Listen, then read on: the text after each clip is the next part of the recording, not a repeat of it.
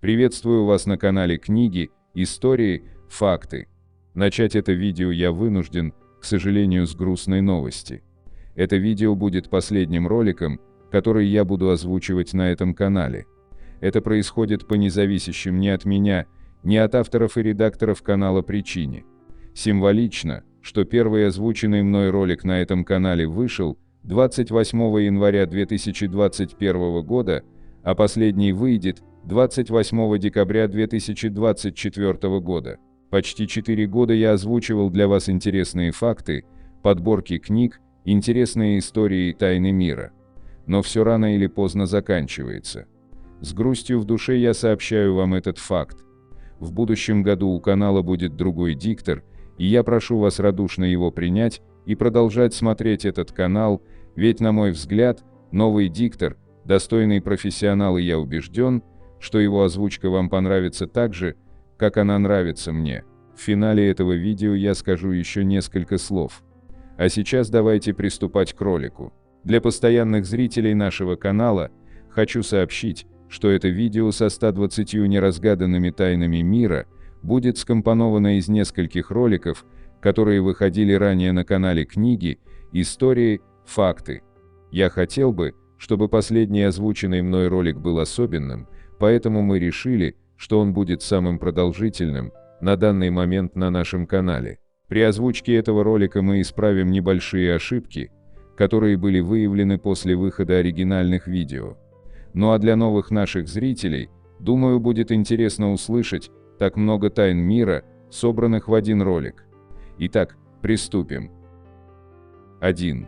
Как целое графство в Англии за одну ночь оказалось покрыто так называемыми следами дьявола, и почему объяснения этому нет до сих пор. Происшествие очень похоже на чью-то шутку, но местным жителям было совершенно не до смеха. Сообщающие об инциденте газеты писали, что истерия, связанная с появлением дьявола в Англии, затронула самые разные слои населения, а сама возможность появления сатаны среди людей обсуждалась на уровне ученых. Что именно произошло? В ночь на 8 февраля 1855 года по всему графству Девон, что на юго-западе Англии, начался сильный снегопад. Наутро жители около 30 местных городков обнаружили на снегу странные копытоподобные отметины. Следы составляли непрерывную линию, которая протянулась почти на 160 километров по всему графству. Каждый отпечаток был более 10 сантиметров в длину и около 7,5 см в ширину, а расстояние между шагами варьировалось от 20,3 см до 40,6 см.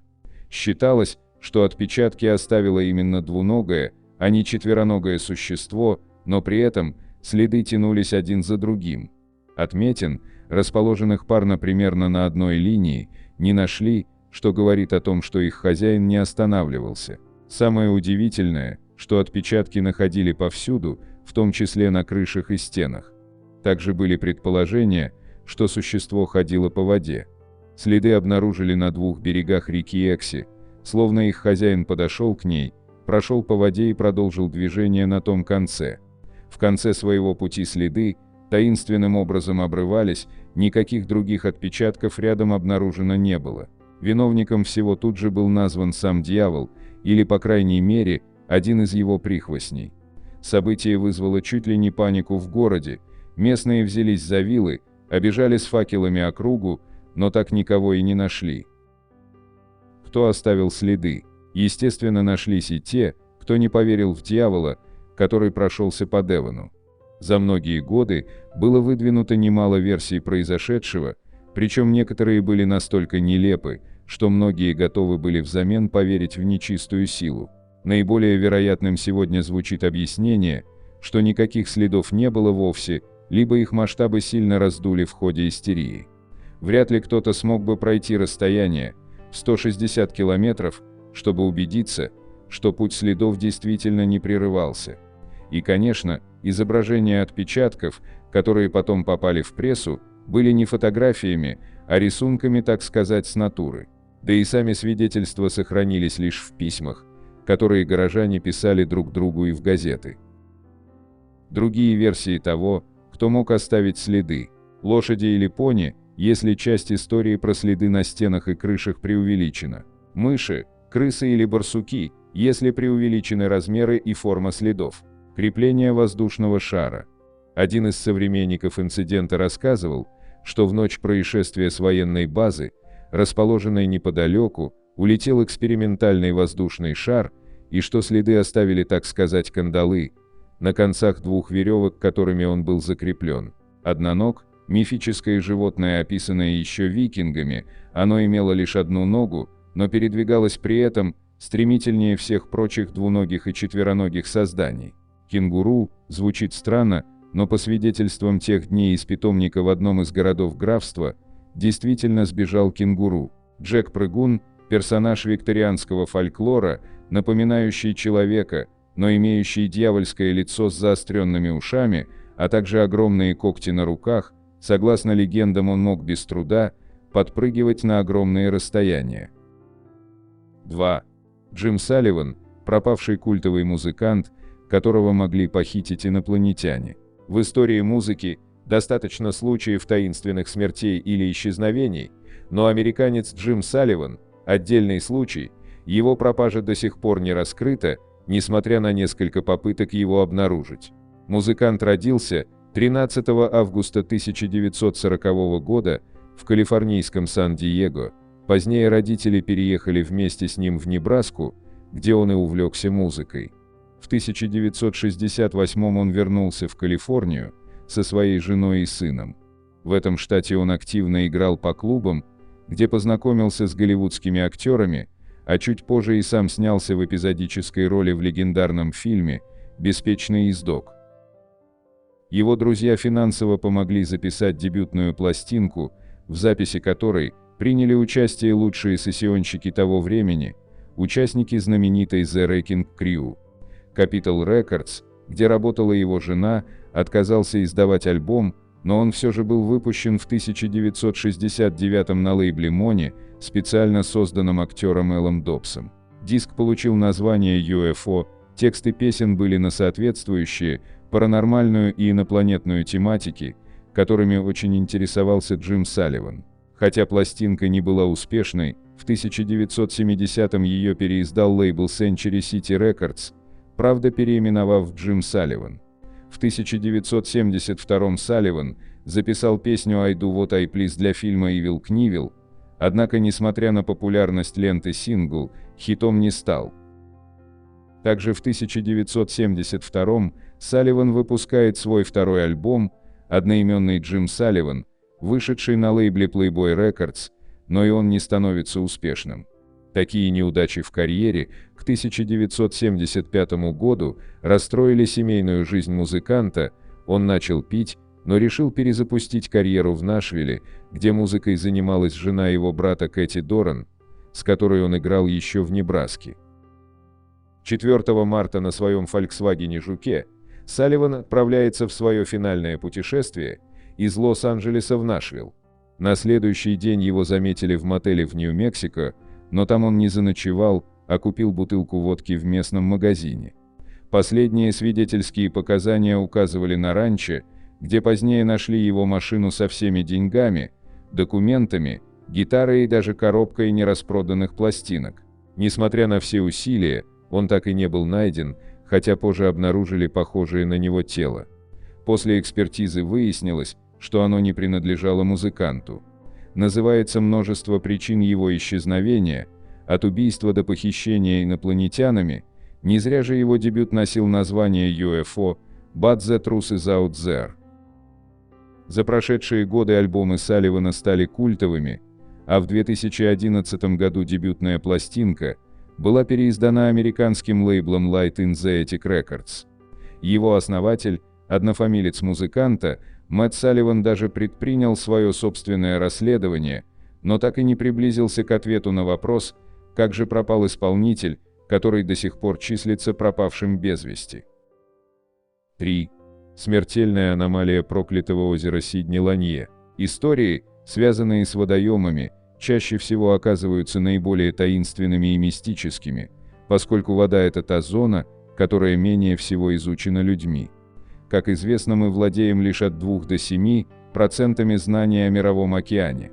В американском штате Джорджия раскинулось озеро под названием Сидни-Ланье. Поистине популярным его сделало отнюдь не широкое побережье и чистая теплая вода, а ореол таинственности и страха, коим оно было окружено с самого своего создания. История возникновения Сидни-Ланье уходит в середину 20 века. В 50-х годах оно было искусственно создано посредством затопления на месте одного населенного пункта. Согласно мнению многих историков, под водой могли остаться безымянные могилы, которые не смогли идентифицировать и транспортировать в другое место. Для чего же нужно было затоплять селение с плодородной почвой и богатой растительностью? Все дело в том, что власти США решили создать водоем, чтобы снабдить город Атланта и его округ электричеством и водой. Для этой цели они выделили средства, которые должны были покрыть лишения местных жителей. Но далеко не все люди были готовы бросить свои земли, находившиеся во владении их семей многие десятилетия, и сменить место жительства. Тем более, фермерские земли было сложно оценить в денежном эквиваленте. Но тем не менее, более 700 семей все-таки продали свои участки государству, о чем очень скоро пожалели, поскольку выплаченных денег оказалось недостаточно, чтобы начать жизнь на новом месте. А на реке Читахучи была построена дамба. Долгое время велись споры по поводу названия озера. Его хотели назвать именем одного из известных политиков штата. Потом, передумав, решили дать имя звезды футбола. В конце концов, озеро было названо в честь поэта, написавшего произведение о реке Читахучи. За последние 25 лет по непонятным причинам в этом районе погибло порядка 200 человек. Говорят, что для наполнения земли водой инженеры перенесли и уничтожили все, что могло им помешать. Деревья, различные конструкции, сооружения и даже могилы. Они постарались найти все непомеченные захоронения, чтобы перевести их в другое место, но никто не знает, удалось ли им это в полном размере. Есть версии, что именно те люди, чьи могилы остались под водой, забирают к себе живых. Однако под водой могли остаться не только могилы. По рассказам некоторых туристов, им не раз приходилось слышать странные звуки, чем-то напоминающие звон колоколов в церкви. Но эти звуки раздавались из озера. Даже если предположить, что сооружение осталось под водой, то как тогда может звенеть колокол? Еще одним странным вопросом задавался дайвер по имени Бак. Мужчина утверждал, что когда находился один в воде, он четко ощущал прикосновение чьих-то частей тела. И эти прикосновения напоминали ему мертвеца. Конечно, мало кто поверил в эту историю, но некоторые серьезно задумались. Но это еще не самая загадочная история, которая гуляет среди туристов.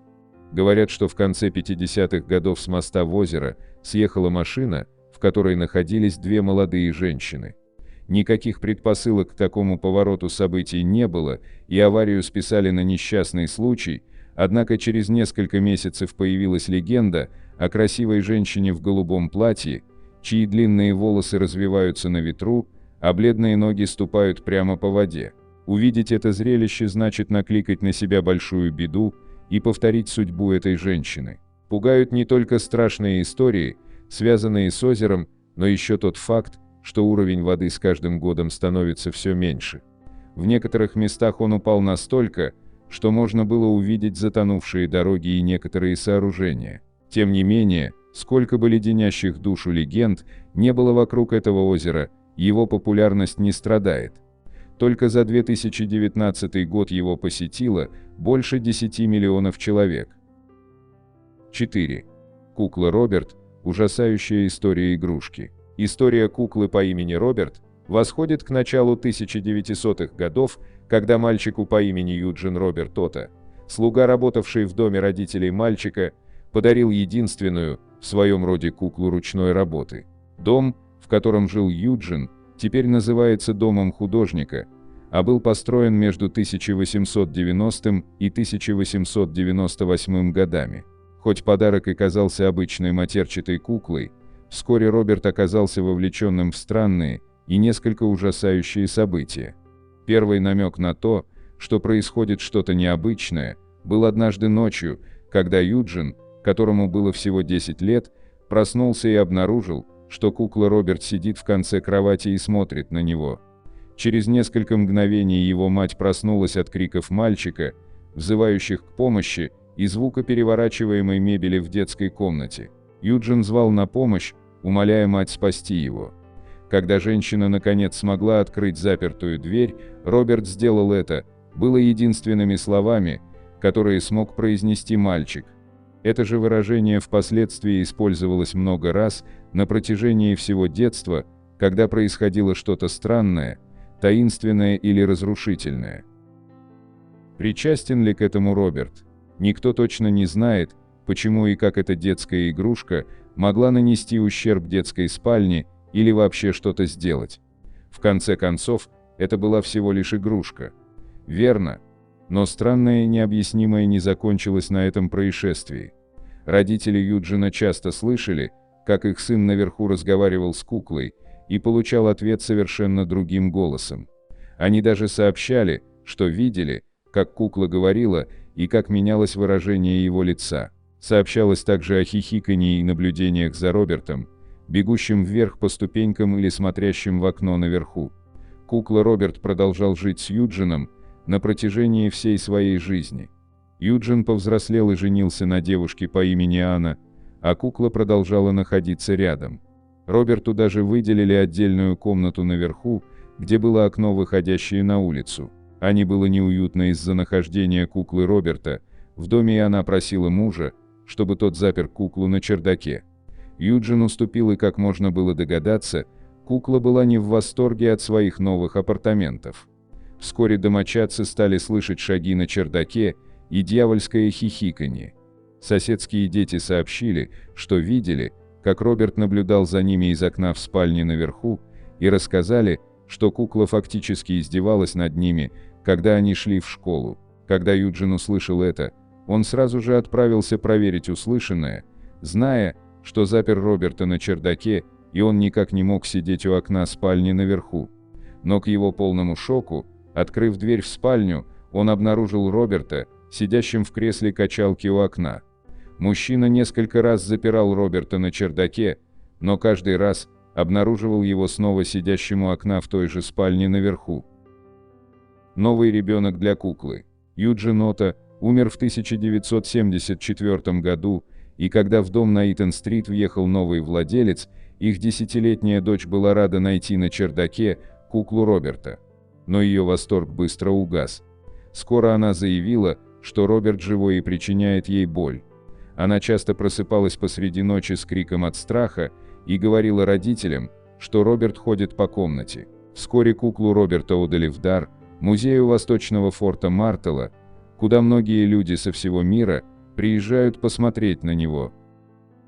Действительно ли Роберт одержим? Многие считают, что странное поведение куклы кроется в том, кто изначально отдал его Юджину Ота, а именно слуга. Эта женщина якобы подверглась жестокому обращению со стороны своих начальников, и считается, что в наказание она прокляла куклу с помощью вуду и черной магии. Это могло бы объяснить множество загадочных и пугающих переживаний, которые дети пережили с куклой Робертом, но если так, то почему не закончилось преследование после смерти владельца? Никто точно не знает. Но одно остается неизменным. Кукла Роберт продолжает насмехаться и пугать тех, кто приходит посмотреть на него в музее.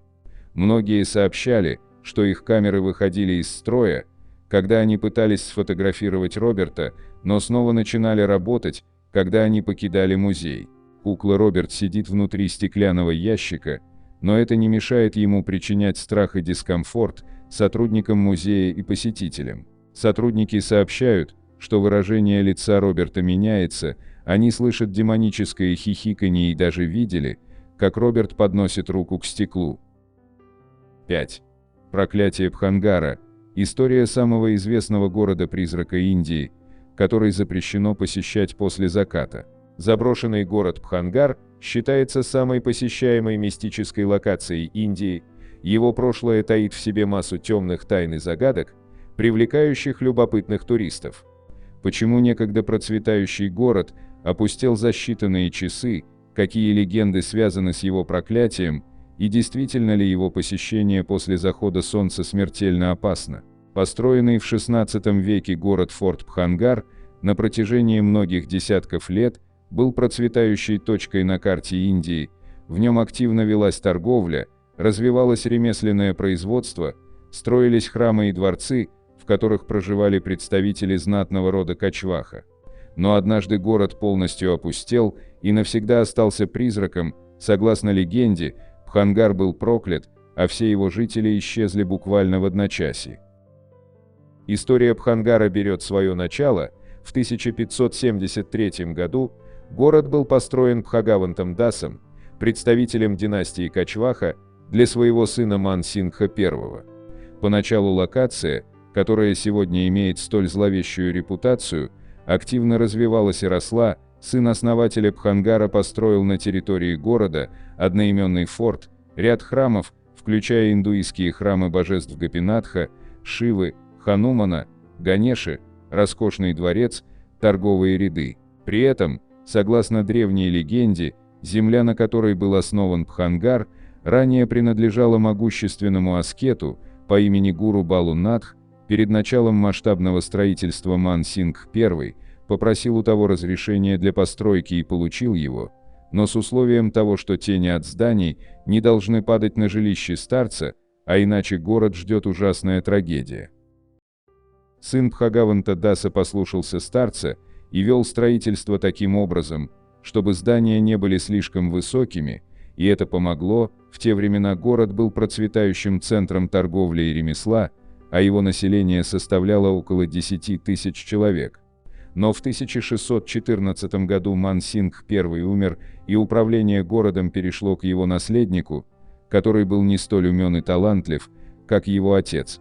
К тому времени на близлежащих территориях начали активно разворачиваться войны за новые земли. Сын Ман-Сингха I не смог противостоять армии своего главного врага, правителя города Джайпура Савай-Джай-Сингха II, в результате чего Бхангар был насильно присоединен к территориям завоевателя. Новый правитель был весьма амбициозен и хотел нарастить мощь города.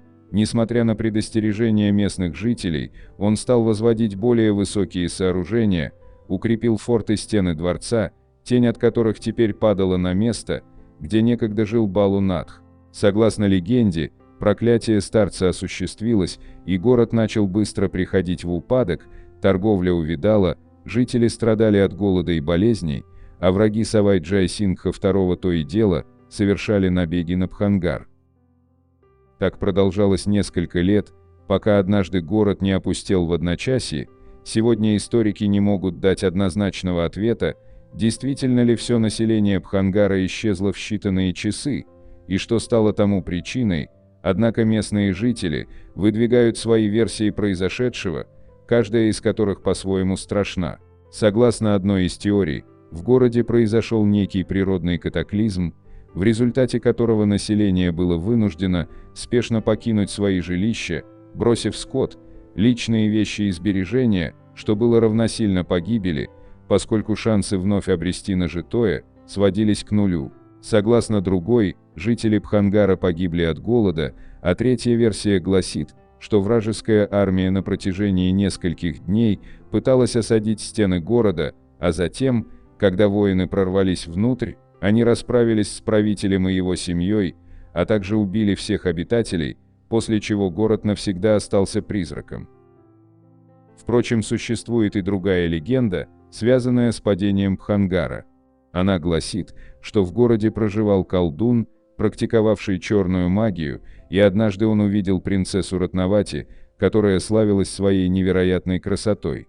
Очарованный маг решил подложить своей возлюбленной приворотное зелье. Согласно альтернативным версиям, это было масло для тела, но принцесса раскусила его и бросила пузырек на огромный валун у дворца. Черная магия сработала и убила колдуна, но перед смертью он успел наложить на город проклятие, которое невозможно разрушить даже в наши дни. Конечно, не все верят в страшные легенды о колдунах и злобных старцах, но репутация проклятого города-призрака говорит сама за себя. Сегодня Бхангар является одной из самых посещаемых мистических локаций Индии, а местные жители, избегающие тех мест, рассказывают об ужасающих событиях, произошедших в окрестностях. Так, несмотря на официальный запрет на посещение Бхангара в ночное время, установленный археологической службой Индии, однажды несколько энтузиастов решили зайти на территорию города после захода солнца. Поначалу все было хорошо, но вскоре один из смельчаков стал уверять остальных в том, что слышит зловещие голоса и видит призрачные фигуры, а после упал в глубокий колодец, который появился буквально из ниоткуда. Его удалось спасти, однако по пути в больницу все трое участников экспедиции попали в автомобильную катастрофу и погибли. Неизвестно, насколько эта история правдива, однако обитатели близлежащих территорий и большинство туристов верят в ее подлинность, что только закрепляет за Бхангаром его жуткую репутацию. Другой случай связан с призраком мальчика, которого группа туристов увидела в городе в ночное время. По их словам, дух ребенка прятался в доме без дверей, но с массивными решетками на окнах, и его появление заставило всех путников немедленно покинуть окрестности Бхангара. Примечательно, что местные жители объясняют потустороннюю активность тем, что на территории проклятого города заключены души всех его почивших жителей, были ли они прокляты аскетом или черным магом, после смерти их нематериальные сущности не смогли покинуть Бхангар и теперь вынуждены вечно скитаться по городу в поисках отмщения. Именно по этой причине ни один местный житель ни за что не отправится в город после заката. Несколько лет назад власти Индии хотели направить туда патруль, чтобы доказать отсутствие призраков, но даже несмотря на внушительный гонорар, который был обещан добровольцам, никто не согласился отправиться в Бхангар после захода солнца. Еще одна мистическая странность связана не с призрачными обитателями города, а со строениями, которые в нем находятся. Многие туристы, прибывавшие в Бхангар, отмечали, что ни у одной из построек нет крыши. Как оказалось, местные власти неоднократно пытались отреставрировать город, но как только строительство крыши завершалось, она тут же обваливалась еще больше, разрушая сохранившиеся дома. Местные жители полагают, что эта странная особенность города связана с проклятием аскета Балу-Натха. Не желая видеть высокие постройки даже после своей смерти, он сделал так, чтобы строительство ни одной из них не могло быть завершено. Сегодня город-призрак продолжает привлекать любопытных туристов, которые мечтают своими глазами увидеть проклятый Бхангар и его духов. Некоторые из них убеждаются, что все истории и легенды, связанные с этой локацией, являются лишь слухами, другие уверяют, что в городе действительно ощущается присутствие неких темных сил, а третьи и вовсе говорят о том, что даже в дневное время слышали в его окрестностях крики, шепот, пение и душераздирающие стоны. Так или иначе, опустевший город-призрак, чья история окутана тайнами и мистикой, навсегда останется одной из многочисленных загадок нашей планеты, разгадать которую вряд ли когда-либо получится. 6. В арабском городе-призраке живут джинны. Это место находится к югу от города Рас-Аль-Хайма, в Объединенных Арабских Эмиратах, и представляет из себя давно заброшенное поселение, которое застыло во времени, как насекомое в янтаре. Место называется Аль-Джазират Аль-Хамра, что переводится как «Красный остров». Основали его в начале XIX века местные арабские племена, которые начали ловить на берегу моря жемчуг и продавать его торговцам. Поначалу это была скромная рыбацкая деревня с ветхими хижинами, но к началу XX века тут уже проживало более 2500 человек, и по морю плавал, так сказать, флот из 25 крупных рыбацких лодок.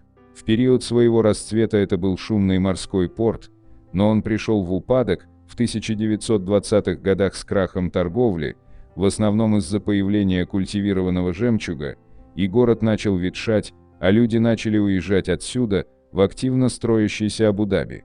В 1968 году город был полностью заброшен. С тех пор город-призрак Аль-Джазират Аль-Хамра заработал репутацию таинственного места, где происходят странные события и где поселились древние духи из арабских преданий – джинны.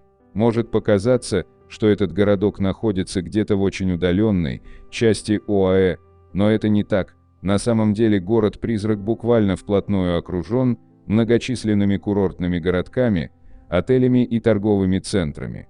Но никто из них, словно по некому негласному соглашению, не покушается на брошенную землю Аль-Джазират Аль-Хамра.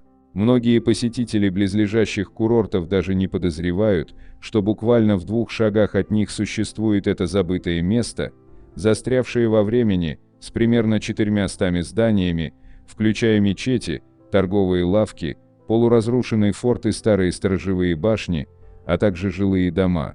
Многие из коралловых и глиняных зданий все еще обставлены мебелью и разложены, как будто они ждут людей, которые никогда не вернутся. Возможно, именно эта жуткая атмосфера, эти пустые здания и извилистые лабиринты узких улочек привели к многочисленным рассказам о сверхъестественном в Аль-Джазират Аль-Хамра, и он стал известен как место с привидениями, которые местные жители крайне тщательно избегают. На протяжении десятков лет люди сообщают о разнообразных странных явлениях, от безобидных до ужасающих. Обычное явление тут – это почти невыносимое ощущение, что за вами наблюдают из тени, или ощущение, что кто-то стоит прямо там, когда нет ничего, кроме теней. Есть также сообщения о таинственных огнях в жилищах или о теневых фигурах, скрывающихся вокруг. Как ни странно, отсюда очень часто поступают сообщения о кошках, которые переходят улицу только для того, чтобы раствориться в воздухе. Есть также блуждающие холодные точки и внезапные чувства крайней паники и страха, которые, кажется, приходят из ниоткуда. Тем не менее, самая популярная история из этого города-призрака – это рассказы о джиннах. Джинны – это сверхъестественные существа из ранней доисламской арабской мифологии и теологии, которые сильно отличаются от популярного образа из таких фильмов, как «Аладдин».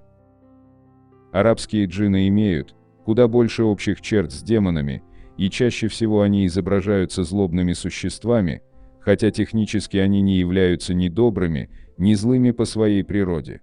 Хотя местные предания об этих существах сильно различаются от региона к региону, их очень часто считают обманщиками и повинными в несчастьях и болезнях, а также способными принимать облик людей и разных животных. Многие жители стран Ближнего Востока до сих пор искренне верят в существование джиннов, а жители ОАЭ часто рассказывают истории о джиннах, поселившихся в Аль-Джазират Аль-Хамра. Есть также истории о том, что джинны всегда жили в этих местах. Один пожилой рыбак по имени Саиф Рашед когда-то сам жил в Аль-Джазират Аль-Хамра и однажды поведал журналистам следующее: «Я родился в море и посидел в море. Расскажу вам несколько историй. Когда я спускался ловить устриц для жемчуга, джин хлопал в ладоши. Нас они тоже били, и мы от этого падали в обморок под водой. Мы их никогда не видели, просто слышали их. Раньше они были в форме рыбы, как хамура. Если вы прикоснетесь к ним или они приблизятся к вам, вы наэлектризуетесь». По словам других местных бывших ныряльщиков за жемчугом, нередко они теряли сознание из-за джиннов, после чего другие читали молитвы, пока жертву вытаскивали на берег. В других случаях ныряльщик мог быть одержим джинном, отвечая на вопросы высоким тонким женским голосом. Другие рассказы местных жителей заключаются в том, что джинны принимали форму говорящих животных, таких как козы или кошки, причем животные иногда превращались в другую форму, прямо на их глазах. Были случаи, когда джинны преследовали людей или пытались украсть у них жемчуг, и в этой конкретной деревне джинны, как говорили ныряльщики, часто появлялись на воде или в глубине. Один отставной ныряльщик за жемчугом так говорил об этом: «В Джазирате много джиннов. Джинны есть повсюду, везде, но мы видим их в основном на поверхности моря, голых, с разрезанными глазами и шрамами. Они такие пугающие. У тебя волосы встают дыбом». Можно подумать, что эти рассказы о джиннах преследуют лишь одну цель – быть приманкой для туристов, однако на самом деле местные жители очень не любят лишний раз говорить о джиннах посторонним, считая это дурной приметой. Рассказы их лишь случайно попадают в западную прессу. В последние годы, как говорят, джиннов тут стало в разы меньше. Якобы их отпугивают любопытствующие, которые часто приезжают сюда на шумных автомобилях. 7. Плакли – самая посещаемая деревня с призраками в мире, согласно книге рекордов Гиннесса. Несмотря на то, где вы живете, недалеко от вас обязательно есть дом с привидениями или место, где происходит какая-то непонятная чертовщина. И всегда любители всего мистического и сверхъестественного ошиваются поблизости в надежде хоть мельком увидеть блуждающего призрака, услышать таинственный шепот или почувствовать леденящий душу холод. А теперь представьте себе обычную деревню, где все улицы и дома заселены призраками. Добро пожаловать в Плакли, самую обычную английскую деревушку, расположенную недалеко от Эшфорда, Англия. Это тихое и спокойное место может похвастаться просто-таки разнообразием потусторонних сущностей. Здесь можно встретить призрачного директора, умирающего разбойника, сгоревшую цыганку, а также проносящуюся через всю деревню фантомную карету, запряженную иллюзорной лошадью.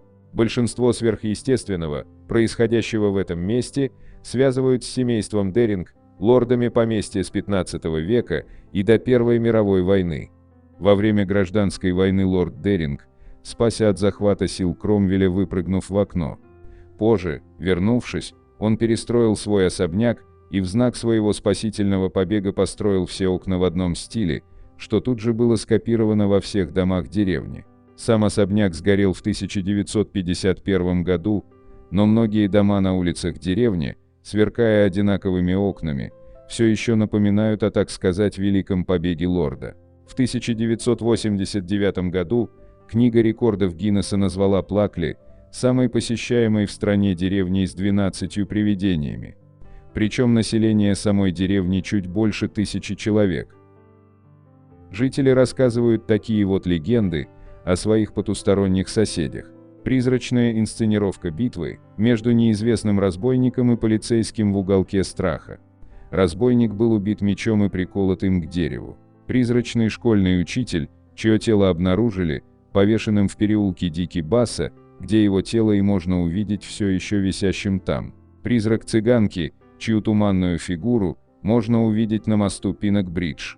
Легенда гласит, что она сгорела, заснув с трубкой, которую курила. Призрак дамы эпохи Тюдоров, которая, по всей видимости, была любовницей члена семейства Деринг и умерла, наевшись ядовитых ягод. Так называемый кричащий лес, расположенный неподалеку от Плакли, также часто посещают потусторонние сущности, и оттуда доносятся крики мужчин и женщин, которые там скончались. Маленькая церковь, построенная норманнами во II веке и поменявшая название несколько раз, наполнена жуткой атмосферой, несмотря на красоту строения и убранства. Здесь обитают призраки леди в красном и леди в белом.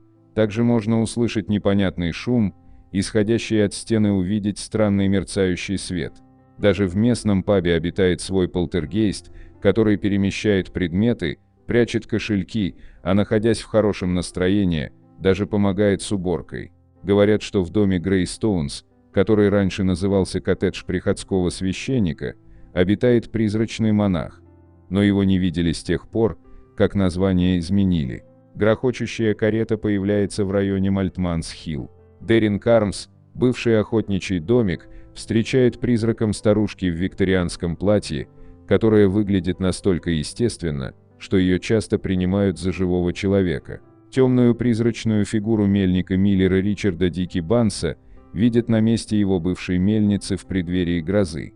Ведь его мельница сгорела в результате удара молнии в 1939 году. Ферму Элви часто посещает человек-фантом, оставляя после себя навязчивый запах горящей пряжи или шерсти. Что самое интересное, местные жители не настолько озабочены непосредственным соседством с призраками, чем нашествием туристов, охотников за привидениями, которые наводнили деревню в поисках сверхъестественного. В 2008 году репортер The Telegraph Франческа Хойлс решила провести в Плакли целый день и ночь, чтобы собрать материал для статьи и оценить ситуацию изнутри. Но ничего сверхъестественного с ней так и не произошло. Зато она была просто очарована местными видами и самой деревней. Она писала: «Плакли – воплощение традиционной английской деревни, и она слишком красива, чтобы напугать». 8. Дорога призраков в Шотландии. Странные животные, люди, неожиданно возникающие перед автомобилями и также внезапно исчезающие, а еще безглазый человек на костылях – все это лишь немногое из того, что происходит на дороге А-75 в Шотландии. Это привело к тому, что дорогу стали называть не иначе, как «дорога призраков». Самый странный случай. Для братьев Дерека и Нормана Фергюсонов все началось, когда в их лобовое стекло влетела курица. Без сомнений, это было удивительное для них событие, учитывая, что они ехали по шоссе в полночь, в лесу. Неистово махающая крыльями курица, птица, которую редко кто видит в полете, вылетела из пелены освещенного фарами мрака и полетела прямо в лобовое стекло автомобиля. Фергюсоны уже приготовились к воздействию от удара птицы по стеклу, ожидали услышать стук и увидеть, как тело курицы размажет от столкновения, а само стекло треснет. Но ничего из этого не произошло. Не возникло никаких трещин, не разлетелись в стороны никакие перья, но что еще хуже, не было никакого толчка. Прямо у братьев на глазах курица исчезла. Однако прежде чем Дерек и Норман успели облегченно вздохнуть, произошло еще одно странное событие. Прямо на машину побежала головой вперед какая-то старуха, отчаянно размахивая при этом руками. Может быть, она гналась за своей курицей, которую потеряла в полночь в лесу. Она исчезла раньше, чем братья смогли отреагировать и свернуть в сторону, чтобы не сбить старушку. Но тут, откуда ни возьмись, появился мужчина. И хотя старуха таинственным образом исчезла, создавалось полное впечатление, что он бежит за ней. За ним последовала целая группа из всех возможных видов животных: кошек, собак, овец, коз и опять-таки кур. Они тоже исчезли. Фергюсоны, мягко говоря, были обескуражены. Все это безумие продолжалось не более 30 секунд. Когда все закончилось, братья остановились, чтобы перевести дух. В этот момент температура воздуха резко упала, и машина начала медленно раскачиваться взад и вперед. Дерек вышел из машины, ожидая чего угодно, но машина застыла на месте, как только его нога коснулась земли. Дерек вернулся в машину, и братья увидели, как на них на высокой скорости несется огромный грузовик. Он тоже исчез. Это произошло в 1962 году, и это было далеко не первое и не единственное странное событие, случившееся на участке дороги Кинмаунт-Стрейт. На дороге, которая считается самой призрачной во всей Шотландии, а возможно и во всей Великобритании. История дороги А-75. Дорога Кинмаунт-Стрейт более известна под названием А-75. Эта длинная и обдуваемая ветрами дорога считается очень опасной. На проклятом участке, протяженностью примерно в 24 километра, между городами Аннан и Дафрис. Из-за такой репутации ее называют «дорогой призраков». Существуют бесчисленные свидетельства автомобилистов о встречах с призраками и различными паранормальными явлениями на этом участке дороги. Среди этих свидетельств есть рассказы о паре, мужчине и женщине, которые, держась за руку, переходят дорогу прямо перед несущимися автомобилями. Они исчезают прямо перед ударом или через секунду после столкновения. Также есть неоднократные сообщения о мужчине с красным верхом, который прыгает на одинокие автомобили и исчезает при ударе. Также есть сообщения о странных и жутких существах. Одним из наиболее жутких привидений на трассе А-75 является человек с мешком на голове. Он стоит на дороге, протягивая руки к водителям. В руке он что-то держит.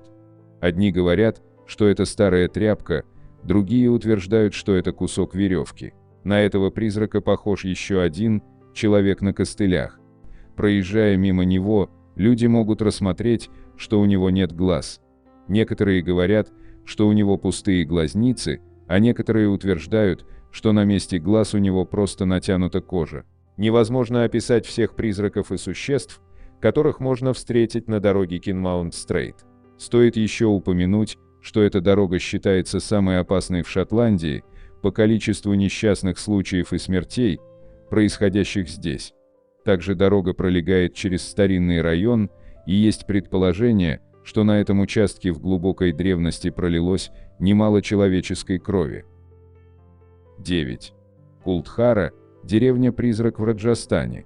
Култхара – название заброшенной деревни в округе Джайсалмер индийского штата Раджастан, основанной примерно в XIII веке.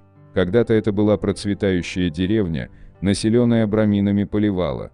Но в начале XIX века деревня была заброшена по неизвестным причинам. Среди возможных приводится истощение водоснабжения, землетрясение, а также зверство министра штата Джайсалмер Салима Сингха, о которых сложили легенду. Согласно легенде, злые глаза Салима Сингха, могущественного и развратного премьер-министра штата, упали на дочь главы деревни, и он захотел насильно жениться на ней. Он пригрозил жителям деревни тяжкими последствиями, если они не выполнят его желание. Вместо того, чтобы подчиниться приказу тирана, жители 85 зданий покинули свои родовые дома, перед уходом наложив на Култхару проклятие, согласно которому никто и никогда не сможет поселиться в их деревне. Интересно то, что огромное количество людей с домашним скотом и пожитками покинули родные дома всего за одну ночь. Никто не знает, куда они пошли, их просто не стало. Также говорят, что людей, пытавшихся остаться здесь на ночь, прогоняли странные паранормальные явления. В настоящее время деревня Култхара является объектом культурного наследия. В последние несколько лет в поселке ведутся масштабные ремонтные работы. Большая часть старого маленького храма, расположенного посреди группы домов, сейчас отреставрирована. В 2015 году правительство Раджастана решило активно развивать деревню как туристическое место.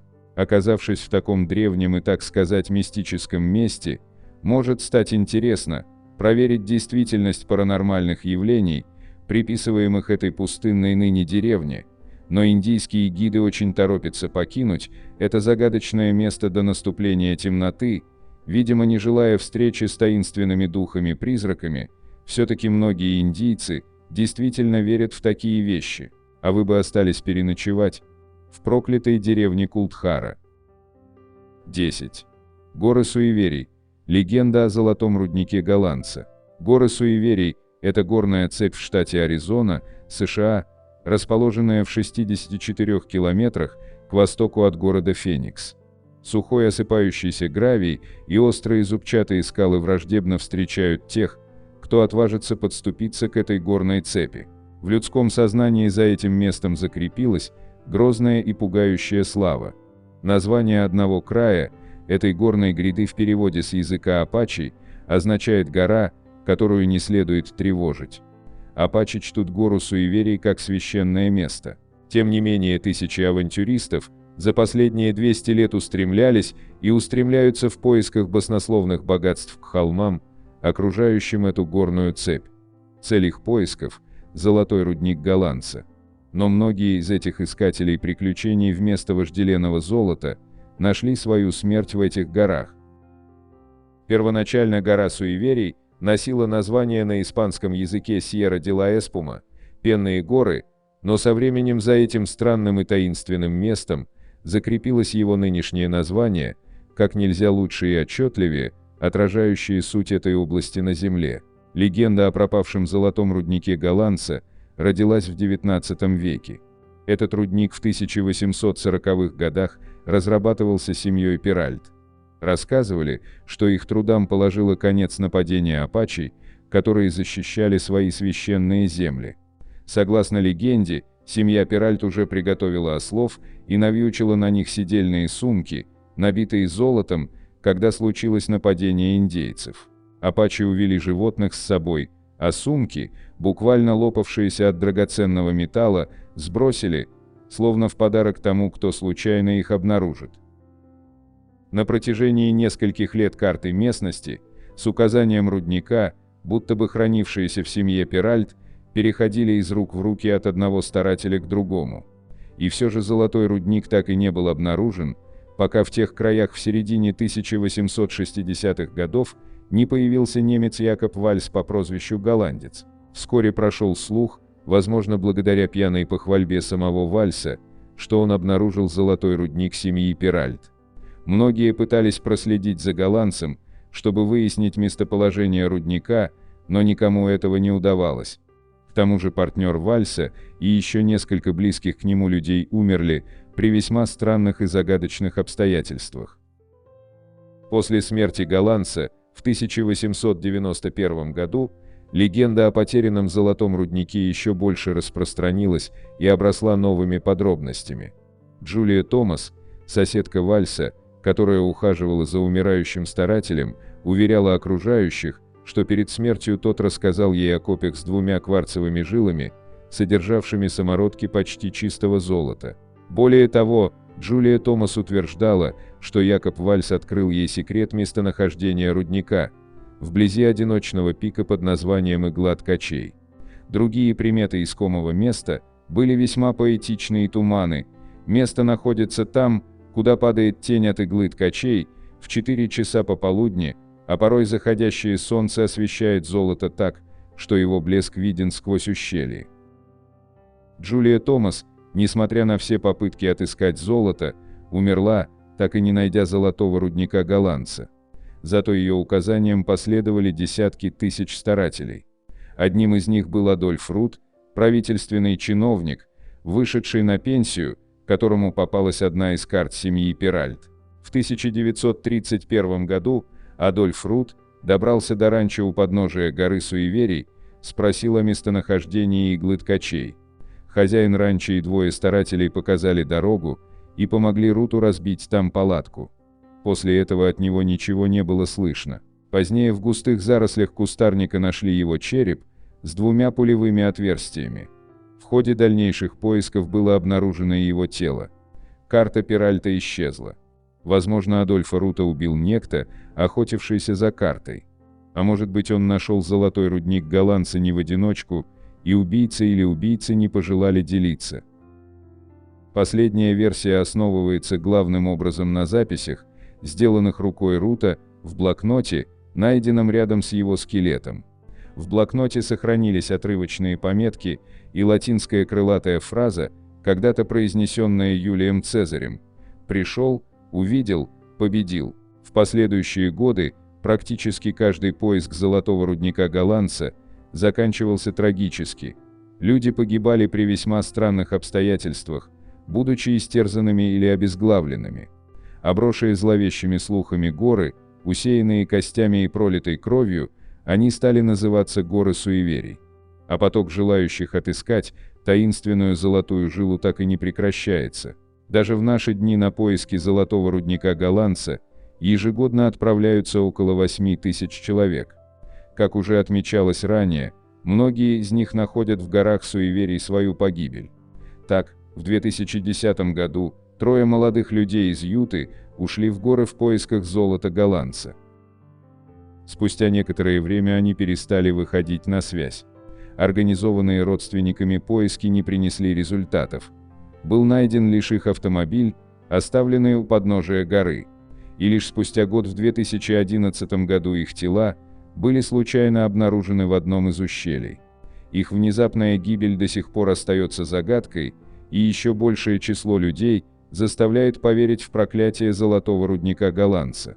Американский писатель Эрл Стэнли Гарднер, автор популярных детективных романов про Перри Мейсона, исследовавший эту местность в 1960-е годы, дал будущим золотоискателям такой совет: не ходите в горы Суеверий в одиночку. Прихватите с собой оружие и смотрите в оба. 11. Ведьмин лес под Брянском с уродливыми деревьями и глохнущей техникой. Несколько лет назад в сети заговорили о необычном лесе, который находится недалеко от Брянска и который местные жители прозвали Ведьминым лесом. Этот участок леса, размером примерно 600 метров на 3 километра, расположен рядом с поселком Синезерки и в первую очередь характерен тем, что там очень много деревьев с уродливо искривленными стволами. Эзотерики говорят, что такие деревья растут в геопатогенных зонах, где плохая энергетика. Ученые, в свою очередь, не видят в этом ничего необычного и считают, что деревья потому искривлены, что лоси слишком активно объедают у молодых деревцев кору и ветки. При этом селян пугают не только деревья. Рассказывают, что в ведьмином лесу регулярно слышат странные голоса, видят таинственные летающие огоньки и даже встречают призраков. Местный житель Дмитрий Гокин выложил в соцсеть несколько фото кривых деревьев из ведьминного леса и рассказал, что тут постоянно гнетущая тишина, птицы не поют, машины глохнут, а телефоны отключаются. Если поискать по ведьминому лесу больше информации, то можно найти байки о том, что когда-то давно в этот лес приходили колдуньи и оставляли там всякие колдовские штуки с негативной энергией. И что даже в наше время они приезжают сюда со всей России, чтобы у себя дома такие предметы не хранить, ведь это опасно. Кто-то даже видел подозрительные тряпичные мешочки, висящие на деревьях, самодельные куклы, платочки, броши, узелки и ленточки. Предупреждают, что касаться руками этих вещей опасно. На людей этот лес действует, не просто угнетающе из-за страшных темных деревьев, но также у них начинается головокружение, головные боли и в целом недомогание. И даже звери избегают этот участок леса. В местной газете «Десница» однажды опубликовали статью о ведьмином лесе, в которой обозвали его вотчиной лешего и заявили, что этот лесной массив уникален по масштабу искривленных деревьев. Есть теория, что тут так много негативной энергии не из-за ведьм, а из-за того, что в этом лесу в годы Великой Отечественной войны шли тяжелые бои и умерло очень много солдат с обеих сторон. А вот как описал свои впечатления один из туристов, чья группа осмелилась не только зайти в ведьмин лес, но и заночевать там. Кажется, что некая неведомая сила извратила стволы некогда могучих исполинов, превратив несокрушимых хранителей леса в чахлых и злобных существ, обреченных на вечные страдания. И ни человеческая, ни земная тишина. По ночам в этом месте совсем иная тишина, веяние чуждого нам сознания и чуждой нам жизни. Настолько чуждой, что при соприкосновении с ней в сознании образуется пугающая смесь из непонимания и омерзения. А потом поднялся ветер. Странный ветер. Он дул как будто со всех сторон одновременно, и негде было укрыться от его цепких пернатых крыльев. Ветер не был холодным, но от его невидимых прикосновений кожу начинало жутко морозить, как будто ее касались кусочками льда. И вместе с ветром пришло осознание того, что здесь мы реально лишние, это место не для людей. Это место для мучительного забвения, перед которым не могут устоять даже вековые деревья древнего леса. Те, кто заинтересовался этим местом и хотел бы туда съездить, имейте в виду, что автобусы туда не ходят, так что либо ехать на поезде из Брянска до железнодорожной станции Синезерки около 40 минут, а оттуда пешком несколько километров топать к лесу, либо если от Москвы, то ехать по дороге М5, Рязанское шоссе или Р-105, Егорьевское шоссе. 12. Таинственная гора Уррака, на вершине которой находится портал между мирами. На севере американского штата Нью-Мексико находится небольшая столовая гора Уррака, с которой связано множество странных историй, легенд и баек. Вокруг этой горы на протяжении тысяч лет селились разнообразные племена индейцев, навахо, апачи, пуэбло, они же анасази, и в фольклоре каждого из них гора указана как место, где постоянно происходят странные и пугающие вещи. Особенно много рассказов повествуют о внезапном загадочном исчезновении племени Пуэбло несколько сотен лет назад. Даже историки до сих пор не знают, что с ними случилось. Либо их перебили другие племена, либо они поспешно бежали, в страхе перед кем-то, или, в общем, гипотез много. Шаманы же рассказывают, что в те времена на вершине Уррака произошла яростная битва между людьми и злобными сущностями из подземного мира. И множество людей погибло в той битве, в том числе все анасази, прежде чем люди все-таки победили и загнали духов обратно под землю, а вход запечатали. Якобы с тех пор где-то на вершине Уррака находится скрытый портал в какой-то иной мир. И найти его почти невозможно, потому что он невидим обычному человеку. Но время от времени оттуда все-таки что-то просачивается. В 2003 году в сети Стала популярна история туриста, который отправился в одиночку на вершину Уррака, поставил там палатку и заснул. Ночью его разбудил сильный ливень, и когда он выглянул наружу, чтобы посмотреть на стихию, то его глазам предстало совсем иное и куда более пугающее зрелище. Он увидел, как примерно в метре от земли появилась вертикальная синяя линия, которая затем рухнула как занавес, и из этого портала выскочили всадники на лошадях, по виду похожие на классических индейцев из старых вестернов. Турист был жутко напуган и в панике побежал, куда глаза глядят, бросив все свои вещи. А потом врезался в ограду от скота из колючей проволоки, сильно поранился и едва не истек кровью до смерти. По его словам, что стало с теми всадниками потом, он не знал.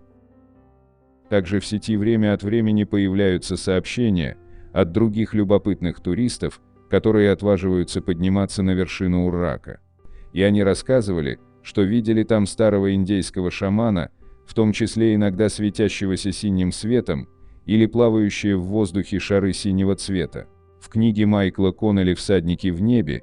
Призраки и легенды скаутского ранчо Филмонт» рассказывается о том, что в районе горы Уррака неоднократно видели табун призрачных лошадей, а еще на горе в 1940-х годах пропал бесследно мальчик-скаут.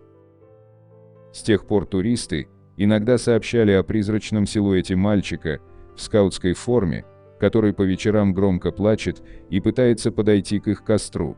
А когда люди пытаются помочь ему, мальчик стонет «я не могу» и исчезает. Также были сообщения о наблюдениях на вершине Уррака так называемых демонических существ, в том числе черного как смоль человечка, ростом с 7-летнего ребенка, который навязчиво следит за туристами, прячась за деревьями. Другие утверждали, что им попадались странные люди в несовременной одежде, а также животные, внешний облик которых выглядел не совсем обычно. Есть даже мнение, что портал на горе Уррака своим сильным энергетическим полем влияет на генотип местных животных и растений, изменяя их, уродуя и калеча. Аномалии Уррака пытались изучать и серьезные ученые. В 1968 году сюда приезжал геолог Лео Мисаки, который выяснил, что тут очень много железа и магнетита, что, возможно, может объяснить, почему тут так часто видят молнии во время гроз, а также природу загадочного голубого свечения в воздухе. Однако Мисаки в конце концов пришел к выводу, что нет простого объяснения этим геохимическим аномалиям. На той части горы, которая имеет форму высокой и почти ровно вертикальной скалы, имеется множество геоглифов, оставленных тут многие века назад местными индейцами. Увы, в сети найти фото этих рисунков не выходит, но утверждается, что на некоторых из них изображены странные нечеловеческие существа. 13. Замок Шарлевиль. Замок Шарлевиль – это один из наиболее часто посещаемых замков в Ирландии. Об этом замке ходят жуткие истории. Шарлевиль был заброшен много лет, но когда местные рабочие начали ремонтировать здание, их стали беспокоить духи, обосновавшиеся здесь. На огромной лестнице в замке часто видели призрак девушки по имени Харриет, которая случайно погибла здесь, упав с лестницы. Посетители замка чувствовали холод при ее появлении, поднимаясь по лестнице. Многие посетители утверждали, что видели, как она скатывается с лестницы, прямо как в тот момент, когда она погибла. Иногда с ней видят маленького мальчика. Люди слышат детские голоса в детской комнате, даже несмотря на то, что этой комнатой давно не пользуются. Дочь нынешнего владельца Шарлевиля рассказала свою жуткую историю столкновения с призрачными детьми. Она играла в прятки и залезла в шкаф. Призрачная маленькая ручка закрыла дверь шкафа и повернула защелку, закрыв ее внутри. Девочке пришлось звать на помощь свою мать, чтобы она выпустила ее. В другой раз девочка заблудилась в подвале Шарлевиля. Когда родители нашли ее, она утверждала, что призрачная девочка взяла ее за руку и вывела в безопасное место. У смотрителя замка по имени Ричард Хейс также был странный случай в этом месте. Когда он лег в постель, он услышал шепот разговаривающих друг с другом людей. Он провел бессонную ночь, свернувшись калачиком на полу, со включенным светом и закрытыми дверями, потому что в замке в это время он был один. Вдоль дороги, ведущей к замку, растет много древних дубов. Один из них известен как Королевский дуб. Легенда гласит, что каждый раз, когда дуб теряет ветку, из-за погоды или из-за возраста, умирает один член семьи Шарлевиль. Полковник Чарльз Говард умер в мае 1963 года, через 2 недели после того, как дерево было практически полностью уничтожено ударом молнии. Замок Шарлевиль не раз показывали в различных ТВ-шоу. О нем рассказывают, как об одном из самых проклятых замков в мире. 14. Проклятый дом на бульваре Бен-Маймон. Это дом в Иерусалиме, стоящий на углу бульвара Бен-Маймон и улицы Ибн-Эзра, который считается проклятым. Иначе, как домом смерти его не называют. Старожилы говорят, что это страшное место, где многие нашли свой конец. Квартал Рехавия и особенно бульвар Бен-Маймон считаются престижными районами Иерусалима. Здесь, среди зеленых деревьев, стоят крепкие, красивые дома. Тишина и покой узких прямых улиц, цветники и аккуратные скверики привлекают сюда путешественников и богатых покупателей. Очень мало домов здесь пустует. Однако на бульваре Бен-Маймон есть один дом, в котором есть только одна жилая квартира, а сам этот дом считается проклятым. Проклятие дома началось в 1979 году, когда в нем произошел пожар и сгорело все внутреннее убранство. Всем жителям удалось спастись, кроме хозяйки дома, госпожи Аддета. Говорят, что она погибла, испытывая невероятные муки. Позже родственники госпожи Аддеты отремонтировали здание и начали сдавать квартиры в аренду. Однако вскоре в доме начали умирать люди. Смерть жильцов – обыденное явление, и в этом нет ничего странного, когда умирают старые, пожилые люди. В данном случае смерть настигала молодых и крепких людей. Без всяких причин. У кого-то обнаруживали онкологическое заболевание, кто-то умирал в автокатастрофе, кто-то просто умирал во сне. По городу поползли слухи, что дом проклят, и жители стали покидать проклятое здание. Один раввин заявил, что под домом находится древнее еврейское кладбище, и души умерших по ночам встают из своих могил и мстят живым за то, что те потревожили их сон. Однако местные власти не разрешили разрушить дом, чтобы проверить правильность его утверждений. Дом был признан культурным наследием, и такие здания по закону нельзя было сносить. Двухэтажный дом выкупил один адвокат, который начал строительство 3-го этажа. Однако по неизвестным причинам он не довел начатое до конца и перепродал здание богатому англичанину господину Розенбергу. Именно господин Розенберг и завершил строительство 3-го этажа. Для себя англичанин оставил квартиру на 1-м этаже, повесив на дверь большой оберег, призванный охранять хозяев от всего плохого. Остальные квартиры он выставил на продажу. Однако никто не желает жить в проклятом доме. Так и стоит это 3-этажное здание в живописном районе Рехавия, на бульваре Бен-Маймон, с единственной квартирой, которую населяют живые люди. 15. Загадочное исчезновение Джеймса Уорсона. Это мистическое событие произошло в Англии в конце XIX века. На глазах у нескольких свидетелей человек по имени Джеймс Уорсон буквально растворился в воздухе. Джеймс Берн Уорсон был сапожником, который жил в местечке Лимингтон, Уорикшир, Англия. У него был небольшой магазинчик. Он считался добропорядочным человеком, хотя, как и многие в те времена, в английских городах увлекался выпивкой. Подогревшись спиртными напитками, он часто начинал глупые споры. И вот однажды, находясь в подпитии, он начал хвастать своей силой и выносливостью, и еще тем, какой он хороший бегун и спортсмен. Его хвастовство привело к спору, в результате которого он должен был пробежать до Ковентри и обратно, расстояние приблизительно в 64 километра.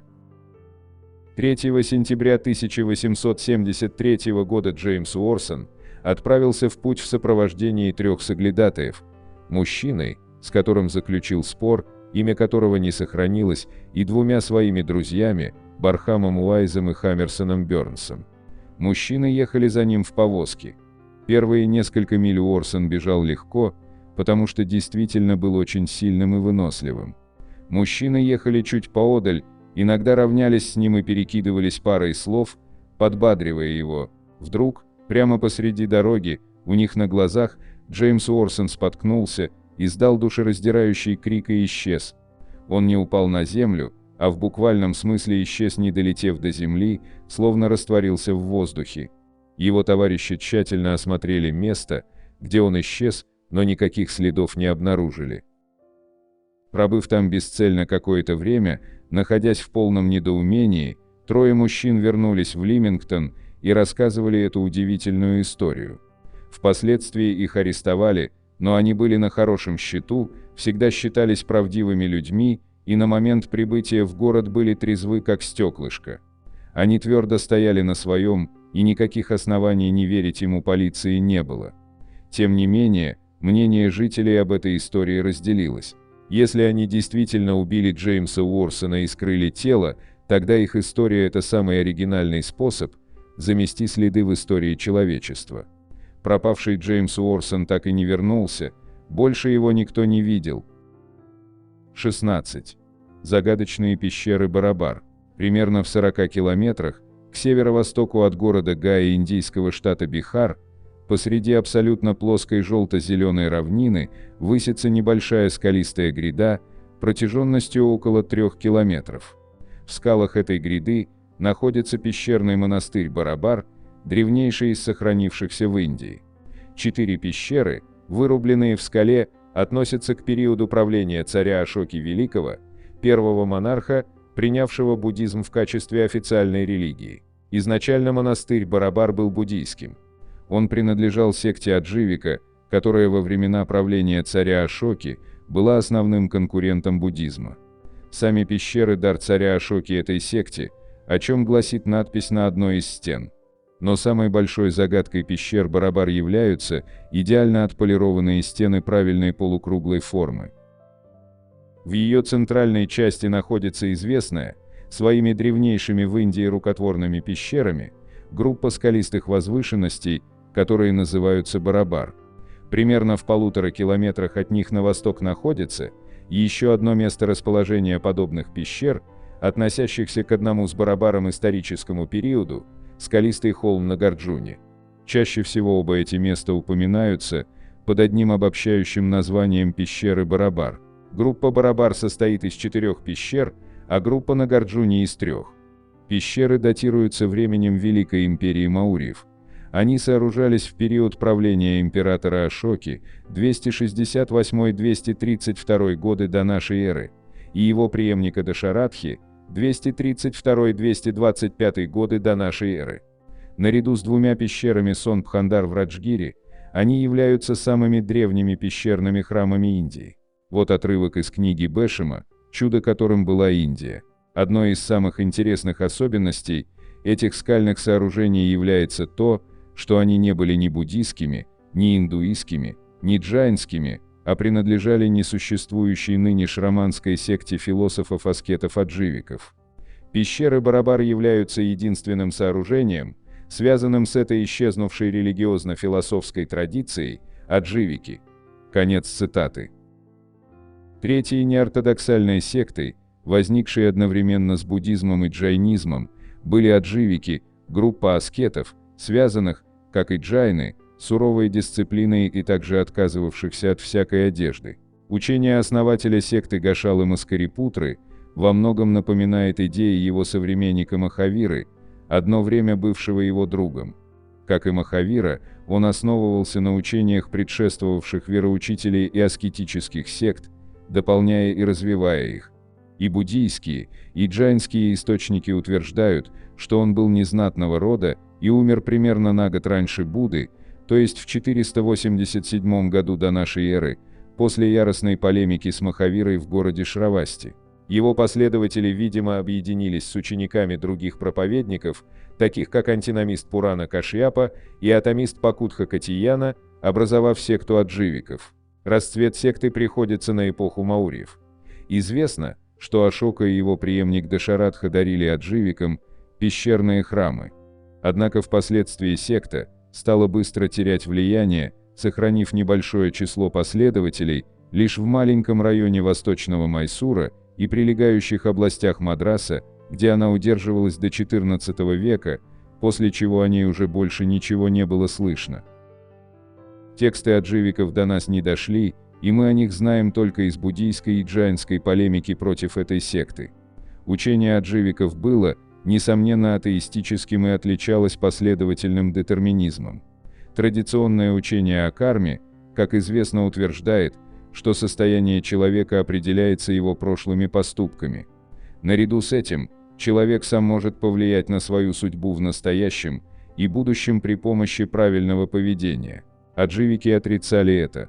Они считали, что существует безличный космический принцип, нияти, то есть судьба, который определяет в мире все, вплоть до мельчайших деталей. Поэтому воздействовать на процесс трансмиграции вообще невозможно. Несмотря на то, что человек никак не может повлиять на свое будущее, монахи секты адживиков предавались суровому подвижничеству, объясняя это предначертанием судьбы.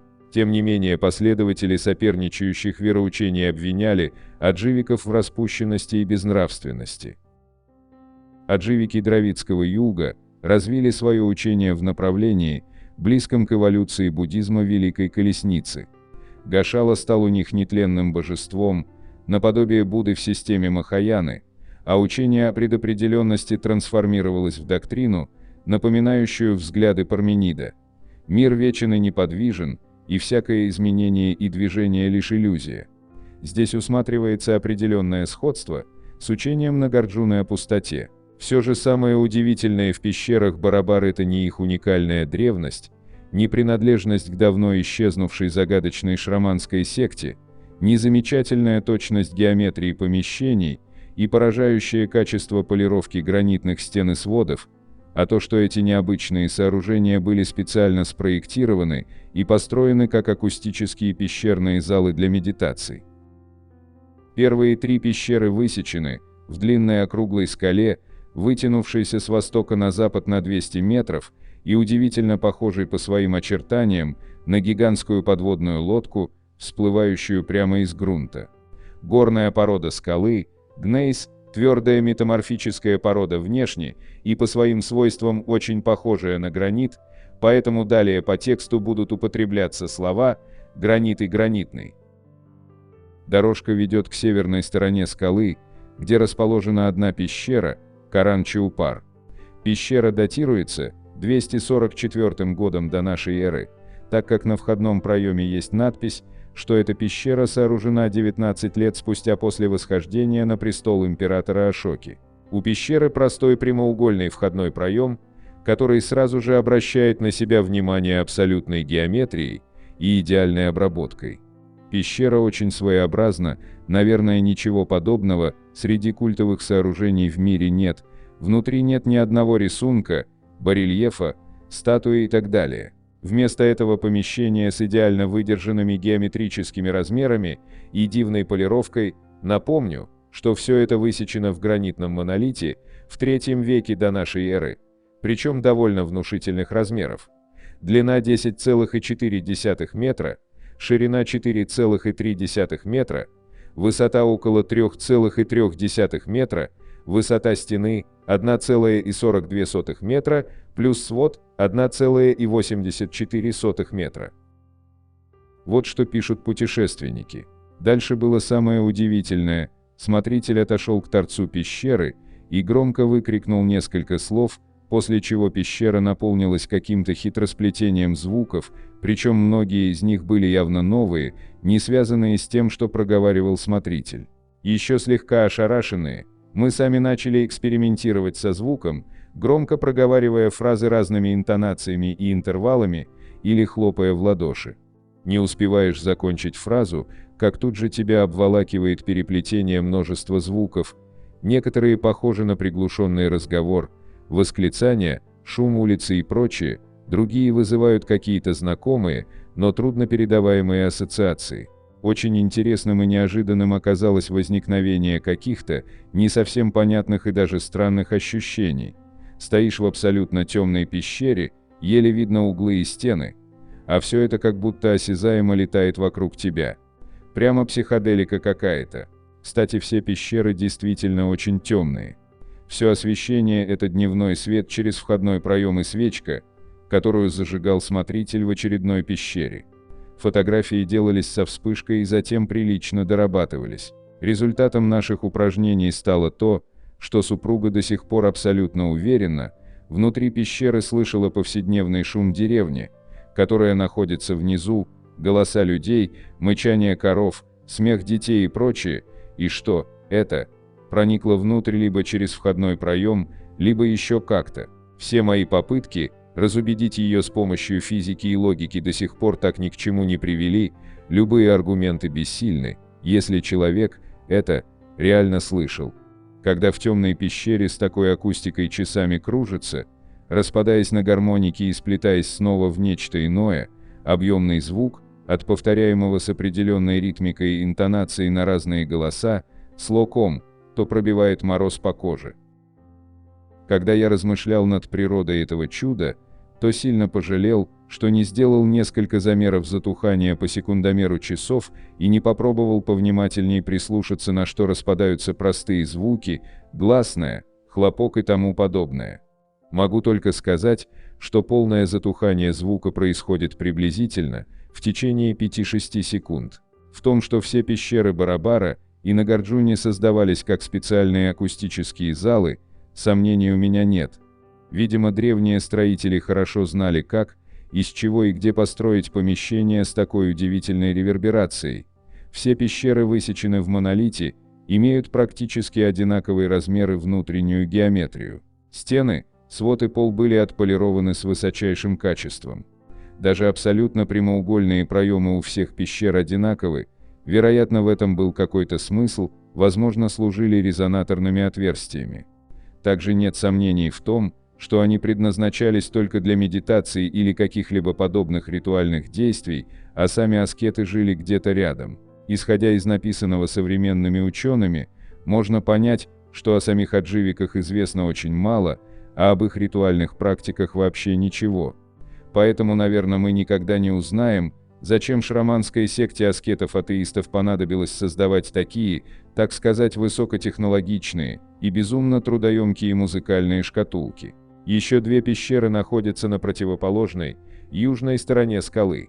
Чтобы попасть к ним, надо подняться на гребень скалы, по каменной лестнице, находящейся рядом со входом в Каранчиупар, и спуститься на противоположную сторону.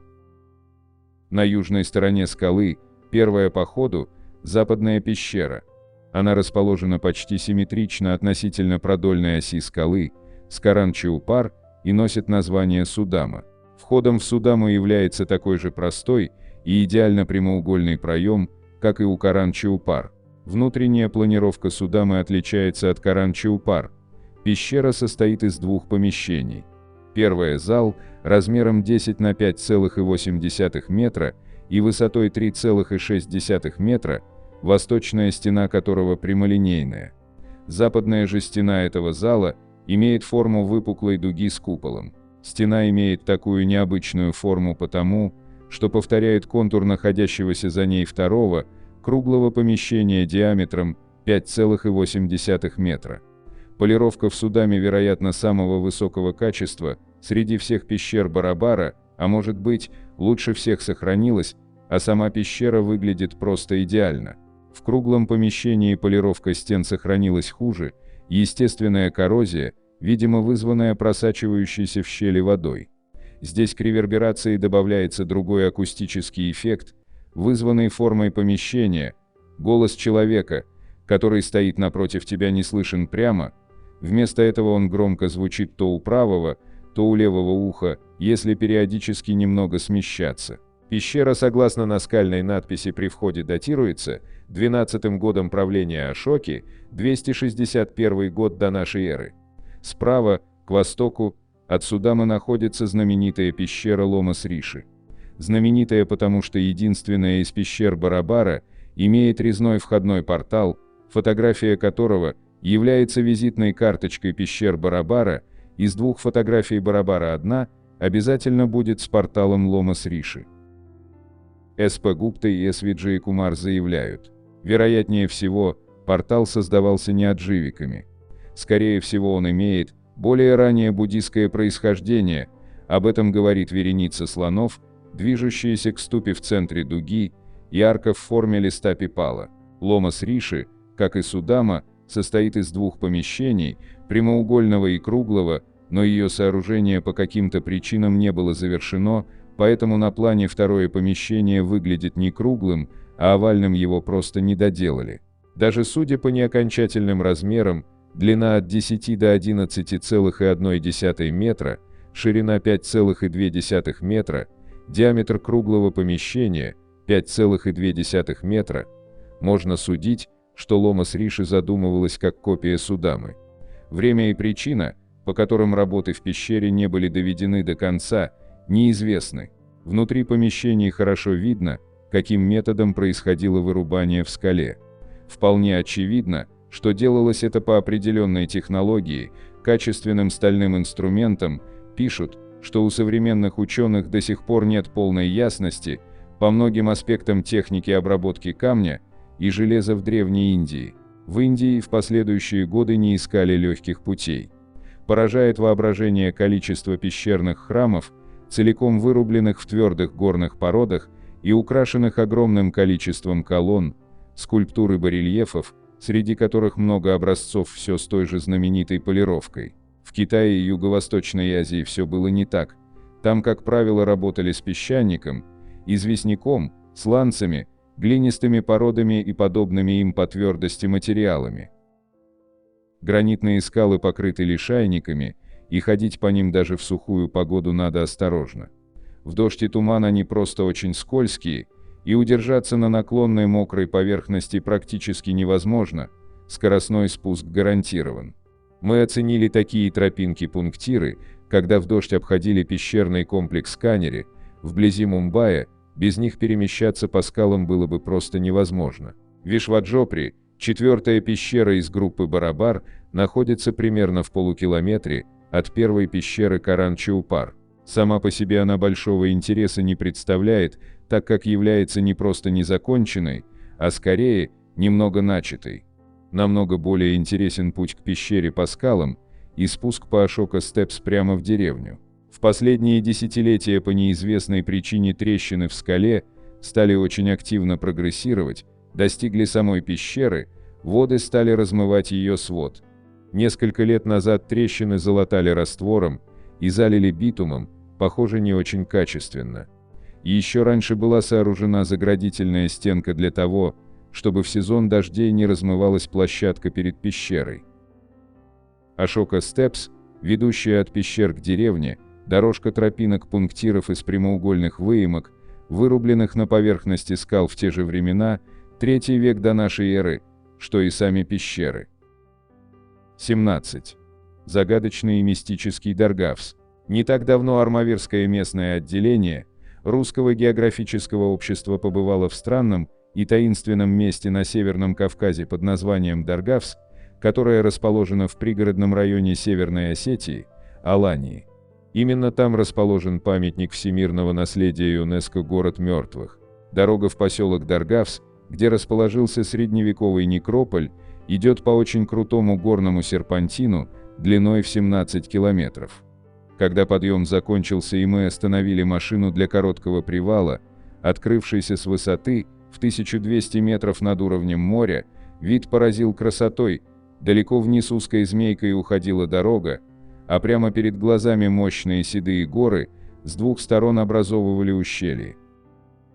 Дальше, чтобы добраться до места назначения, самого города мертвых, надо проехать по длинному Дарговскому ущелью. По местным меркам оно очень пологое и широкое, хоть и затеряно высоко в горах. По дну протекает Кизил-Дон, что означает «Красная река». С нее, собственно, и начинается история возникновения средневекового некрополя в Северной Осетии. Это название река получила предположительно после битвы войск аланов с татаро-монгольской армией в 1395 году. Сражение оказалось таким кровопролитным, что вода в реке стала красной. Аланы потерпели поражение, были вытеснены завоевателями в горы, обосновавшись в 5 здешних ущельях. Земли для всех жителей катастрофически не хватало, и даже появилась поговорка, отражающая всю сложность ситуации. Клочок земли, где стоит большой бык, стоит столько же, сколько и этот бык. А ведь домашний скот в то время был, так сказать, главной валютой. Чтобы решить проблему захоронения умерших и не тратить на это плодородные земли, выбрали скалистый склон, непригодный для выпаса животных или пашни. Там и начали строить усыпальницы. Между прочим, к выбору места для возведения склепов Аланы предки осетин подошли очень практично. Город мертвых расположен на сухой площадке, где не застаивается вода, а территория продувается со всех сторон, что в результате и обеспечило некрополю долгую жизнь, а спустя 700 лет он стал меккой для археологов, ученых и туристов. Все останки хорошо сохранились, позволив изучать историю древних народов. Старинные некрополи частенько притягивают к себе любителей приключений. Не случайно и затерянный в горах Северной Осетии, средневековый город мертвых с каждым годом становится все более популярным среди туристов. К тому же это уникальное место уже почти 7 столетий окутано ореолом тайн и легенд. В том, что впечатление от его посещения сильнее, чем ожидаешь, на собственном примере мы и убедились. Существует несколько легенд, объясняющих появление в Даргавсе города мертвых. Одна из них гласит, что в селение неизвестно откуда пришла девушка невиданной красоты. Все мужчины бросили свои семьи, оставили дела и начали биться друг с другом за право взять девушку в жены. И в дуэлях за красавицу погибло несколько человек. Чтобы разрешить спор, незнакомку отвели на совет старейшин. Но и у стариков, многим из которых давно перевалило за 70 лет, заблестели глаза при ее виде. Они начали спорить друг с другом, забыв приличие. В конце концов женщины селения решили остановить этот хаос, они потребовали изгнать незнакомку, объявив ее ведьмой. Но мужчины не хотели отдавать красавицу кому-либо, и после долгих размышлений решили лишить девушку жизни, чтобы она была доступна только Богу. Однако после ее смерти на поселок обрушилась эпидемия чумы. Когда умерших начали закапывать в землю, она не принимала останки, а выбрасывала их на поверхность. Поэтому оставшиеся в живых начали строить склепы, где и хоронили усопших. Из-за специфических крыш, похожих на маленькие египетские пирамиды, город мертвых хорошо видно еще на подъезде.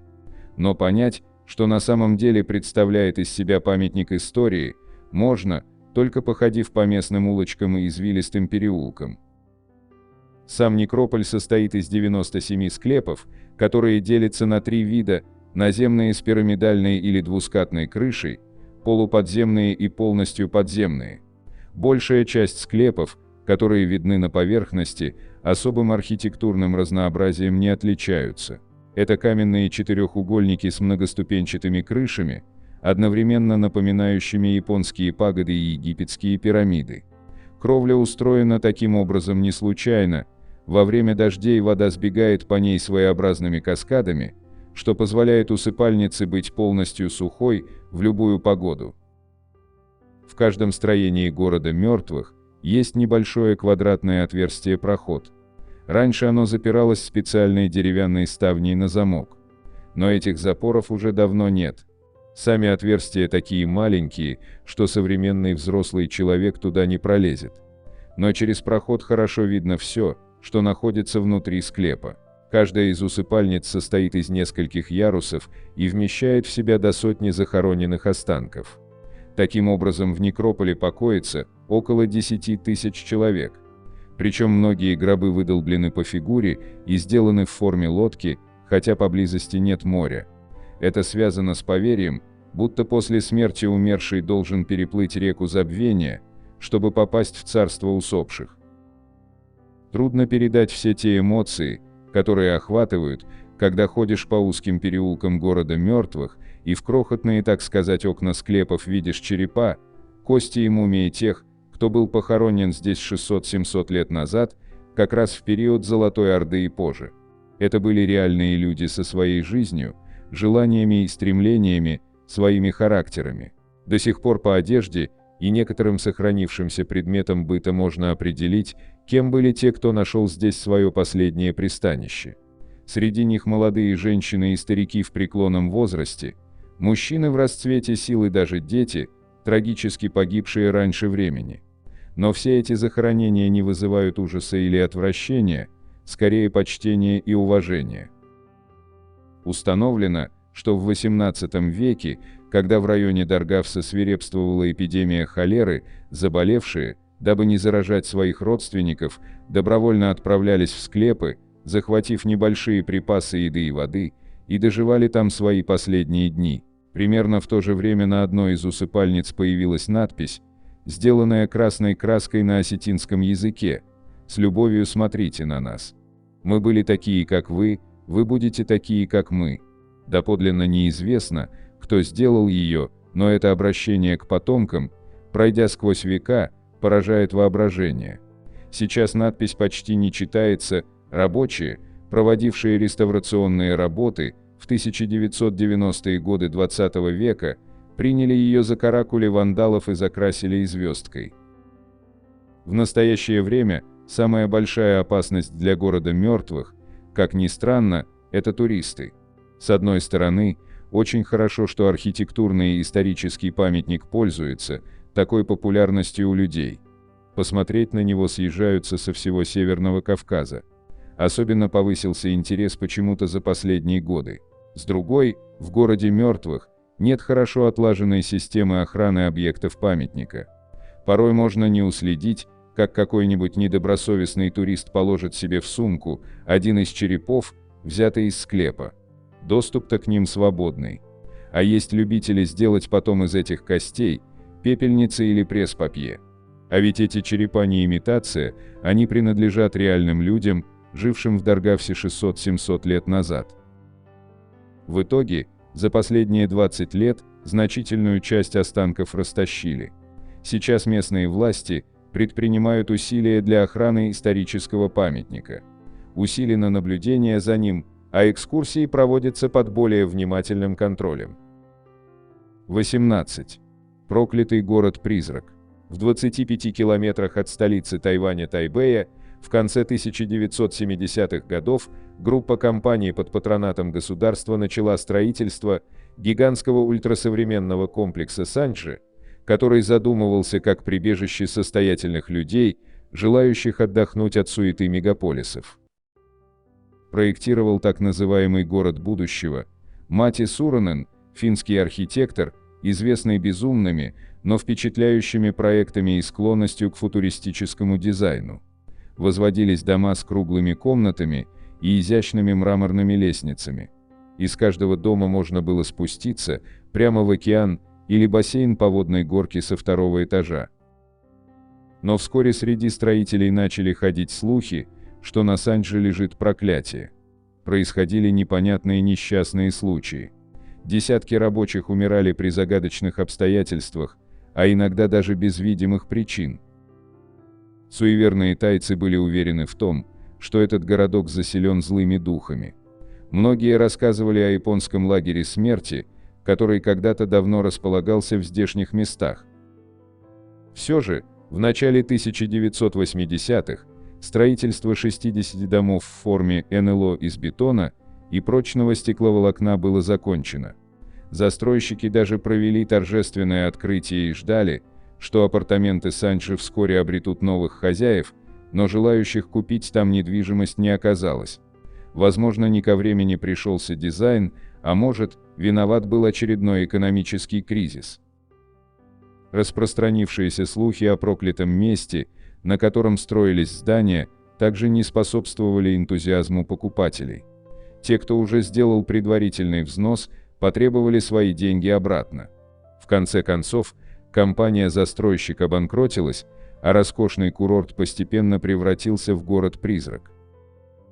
На некоторое время Санчжи стал прибежищем бездомных, но вскоре они покинули странные дома, напуганные духами тех, кто погиб при их постройке. В 1989 году у проекта нашлись новые инвесторы, однако по причине разногласий между ними в конце того же года возобновившееся строительство было окончательно свернуто. Несколько раз правительство выступало с инициативой снести все постройки, но каждый раз такое предложение натыкалось на гражданский протест. Местные жители были уверены в том, что это место проклято, а город стал пристанищем потерянных душ. Разрушить их жилище значит навлечь на себя и весь свой род серьезные беды. Ведь, лишившись домов, призраки пойдут гулять по ближайшим деревням. В 2008 году было достигнуто судьбоносное для Санчжи соглашение. По инициативе властей города Новый Тайбэй, курортный город-призрак был разрушен, работы по сносу комплекса начались 29 декабря 2008 года. На его месте намереваются разбить рекреационный парк с оздоровительным комплексом в совершенно ином архитектурном стиле. Не суждено было Санчжи стать курортной жемчужиной Тайваня, лишь в памяти останется он как шедевр дизайна и верх инженерной мысли того времени. 19. Армянский Стоунхендж.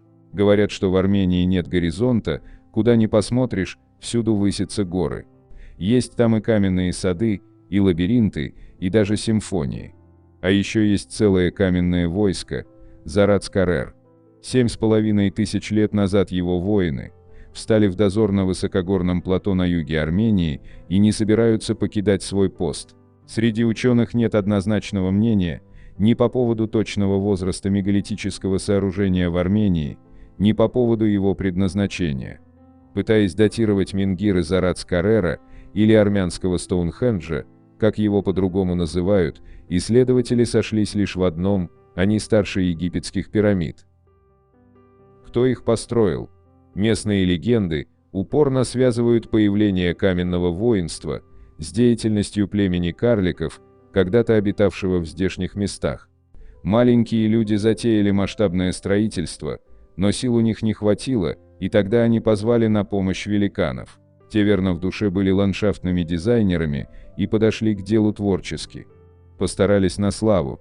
На площади в 7 гектаров вертикально установили 223 огромных каменных плиты высотой от 1,5 до 2,8 метра. Одни камни выстроили в линию, другие закрутили в эллипс, а третьи сложили буквами «П» и «Т», так чтобы получились дольмены. Комплекс также известен под тюркским названием Гашун-Даш – войсковые камни. По народному преданию, там, на горном плато нашел свой последний приют некий видный военачальник, над его могилой дольмен, а под отдельно стоящими менгирами покоятся с миром его воины. Гробокопатели, принявшие легенду на веру, были разочарованы, под менгирами им не удалось найти ничего, ни самих останков, ни богатого вооружения и экипировки. Поющие камни, или караундж, это все те же камни, слагающие армянский Стоунхендж. Дело в том, что у 80 из них есть интригующая отметина, сквозное отверстие в верхней части. В том, что это творение рук человеческих, нет никаких сомнений. Но с какой целью древние люди проделали их? Вряд ли только для того, чтобы насладиться музыкой камней, хотя, конечно, ветер, попадая в отверстие, и сейчас выводит такие мелодии, что иному композитору впору завидовать. Но все-таки 7000 лет назад у людей были куда более утилитарные потребности. А это значит, что у отверстий должно быть практическое назначение. Какое? Версий множество, от вызывающе прозаических до фантастических. Чему верить, выбирайте сами. Американская исследовательница Соня Коул в книге «Неолитическая революция» доказала, что территория нынешней Армении была родиной современных злаковых растений пшеницы и ячменя. Кроме того, по ее мнению, именно в Армении впервые одомашнили лошадей и овец. Эти лесные для страны камней открытия низвели караундж до загона для скота. Оказывается, все эти ломаные линии, круги и эллипсы всего лишь опоры для забора. Между ними через отверстия натягивали веревки, на которых развешивали шкуры, выполнявшие функцию заграждения. Невероятный масштаб деятельности древних скотоводов изумляет настолько, что заставляет сомневаться в правдоподобности этой версии. По другой версии, караундж – это древнее святилище и одновременно некрополь, поэтому у отверстий в камнях двойное назначение. Во-первых, Благодаря отверстиям менгиры обретали голоса, а жрецы могли услышать волю богов, ведь считалось, что именно они говорят устами поющих камней. Во-вторых, через эти отверстия души умерших людей отправлялись в иной мир и возвращались обратно. Разумеется, не все и не всегда, а лишь тогда, когда их потомкам требовалась помощь. Прийти в Караундж, чтобы спросить совета, и сейчас распространенная практика. Ветер дует, камень поет, а имеющий уши слышит. Существует и версия, согласно которой собрание мегалитов Зарац-Каррера – это не что иное, как древняя обсерватория, и отверстия в камнях древние люди проделали для того, чтобы наблюдать за звездами. Первым это понял радиофизик и радиоастроном Парис Геруни. В 1994-1997 годах он организовал 4 научных экспедиции для обследования Караунджа. К тому времени об этих камнях почти забыли, и они в безвестности зарастали лишайником. Академик Геруни заново подарил их людям. Разумеется, когда он только обнародовал свое мнение, его подняли на смех. Но Парис Геруни был настойчив и последователен. Многочисленные наблюдения и съемки в дни равноденствия и солнцестояний, а также в часы восхода или захода Солнца и Луны, позволили утверждать, по меньшей мере, 17 менгиров с отверстиями были установлены для того, чтобы следить за фазами двух светил, дневного и ночного. Выводы Геруни были подтверждены в 2010 году, когда армянский Стоунхендж обследовала экспедиция Оксфордского университета совместно с Королевским географическим обществом Великобритании. Более того, руководитель экспедиции даже высказал предположение, что Караундж может являться одной из старейших обсерваторий в мире. 20. Тайна Киласурской стены. На протяжении тысячелетий в разных уголках мира было построено огромное количество стен. Одни известны больше, другие меньше. Самая знаменитая стена, конечно, Великая Китайская, на втором месте Великая Горганская. Ученые давно выяснили, кто и когда построил эти грандиозные сооружения в Поднебесной и на Ближнем Востоке. А вот кто и когда возвел Третью Великую Стену, Абхазскую, до сих пор науке неизвестно. И окутана эта, так сказать, малышка, длиной 160 километров, тайнами и легендами. Властитель Абхазии, имени которого теперь уже никто не помнит, устал от бесконечных войн, не дававших покоя его стране. Велел он собрать лучших зодчих Апсны, древнее название Абхазии, во дворце, и когда они пришли, произнес такие слова: «Будет век благодарен наш народ тому из вас, кто построит стену, которую солнце обходило бы ровно по кругу от Ингура до Киласура. И чтоб всадник объезжал эту стену за 5 дней, но человеческое слово облетало бы ее со скоростью стрелы. Кто возьмет на себя такой труд, ответе». Размышляли строители над словами государя целую неделю, но так ничего и не придумали. Тогда пришел к нему молодой пастух, поклонился низко и сказал: «Стройте стену так, чтобы горы были у вас за спиной, полукругом от Ингура до Киласура. Всадник объедет эту землю за 5 дней. А чтоб человеческое слово облетело ее со скоростью стрелы, возведите 2000 башен. А когда возведете башни, поставьте на каждую из них по воину. От башни к башне, от начала стены нашей, и до конца полетит весть добрая или злая со скоростью стрелы». От этой идеи государь пришел в восторг и приказал наградить толкового пастуха всем, чего тот пожелает. Но отказался юноша от подношений, он был настоящим патриотом, благополучие и свобода родного края были для него самым дорогим подарком. Такую историю можно услышать от местных гидов, с удовольствием показывающих туристам Великую Абхазскую стену. Башни и соединяющие их стены тянутся своеобразной петлей по горам Абхазии. Концы петли замыкаются на устьях рек Ингур и Киласур. Отсюда второе название крепости – Киласурская стена. Эта грандиозная фортификация считается одним из самых загадочных сооружений Кавказа. Ее главная тайна заключается в том, что неизвестно кто, когда и зачем воплотил столь масштабный замысел в жизнь. Ученые исследуют стену более века, однако до сих пор не смогли ответить на эти вопросы. Киласурская стена числится в предварительных списках, особо ценных объектов историко-культурного наследия.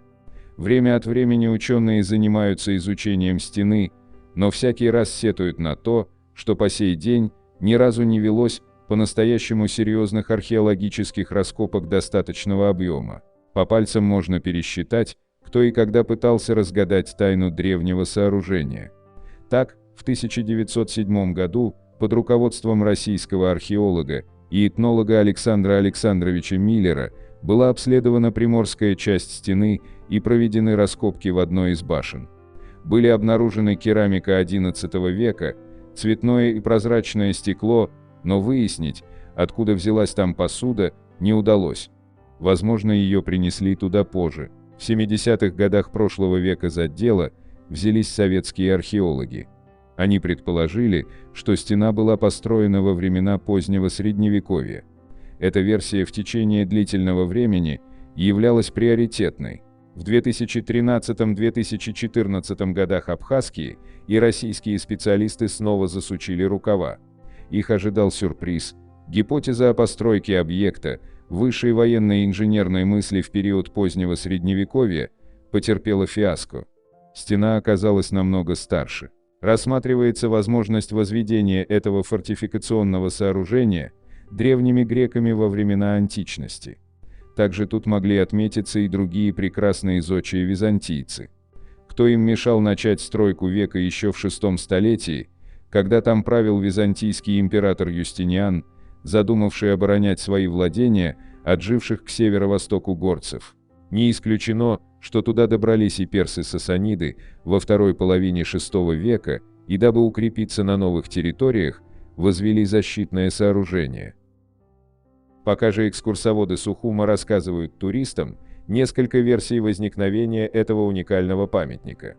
Одна из них – Менгрельская, согласно которой Киласурскую стену построил в 1640-1650 годах владетельный князь Мигрелии Ливан II Додиани для защиты своих владений от нападений со стороны своих бывших вассалов, правителей Абхазии.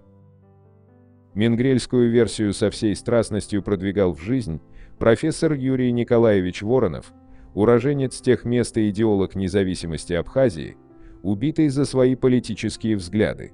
Он писал: в последний период своего правления, 1640-1657 годы, Ливан был вынужден перейти к организованной обороне своих владений, выразившейся в возведении и укреплении фортификационных сооружений на границе с Абхазией. Арканджело Ламберти сообщал, что владетели Мигрелии с весьма большими расходами возвели стену длиною в 60 тысяч шагов, и на известном расстоянии в ней находятся башни, охраняемые значительными отрядами стрелков. На карте другого итальянского миссионера Кастелли над выразительным изображением Киласурской стены имеется надпись: «Стена в 60 тысяч шагов, для сдерживания абхазов предназначенная». Грузинский царевич, историк и географ Вахушти, по этому поводу писал: к востоку от Анакапии от моря до гор Ливан Додиани провел стену большую, дабы абхазцы не могли спуститься в Мигрелию. Как бы то ни было, но стена была построена на славу и производила сильное впечатление своими размерами. Число башен вдоль стены оценивается по-разному, вплоть до нескольких сотен. Каждая такая башня была миниатюрной крепостью, высотой 8-12 метров с 3 рядами бойниц. Сегодня от внушительного средневекового оборонительного сооружения, опоясывающего Сухум, остались редкие развалины отдельных башен и крепостей. Сразу за восточной границей Сухума, возле устья реки Киласур, сохранились развалины прямоугольной в плане Киласурской башни из валунов, скрепленных известковым раствором. Больше всего оборонительных сооружений сосредоточено в начале стены от реки Киласур до реки Моква. На эти почти 60 километров приходится более 200 башен, из которых около 100 в хорошем состоянии, остальные сильно разрушены. Расстояние между башнями от 40 до 120 метров, в пересеченной местности 300 метров и более. На протяжении оставшегося расстояния до Ингура стоят лишь 4 отдельные башни. 21. Ковчег судного дня. Впервые о таинственном строительстве на горе Эмантау расположенной недалеко от Магнитогорска, заговорили еще в конце 1970-х годов. Именно тогда там был учрежден Южно-Уральский государственный заповедник, куда не могли попасть посторонние. Причем охраняли границы заповедника не только егеря и охотоведы, но и солдаты внутренних войск. Все работы на подземном объекте в районе Имантау вело Управление строительства номер 30, входящее в структуру Министерства обороны СССР, которое считается самой большой строительной организацией в мире.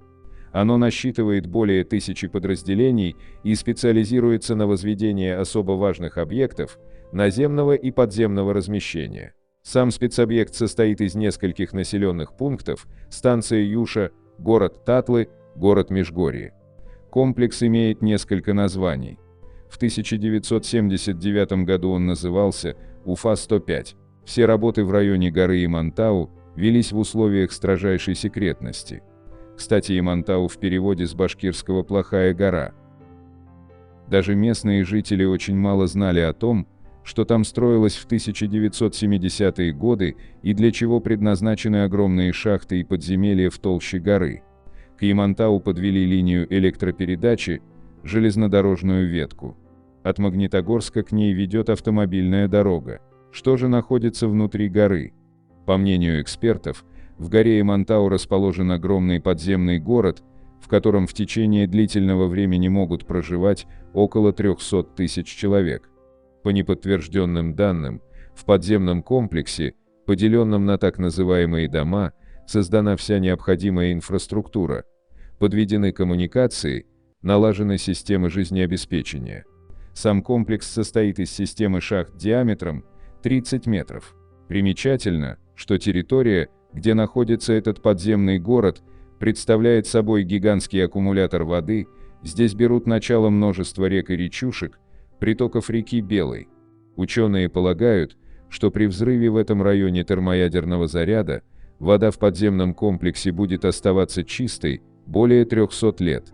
Чтобы сохранить в тайне строящийся на Имантау объект, были предприняты беспрецедентные меры. Вокруг горы установили множество КПП, службу на которых несли солдаты внутренних войск. Пропуска для лиц, допущенных в район строительства, регулярно менялись примерно раз в 3 месяца. При увольнении в запас все военнослужащие давали подписку о неразглашении. Гражданские и вольнонаемные строители получали специальную надбавку, так сказать, за секретность. Горную породу из подземных выработок и штолен вывозили по ночам на огромных самосвалах. Строительство подземного города шло ударными темпами. Гору пересекали подземные тоннели, по которым могли свободно ездить автомашины. Никто точно не знает их протяженность. Говорят, что общая длина подземных выработок достигает 500 километров. Один из военнослужащих, работавший водителем грузовой машины, рассказал, что как-то раз он должен был доставить на строительство таинственного объекта какой-то особо важный груз. У въезда в туннель за руль его грузовика сел прапорщик, а ему было предложено подождать у входа. Когда грузовик вернулся, солдат посмотрел на спидометр и по нему узнал, что в подземелье машина проехала около 100 километров. Строящийся объект часто посещали с инспекцией руководители Министерства обороны и даже кое-кто из руководителей СССР. Для таких визитов на вершине горы была построена специальная посадочная площадка для вертолета. Все это лишний раз говорит о большой государственной важности этого объекта. В Советском Союзе велась активная подготовка к возможной ядерной войне с США. Строились не только шахты для межконтинентальных баллистических ракет, но и своего рода ковчеги, где люди могли укрыться от атомного взрыва. 22. Врата в ад. Древнеримские жрецы убивали жертв смертельным газом. В древнем городе Иераполисе находится плутониум, врата в подземный грот, из которого сочатся ядовитые испарения. Ученые выяснили, как языческие жрецы Древнего Рима использовали это жуткое место в ритуальных целях и загадочным образом оставались невредимыми. Можно ли пройти через адские врата и выжить? Звучит парадоксально, но древние римляне верили в это и устраивали сложные жертвенные ритуалы там, где по их поверьям находились врата в потусторонний мир. Эти порталы были разбросаны по территории всего Средиземноморья, а жертвами выступали взрослые быки, которых кастраты-жрецы использовали в качестве своего рода проводников по миру теней. Новое исследование одного из таких жертвенников предполагает, что на самом деле чудеса языческих обрядов могли иметь геологическое объяснение. Врата в древнем городе Иераполис, Хиераполис и Иераполь, располагающиеся на территории современной Турции, были открыты всего 7 лет назад. Они представляют собой каменный дверной проем, ведущий в небольшой пещерный грот. Ворота вырезаны в одной из стен прямоугольной открытой арены, на вершине которой находился храм, и специальные каменные площадки для его посетителей. Сам город находился в одном из наиболее геологически активных районов региона. 2200 лет назад в нем били термальные источники, которые, как считалось, обладали целебными свойствами. Однако глубокая трещина, пролегающая под Иераполисом, постоянно испускала вулканический газ, преимущественно углекислый, принимающий форму туманной дымки. Врата были посвящены Плутону, римскому богу смерти и владыке подземного мира. В 2011 году археологи, которые проводили раскопки, доказали, что это место и по сей день является чрезвычайно опасным. Птицы, подлетевшие слишком близко к испарениям, падают замертво. Исследовательская группа, возглавляемая вулканическим биологом Харди Пфанцем из Университета Дуйсбурга-Эссена в Германии, более подробно изучила смертоносный потенциал древней святыни. Пфанц и его коллеги измерили концентрацию углекислого газа на арене в течение суток. Картина получилась весьма интересной. На протяжении суток ультрафиолетовые лучи и солнечное тепло рассеивают газ, но по ночам, когда воздух остывает, более тяжелый углекислый газ опускается вниз и образует туманную пелену, своего рода озеро из газа. На рассвете оно особенно ядовито, концентрация углекислого газа, которую ученые измерили в 40 сантиметрах выше уровня арены, достигает 35%, а этого достаточно для удушения животных и людей в течение нескольких минут. Однако ученые отметили, что с высотой концентрация ядовитых паров быстро падает. Пфанц предполагает, что жрецы-евнухи, вероятно, приносили жертвы на рассвете или в вечерние часы, когда концентрация газа была наивысшей.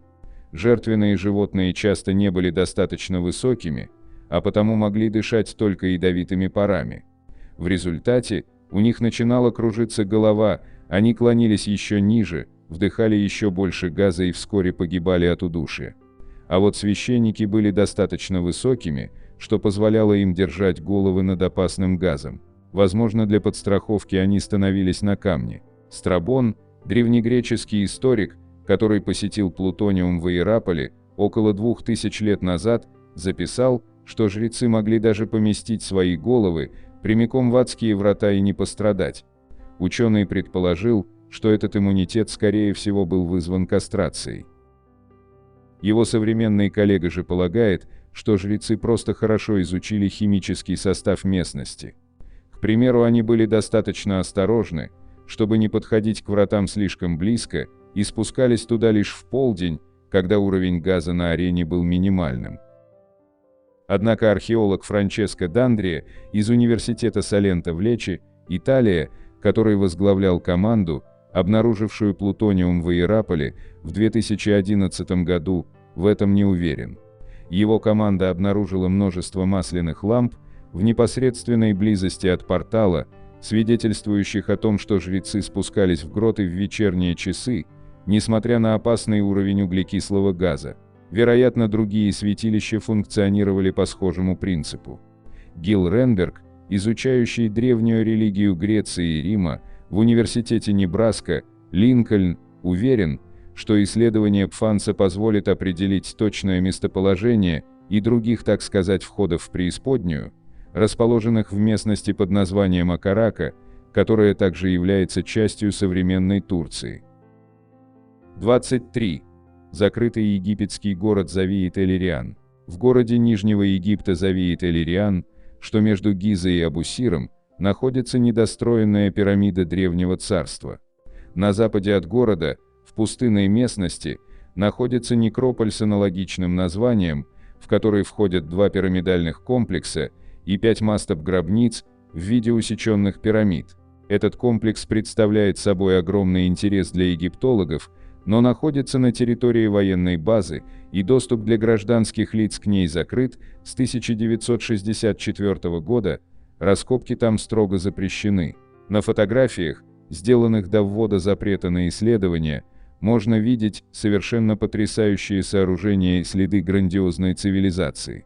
Ученые и исследователи не могут побывать в этих местах.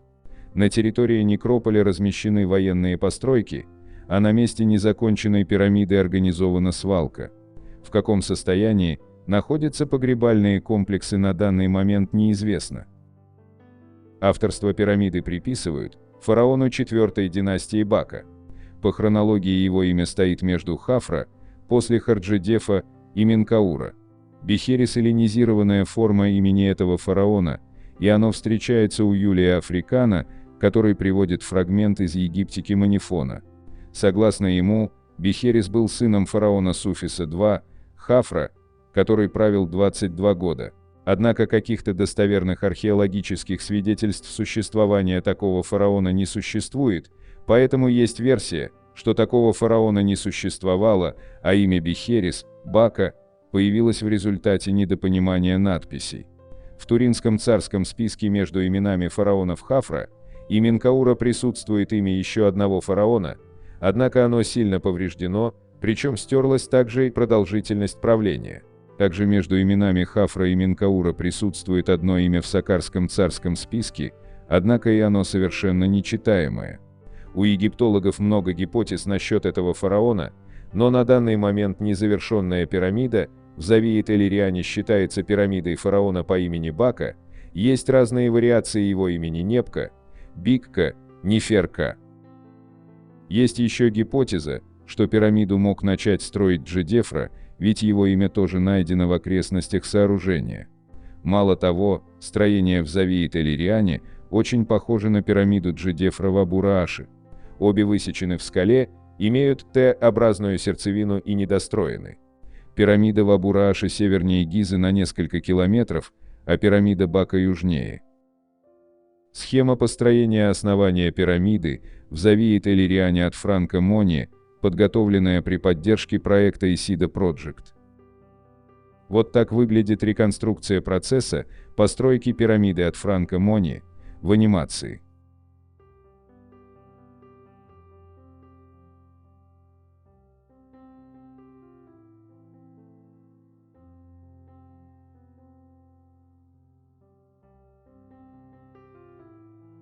Первые описания объекта были сделаны в период между 1842 и 1846 годами немецким египтологом Карлом Лепсиусом.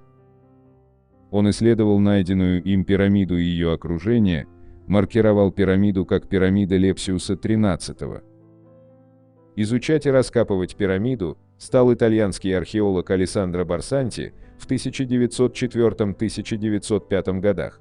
Алессандро во время раскопок расчистил подземную часть пирамиды и нашел остатки блоков наземной части. Общий размер пирамиды составил 200 на 180 метров.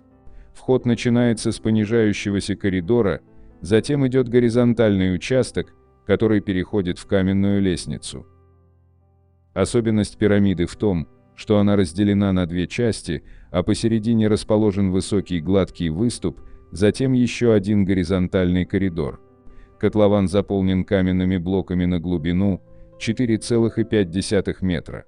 Снизу уложены блоки из известняка, а сверху гранитные блоки, каждый весом в 9 тонн. В центре покоится блок весом 43 тонны, тоже из гранита. На западной стороне погребальной камеры в пол вмурован гранитный саркофаг овальной формы. Саркофаг ориентирован по оси север-юг. Он был пуст, и археологи считают, что в нем не было захоронения. Размеры саркофага: длина 3,15 метра, ширина 2,22 метра, глубина 1,5 метра. Внешняя крышка имеет размеры 2,95 на 1,90 на 0,23 метра. Алессандро Барсанти поднял известняковые блоки весом от 3 до 4 тонн. На многих из них бригадами каменотесов были найдены пометки черной и красной красками, но первый иероглиф в имени фараона не был прочитан. На одном из блоков можно было распознать имя, которое заканчивается на «К», однако первый иероглиф прочитать невозможно.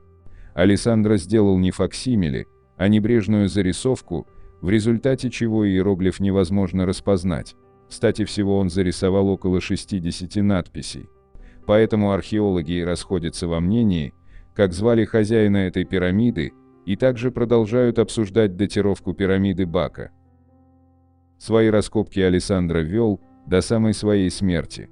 Он верил, что под полом погребальной камеры есть еще пустоты, где и находится настоящая погребальная камера.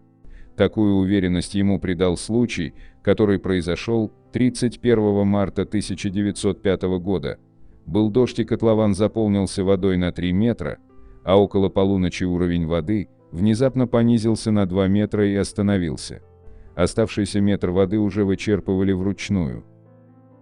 Археолог верил, что 380 кубических метров воды просочились вниз, в другие помещения, где могла находиться и мумия фараона. Большинство же специалистов думают, что вода ушла в один из естественных разломов в плато. Из-за Первой мировой войны раскопки были приостановлены, а Алессандро Барсанти умер в 1917 году. До 1954 года пирамида и это место были заброшены. Информация по результатам его работ приводится в книге 1906 года выпуска. В 1954 году снимался эпический фильм «Земля фараонов». Для того, чтобы снять несколько сцен, пирамиду вновь раскопали и очистили от песка.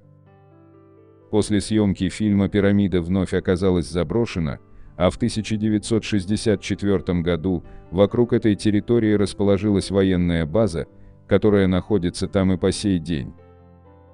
Вот что писал в своей книге «Потерянная пирамида» Мухаммед Закария Ганеим.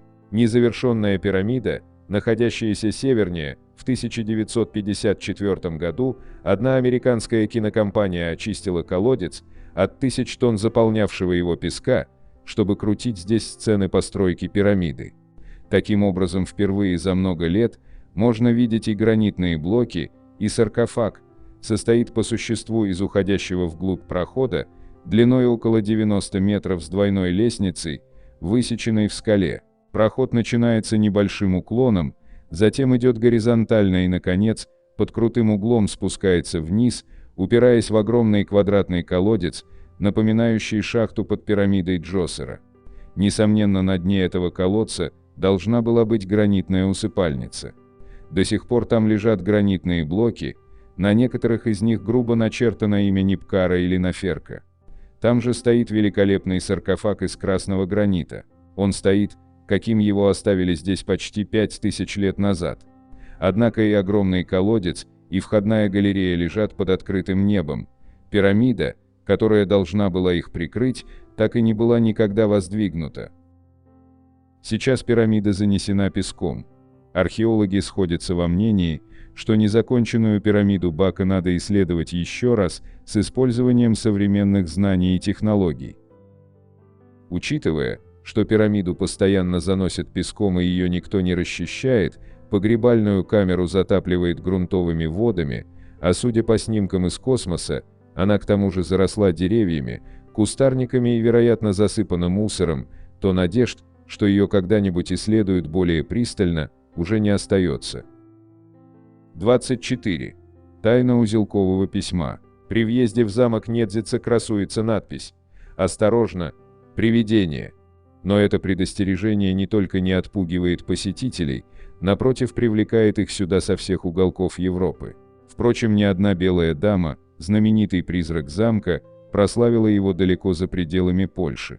Любителей средневековых тайн куда больше интересуют сокровища инков, спрятанные, как гласит предание, в стенах старой крепости.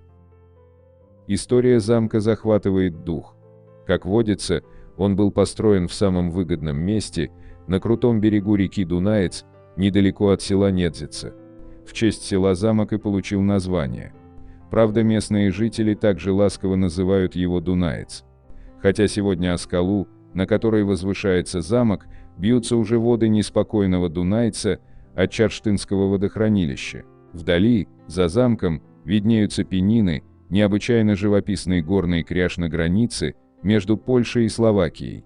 Где-то за ними выступают вершины Татр. Вся эта красивейшая местность в наши дни манит туристов, а в старину любой маломальски обеспеченный человек мечтал владеть этими землями. Часто борьба за территорию велась не на жизнь, а на смерть. Поэтому на скале, высотой 556 метров, давным-давно были построены оборонительные сооружения, на месте которых в XIV веке представители знатного дворянского рода из Венгрии воздвигли величественный замок с целью защиты северных границ страны. В течение века замок был собственностью подданных венгерской короны. Здесь решались финансовые вопросы между венгерскими и польскими королями. В 1412 году польский король отправил в замок своих подданных с большой суммой денег, предназначенных венгерскому королю Сигизмунду в качестве выкупа за 16 городов области Спиш. Мадьяры слово сдержали, и вскоре местные земли стали собственностью поляков.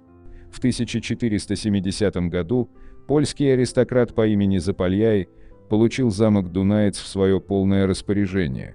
Затем крепость постоянно меняла хозяев, ею владели и венгры, и поляки, и словаки, и даже хорваты. В итоге, за века местное население стало представлять собой такую разношерстную массу, что так называемая конференция послов, призванная в 1920 году установить этническую принадлежность местного населения и решить территориальный спор, окончательно запуталась и не смогла прийти к единому мнению. Жители отказывались идентифицировать себя, в большинстве своем утверждая, что они, так сказать, местные, а спишский говор, на котором они изъяснялись, представлял собой такую причудливую смесь венгерских, польских, словацких и даже немецких диалектов, что дело зашло в тупик. Одна местная бабушка демонстрировала послам 8 паспортов. И это при том, что старушка никогда не покидала родную деревню Недзица. Сбитые с толку послы все-таки решили отталкиваться от того, что здесь более-менее компактно проживают поляки, поэтому границу немного сдвинули на юг, и замок оказался на территории Польши. Самую яркую страницу в историю замка вписал некто Себастьян Берзевица, представитель старинного дворянского рода и легендарная личность. Если верить преданиям, Берзевица обладал страстным и беспокойным нравом. Перспектива провести всю жизнь в 4 стенах, пусть даже и прекрасного замка, его мало прельщала, поэтому он отправился по белому свету в поисках приключений. Одно время он воевал в войске Запорожском, потом будто бы отправился в Индию, где воевал на стороне колонистов, а затем нелегкая занесла его на другую сторону света, в Южную Америку. Там европейский аристократ по уши влюбился в дочь вождя из племени инков. Девушка ответила ему взаимностью, поэтому ее отец благословил их союз. В браке у Читы родилась девочка, которую нарекли индейским именем Умина. В эпосе индейцев можно и сегодня найти рассказы о красоте Умины, дочери белого европейского богача и местной индейской девушки. В конце XVIII века в Перу индейцы подняли восстание против испанских колонизаторов, предводитель которого Тупак Амару добивался независимости родной земли от испанской короны. Его сын Андрес женился на Умине, и когда иноземцы с невероятной жестокостью подавили восстание, Себастьян Берзевица предложил дочери, зятю и внуку бежать на родину. По пути домой они на некоторое время застряли в Италии, где Андреса настигли испанцы и убили.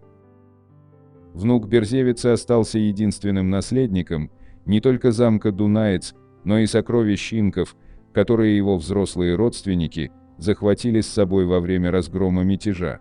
Умина вместе с сыном бежала в отцовскую резиденцию, а Себастьян Берзевица прибыл в замок позже, вместе с драгоценностями. В 1797 году Умину нашли мертвой. Ее заколол какой-то незнакомец, пробравшийся в стены замка. Опасаясь преследования, Себастьян Берзевица передал внука родственникам из моравского рода Бенешей.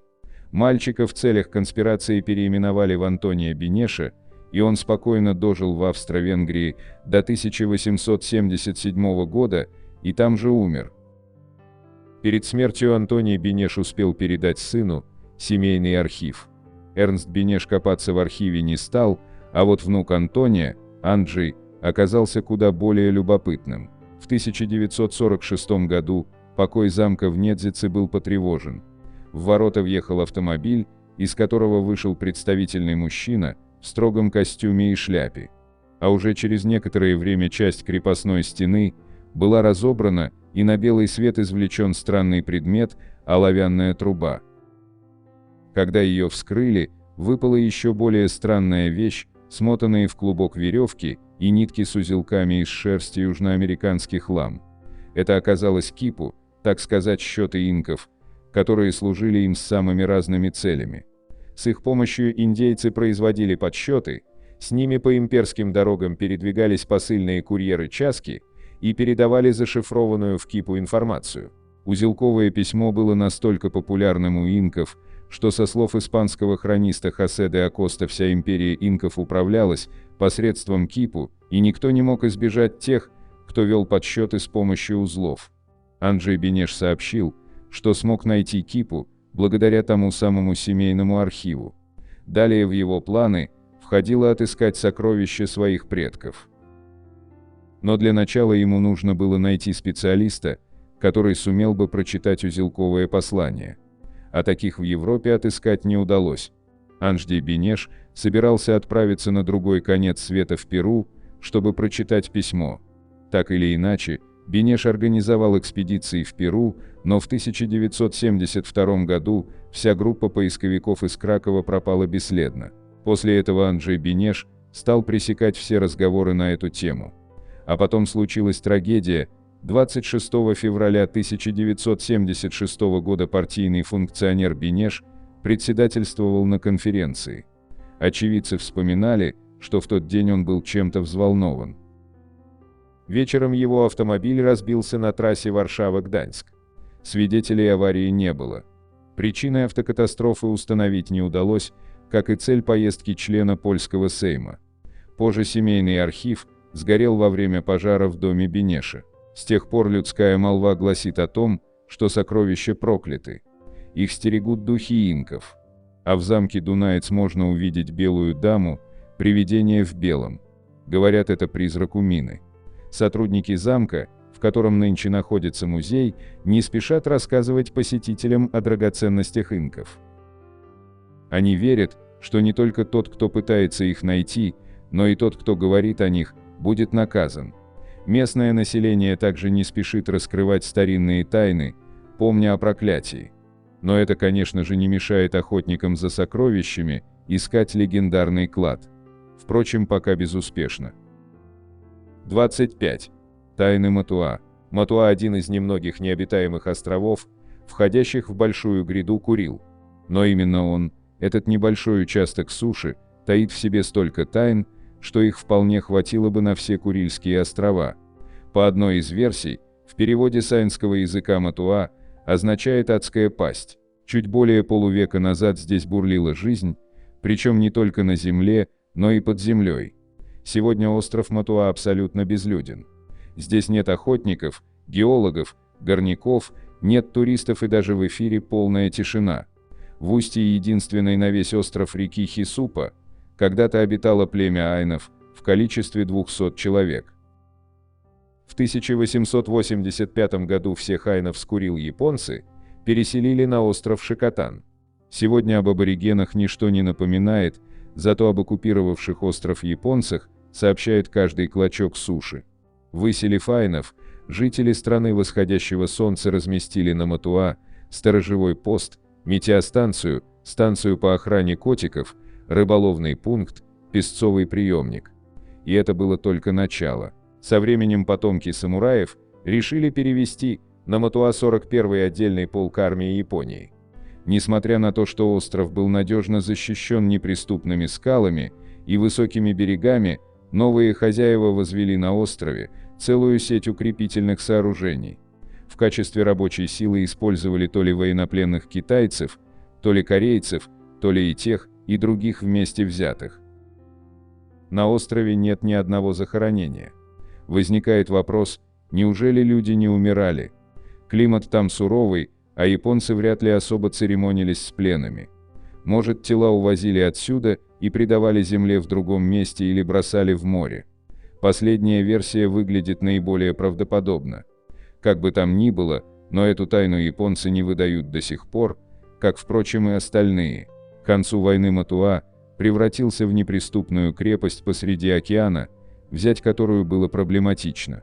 Он представлял собой подобие муравейника, настолько был изрыт подземными ходами, галереями, окопами, блиндажами, противотанковыми и противопехотными траншеями, артиллерийскими и пулеметными дотами.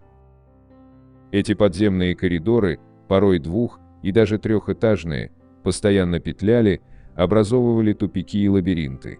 Наземные постройки, не менее извилистые, соединялись между собой единой подземной галереей. То есть, находясь в одном конце острова, можно было совершенно спокойно попасть в другой по подземному переходу.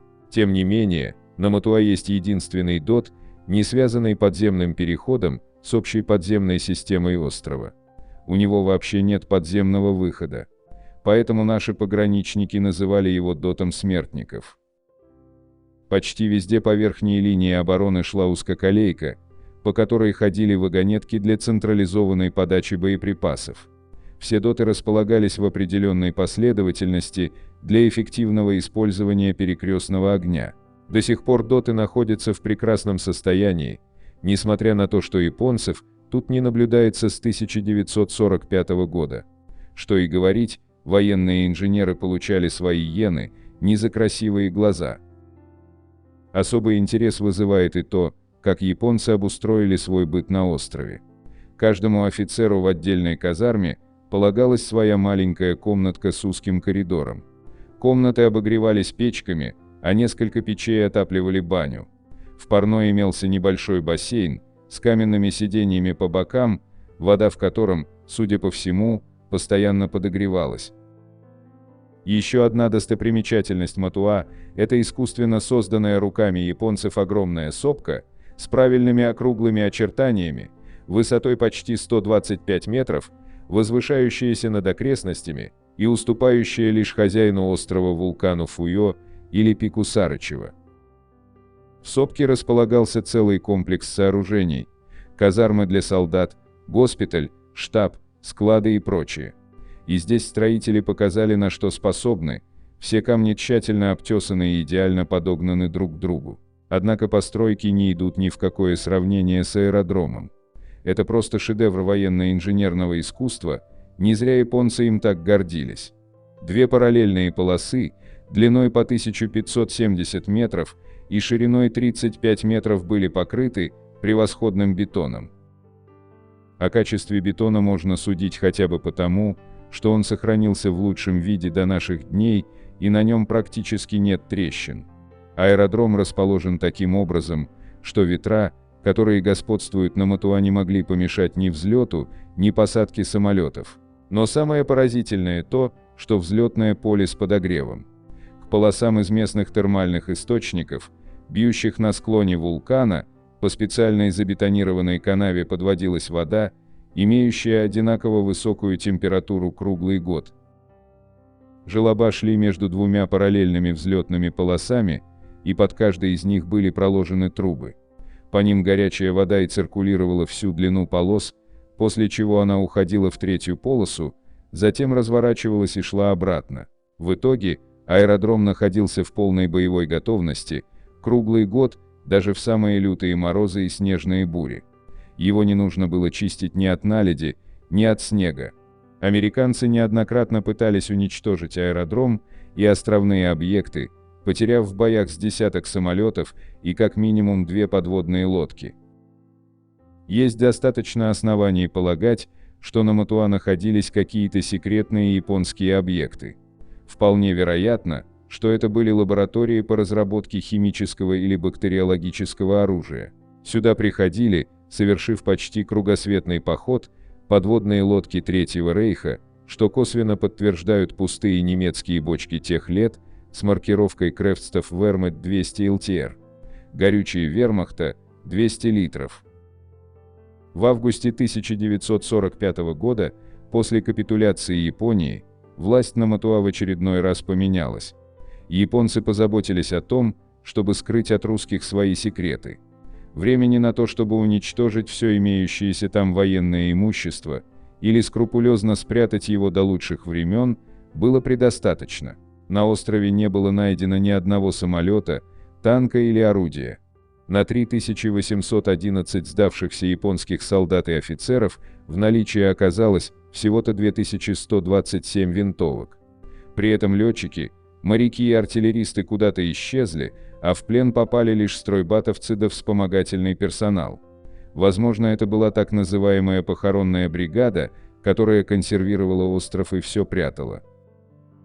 Есть мнение, будто японцы утопили технику и секретное оборудование в море, либо спрятали под землей, взорвав пути подходов к подземным складам.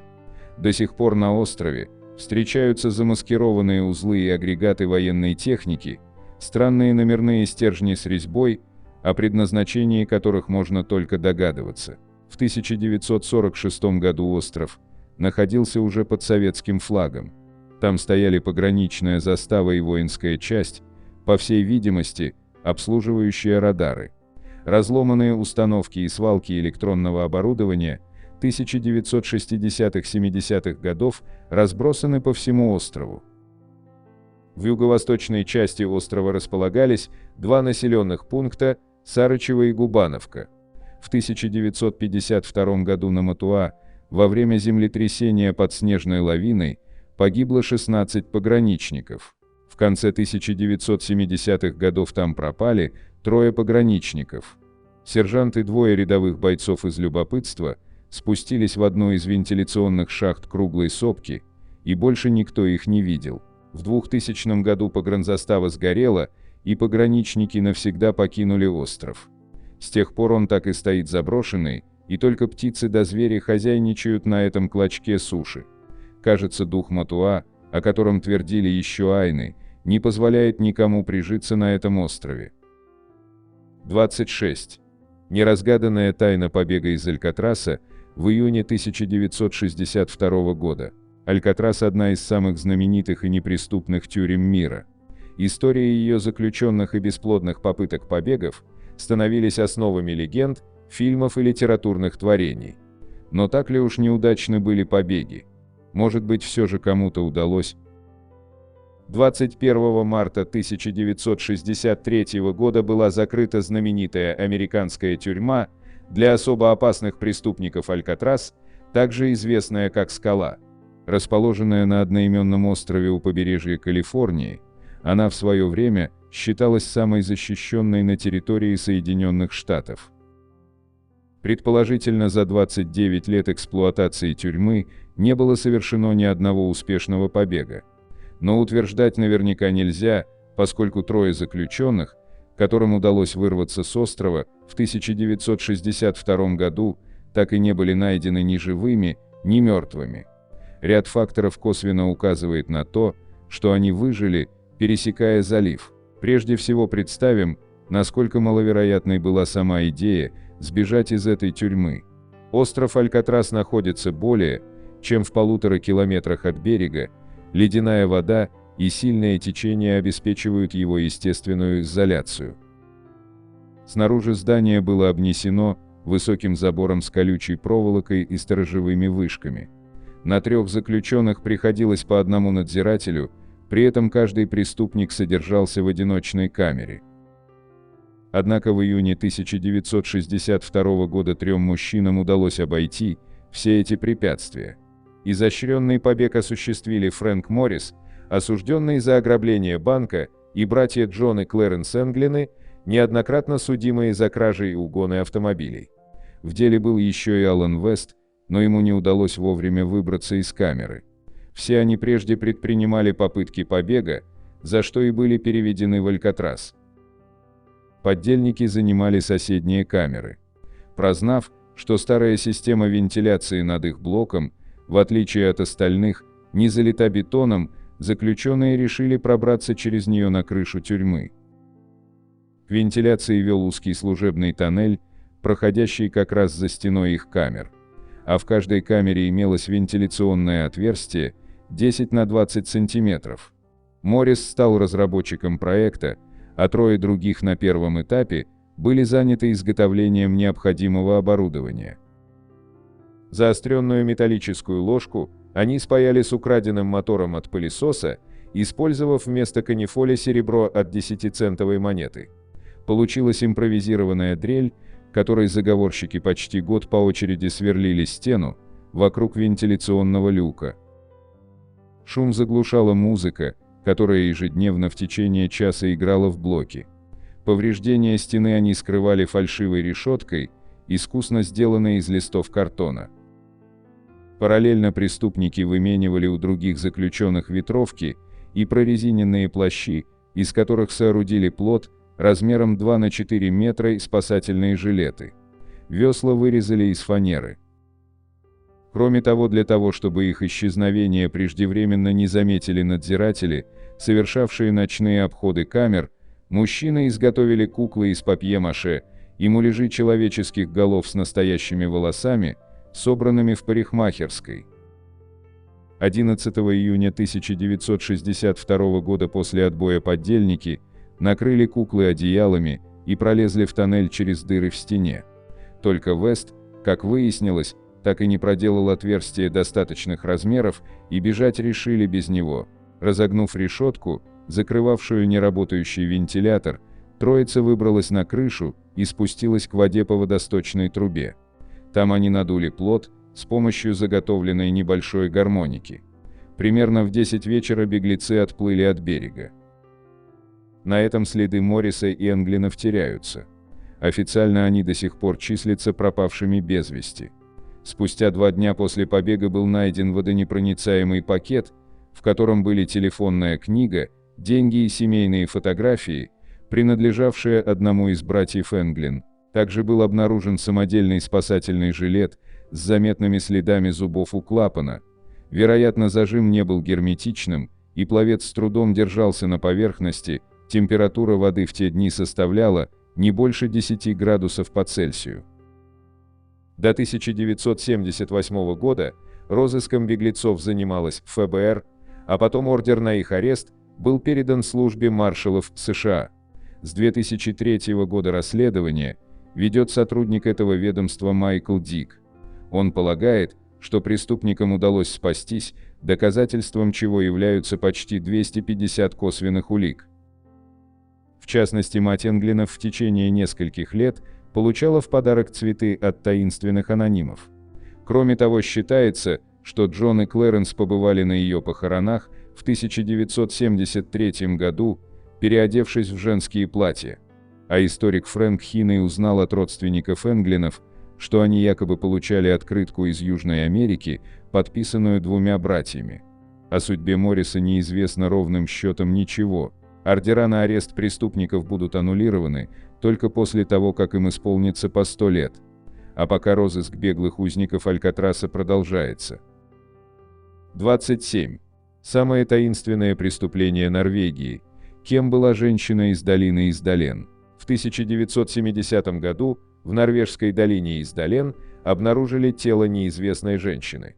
Полиция тут же начала расследование, однако оно не сдвинулось с мертвой точки даже спустя 50 лет.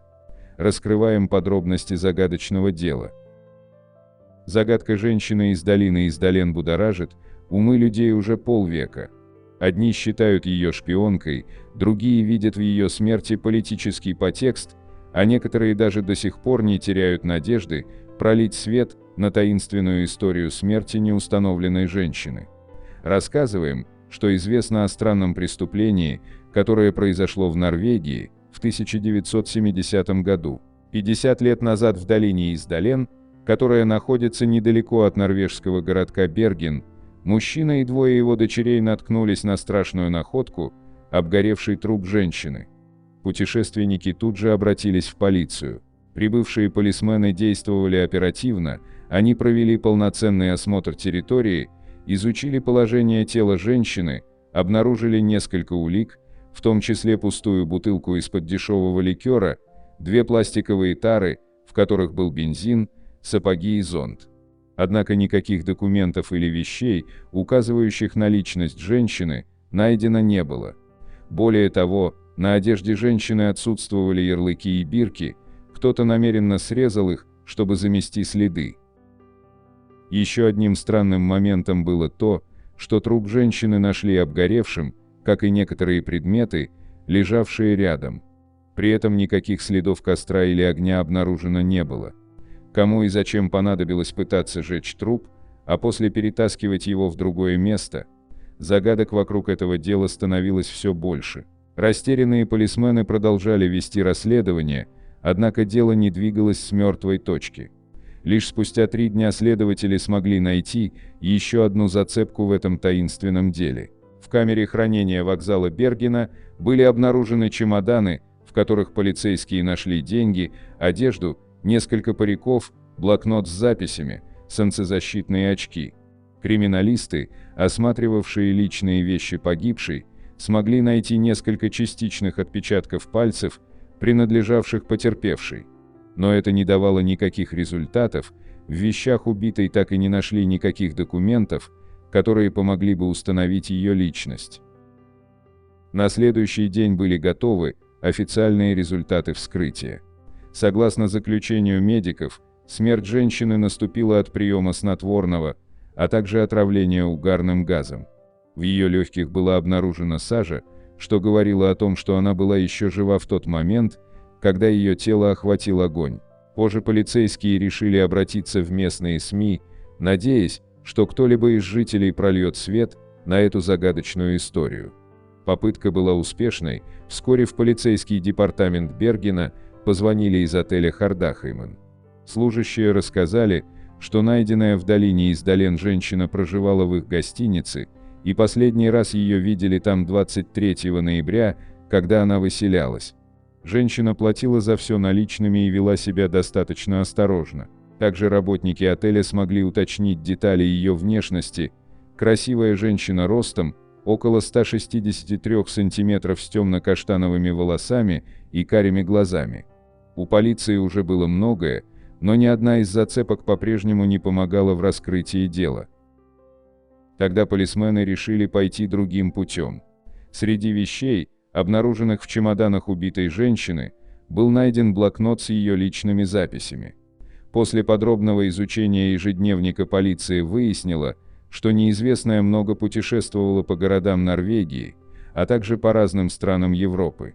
Она каждый раз представлялась новым именем, а свидетели, которых полицейские находили по записям ее дневника, давали совершенно разные показания о цвете ее волос, а также языке, на котором она говорила. В некоторых случаях ее описывали как шатенку, говорящую на немецком, в других как брюнетку, разговаривающую на ломаном английском. О личности найденной женщины заговорили во всей Норвегии, одни считали ее шпионкой, другие видели в ней жертву политических разборок времен Холодной войны, третьи недоумевали, почему полиция не изучила все возможные версии. Тем не менее, у жителей и активистов не было никаких возможностей установить истину, а потому история женщины из Издален начала постепенно забываться. Все собранные данные о неизвестной были переданы в Интерпол, но это не дало никаких результатов. Дело женщины из Издален так и осталось нераскрытым, а причина смерти так и не была установлена. Тело неизвестной захоронили в феврале 1971 года на кладбище Малендаль. Однако в 2016 году дело возобновили благодаря вновь открывшимся обстоятельствам. Дело в том, что резонансная история женщины из Издален стала известна на весь мир, и неравнодушные люди, в числе коих были 2 журналиста BBC Марит Хигграф и Нил Маккарти, начали собственное независимое расследование. Так, журналисты объединили свои силы с учеными из Института Бергена. Они подробно изучали оставшиеся улики, опрашивали свидетелей, а также провели анализ челюсти женщины из Издален, которая сохранилась у судмедэкспертов после вскрытия в 1970 году. Анализ показал, что неизвестная родилась в Нюрнберге, а на момент смерти ей было примерно 40 лет. Позже американский художник Стивен Миссел создал несколько портретов пропавшей женщины. Именно эти изображения наиболее точно описывают внешность женщины из долины Издален. Несмотря на то, что полученная информация и изображения неизвестны, пока не дали результатов, активисты все еще надеются раскрыть это загадочное дело, которое не дает покоя жителям Норвегии вот уже полвека. 28. Мифическая подземная страна Агарти. Где она находится и что известно о ней в современном мире. Разговоры о подземной стране Агарти, что скрыто от глаз большей части человечества, ведутся с позапрошлого века. Правда, те, кто верит в легенду о родственной Шамбале Земле, утверждают, что правда об Агарти записана в древних нерасшифрованных текстах, чей смысл могут постичь лишь немногие. Агарти – край, куда ушел народ Атлантиды. Современная мифология ничуть не уступает той, что занимала мысли древних индийцев, персов, античных греков и римлян. Собственно говоря, если проследить историю легенд о Шамбале, Атлантиде и менее известных убежищах древних, Агарти, Беловодье, острове Тули, можно увидеть много общего у мифов разных народов и разных эпох. Означает ли это, что чудесная страна не выдумка, а отзвуки воспоминаний о реально существовавших когда-то, а может, и ныне существующих мирах? Легенда об Агарти рассказывается в разных вариациях, часто с вкраплениями тезисов из разных теорий и религий, но суть сводится к следующему. Давным-давно, около 60 тысяч лет назад, некий азиатский правитель Ом увел свое племя под землю, спасаясь от пришедших на его земли завоевателей.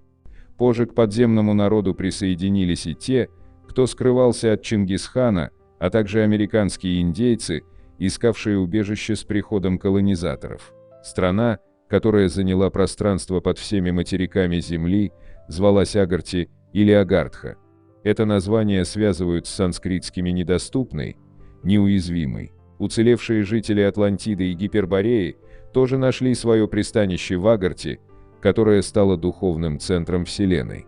В ней нет деления на касты и сословия, не практикуются никакие наказания, жители почти бессмертны, настолько долгой является продолжительность их жизни. А кроме того, народ Агарти обладает высшими знаниями, может путешествовать к звездам и мистическим способом управляет человечеством.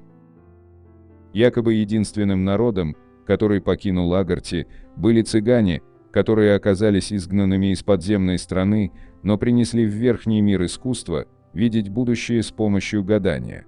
Иногда людям дозволено получить небольшую часть знаний, которые хранит Агарти, вообще же случайно забредшим туда путникам, которые принимаются болтать об увиденном после возвращения на землю, по преданию, отрезают языки. Агарти управляет царь мира, который живет в окружении двух своих помощников и может влиять вместе с ними на будущее человечества. Порой он выходит в мир, посещая торжественные богослужения в Индии и Тибете. Ворота, через которые лежит путь в Агарти, располагаются, по разным версиям, то ли в Гималаях, то ли в пустыне Гоби, то ли и вовсе в Южной Америке. Кто помог мифу об Агарти занять место в истории? Если проследить историю мифа о стране Агарти, все сводится фактически к одному источнику – сочинению Александра Сент-Ива-Дальвейдра, который написал о чудесной стране в своей книге «Миссия Индии» в 1866 году. Правда, в 1922 году, во время гражданской войны в России, ученый, путешественник, писатель, служащий некоторое время в правительстве Колчака, Осендовский, обнаружил не то в Сибири, не то в Монголии, цитата, «закоптелые ворота, ведущие в царство Агарти». Об этом он написал в своей книге «И звери, и люди, и боги». Кроме того, считается, что страна Агарти упомянута и в одном по-настоящему древнем тексте, книге Дзян, якобы это источник правой руки, откуда царь мира руководит всеми событиями человеческой истории. Источник левой руки, по версии этого текста, скрыт в Шамбале. Правда о существовании книги Дзян известна большей частью из сочинений Елены Блаватской, автора произведений эзотерической и оккультной литературы.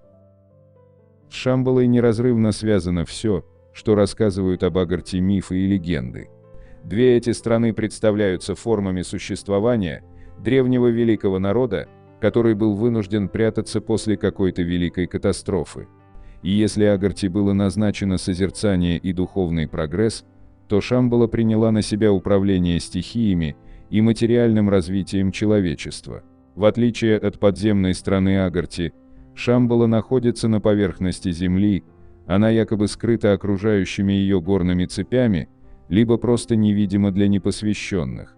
Информации о Шамбале в древних текстах куда больше, она упоминается с X века, в том числе и в контексте индуистских верований. Шамбала – страна, в существовании которой убежден сам Далай-лама, глава Тибета, в то время как о стране Агарте духовный лидер Тибета, как говорят, не знает.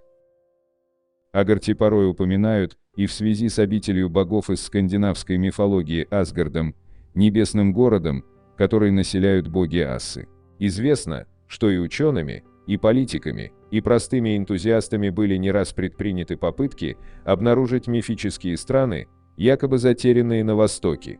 Одни, как Рерих, искали там высшую мудрость, другие, как правительство Третьего Рейха, стремились обнаружить следы древних ариев и их связь с современным немецким народом. Никаких сколько-нибудь ощутимых результатов эти поиски не дали. Впрочем, по мнению буддистов, Шамбалу нужно искать внутри себя, как источник энергии, состояние единения с божественной силой, просветления. Возможно, тот же смысл несет в себе страна Агарте.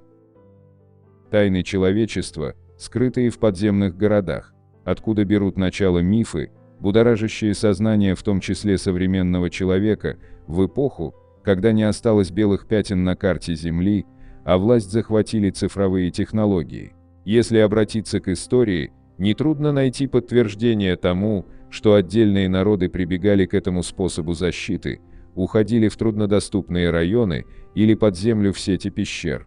Так появилась Петра, город Набатеев на территории современной Иордании, так возник подземный город в турецкой Каппадокии, где под нынешним поселком Деренкую около 3000 лет назад была создана целая пещерная страна, многоярусный город, площадь которого составляла несколько квадратных километров. Слухи о народах, уходящих в добровольное изгнание в недрах Земли, возможно, и стали причиной появления теории полой планеты и мифов о подземных городах. Еще в 17 веке астроном Эдмунд Галлей предлагал версию, согласно которой мир состоит из 4 сфер, встроенных одна в другую. Нередки были и внезапные исчезновения целых народов. Такие истории можно найти в этнографическом материале множества народов мира. По-видимому, появление легенды о подземной стране Агарте было предопределено самим ходом развития человечества, когда поступавшая информация требовала осмысления. Через такого рода мифы слишком много неизвестного открывалось человечеству в процессе культурного развития. Что касается ученого мира, к версиям эзотериков и оккультистов здесь относятся с большим скептицизмом, считая легенды о мифических странах сравнимыми с произведениями художественной литературы. Умберто Эко в своем обзоре мифов, которые хранит человечество, книге «История иллюзий», выразил мысль, что именно такие таинственные земли, а точнее их поиски, попытки завоевания, представляют собой ту движущую силу, которая ведет мир вперед. Во всяком случае, именно благодаря романтическим легендам становятся возможными и реализуются экспедиции по поиску артефактов древности, исследуются пещеры и подземные тоннели, например, в Эквадоре или в пустыне Гоби, где, кстати, предстоит еще многое открыть, поскольку на настоящий момент изучены они мало. 29. Какие сокровища инков дошли до нашего времени и где находится затерянный золотой город Пайтити? Легенда об Эльдорадо, возникнув когда-то, не перестает вдохновлять весь мир на разного рода поиски, в том числе и творческие. О мифической стране, наполненной золотом, создаются увлекательные книги и фильмы, Вновь и вновь снаряжаются экспедиции, призванные отыскать существовавшие некогда сокровища. Между тем, сохранились свидетельства о том, что край, где хранятся гигантские богатства, ушедший в прошлое империи инков, действительно существует где-то в глубине южноамериканских лесов. Богатство инков и конкиста – испанское завоевание. Империя инков возникла в XI веке и была крупнейшим государством Южной Америки. Она объединяла индейцев на большой территории, от современного города Пасто в Колумбии до реки Маули в Чили. Под конец своего существования империя занимала площадь до 2 миллионов квадратных километров. Столицей был город Куско, по легенде, построенный первым инкой, основателем государства Манко Капаком. Куско слыл, так сказать, золотым городом, храмы и простые дома в нем были облицованы золотыми пластинами.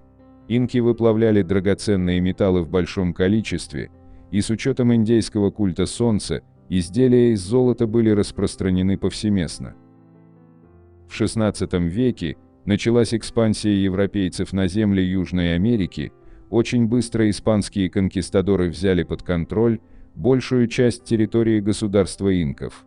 Особую роль в колонизации сыграл конкистадор Франсиско Писаро, которому принадлежит слава завоевателя империи. Силы были неравны, европейцы одерживали победы в стычках с коренным населением. В 1533 году испанцам удалось захватить в плен вождя инков Атауальпу, чьи силы были на тот момент ослаблены внутренними распрями. С именем Атауальпы связывают получение самого крупного военного трофея в мировой истории. Выкуп Атауальпы. Глава инков предложил платить испанцам выкуп в золоте и серебре, причем золото должно было заполнить комнату, где содержался вождь, до высоты вытянутой вверх руки. В другие комнаты приносили серебро. Сбор драгоценных металлов занял несколько месяцев, 6 тонн золота и 12 тонн серебра, огромное количество ценностей, подтверждавших особую значимость Атауальпы для инков. Отпустить вождя Писаро, несмотря на выкуп, отказался, и Атауальпа был казнен. Сокровища же отправились в Европу на нескольких кораблях, и их прибытие в Старый Свет в связи с особой ценностью и большим количеством золота вызвало сильную инфляцию. Тем не менее, письменные свидетельства современников дают основания полагать, что в качестве выкупа была предложена лишь малая часть тех богатств, которыми располагали инки. Как писал путешественник Педро Сьеса де Леон, помимо прочего, первый оставивший свидетельство о существовании линии Наски, ущерб инкам от выкупа был довольно мал, а большая часть золота находится в таких местах, что мы сами не знаем об этом. По оценкам колонизаторов, индейцы выплавляли в год до 180 тонн драгоценного металла. Куда же делось золото, не доставшееся конкистадорам? По легенде, его сохранили в тайном и труднодоступном городе Пайтити, затерянном в сельве. Прибытие несметных богатств с территорий, завоеванных испанцами, привело к тому, что в Южную Америку хлынули искатели Эльдорадо, золотой страны, где инки спрятали свои сокровища. В поисках заброшенного города совершались путешествия по Амазонке, то и дело находились очевидцы, которые подтверждали его существование и в доказательство предъявляли монеты с нетипичной чеканкой. Миссионер Андрес Лопес писал в 1600 году о большом городе, богатом золотом, серебром и драгоценностями, расположенном в середине тропических джунглей около водопада и называемой Пайтити. Само государство инков к концу XVI века прекратило свое существование, и легенда гласила, что оставшиеся в живых инки переселились в Пайтити, где нашли свое убежище от европейцев. Эту историю рассказывают и в настоящее время. Каждому туристу охотно поведают о городе Пайтити, который всегда расположен где-то рядом, и который непременно видел кто-то из дальних родственников или близких знакомых рассказчика. Существует ли в действительности затерянный золотой город? Что касается названия Пайтити, то по разным версиям оно происходит либо от Пайкикин, что на языке индейцев кечуа означало такой же, как Куско, либо от Пай, отец, и Тити, Пума, либо, как гласит еще одна гипотеза, содержит в себе указание на озеро Титикака. Последнее породило легенду о находящемся на его дне золотом городе, который и был таинственным Эльдорадо. Другое возможное объяснение названия, находящееся поблизости от мифического города река Пайтити или Патити, указания на которую встречаются в некоторых записках путешественников XVI века, но установить, какая из рек Южной Америки могла носить в то время такое название, пока не удалось. Большой вклад в изучение феномена заброшенного города внесла найденная в 1839 году так называемая рукопись 512, составленная веком раньше португальской экспедицией, совершившей поход вглубь южноамериканского материка. Бандейранты, или охотники за индейцами, путешествовали около 10 лет и сообщали о заброшенном городе, якобы найденном ими. В сочинении подробно описывались улицы, дома, большинство которых были двухэтажными, храм и дворец, пещеры, бывшие некогда шахтами. Находка рукописи породила огромное количество домыслов и версий, в том числе о виденной путешественниками Атлантиде. Точное местонахождение города до сих пор установить не удается, но благодаря интересу к легенде, на настоящий момент сделано множество археологических открытий и обнаружен ряд памятников эпохи инков. 30. Кто и зачем отбил носы египетским статуям? Долгие годы ученые всего мира бились над неразрешимой загадкой, которую подкинула исследователям одна из древнейших и наиболее долговечных цивилизаций в мире. Дело в том, что у многих египетских статуй нет носов. Тщательное изучение этого вопроса экспертами показало, что это отнюдь не случайное явление. Так что же стало тому причиной? Просто естественный процесс разрушения или чей-то злонамеренный умысел? Естественное разрушение или намеренный вандализм? В принципе, в отбитых носах древних статуй нет ничего удивительного, ведь их почтенный возраст измеряется тысячелетиями. Разрушение – это совершенно естественный процесс. Но, как оказалось, все не так просто. Открытым остается вопрос о том, почему же тогда полно экземпляров, которые в остальном просто прекрасно сохранились, за исключением носа. Конечно, нос – это самая выдающаяся деталь на лице, он теоретически наиболее уязвим. Если и суждено чему-либо сломаться, то он будет первым. Пусть это так. Но ведь носы удалены из таких художественных работ, как картины и барельефы. Чем же тогда объяснить столь варварское обращение с этой частью тела по отношению к ним? Эта загадка породила множество гипотез. В их числе даже то, что это делали европейские колонизаторы, чтобы уничтожить даже намеки на африканские корни древних египтян. По мнению ученых, эта теория не имеет под собой никакого основания, просто хотя бы потому, что не едиными носами можно доказать наличие родства. Так что, несмотря на все ужасы империализма, разбитые носы у статуи – это слишком. Так что же тогда могло с ними произойти? Лишить божественной мощи. Существует такое понятие, как иконоклазм. Это слово происходит из греческого языка от слов «изображение» и «разбивать». Буквально это слово значит «иконоборчество». И здесь речь идет не о религиозном христианском феномене, который возник во времена Византии и протестантской реформации. Тогда шла активная борьба с культом поклонения, священным изображением. В те времена иконы уничтожали, а тех, кто им молился, подвергали жестоким преследованиям. В случае с древнеегипетскими скульптурами речь идет об иконоборчестве в его более широком смысле. Те, кто это делал, верили, что они очень важны. Мотивы подобного отношения могут быть как политическими, так и религиозными, и даже эстетическими. Все это приобретает более глубокий смысл, если учесть факт специфики верований древних египтян. Они считали, что статуи и изображения – это проводники божественной сущности в мир обычных смертных. Соответственно этому, они верили, что когда боги снисходили с небес в посвященные им храмы, они вселялись в свои изваяния. Другими словами, объектом поклонения была не сама скульптура или картина, а воплощение в ней доселе невидимого бога. И у рисунков, и у барельефов один и тот же тип повреждения. Это свидетельствует о том, что против носов велась целенаправленная кампания. Этим вопросом вплотную решил заняться Эдвард Блайберг. Он старший куратор экспозиции египетского, классического и древнего ближневосточного искусства в Бруклинском музее США. Посетители его слишком часто спрашивали о том, почему у многих статуй отбиты носы. Специалист считает, что эти статуи и изображения могут служить местом, так сказать, вселения божества. Благодаря этому они могут действовать в материальном мире.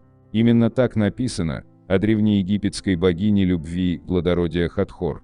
В городе Дандара есть великолепнейший храм, который был возведен примерно в 2310-2260 годах до нашей эры. На его стенах начертано: «Она сходит с небес, чтобы войти в земное свое тело и воплотиться в нем». То есть богиня входит в статую. В том же храме есть письмена о боге Осирисе, который входит в свое изображение на барельефе. В Древнем Египте верили, что статуи или изображения после вселения в него бога не только оживают, но и обладают божественным могуществом. Им можно воспользоваться, разбудив с помощью определенных ритуалов. Можно же лишить их мощи, нанеся им физический вред. Например, отбить нос. С какой целью? Причин этому может быть много. Например, те, кто расхищал гробницы, очень боялись мести тех, чей покой они осмелились потревожить. Кроме того, всегда есть те, кто желает переписать историю, а то и полностью изменить все значение культурного наследия. Когда-то отец Тутанхамона Эхнатон, правивший между 1353 и 1336 годами до нашей эры, захотел, чтобы в центре египетской религии был бог Атон. Это божество олицетворяло собой солнечный диск и противостояло Амону, богу черного небесного пространства, воздуха. Для достижения этой цели Эхнатон решил полностью уничтожить изображение Амона. Когда он умер, все опять поменялось, вернулось на круги своя. Все храмы Атона были разрушены, а египтяне стали снова поклоняться Амону. В связи с этим важно упомянуть о том, что не только богам под силу вселяться в изображение. Такую способность могли обретать и некоторые умершие люди. Те, кто прошел все испытания на пути в зал двойной истины. Там, на суде бога Осириса, они были духовно оправданы и заслужили право стать божествами. Подобное может послужить потомкам как утешением, так и стать проклятием. Кроме того, всегда и везде, во все времена присутствует такое понятие, как борьба за власть. Она оставила на теле истории человечества множество шрамов. Например, фараон Тутмос III. Он правил в 15 веке до нашей эры и очень боялся, что его сына могут лишить трона. Фараон хотел быть полностью уверенным в том, что именно его наследник будет править Египтом. С этой целью Тутмос приказал уничтожить все свидетельства о своем царственном предшественнике и своей мачехе и тете Хатшепсут. Последняя в течение первых 2 десятков лет правления Тутмоса III была его соправительницей. Он постарался стереть с лица земли все доказательства этого, все возможные упоминания. В первую очередь изображения и скульптуры. И у Тутмоса получилось.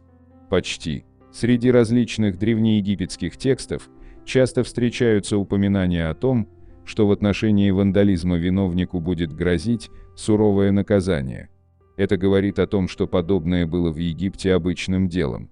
Несмотря на то, что разграбление гробниц и порча любого имущества в храмах была очень серьезным преступлением и тяжким грехом, некоторых это все же не останавливало. Почему именно нос? Целью порчи изображения было полностью лишить или хотя бы уменьшить силу божества, которое представлено в виде скульптуры или барельефа. Сделать это можно было разными способами. Если было нужно, чтобы человек больше не мог делать подношения богам, статуи отбивали руку. Если нужно было лишить божество возможности слышать, удаляли уши. Если нужно было сделать статую полностью бесполезной, ей нужно было убрать голову. Самым эффективным и быстрым способом добиться желаемого было удаление носа. Ведь нос – это орган, с помощью которого мы дышим, само дыхание жизни. Самый простой способ – убить внутренний дух статуи, отобрать способность дышать, отбив нос, объясняет Блайберг. Всего лишь пара ударов молотком по долоту, и проблема решена. Парадокс всего этого заключается в том, что это навязчивое желание уничтожать изображения лишь доказывает то, насколько важными они были для этой великой древней цивилизации. 31. Что происходит в треугольнике озера Мичиган, который пугает путешественников больше, чем Бермудский? В Южной Атлантике есть жуткое место, называемое Бермудским треугольником. Там случаются мистические исчезновения судов, самолетов. Об этом слышали, наверное, все. Но есть на планете менее известное, но не менее зловещее место. Здесь также пропадают люди, и происходят всевозможные необъяснимые явления, от таинственных ледяных глыб, падающих с неба, до огненных шаров и странных парящих огней. Что это? Козни инопланетян, временной портал или некая черная дыра? Треугольник озера Мичиган – это участок, который простирается от Манитовока, штат Висконсин, до Лудингтона, штат Мичиган, и дальше к югу до Бентон-Харбор. Впервые термин «треугольник Великих озер» был предложен Чарльзом Берлицем. Он был сторонником теории аномальности Бермудского треугольника и подсчитал, что на единицу площади озера Мичиган происходит гораздо больше исчезновений, чем в Бермудском треугольнике. По разным сообщениям, в водах озера Мичиган происходили весьма странные происшествия. Кто-то считает, что все началось с исчезновения корабля «Грифон» в 1679 году, кто-то связывает это с пропажей шхуны «Томас Юм» в 1891 году. Этот корабль перевозил пиломатериалы и исчез каким-то загадочным образом. Несмотря на все попытки отыскать судно, оно оставалось утерянным до тех пор, пока в 2006 году его не нашла команда дайверов A&T. Еще один таинственный инцидент, который заставляет поверить в существование треугольника, это происшествие с Росбель. В 1921 году корабль перевозил припасы, когда его нашли перевернутым в воде. По характеру повреждений было похоже на то, что судно столкнулось с другим кораблем. Но никаких других кораблекрушений или даже сообщений об аварии не поступало. Более того, исчез весь экипаж, состоящий из 11 человек. В 1937 году капитан сухогруза ОМС Фарленд, Джордж Доннер, отправился отдыхать в свою каюту после нескольких часов плавания своей команды по ледяной воде. Когда корабль приближался к месту назначения в порт Вашингтон, штат Висконсин, один из членов экипажа пошел разбудить его. Капитана в каюте, запертой изнутри, не оказалось. С тех пор Доннера никто и никогда больше не видел. Исчезновение рейса 2501 Northwest Airlines. Теории, связанные с НЛО и инопланетянами, блуждающими в небе над треугольником озера Мичиган, возникли после загадочного исчезновения рейса 2501 Northwest Airlines. 23 июня 1950 года самолет летел из Нью-Йорка в Сиэтл с остановкой в Миннеаполисе. По дороге над озером Мичиган он, казалось, просто растворился в воздухе. В 23:37 того дня пилот этого самолета запросил снижение с 3500 до 2500 футов из-за надвигающейся грозы. Запрос был отклонен, а всего через несколько минут борт вовсе исчез с радаров. Несмотря на массированные поисковые мероприятия, не было обнаружено ничего, кроме одного одеяла с логотипом Northwest Airlines. Все подумали, что самолет утонул в водах озера. Шли дни, некоторые мелкие детали выбросило на берег. Сам борт так и не поднялся на поверхность. По словам двух полицейских, которые находились рядом с местом происшествия, спустя 2 часа после исчезновения самолета над водой было некое странное свечение красного цвета. Это породило слухи о том, что борт с пассажирами был похищен инопланетянами.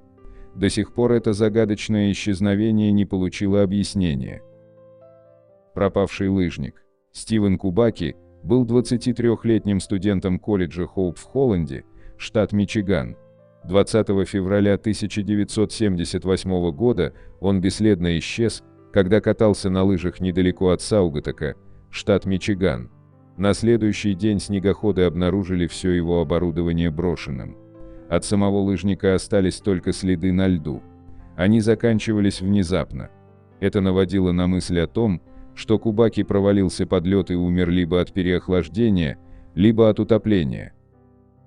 Это не было чем-то таким уж таинственным и необъяснимым, вплоть до 5 мая 1979 года. В этот день Кубаки внезапно появился в Питтсфилде, штат Массачусетс. Студент обнаружил, что лежит на траве более чем в 1000 километров от озера Мичиган.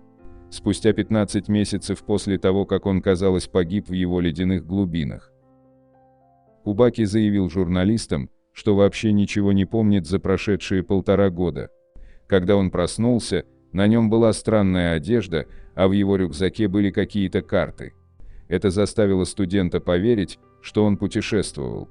У него также была футболка с марафона в Висконсине. Кубаки заявил: «Я чувствую, что много бегал». Место исчезновения молодого человека заставило многих предположить, что он стал очередной жертвой треугольника озера Мичиган. В то же время есть и те, кто считает, что он лжет относительно своей предполагаемой амнезии. Другие же предпочитают верить, что причина исчезновения Кубаки и потеря памяти являются следствием похищения его инопланетянами. Собственный Стоунхендж на дне озера Мичиган. Почему треугольник озера Мичиган является такой мощной силой? Популярная теория о мистическом происхождении включает собственный подводный Стоунхендж. Он был открыт в 2007 году профессором Северо-Западного Мичиганского колледжа Марком Холли. По словам Холли, он и его команда во время исследования затонувших кораблей на 12-метровой глубине обнаружили неизвестную горную породу странных форм. Это невероятно похоже на знаменитое сооружение, найденное в Англии. Исключение составляет лишь отдельно стоящий в стороне валун. Многие эксперты скептически относятся к открытию. Холли и сам признает, что для подтверждения его теории нужны дополнительные исследования. Точное местоположение таинственного подводного образования не разглашается из-за проводимых научных изысканий и из уважения к близлежащей общине коренных американцев Гранд-Траверс-Бэй. Учитывая мифологию и предполагаемые паранормальные аспекты английского Стоунхенджа, многие предполагают, что тот, что под озером Мичиган, обладает аналогичными свойствами. Может ли это быть объяснением странных событий внутри треугольника или существует рациональная научная разгадка? 32. Какая тайна скрывается за обезьяной Лой? Странное существо напоминало гоминида, у него не было хвоста, как у обезьяны, было 32 зуба и рост от 1,6 до 1,65 метра. Обезьяна Лойс, или Амеренсропоидес лойси, название не является официальным, была странным существом, похожим на обезьяну, застреленную швейцарским геологом Франсуа де Луа в 1917 году на границе между Венесуэлой и Колумбией. Существо напоминало гоминида, у него не было хвоста, как у обезьяны, было 32 зуба и рост от 1,6 до 1,65 метра. Франсуа де Луа возглавлял экспедицию по разведке нефти у рек Тара и Маракайбо, когда к их группе подошли два существа. Франсуа де Луа выстрелил в существ, пытаясь защитить себя. Самец сбежал в джунгли, а самку сбила машина.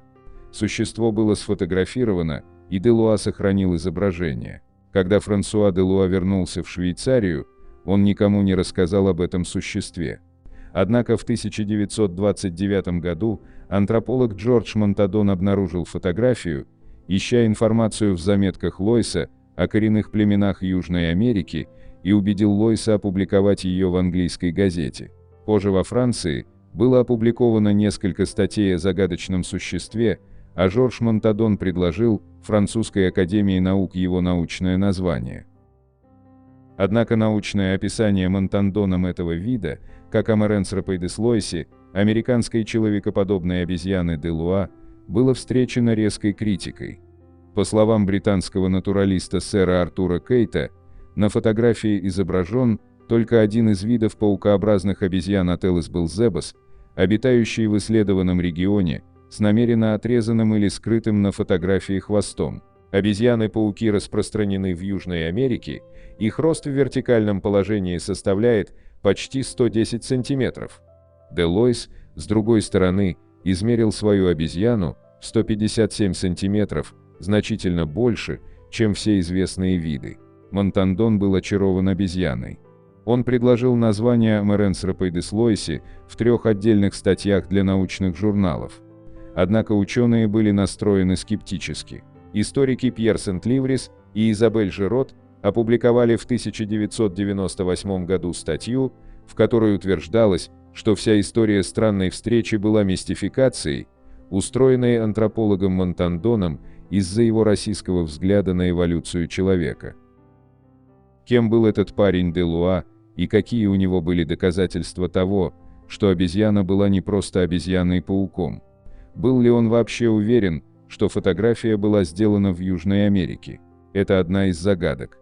Помимо вопроса о том, какой вид обезьяны представляет собой примат Делуа, и если это обезьяна, то является ли она южноамериканской?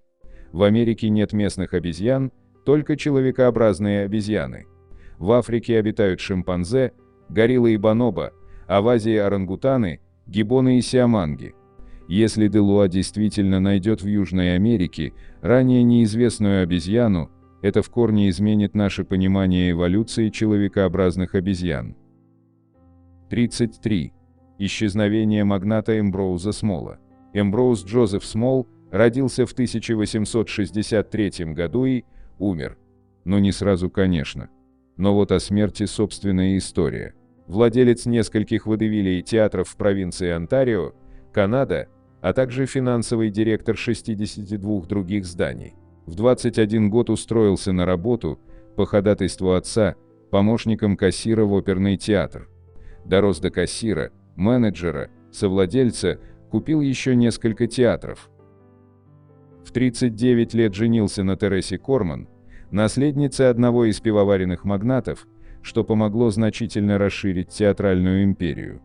За кулисами публичной жизни оставил множество постельных сцен с актрисами своих театров и огромные проигрыши в казино. Внешне же это была тихая, ничем не примечательная жизнь аристократа. После окончания Первой мировой войны, чувствуя, что спрос на театры неуклонно идет вниз, старость приближается, а наследников не предвидится, он принимает решение продать свою империю за $1,7 миллиона. 2 декабря 1919 года, в типичный для этого времени холодный канадский день, в одной из нотариальных контор Торонто его ожидает компания солидных джентльменов для подписания договора. По результатам встречи он получает чек на $1 миллион и обязательство выплаты оставшихся денег в течение нескольких следующих лет. Эмброуз отправляет жену в банк, положить деньги на счет, сам едет покупать ей в подарок кадиллак, меха и украшения. Потом они вместе обедают, и он отправляется к себе в офис обсудить какие-то нюансы с юристом. Юрист покидает его в 5:30 вечера, и с тех пор Эмброуза никто никогда не видел. Его жена, зная о похождениях мужа и будучи публичной персоной, побоялась объявлять его в официальный розыск в течение 4 недель. Позднее полиция пыталась связать этот факт даже с идущей в тот вечер на сцене его театра пьесой «Разоблачение жены». Весь мир, вплоть до родных сестер, считал ее убийцей, но она отстояла свою невиновность в суде, получила наследство и скончалась практически сразу после этого. Дело превратилось в сенсацию, особенно после того, как была предложена награда в $50 000 за информацию о местонахождении пропавшего миллионера или его тела. Тем не менее, требование о выкупе так и не поступило, и тело его так и не было обнаружено. В первые годы после его исчезновения появлялись сообщения о том, будто Эмброуза Смолла видели в Лондоне, во Франции, в Мексике и Южной Америке, но ни одно из них не было подтверждено. Полиция перевернула весь город и окрестности. В поисках трупа в театрах Эмброуза вскрывались стены и снимались полы. Огромное количество людей пыталось свидетельствовать, что видели его то там, то сям. Отчаявшаяся полиция даже пыталась прибегнуть к спиритологам и отследить того по астральному следу. Эмброуз Смолл был объявлен погибшим в 1924 году, Однако дело оставалось открытым в последующие почти 40 лет, хотя ничуть не сдвинулось с места, а в 1960 году дело было официально закрыто. Ни следа, ни намека, ни версий. Спустя десятилетия после его исчезновения, призрак Эмброуза Смола, как сообщалось, поселился в его любимом театре Гранд в Онтарио. Его портрет висит в фойе, запечатлев его вклад в наследие театра. 34. Проект Серпа. Могла ли существовать межпланетная программа обмена между землянами и другой цивилизацией в 60-е годы XX века? Проект Серпа – это предполагаемая секретная программа обмена между американскими военными и внеземной расой под названием Ибены, якобы обитающей в системе двойных звезд Зета-сетки. Согласно распространенным рассказам, история этого проекта восходит к инциденту в Розуэле, где в июле 1947 года произошла авария неизвестного объекта. Утверждается, что среди обломков был найден выживший инопланетянин, которого взяли под стражу военные США. Считается, что этот инопланетянин смог установить связь с родной планетой. Если верить этим рассказам, был установлен дипломатический контакт с цивилизацией ибенов, что в итоге привело к возможному началу программы обмена. Говорят, что с 1965 по 1978 годы 12 американских военных якобы отправились в далекую звездную систему Зета-сетки на планету под названием Серпа. По одной из версий, им предстояло пробыть там 13 лет, изучая местную культуру и обычаи. Сообщается, что путешествие к Зета-сетке заняло 9 месяцев, однако один из участников миссии, как утверждают, скончался от легочной эмболии еще в пути. Тем не менее, оставшиеся 11 якобы успешно прибыли на планету и приступили к своей миссии. В одной из версий событий говорится, что еще один участник погиб на планете, нарушив законы ибенов. Оба тела, по слухам, были возвращены на Землю по завершении миссии. Есть предположение, что ибены могли использовать ДНК погибшего агента для создания необычных существ, смешав ее с генетическим материалом других инопланетных рас. Однако эти утверждения вызывают множество вопросов и недоверия. Некоторые истории предполагают, что этот инцидент вызвал конфликт между оставшимися людьми и ибенами, что подорвало доверие между сторонами. Военные, как говорят, наблюдали за культурой ибенов.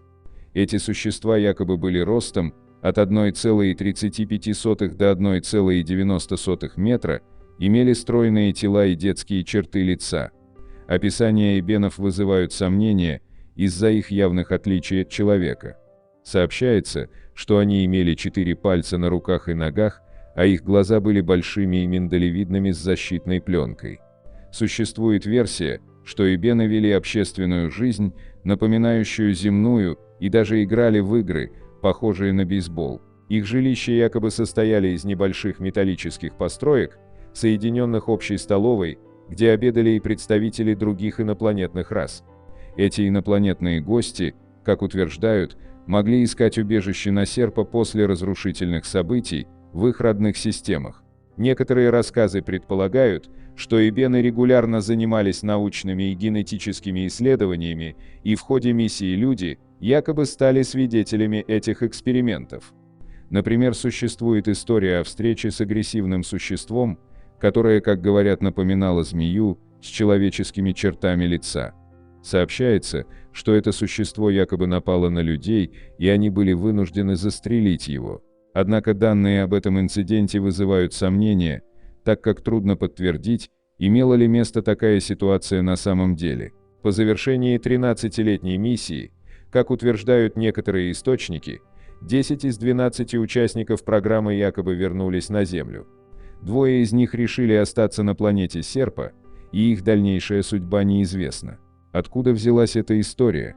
Проект Серпа впервые стал известен благодаря электронной рассылке, организованной исследователем Виктором Мартинесом. Анонимный источник, предположительно бывший сотрудник правительства США, поделился деталями программы. Однако проверка подлинности этих данных остается затруднительной, и многие исследователи высказывают сомнения по поводу реальности существования проекта. Есть теории, что фильм «Близкие контакты третьей степени» был вдохновлен этой историей и частично основан на событиях проекта Серпа. Предполагается, что элементы этого сюжета могли быть использованы, чтобы подготовить общественность к идее контактов с инопланетными цивилизациями. Однако все эти версии остаются на уровне догадок, и доказательств их правдивости пока не представлено. История проекта Серпа до сих пор вызывает много вопросов и подозрений. Возможно, эта история лишь плод фантазии, играющей на желании человечества найти ответ на вопрос, одни ли мы во Вселенной. Тем не менее, если хотя бы часть этих рассказов правдива, это могло бы стать одним из самых значительных открытий нашего времени. 35. Открытие археологов. 12 тысяч лет назад Китай населяли яйцеголовые люди. Древние захоронения в провинции Цзилинь изобилуют черепами с вытянутыми затылками. Из могил в провинции Цзилинь на северо-востоке Китая археологи выкопали 25 скелетов. Возраст самых древних составлял 12 тысяч лет. 11 мужских, женских и детских скелетов, то есть почти половина, имели удлиненные черепа. Исследователи из университета Цзилиня и Техасского университета, проводившие раскопки, удивились такому обилию аномалий и предположили, что яйцеголовыми в то далекое время были многие. О своих находках археологи сообщили в журнале American Journal of Physical Anthropology. Не секрет, что наши далекие предки, применяя различные приспособления в виде палок, тряпок и веревок, уродовали черепа себе и своим малолетним детям. Подобным апгрейдом, если так можно выразиться, тысячелетиями увлекались народы по всей земле. Некоторые, особенно в Африке, до сих пор продолжают. Зачем? Однозначного ответа на этот вопрос нет. Ученые недоумевают, но не сомневаются, должен быть какой-то весомый стимул, под воздействием которого люди подвергали себя истязаниям. Археологи не исключают, что деформированных готовили исполнять какие-то важные социальные роли. Может быть, их прочили в жрецы некого культа и верили, что удлиненные черепа откроют какие-то необычные способности, позволят общаться с высшими силами.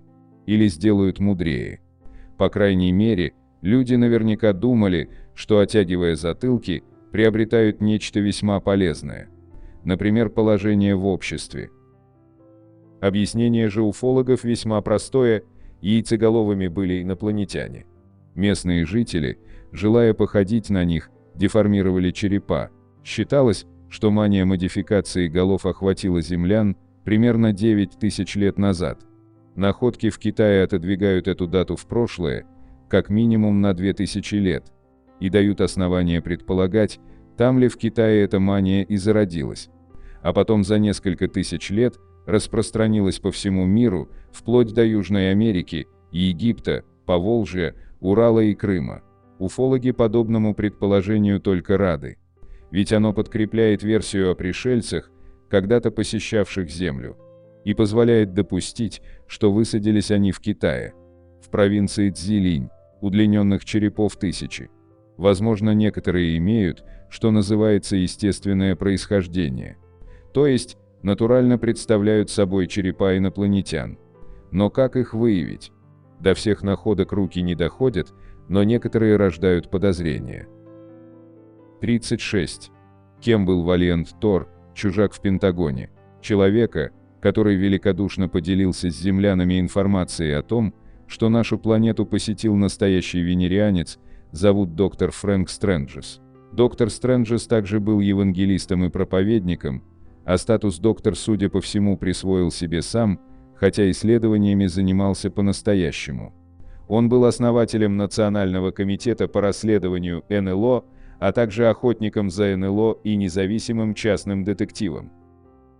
В своей книге «Незнакомец в Пентагоне» доктор Стрэнджес разоткровенничался, что анонимный доброжелатель после одной из проповедей в 1958 году передал ему фотографии Валианта Тора. Именно этот снимок впоследствии доктор будет демонстрировать всем желающим. И уже в следующем, 1959 году, к доктору Стрэнджесу на одну из лекций проповедей пришла женщина по имени Нэнси Уоррен, сотрудница Пентагона. Она предложила доктору встретиться с самим Валиантом Тором и пообщаться с ним. Так, по крайней мере, уверяет нас автор труда про венерианца. Валиант Тор пожаловал на Землю в полдень 15 марта 1957 года. Тогда он в сопровождении команды из неких Джилл, Дона и Тани, про них, к сожалению, особых сведений не сохранилось, добрался на летающей тарелке до США и приземлился в городе Александрия, штат Вирджиния, где и был обнаружен местными полицейскими. Валиант тут же потребовал доставить его на прием к президенту Эйзенхауэру в Пентагон, куда его довезли прибывшие на место происшествия агенты Службы национальной безопасности. Пока Валиант ждал встречи с президентом, он демонстрировал разные сверхспособности, например, с легкостью обошел систему безопасности, при помощи телекинеза и также телепатически связался и заодно запугал командира военно-морских сил США. В итоге, его таки пригласили в переговорную с министром обороны Уилсоном, президентом Эйзенхауэром и вице-президентом Никсоном, который, по слухам, приветствовал Валианта как старинного друга. Валиант рассказал, что прилетел на Землю с Венеры на корабле «Виктор-1», а на родной планете он является частью правящей верхушки Совета-12. Как выяснилось, Валиант Тор прилетел не просто так. Он рассказал, что работает своего рода медиатором, и к нему часто обращаются за помощью представители других миров. На Землю его отправили, чтобы обеспечить мир в галактике Млечный Путь и проконтролировать процесс увеличения запасов ядерного оружия. Однако миссия Валианта в Пентагоне никого не впечатлила, на дворе был разгар холодной войны. Поэтому пришельцы разными способами пытались выманить больше информации об инопланетных цивилизациях, но не преуспели. Например, сотрудники Пентагона пробовали вколоть Валианту сыворотку правды, но во время инъекции игла сломалась. Валиант Тор разгневался и исчез. Вскоре Валиант обнаружился и сделал второй заход на встречу с главой США. Пришелец передал президенту видеообращение лидеров Высшего Совета, которые предлагали землянам доступ к новым технологиям и помощь в духовном развитии в обмен на прекращение производства ядерного оружия. Как мы понимаем, предложение было отвергнуто. Эйзенхауэр, однако, предоставил Валианту специальный статус на 3 года, который давал венерианцу право встречаться и общаться с разными высокопоставленными особами, чтобы предотвратить ядерную войну. Валиант также принимал участие в нескольких секретных проектах, одним из которых было строительство подземных военных баз, включая Зону 51. Как вы понимаете, все, что было описано выше, плод написанного Фрэнком Стрэнджесом. Он также не поленился описать Валианта подробно. Итак, рост пришельца составлял примерно 180 сантиметров, а вес около 85 килограмм. Он был смугловатый с каштановыми вьющимися волосами и карими глазами. Отпечатки пальцев у него имелись, хоть пальцев было и 6, а вот пупка не было. Валиант говорил, что ему 490 лет, что он свободно владел сотней языков, а его уровень IQ составлял 1200 баллов, что в разы превышает уровень интеллекта среднестатистического человека. Он обладал способностью появляться и исчезать по своему усмотрению. Валиант также мог разбирать структуру своего тела на молекулярном уровне и собирать в другом месте. А еще у него было огромное, но легкое сердце, а вместо крови оксид меди. На встрече с самим Стрэнджесом пришелец называл всех людей преданными последователями слова Иисуса Христа, а сам он тоже своего рода проповедник. Валиант сообщил Стрэнджесу, что все пророки, апостолы, сам Иисус – это все инопланетяне, и Бог тоже. Так вот, Бог очень недоволен людьми, но дает нам еще один шанс. И вот Стрэнджес должен помочь Валианту распространить информацию и уберечь нас всех от гибели.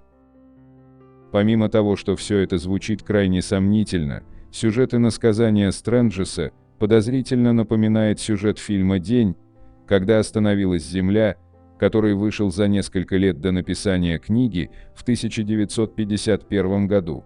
Там тоже есть пришелец, который идет к президенту с благими намерениями, пытается спасти неразумных землян и далее по списку. Стрэнджес далеко не единственный человек, кто был знаком с Валиантом. Вот кто еще знавал Валианта. Инженер и исследователь Фил Шнайдер. Он утверждал, что его отец, Оскар Шнайдер, однажды встречался и работал с Валиантом Тором. Фил даже показывал фотографию, якобы изображающую его отца, сидящего рядом с Валиантом Тором. Правда, на фото Шнайдера Валиант совсем не похож на Валианта Стрэнджеса. Кроме того, временные рамки тоже не совпадают. Но Фил уверял, что хорошо знаком со многими секретными проектами правительства и что он один из тех, кому удалось выжить в перестрелке с пришельцами. Спустя год после огласки информации про Валианта, Фила нашли мертвым в собственной квартире. Официальная причина смерти — он сделал это самостоятельно. Но по некоторым данным, на теле Фила были найдены следы пыток. А до смерти Фила при таких же загадочных обстоятельствах погибли 11 его друзей. Поэтому многие исследователи НЛО уверены, что Шнайдера и его товарищи ликвидировали американские спецслужбы, так как они слишком много знали и открыто об этом говорили. Лора Магдалина Эйзенхауэр. Правнучка президента Эйзенхауэра путешествует по миру и рассказывает, что Валиант Тор — настоящий пришелец с Венеры. И что все, описанное Стрэнджесом, правда.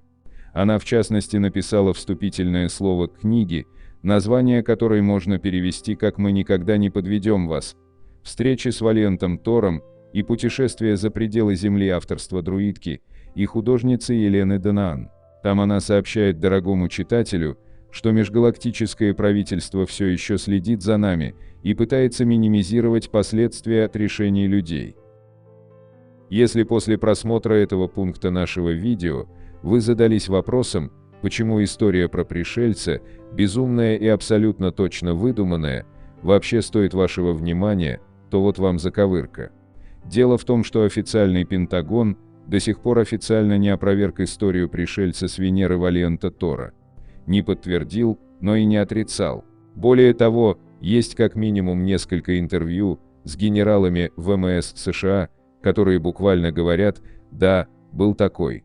Они не сообщают, откуда он, что хотел и так далее, но вот на фото доктора Стрэнджеса и правда запечатлен Валиант Тор, подтверждают власти США. А что думаете вы? Был ли он настоящий пришелец с Венеры, а может, есть до сих пор? Или это большая ложь?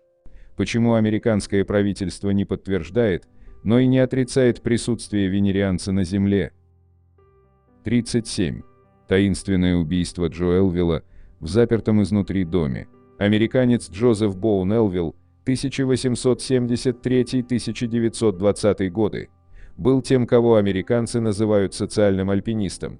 Начав карьеру страховым агентом, он стал признанным специалистом в бридже, разбогател и написал несколько книг по этой теме. Но в историю Элвилл вошел как жертва классического нераскрытого убийства в запертой комнате. Следствие не смогло установить убийцу, и это убийство осталось нераскрытым. Из-за своей таинственности оно стало одним из самых известных нераскрытых убийств в истории США. Еще в юности Джозеф обнаружил в себе природную склонность к картам и к 18 годам стал довольно неплохим игроком в вист. Однако, несмотря на то, что он стал бичом многих состоятельных игроков с Уолл-стрит, окончательно закрепиться в обществе Элвилл сумел только после женитьбы на Хелен Дерби, чей двоюродный брат был женат на Этель Рузвельт, младшей дочери Теодора Рузвельта. Кстати, познакомились они во время игры, Хелен тоже являлась большой поклонницей карт. В то время как раз набирала оборот новая игра бридж, и Джозеф Элвилл воспользовался возможностью. Его талант вместе с важными связями супруги в высшем обществе Нью-Йорка помогли открыть нужные двери. К 30 годам он даже написал несколько книг на тему карточных игр, хотя ходили слухи, что они вышли из-под пера Хелен. Это не значит, что сам Элвилл не обладал талантом. Нет никаких сомнений в том, что он был настоящим гением бриджа, чем заслужил прозвище «Король бриджа Манхэттена». Джозеф был постоянным победителем в клубах Нью-Йорка, а вместе со своим партнером, Гарольдом Вандербильтом, они стали известны как лучшая пара бриджистов Америки 1910-х и 20-х годов. Умение играть в карты и бережливость сделали Элвилла довольно богатым человеком. Он вкладывал средства в фондовый рынок и скачки, купив конюшню и более 20 породистых лошадей.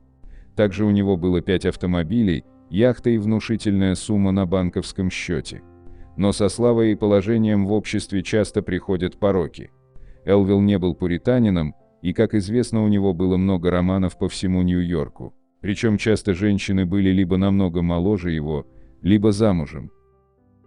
В то злосчастное июньское утро 1920 года экономка Мари Ларсен, как обычно, прибыла на работу.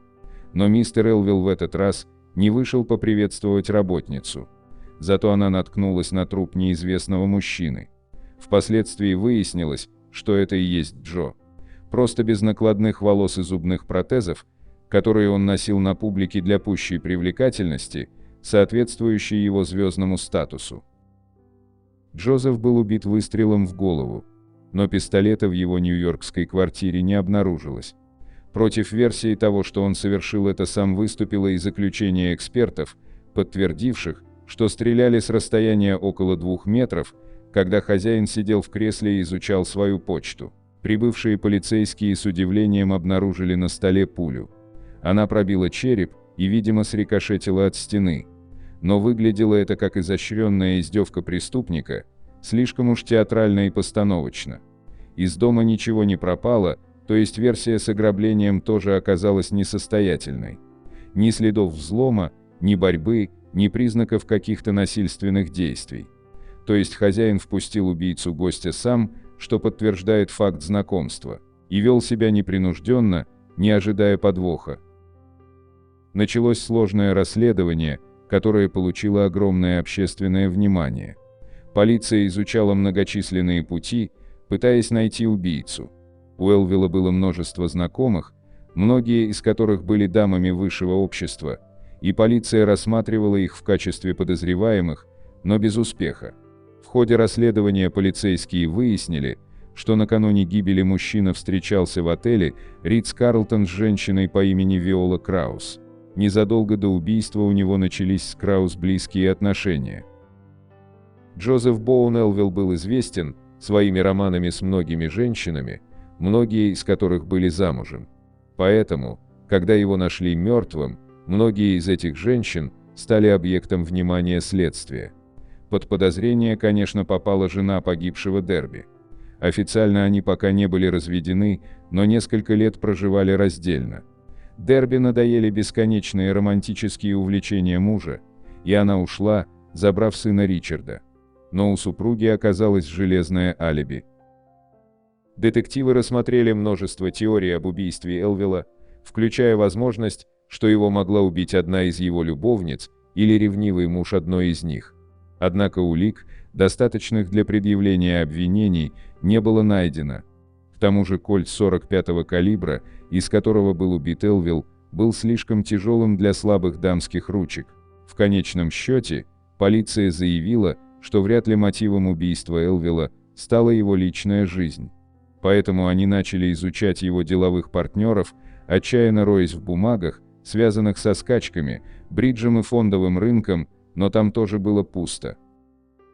Анализ документов тоже не помог, все было в порядке, ни долгов, ни займов, ни судебных разбирательств.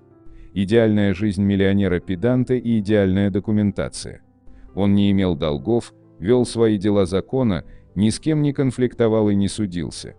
В деловом отношении Джозеф был очень аккуратным и исполнительным мужчиной, на которого можно было положиться. Полиция также расследовала теорию того, что Джозеф совершил это сам, но она была отброшена, поскольку на месте преступления не было найдено оружие, а комната, где был найден труп, была заперта. В апреле 1921 года, менее чем через год после убийства, объявился человек, заявивший, что это он застрелил Элвилла в 1920-м.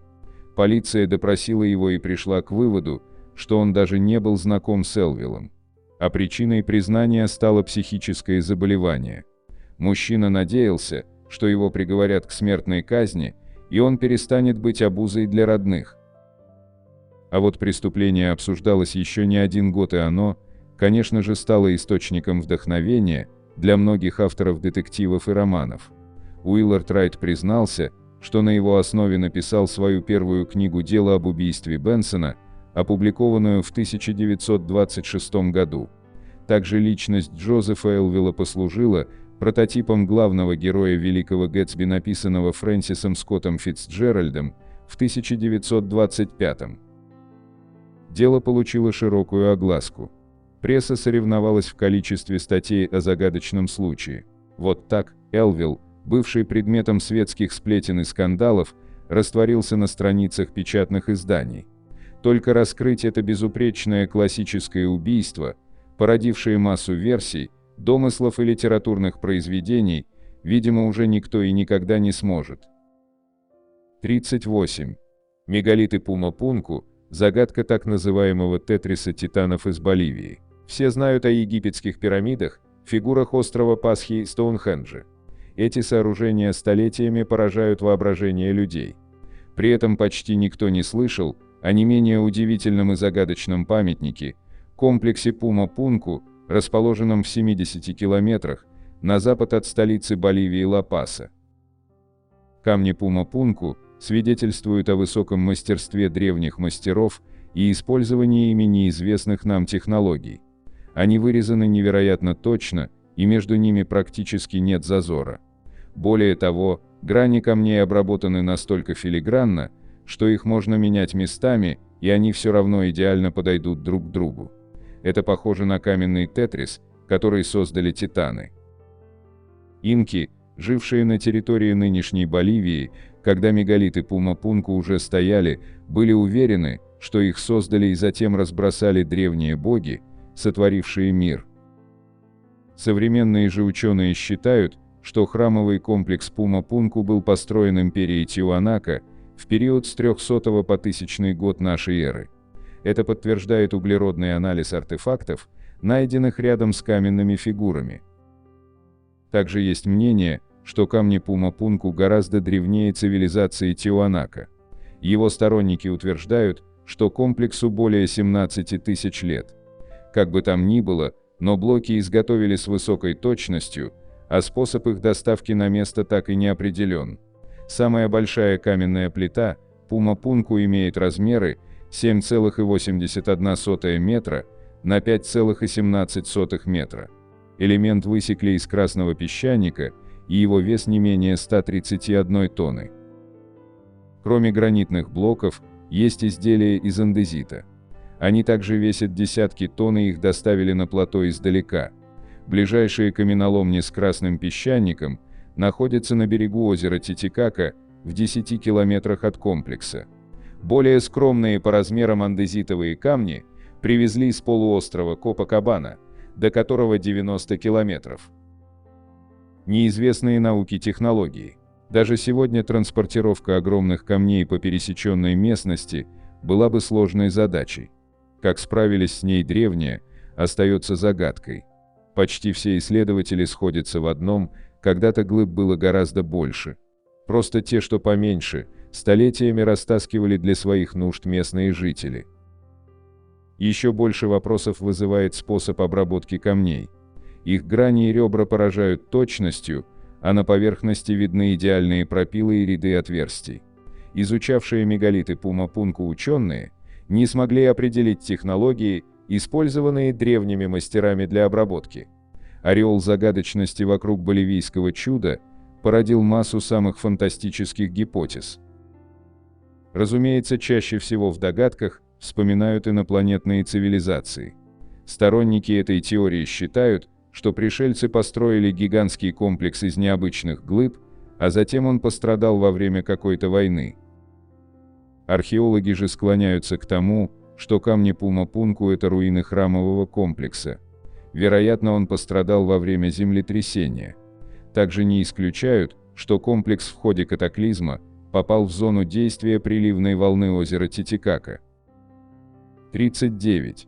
Загадка упавших с неба аквильских сгустков, в которых нашли следы человеческой крови. Аквильские сгустки – общее название странного желеподобного вещества, упавшего с неба во время дождя в американском городе Аквиль, штат Вашингтон, 7 августа 1994 года. Вещество выпало в виде многочисленных студенистых комочков небольшого размера. Спустя всего пару дней в городе разразилась беспрецедентная для этих мест эпидемия заболевания, похожего на грипп. Заболели практически все жители и естественно, что вскоре болезнь связали с выпавшими сгустками. А когда один из жителей добыл образец выпавшего сгустка и послал его на лабораторный анализ, то там обнаружили в его составе лейкоциты, белые кровяные клетки, причем человеческие. Город болел целых 3 месяца, а потом выпавшим веществом, наконец заинтересовались в Государственном департаменте здравоохранения штата Вашингтон и забрали к себе образцы вещества для дальнейшего анализа. Как сообщалось, эти специалисты позже обнаружили в сгустках 2 типа бактерий, одна из которых встречается лишь в пищеварительной системе человека. Также они заявили, что человеческие лейкоциты в сгустках были лишены своих ядер. В основном это вся официальная информация о аквильских сгустках, которая стала достоянием общественности. Все остальное – это уже разнообразные гипотезы и теории заговора о бактериологическом оружии и засекречивании Вашингтоном дальнейших результатов исследований сгустков. Сейчас об этом явлении можно найти лишь несколько маленьких заметок из американских газет 1994 года и все. Есть лишь несколько фотографий самих сгустков. В сети можно найти некоторые подробности о том самом дожде 7 августа, но насколько они правдивы, сказать сложно. Сообщается, что дождь в основном выпал в районе фермы Санни Барклифф, и первыми, кто почувствовал недомогание как при гриппе, оказались обитатели именно этой фермы. Первой заболевшей стала сама Санни Барклифф, а второй ее подруга. У них началось сильное головокружение с тошнотой и приступами усталости. Потом у Сани нашли инфекцию внутреннего уха. Первых заболевших осматривал доктор Дэвид Литл, и он же первым высказался о возможной связи странных сгустков и болезни женщин. Но потом он заявил, что это могло быть просто совпадением. Потом кто-то узнал, что после выпадения сгустков погибла кошка Сани. У нее сначала начались проблемы с кишечником, а потом она скончалась. Также кто-то сказал, что сгустки выпадали на ферме не один раз, а 2 раза за несколько дней. Загадочный случай в Аквиле в последующие годы неоднократно рассматривался различными исследователями аномальных явлений, находящими все новые и новые любопытные подробности инцидента. В том числе они выяснили, что помимо обычных симптомов, как при гриппе, у заболевших жителей города наблюдались проблемы с дыханием и помутнение зрения. Также оказалось, что помимо кошки Санни Барклифф в городе, за 3 месяца после дождя умерло множество других кошек и собак. Версии. Некоторые люди считают, что отдаленный от центра городок Аквиль просто стал местом для экспериментов нового военного биологического оружия или для тестовой проверки возможной биологической атаки. ВВС США подтвердили, что они совершали учения с бомбардировками в Тихом океане в августе 1994 года в районе за 50 миль от Аквиля, но они отрицали свою причастность к таинственной субстанции. Жители Аквиля, однако, скептически отнеслись к этому, так как многие из них рассказали, что в тот день перед дождем они неоднократно видели в небе военные самолеты. По мнению специалиста Майка Освейлера, эти сгустки могли быть просто содержимым туалета из самолета, однако эта версия была опровергнута экспертами Федерального управления гражданской авиации, которые заявили, что все коммерческие самолеты окрашивают туалетные жидкости в синий цвет, а аквильские сгустки были бесцветными. Согласно самой популярной версии, выпавшие с дождем сгустки были медузами, которых потревожили бомбы ВВС в Тихом океане. Останки этих медуз будто бы были подхвачены сильными ветрами и выпали с дождем в районе Аквиля. 40. Каспар Хаузер, кем на самом деле был странный найденыш, которого опекала пол Европы. Каспар Хаузер вошел в историю под разными именами и прозвищами. Его называли загадочным найденышем и европейским сиротой, о его происхождении выдвигали различные теории, и даже согласно одной из них, Считали его дальним родственником Наполеона Бонапарта и наследником Баденского престола. Однажды утром его увидели на центральной площади Нюрнберга. Парень едва передвигал ноги, был очень слаб и повторял всего одну фразу, что хочет быть кавалеристом, как его отец. Кем был Каспар Хаузер, доподлинно неизвестно, да и вряд ли удастся уже когда-то установить. О нем заговорили в 1828 году. В Нюрнберге парень появился загадочным образом. На нем были обноски, сам он выглядел истощенным и замученным и игнорировал любые вопросы. Единственное, что слышали от него, фраза об отце-кавалеристе, которая, конечно же, не внушала доверия. Имя свое он кое-как написал на листе бумаги. В полицейском участке, куда его забрали, тоже не удалось ничего выяснить. Прозвище «Европейский сирота» появилось отчасти из-за того, что при себе у Каспара не было документов, зато в кармане нашли 2 письма. Позже удалось установить, что написаны они были скорее всего одним и тем же человеком, хотя значилось, что авторами были приемный отец и мать Каспара. В письмах шла речь о том, что малыша им подбросили, они смогли его вырастить, но из-за нищеты не могут больше о нем заботиться. Поначалу Каспар совершенно не разговаривал, со временем стал чуть проще идти на контакт. После тщательного медицинского осмотра было установлено, что парень не симулирует, а действительно не понимает происходящего. Кроме того, с большой долей вероятности врач утверждал, что всю жизнь Каспар содержался в жутких условиях, в помещении, по которому не мог передвигаться, и без света. У парня была развита сверхспособность улавливать самые слабые запахи и видеть в темноте. Его колени были сильно деформированы, это могло быть следствием сидячего образа жизни. Интересно, что на теле юноши были следы прививок, что давало основание предполагать, его родители, или люди его воспитавшие, не были простолюдинами. Каспар рассказывал, что в его комнате, где он прожил всю жизнь, не было окна, с ним никто не разговаривал, лишь время от времени какой-то мужчина в маске приносил ему еду. Когда Каспар повзрослел, его начали учить письму и чтению, в частности он стал писать свое имя. Однажды мужчина приказал ему выйти из землянки и повел его куда-то, после отдал ему письма и велел идти в город, а сам ушел в неизвестном направлении. Так Каспар оказался в Нюрнберге. О Каспаре заботились власти Нюрнберга, после его брали на попечение профессор Даумер, коммерсант Бибербах, барон фон Тухер и лорд Стэнхоуп. Живя на их попечении, парень стал делать большие успехи в учебе, освоил игру на музыкальных инструментах, стал более общительным, явно компенсируя пробел тех лет, когда был узником и находился в одиночестве. Судьбой Каспара живо интересовался криминалист фон Фейербах. Именно он провел детальное расследование и выдвинул гипотезу о том, что Каспар может быть наследным принцем. Согласно этой версии, Каспар мог быть сыном герцогини Стефании де Багарне. Мальчишку подменили при рождении или позже, на совсем слабого ребенка, который умер. Это было сделано с целью не допустить детей Стефании к престолу. Всего Стефания родила 5 детей, из которых 3 девочки росли на радость родителям, полные силы и энергии, а 2 мальчиков умерли. О том, что найденыш не был просто случайным подкидышем, свидетельствует и тот факт, что на Каспара совершали вооруженные нападения. Однажды неизвестный мужчина в черном проломил ему голову, но рана оказалась не очень серьезной.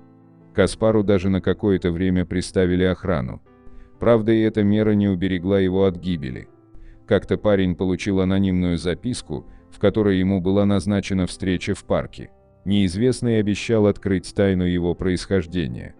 Каспар доверился, пришел в парк, но там на него совершили нападение. С тяжелым ранением он нашел силы вернуться домой и только успел сказать, что его убили.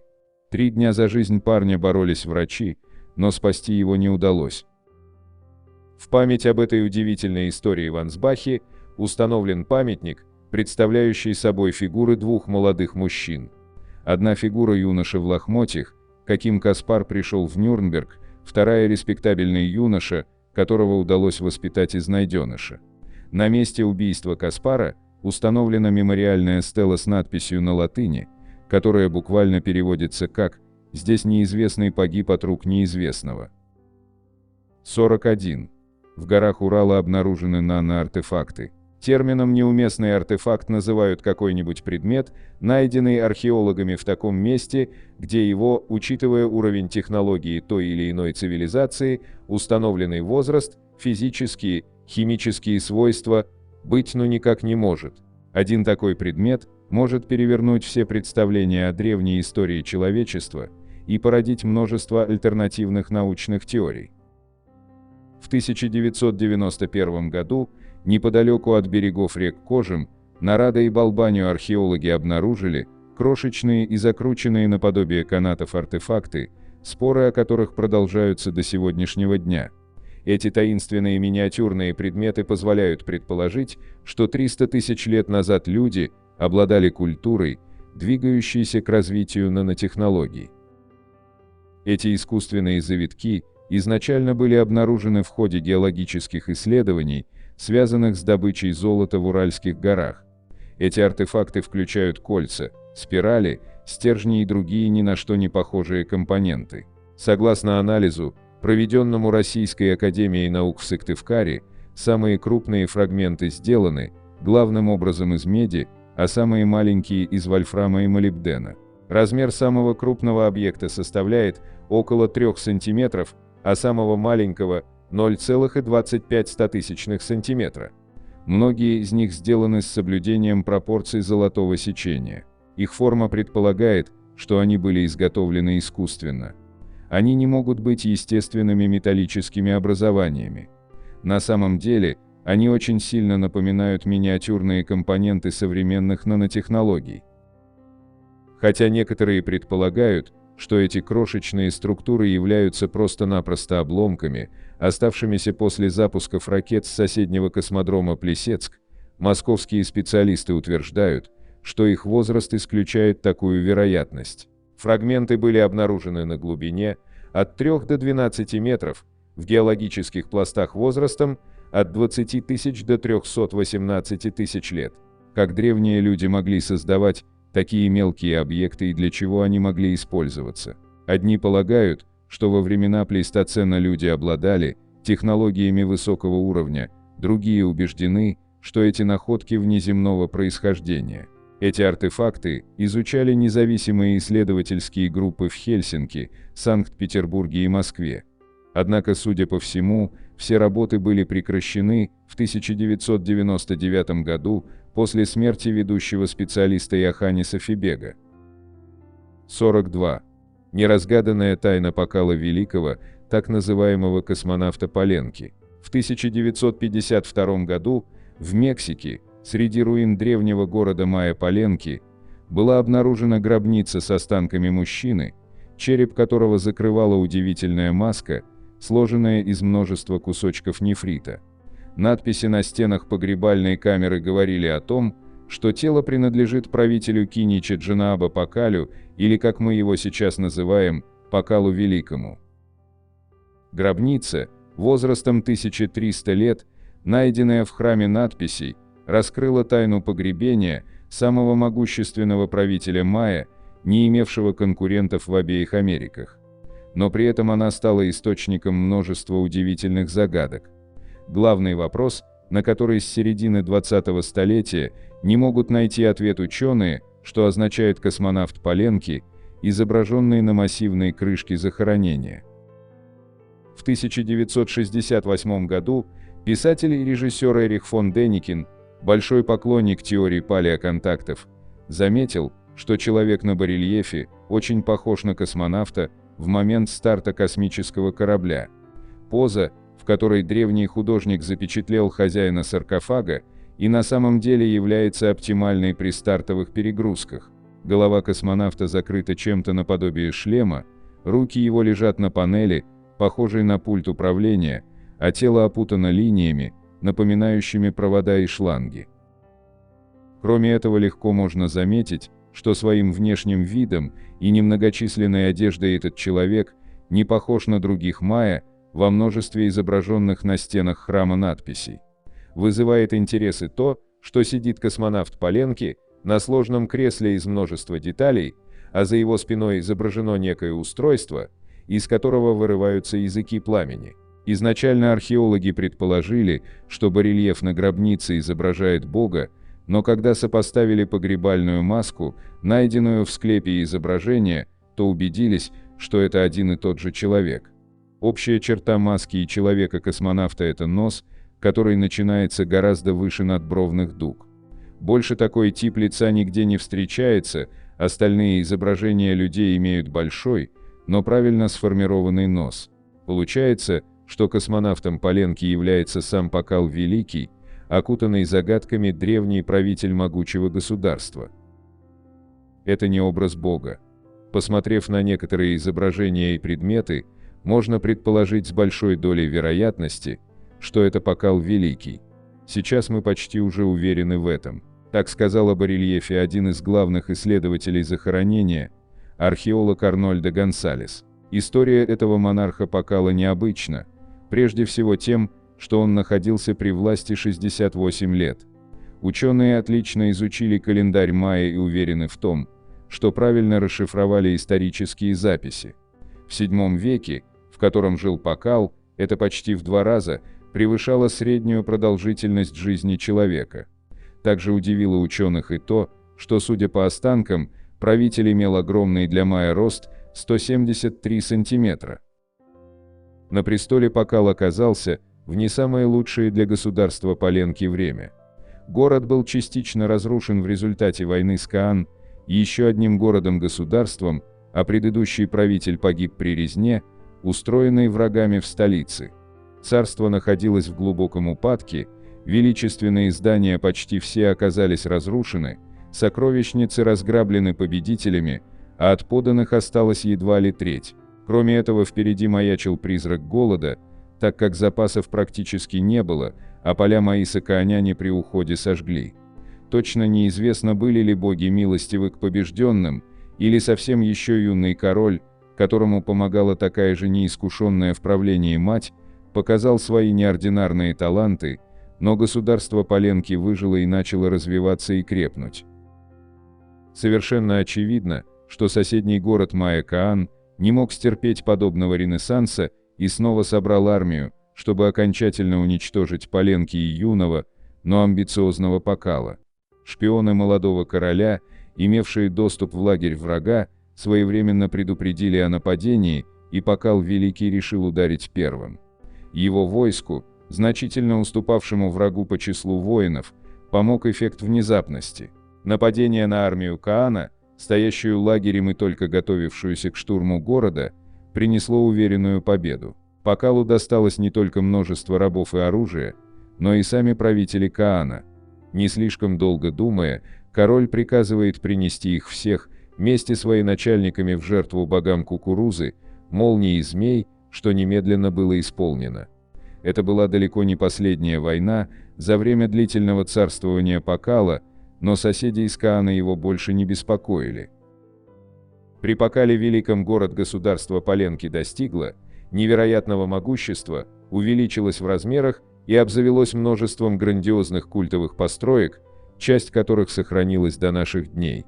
Летописи майя гласят, что Пакал Великий умер в невероятном для индейцев тех времен в возрасте 80 лет, что стало очередным доказательством его божественного происхождения.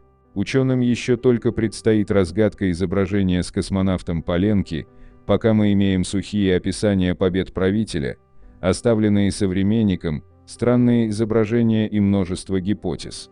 Нефритовую маску и другие предметы из захоронения Пакала Великого сегодня можно увидеть в великолепной реконструкции гробницы в Национальном музее антропологии в Мехико. 43. Прекрасная шоколадница. Загадка знаменитой картины Леотара. Прекрасная шоколадница. Портрет аккуратно одетой красавицы, изящно держащей поднос с чашкой горячего шоколада и стаканом воды, одна из самых известных работ Жана Этьена Леотара и жемчужина галереи старых мастеров в Дрездене. Картину считали шедевром еще при жизни художника. Образ был создан между 1743 и 1745 годом при дворе австрийской императрицы Марии Терезии. В В то время швейцарский художник находился в Вене, где писал портреты правительницы и ее супруга.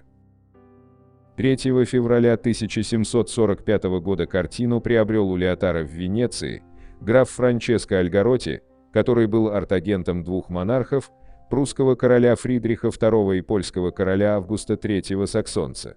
Последний в феврале 1751 года писал своему другу, искусствоведу Пьеру Жану Мариету: «Я купил картину пастелью около 3 футов высотой, написанную знаменитым Леотаром. На ней изображена молодая немецкая горничная в профиль, несущая поднос со стаканом воды и чашкой шоколада. Картина почти лишена теней, с бледным фоном и светом, который идет из 2 окон, отраженных в стакане. Она написана полутонами с незаметными переходами света и исполнена в совершенстве.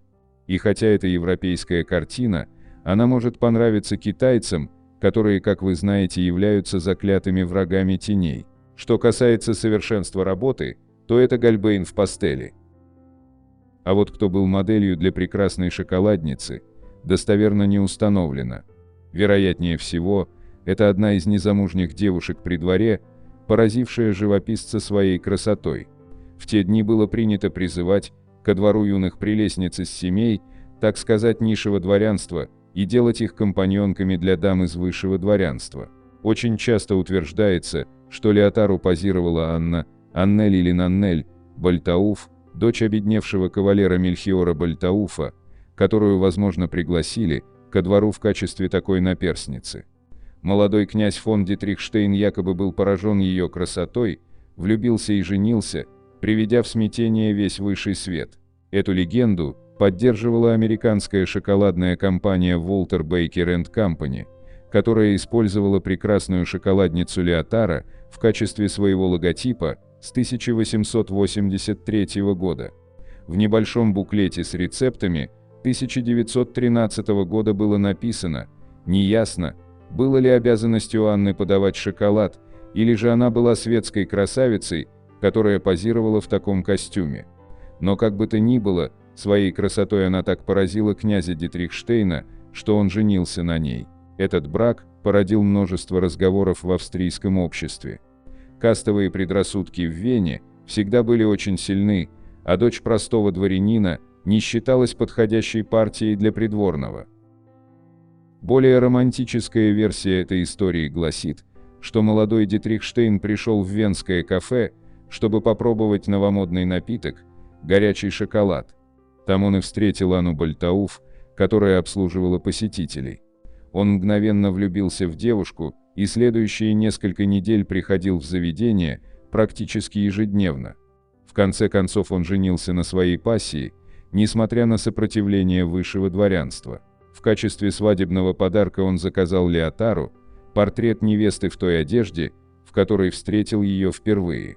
Несмотря на то, что начало истории прекрасной шоколадницы больше похоже на сказку, ее продолжение хорошо задокументировано. В 1881 году Генри Пирс, президент Уолтер Бейкер, ведущий компании США по производству какао и шоколада, приехал в Европу, чтобы познакомиться с методами производства какао.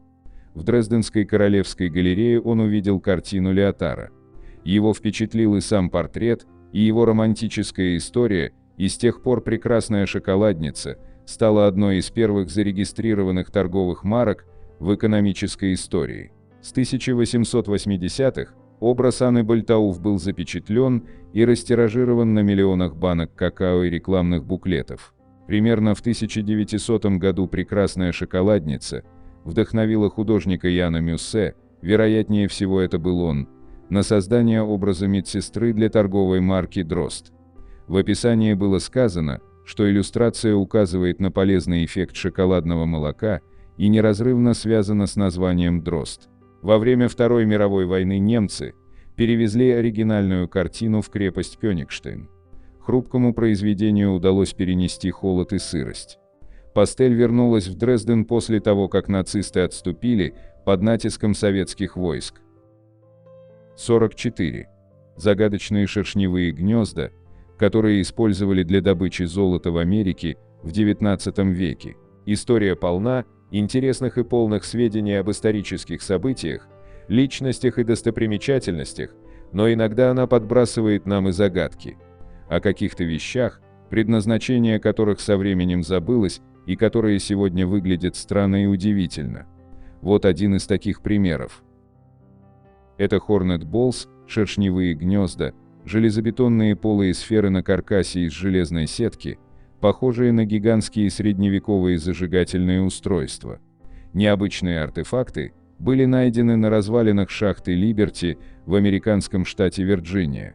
Они имеют высоту 2 метра и более 6 метров в окружности. Вес каждого шара более 7 тонн. Самое интересное в том, что даже специалисты не уверены, в чем состояло предназначение этих устройств, как они именно использовались и почему были так названы. Две эти реликвии золотодобывающего прошлого Вирджинии находятся в музее Gold Mining Camp в Галдвейне. Не все знают, что Вирджиния была одним из первых американских штатов, в которых обнаружили золото. Произошло это в 1782 году, когда Томас Джефферсон нашел золотоносную породу на берегу реки Рапаханок. Уже к 1804 году в штате начали вовсю работать золотоискатели и мелкие горнодобывающие предприятия. Большинство таких предприятий были сосредоточены в золотоперитовом поясе, полосе земли шириной от 24 до 40 километров, которая тянется почти на 320 километров вдоль восточной стороны Голубого хребта. Пик золотодобычи в Вирджинии пришелся на 1840-е годы, а к 1849 году добыча золота в штате практически прекратилась.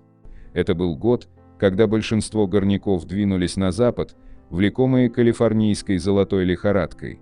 Интерес к золоту Вирджинии появился снова в 1934 году, когда стоимость тройской унции выросла до $35.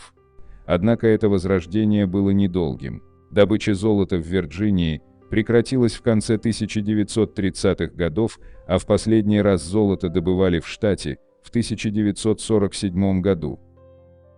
В октябре 1998 года в Галдвейне открылись парк Монро и музей золотодобывающего лагеря Gold Mining Camp. Сегодня это место, где можно узнать об истории золотодобычи штата Вирджиния. Поблизости, в округе Фоки, расположены 18 заброшенных шахт, а музей воспроизводит шахтерский лагерь 1930-х годов. Вернемся к загадочным гигантским шершневым гнездам. Найдены они были на шахте, но как использовались неясно. Принято считать, что при помощи этих устройств измельчали руду на гальку, чтобы отделить золото от камня. По всей видимости, они были установлены на оси и вращались вокруг центральной точки, на конной или паровой тяге. Мнения расходятся и относительно того, измельчалась ли руда внутри шаров или под ними, когда они вращались в желобе. Не менее загадочно также происхождение их названия. Некоторые думают, что оно произошло от жужжания, издаваемого во время эксплуатации шаров. Другие считают, что это название происходит от поразительного сходства с гнездами шершней или ос. Но все специалисты, похоже, согласны с тем, что это имя по-своему уникально. 45. Двойной портрет Арнольфини, или о чем спорят ученые. Мы привыкли воспринимать портретную живопись как альтернативу фотографии. Но некоторые художники Средневековья стремились запечатлеть не только внешность героев, а превращали картину в настоящее повествование, которое могли легко, так сказать, прочитать люди той эпохи. Большинство наших современников не привыкли воспринимать портретную живопись под таким углом зрения, где погасшая свеча означает скоропостижную смерть, а собачка – женскую верность. Двойной портрет Арнольфини – это коллекция загадок, которой позавидует самый маститый криптограф. Кто изображен на полотне Ян ван Эйка? Эта портретная композиция прославилась как первый двойной портрет в европейской живописи. Эксперты Лондонской национальной галереи полагают, что Ян ван Эйк изобразил своего друга-купца Джованни Арнольфини с супругой, которые проживали в Брюгге в 1434 году. Предположительно, они находятся в своем доме. На этом простое толкование изображения заканчивается, и начинается экскурс в мир тайнописи художников Средневековья. Эксперты справедливо считают полотно Ян ван Эйка самым трудноинтерпретируемым художественным произведением, которое дало жизнь сразу нескольким версиям толкования. Ученые до сих пор спорят как о происхождении персонажей, так и деталей интерьера помещения. Особенности композиции. В 1434 году Брюгге был крупным торговым центром Европы. О нем сохранились упоминания, как об известнейшем городе в мире, прославленном успешными купцами и славными товарами. Большой порт способствовал развитию торговли, процветанию банковского дела, разнообразию ремесел. В центре картины изображены мужчина и женщина, которые стоят в центре комнаты. Художник предлагает посмотреть на происходящее как бы сверху, что объясняет круто уходящий вверх пол, отсутствие единой точки перспективы. Тем не менее, мастер подчеркивает смысловой центр портрета, обращая внимание зрителя на протянутые друг другу руки. Помимо кровати, композиция содержит важные смысловые элементы: окно, фрукты, комнатную собачку, зеркало, люстру и массу мелких деталей. Все элементы тщательно проработаны. Так, на апельсинах заметен узор кожуры. Примечательно, что чета Арнольфини не единственные герои композиции. Если присмотреться, то в зеркале видно отражение еще двух человек, стоящих на пороге комнаты. Герои застыли в церемониальной позе, о чем свидетельствует поднятая в клятве рука мужчины. В то же время он очень бережно принимает левой рукой левую руку женщины.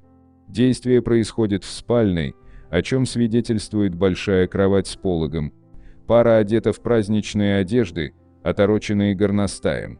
Внешность и одежда героев заслуживают детального изучения. Подробнее о персонажах картины. Эксперты пришли к заключению, что Ян ван Эйк изобразил на двойном портрете представителей зажиточного бюргерства. Согласно записям, в 1434 году в Брюгге проживали 5 Арнольфини. Сопоставив многие факторы, ученые пришли к заключению, что на двойном портрете изображен купец Джованни Арнольфини с Констанцией Трента, которая происходила из знатной семьи. Расшифровка скрытого смысла картины подтверждает эту версию. Во все времена европейцы ценили меха. Далеко не каждый человек мог позволить себе отделку одежды горностаем. Женское платье не только подбито мехом, но и имеет длинный шлейф, который во время ходьбы полагалось нести сопровождающей особе. Передвигаться в таком наряде было непростым искусством, которым в совершенстве владели дочери аристократов. Примечательно, что на мужчине верхняя одежда и шляпа, будто он только пришел с улицы. Женщина, напротив, находилась в помещении, ожидая его. Округлый живот намекает на беременность, хотя нельзя делать однозначные выводы. В Средневековье во время бракосочетания женщина специально подбирала складки тяжелого платья, чтобы смиренно подчеркнуть детородную функцию в семье. В то время как этот ритуальный жест означал плодовитость, синий и зеленый тона платья соответствовали целомудрию, непорочности. Мужчина одет в верхнее платье и широкополый цилиндр. Нижняя одежда черного цвета и деревянные башмаки говорят о неравном браке. Он не принадлежит к аристократичному сословию. В Средневековье господа передвигались на носилках или верхом, чтобы не запачкаться в уличной грязи. Художник выделил внешность мужчины, уделив внимание тонким чертам лица. Внешность женщины соответствует собирательному идеалу красоты того времени. Так мастер подчеркнул доминирующую роль мужчин в обществе, семье. Убранство комнаты поддерживает версию о зажиточности хозяев. Остекленное окно, заморские фрукты, восточный ковер, зеркало можно было увидеть далеко не в каждом доме. Кровать с пологом – значимый предмет интерьера. На день полог поднимали, превращая спальню в гостиную. Отсутствие камина наталкивает на мысль о вымышленном или собирательном интерьере. Церемониальная атмосфера. Эксперты пришли к выводу, что мужчина и женщина запечатлены в момент заключения брака. В этом случае картина выступает в роли документа. В XV веке считалось, что небеса освящают узы брака без вмешательства священника, свидетелей. Пара могла заключить брак в любое время и в любом месте. На следующее утро муж и жена вместе отправлялись на церковную службу, чтобы продемонстрировать обществу новый статус. Обряд содержал слова обета. Мужчина клялся, поднимая вверх руку, как это сделал Джованни Арнольфини. Уже в те времена традиционное кольцо служило залогом верности. В кульминационный момент новобрачные соединяли руки, как показано на картине. В XV веке невесты еще не знали подвенечных белых платьев. Однако символика полотна сообщает значительно больше информации. В этом контексте картина может выступать как жизнеописание молодых людей, связавших себя узами брака. Символика двойного портрета. Композиция щедро наполнена элементами, имеющими важное символическое значение. Предметы, окружающие чету Арнольфини, рассказывают о семейных устоях Средневековья и дальнейшей судьбе персонажей. Зеркало отражает изображение 4 людей. Особое значение имеет церковная символика, изображающая страсти Христовы. Со стороны мужчины изображены прижизненные муки Спасителя, в то время как женщину – после смерти.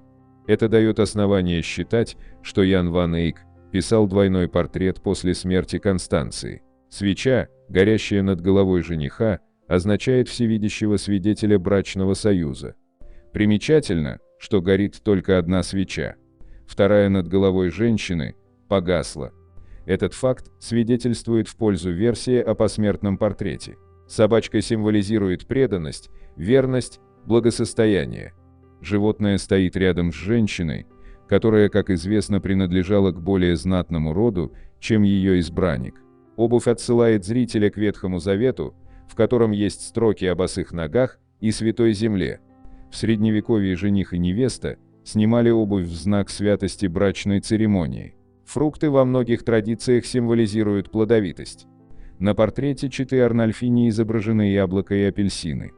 Яблоко означает искушение, греховность. Апельсины подтверждают версию состоятельности хозяев. Щедро усыпанная плодами вишня за окном символизирует плодовитый брак. Кровать и окно расположены таким образом, чтобы подчеркнуть роль мужчины и женщины в семье, обществе.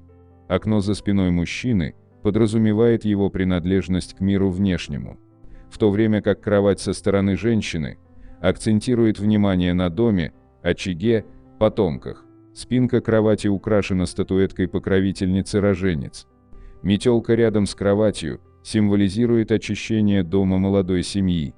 По иным версиям метелка – ритуальные розги, которыми было принято стегать молодых во время свадебного обряда, чтобы семья была многодетной. Ковер перед кроватью указывает на роды и социальное положение женщины.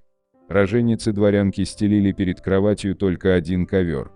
Если бы она носила статус графини или выше, то ковры покрывали бы всю комнату. Из записей города Брюгге известно, что супруга Констанция умерла в родах. Картина полностью подтверждает эту информацию.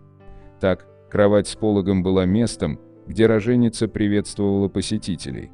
В такую же кровать клали умершего члена семьи, с которым прощались родственники и друзья. Прическа женщины свидетельствует в пользу версии картины жизнеописания четы Арнольфини.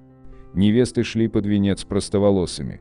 На двойном портрете изображена женщина с покрытой головой, как у замужней дамы.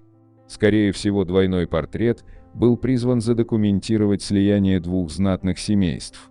Ожидаемое потомство укрепило бы союз и дало начало могущественной ветви генеалогического древа. Как известно, чаяния глав купеческих семейств не оправдались. Констанция умерла во время родов. Джованни Арнольфини пожелал иметь картину в память о первой жене, которой он остался верен до конца жизни. Во всяком случае, история не сохранила свидетельства о второй женитьбе Бюргера. Загадочная фраза под зеркалом. Ученые исследовали картину Яна ван Эйка и обнаружили, что многие элементы композиции были дорисованы после написания портрета. Надпись на стене также была выполнена в последнюю очередь. Ученые до сих пор спорят о значении необычной формулировки. Обычно художник подписывал полотна словами «Эйк сделал». Здесь же мастер написал «Эйк был здесь», что звучит как свидетельство. Эксперты не исключают, что одно из отражений в зеркале принадлежит живописцу. В то время ширилась практика документирования сделок на бумаге. В этом свете подпись художника обретает реальную силу письменного свидетельства, а картина превращается в официальный документ. Подводя итог расшифровки двойного портрета четы Арнольфини, можно сделать вывод: два зажиточных рода решили породниться, выдав дворянку Констанцию за купеческого сына Джованни. Они надеялись на рождение детей, которые унаследуют титул одного рода и богатство другого. Джованни очень трепетно относился к супруге. Та, в свою очередь, поддерживала семейные традиции. Надежды не сбылись. Констанция умерла, не родив наследника. Друг молодого Арнольфини, художник Эйк, написал двойной портрет в память о юной Констанции. На протяжении 4 или 5 веков картина переходила из рук в руки, успев побывать в доме придворного и даже дворце императора. Ее дарили, передавали по наследству, завоевывали. Сейчас полотно хранится в Лондонской национальной галерее как шедевр портретной живописи. 46. Звездные врата Шри-Ланки. Древняя карта Вселенной.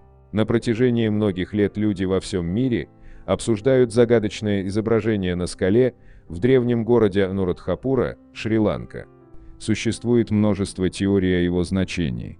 Некоторые говорят о том, что это древние звездные врата, через которые люди попадали в другие уголки Вселенной. Среди местных жителей местность, где находится картина, известна как Раджарата, земля королей. Это объект всемирного наследия ЮНЕСКО и сердце буддийской культуры Шри-Ланки. Сегодня это одно из самых посещаемых мест в стране, привлекающее набожных паломников к своим древним буддийским храмам.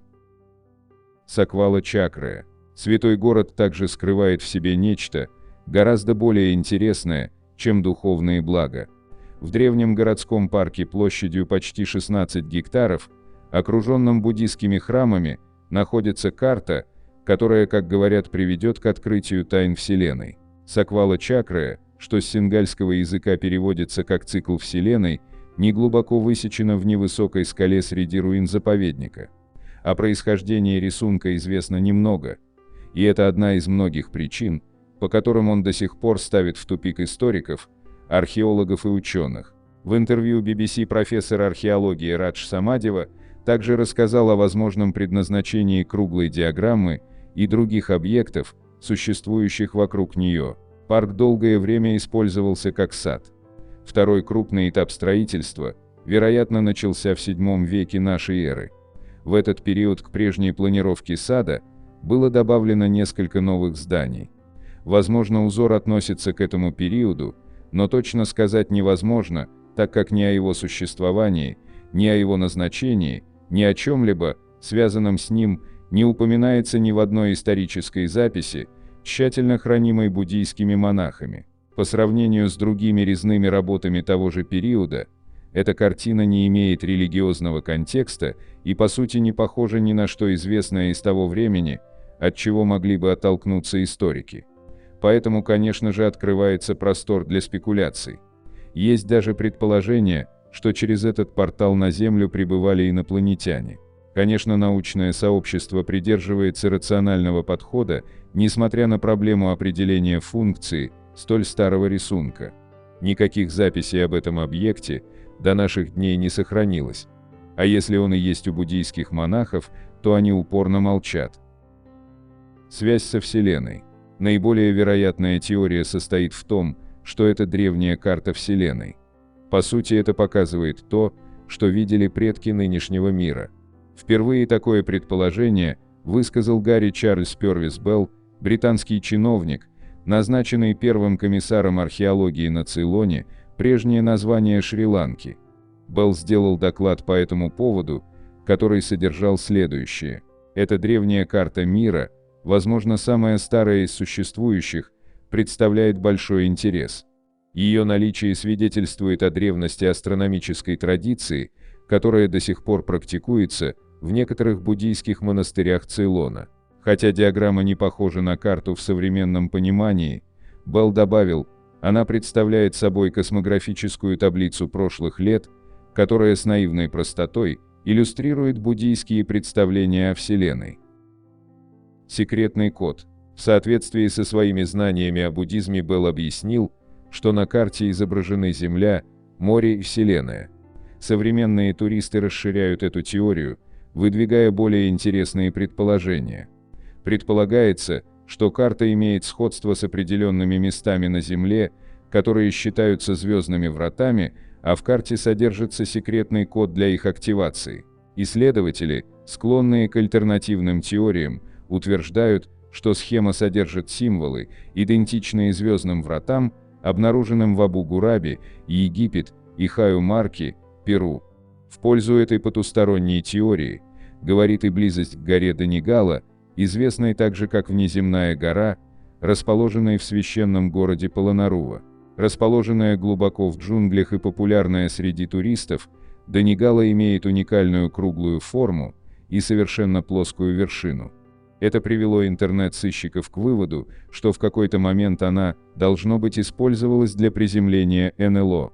Загадочные звездные врата Шри-Ланки по-прежнему окутаны тайной, их назначение и значение до сих пор не раскрыты. Однако культовый статус, который придали им любители теории заговора, наконец-то привлек к ним заслуженное внимание общественности. Благодаря своему энтузиазму и силе социальных сетей, они наконец-то вышли из тени и стали заметны. 47. Пирамиды под Аляской и странные исчезновения. На Аляске есть одно загадочное место с не менее загадочным названием Аляскинский треугольник. Он известен тем, что на его территории периодически пропадают люди. И общее количество пропавших без вести на сегодняшний день уже превысило количество местных жителей. Район треугольника Аляски охватывает сразу несколько американских городов – Джуна, Анкоридж и Барроу. Территория загадочного треугольника очень велика и занимает тысячи километров. Это и озера, и горы, и равнины. Есть тут и местные жители, среди которых племя индейцев Тлингита. У них есть легенды о том, что в этом месте обитает злое человекоподобное существо под названием Куштака. Это существо является то ли духом, то ли оборотнем, имеет человеческое тело и голову выдры. Оно заманивает своих жертв к водоему, издавая при этом женский крик или плач ребенка, затем уносит их с собой навсегда.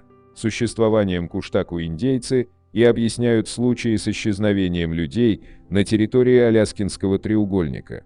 Общее количество пропавших без вести на текущий момент уже достигло цифры 16 тысяч человек. Здесь, как и над знаменитым Бермудским треугольником, пропадают целые самолеты. Один из первых таких случаев произошел в 1950 году. Тогда авиадиспетчеры потеряли связь с самолетом, выполнявшим рейс из Аляски в Техас. На борту самолета было 44 пассажира. На связь он так больше и не вышел, но и обломков его найти не удалось. После этого были зафиксированы такие же случаи пропажи нескольких частных самолетов. В 1972 году здесь пропал еще один самолет, на борту которого находился знаменитый политический деятель. Поэтому поисками самолета занимались очень серьезно. Это были самые масштабные поиски за всю историю Соединенных Штатов. В течение 40 дней всю местность предполагаемого крушения прочесывали 40 военных самолетов. Но поисковикам так и не удалось обнаружить ни обломков самолета, ни останков людей. Некоторые ученые объясняют загадочное исчезновение людей и техники над треугольником Аляски тем, что в этой местности расположена зона сильнейших электромагнитных излучений. Подобные зоны расположены над Бермудским треугольником, на острове Пасхи и в районе египетских пирамид. Эти излучения способны оказывать влияние не только на физические тела, но также вызывать видения и дезориентировать. Также в таких зонах часто наблюдаются поломки техники, что может объяснять и крушение самолетов. Есть еще одна версия относительно происходящего в зоне Аляскинского треугольника. Согласно этой версии, под землей находится погребенная пирамида, и даже не одна. Приверженцы этой теории не знают, кто и когда построил эти пирамиды, но называют их древними. В 1992 году геологи действительно обнаружили здесь огромную подземную пирамиду. Найти загадочный объект удалось совершенно случайно при составлении сейсмической карты данных районов Аляски. Военные тогда вместе с учеными готовились к возможным подземным ядерным испытаниям, которые намеревался проводить Китай. Конечно, долгое время эта информация была засекречена. И только в 2012 году один отставной военный рассказал, что действительно в 50 милях от горы МакКинли была обнаружена подземная пирамида высотой около 350 метров. Находки дали название Темной пирамиды. Она и сейчас контролируется Пентагоном. Но поскольку территория Аляскинского треугольника не ограждена, то люди по-прежнему продолжают здесь исчезать. 48. Чудеса Солнца 1917 года, что на самом деле произошло в Фатиме. О Фатимском чуде наверняка слышали многие. В 1917 году 3 детей из португальского города Фатима сообщили, что к ним явилась Дева Мария, когда они пасли овец. По словам детей, она пообещала им являться в течение полугода 13 числа каждого месяца, а в последний раз 13 октября 1917 года чудо смогут наблюдать и другие люди. Слух об этом быстро разошелся, и к назначенному дню в Фатиму стало съезжаться много людей. В результате, чтобы стать свидетелями явления Девы Марии, собралось около 70 тысяч человек. Правда, явление самой Девы Марии они не увидели, но все равно не остались разочарованы, так как, подняв голову вверх, они увидели то, что впоследствии было названо чудесами Солнца. Чудеса Солнца, что увидели люди в Фатиме. Так как увидеть чудо собралось огромное количество людей, происходившему в Фатиме было много свидетелей. Все они говорят, что Солнце, которое всегда выглядит как яркое и статичное пятно на небе, начало вести себя очень необычно, мчалось к Земле, затем возвращалось в исходное положение, вращалось вокруг себя и производило вспышки разного цвета. Среди свидетелей был профессор науки Хосе Мария де Алмейда Гаррет. По его словам, он заметил, что вокруг все потемнело и приобрело прозрачный фиолетовый цвет. Затем цвет сменился на интенсивный желтый. По его словам, окружающие его люди стали выглядеть так, как будто они болеют желтухой. Его собственные руки приобрели такой же желтый цвет. При этом профессор утверждал, что все эти явления он видел в спокойном, безмятежном состоянии ума. То есть в этот момент он не испытывал никакого эмоционального волнения. Что говорит наука о Фатимском чуде? Если рассуждать логически, можно сказать, что 13 октября 1917 года с Солнцем на самом деле ничего не происходило, в противном случае это явление видели бы люди не только в Фатиме, но и других частях планеты. Более того, никаких странностей не было зафиксировано ни одной обсерваторией, которые постоянно наблюдают за нашей звездой. Но что могло заставить Солнце так себя вести локально? Предположения существуют разные. По мнению сотрудника Ладзинского технологического университета Артура Веровски, люди могли увидеть так называемую солнечную собаку. Это явление, при котором солнечный свет проходит сквозь облако с кристаллами льда, находящееся высоко в атмосфере. Известно, что такие облака способны освещать небо различными цветами из-за наличия в них льда. Однако свидетели, в том числе и представители прессы, рассказывали не только об изменении цвета, но и других странностях, которые происходили с Солнцем. Например, они видели вращение, так сказать, колес Екатерины, орудие смертной казни для колесования, а также, как уже было сказано выше, всевозможные трюки, которые проделывало Солнце на небе. Все это можно объяснить массовой истерией в комбинации с солнечной ретинопатией, то есть ожогом сетчатки глаза из-за длительного наблюдения за Солнцем. По словам профессора Агюста Миссена, сотрудника Института физики Католического университета Лёвена, такое состояние уже наблюдалось у религиозных людей, которые длительное время смотрели на Солнце во время религиозных ритуалов. Например, те же самые оптические эффекты видели 10 тысяч человек, которые длительное время смотрели на Солнце в 1949 году. Надо сказать, что изменение цвета является характерным симптомом солнечной ретинопатии. Но как же движение Солнца по небу? Это явление можно объяснить остаточным изображением. То есть, когда люди переводили взгляд от Солнца в сторону, им казалось, что Солнце движется. В подтверждение этой версии говорит тот факт, что не все присутствующие видели чудеса Солнца. Возможно, эти люди были настроены скептически и длительное время не подвергали свое зрение воздействию яркого света, в отличие от тех, кто поверил детям и заранее был настроен увидеть чудо. Кроме того, ничего необычного не видели жители соседних сел. Сами же свидетели по-разному описывают увиденное. Это неудивительно, если предположить, что все чудеса были просто симптомами солнечной ретинопатии. Тем не менее, споры о фатимском чуде продолжаются по сей день. 49. Загадочные 7500-летние статуэтки, созданные цивилизацией Винчи, демонстрируют контакт с древними инопланетянами. По мнению некоторых археологов, открытие табличек Тертерия считается самой ранее известной письменностью в мире. 3 таблички Тертерия были обнаружены в 1961 году археологом Николаем Власаатом на месте неолита в деревне Тертерия, Румыния. Хотя ученые не смогли определить возраст табличек с помощью метода углеродного датирования, они утверждали, что эти предметы были изготовлены около 7500 лет назад. Исследователи обнаружили похожие объекты с надписями в Греции, Сербии, Болгарии и других частях Европы через некоторое время.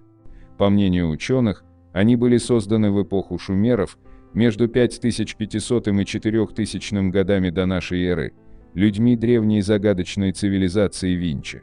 Одни исследователи утверждали, что расшифровать загадочные буквы, найденные в древних таблицах, невозможно, другие считали, что это пиктограммы. Цивилизация Винчи считается крупнейшей доисторической цивилизацией, существовавшей в Европе. Название Винчи произошло от деревни, расположенной на берегу Дуная, где впервые были обнаружены следы этой загадочной культуры. Цивилизация Винчи считается первой культурой в Европе, где помимо сельского хозяйства практиковалась также металлургия. Возможно, это была первая цивилизация в мире, использовавшая медь. Полученные данные свидетельствуют о том, что рабочие, жившие на территории Сербии примерно за сотни лет до любой современной цивилизации, начали использовать инструменты и оружие из меди. Ученые обнаружили, что свидетельства самой ранее известной металлургической обработки и кузнечного дела были начаты 7500 лет назад цивилизацией Винчи в сербском городе Плочник. Народ Винчи был не только мастером ремесел, но и был развитой цивилизацией. Чтобы доказать этот факт, исследователи нашли различные фигурки в виде животных, сделанные Винчами. Кроме того, в каждом доме было специальное место для урны для мусора, дома были оборудованы отоплением, люди спали на ковриках из шерсти или меха, одежду шили из льна. Недалеко от жилых массивов находилось аккуратно устроенное кладбище. Во время раскопок в южном регионе Сербии археологи обнаружили несколько фигурок из глины, изображающих Бога. Они также нашли артефакты, которые имели женские характеристики и выглядели как современное описание инопланетян. Среди этих загадочных фигурок – лица или маски, треугольной формы с большими овальными глазами, удлиненными носами и без каких-либо признаков рта. Некоторые из этих фигурок имели вид полулюдей и полурептилий. Некоторые из этих гуманоидных фигурок изображены в виде богов. Большинство этих странных гуманоидных фигур изображены как божества-хранители, некоторые из них считаются добрыми, а другие – злыми. Зооморфно-антропоморфное изображение – загадка для многих исследователей, но ответа на нее нет. По мнению теоретиков древних космонавтов, это может быть лучшим примером контакта с внеземными существами, пришедшими с других планет. Исследователи проанализировали город и предположили, что этот город можно считать интеллектуальным центром культуры. Обнаруженные археологами артефакты объясняют, что культура Винчи не отставала от других высокоразвитых древних культур того времени. 50. Чандарская плита, артефакт, ставящий под сомнение всю известную историю древнего мира. В начале 90-х годов прошлого века профессору Башкирского государственного университета Александру Чувырову на глаза попалась интересная информация о каменных плитах с высеченными на них древними знаками. Позже, работая в архиве, ученый выяснил, что эти артефакты известны уже довольно давно. Упоминания о них есть в описании уральских геологических экспедиций XVII века.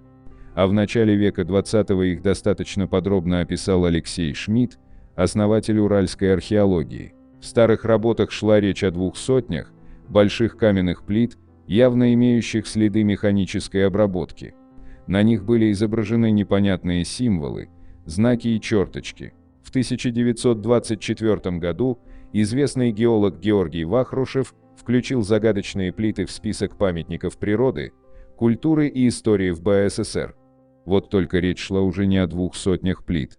Академик писал про 6 камней с высеченными на них странными знаками. Место их нахождения предполагалось близ деревни Чиндар. Все это настолько заинтересовало профессора Чувырова, что в 1998 году он организовал археологическую экспедицию. Он предполагал, что примерные размеры плит должны быть сопоставимы с древнейшими мегалитами, потому сделал упор на съемку с вертолета. Однако этот подход не увенчался успехом. Артефакты обнаружить не удалось. В последний день неудачной экспедиции профессор обмолвился о целях поиска в разговоре с председателем местного сельсовета. Каково же было удивление ученого, когда в ответ на это его отвели к старому дому, где предъявили уникальный каменный артефакт. Непонятные символы сразу бросились в глаза ученому. Председатель рассказал, что его дом был построен еще до революции, а раньше на этом месте была старая кузня. Так что каменная глыба весом больше тонны досталась тому в наследство вместе с недвижимостью. Я уже когда с армии пришел, стал присматриваться к ней. Смотрю, полосы какие-то чудные, выемки и знаки. Природа такие сделать не может, а вот человек, ну не знаю. Пытался ее как-то и молотком, и зубилом, не царапается и все тут. Древний артефакт имел размеры 1 на 1,5 метра, при толщине 16 сантиметров. Самое важное было то, что он был полностью покрыт глубокими бороздками и знаками. Профессор сразу определил, что перед ним скорее всего древняя карта. Подробное изучение находки показало, что в рисунке периодически повторяется угол в 56 градусов. Профессор сопоставил это с широтой Башкирии и сделал догадку, которая позже подтвердится. Перед ним лежала карта юга Башкирии.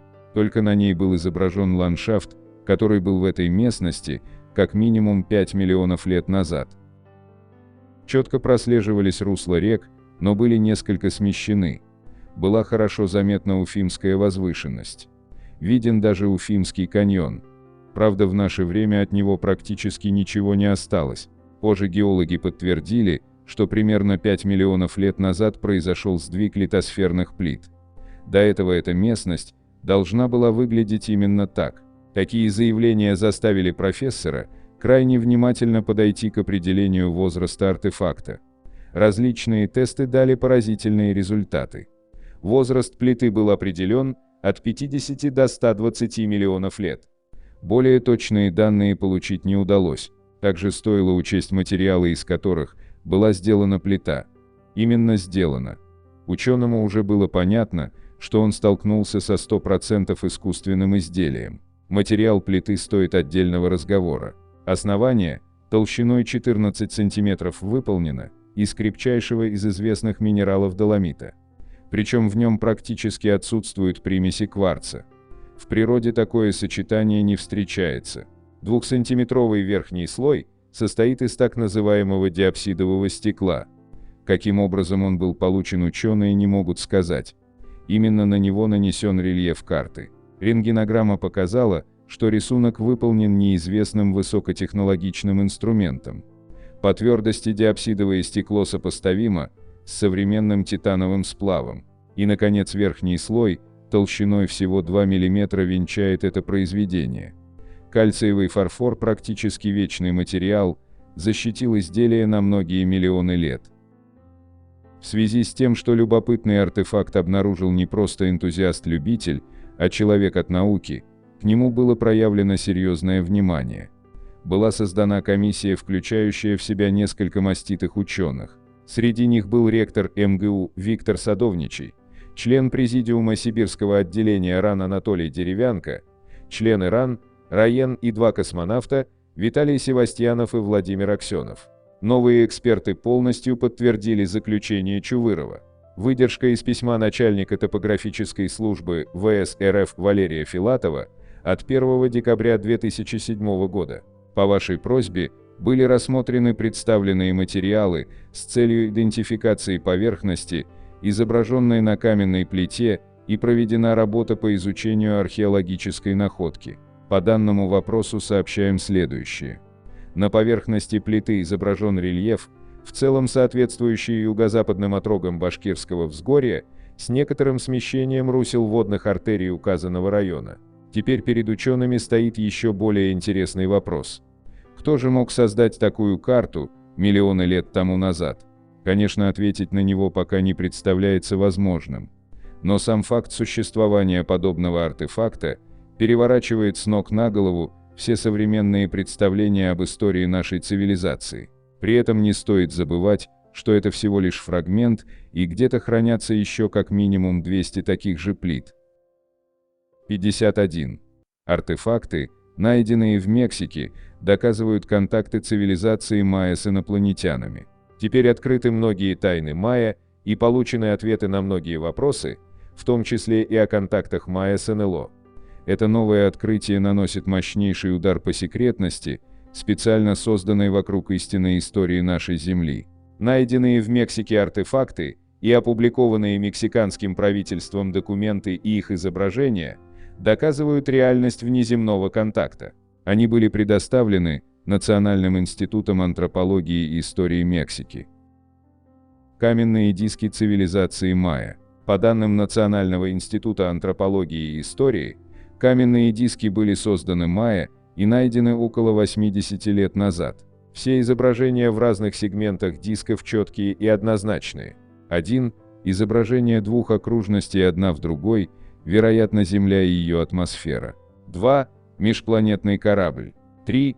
Предполагают, что это астероид, движущийся в направлении Земли. 4. Летательный аппарат, специально разработанный для поражения или отклонения кометы. 5. Предположительно астронавт, управляющий полетом. 6. Интеллектуальный корабль, управляемый человеком. Также внеземные контакты майя доказывает комплекс пирамид на территории Мексики. Наибольший интерес представляет их подземная часть с большим количеством тайных комнат. В них были найдены изделия, которые майя не могли изготовить при имеющихся у них на тот момент технологиях. Там же найдены изображения длинных существ с раскосыми глазами и рисунки летательных аппаратов, похожих на тарелки. Календари и рукописи. Многие люди верят, что инопланетяне посещали майя, так как один из божеств Кукулькана, вероятно, был галактическим посетителем Земли. Он научил майя сельскому хозяйству, математике, медицине и астрономии. Иначе, как еще можно объяснить календарь майя, по которому и по сей день можно точно предсказать лунное затмение, потратив на расчеты 30 секунд. Майя уже знали о планетах, которые тогда еще не были обнаружены, а были открыты лишь несколько веков спустя. Они были первой цивилизацией, применившей ноль в математике. Интересно, что Кукулькана в рукописях майя описывали как белого человека, имевшего светлые волосы и голубые глаза, в то время как другие упоминания описывали африканский тип человека. Это дает право утверждать, что наша цивилизация была привнесена на Землю из разных звездных наций. Гибель цивилизации майя началась в 1521 году, когда Эрнан Кортес, финансируемый римско-католической церковью, начал завоевание Юкатана испанцами и вторгся на территорию майя. Кортес считал майя язычниками, и по его приказу конкистадоры совершали набеги на здания индейцев. Они уничтожали, сжигали книги, биографии, музыкальные, исторические, генеалогические работы, тем самым разрушая все следы этой великой цивилизации. Согласно исследованиям Друнвала Митхиседека, в подвале музейной библиотеки были обнаружены около 1000 рукописей древних индейцев. Большинство ученых считали, что все они, кроме 4 рукописей, были уничтожены. Это является ярким примером того, как долго обманывали общественность. Если испанцы якобы уничтожили все книги, рукописи и тексты индейцев, то почему тогда существует такое произведение, доступное для просмотра в музее, как Дрезденский кодекс Майя? Многие из книг Майя, которые считались сожженными, на самом деле не были сожжены. Например, часть реликвий Майя, после раздела их территории между испанцами и португальцами, была доставлена в Ватикан.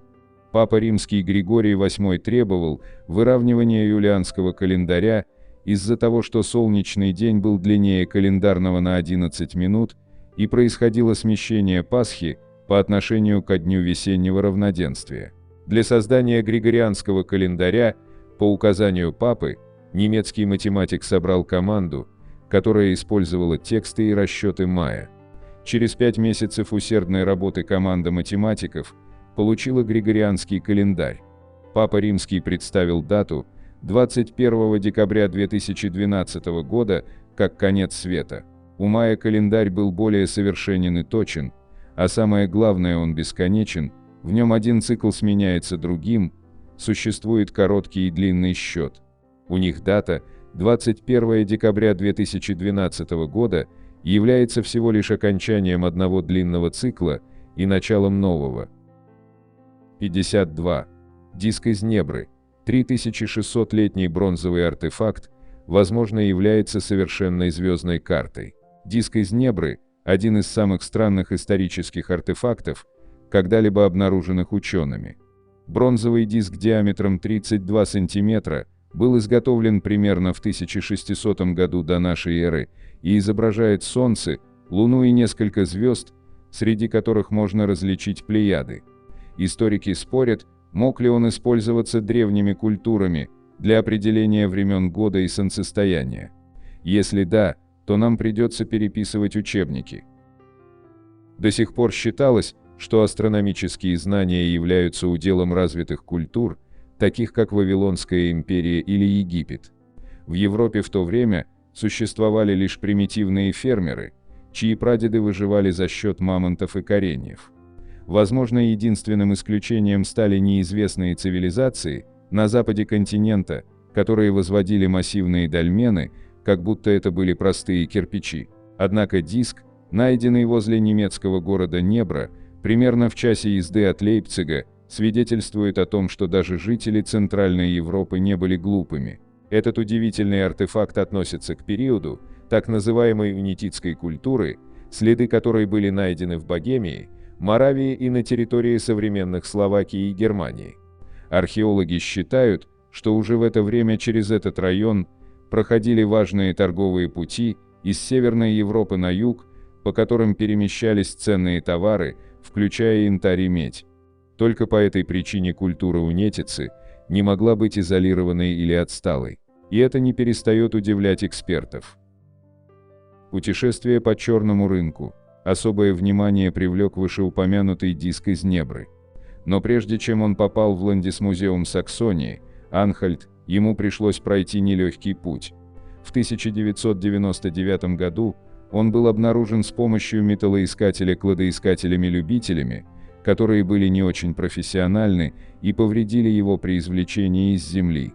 Диск был частью крупного клада, состоящего из бронзовых мечей, топоров и сломанных браслетов. Вскоре искатели выяснили, что не смогут законно продать эти предметы, поскольку древние сокровища по закону являются собственностью государства, поэтому они попытались предложить их частному швейцарскому коллекционеру по цене $400 000. Но коллекционер оказался замаскированным полицейским, который немедленно арестовал нелегальных кладоискателей. Только после этого путешествия сокровища и диск наконец-то попали в руки настоящих экспертов.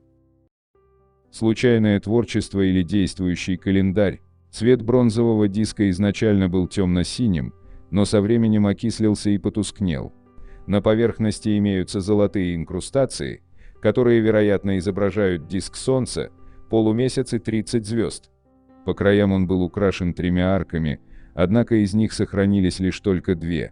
Именно эти арки представляют собой самую большую загадку для археологов, поскольку неясно, что они должны были изображать. Согласно одной из точек зрения, они могли быть мифической колесницей, на которой Солнце переезжает с одной стороны неба на другую. Профессор Вольфхард Шлоссер из университета Бохума предложил более интересное объяснение. Когда он измерил угол между парой сохранившихся сводов, то получил угол 82 градуса. Это тот же угол, под которым Солнце проходит над горизонтом во время летнего и зимнего солнцестояний в этом поясе Центральной Европы. Поэтому Шлоссер считает, что диск Небра служил календарем и индикатором года. Это означает, что центральноевропейские аграрные общины Бронзового века были гораздо более развитыми и сложными, чем предполагалось ранее. Таинственные Плеяды. Также примечательно скопление из 7 звезд в верхней правой части солнечного диска. По мнению ученых, это, вероятно, были Плеяды, из которых сегодня невооруженным глазом видны только 6 звезд, но 7-я светила гораздо ярче в античные времена и упоминалась древними греками. Это звездное скопление играло большую роль во многих древних культурах. В зависимости от того, на какой стороне неба оно всходило, крестьяне начинали сезон посева или сбора урожая. Разумеется, не безинтересно, что на восточной стороне Плеяды в Древней Европе восходили в начале ноября во время Дня всех усопших или Хэллоуина, возвещая нашим предкам о наступлении сезона мрака и смерти. Таким образом, эти астрономические явления и связанные с ними календарные циклы, вероятно, были известны и жителям Центральной Европы еще в Железном веке. Изготовив диск, мастера того времени даже стали первооткрывателями. Это самое древнее изображение неба из когда-либо обнаруженных. После диска из Небры следует фреска звездных часов, найденная в гробнице в египетских Фивах, которая датируется 1463 годом до нашей эры. 53. Могут ли осьминоги быть пришельцами с другой планеты?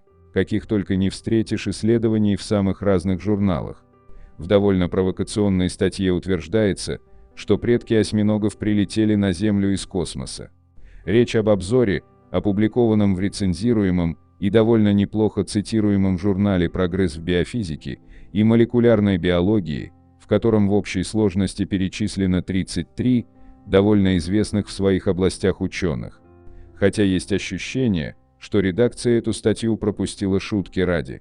Если кратко, то делается довольно простое утверждение о том, что на направление эволюции на Земле существенно повлияла биохимия, которая зародилась за ее пределами.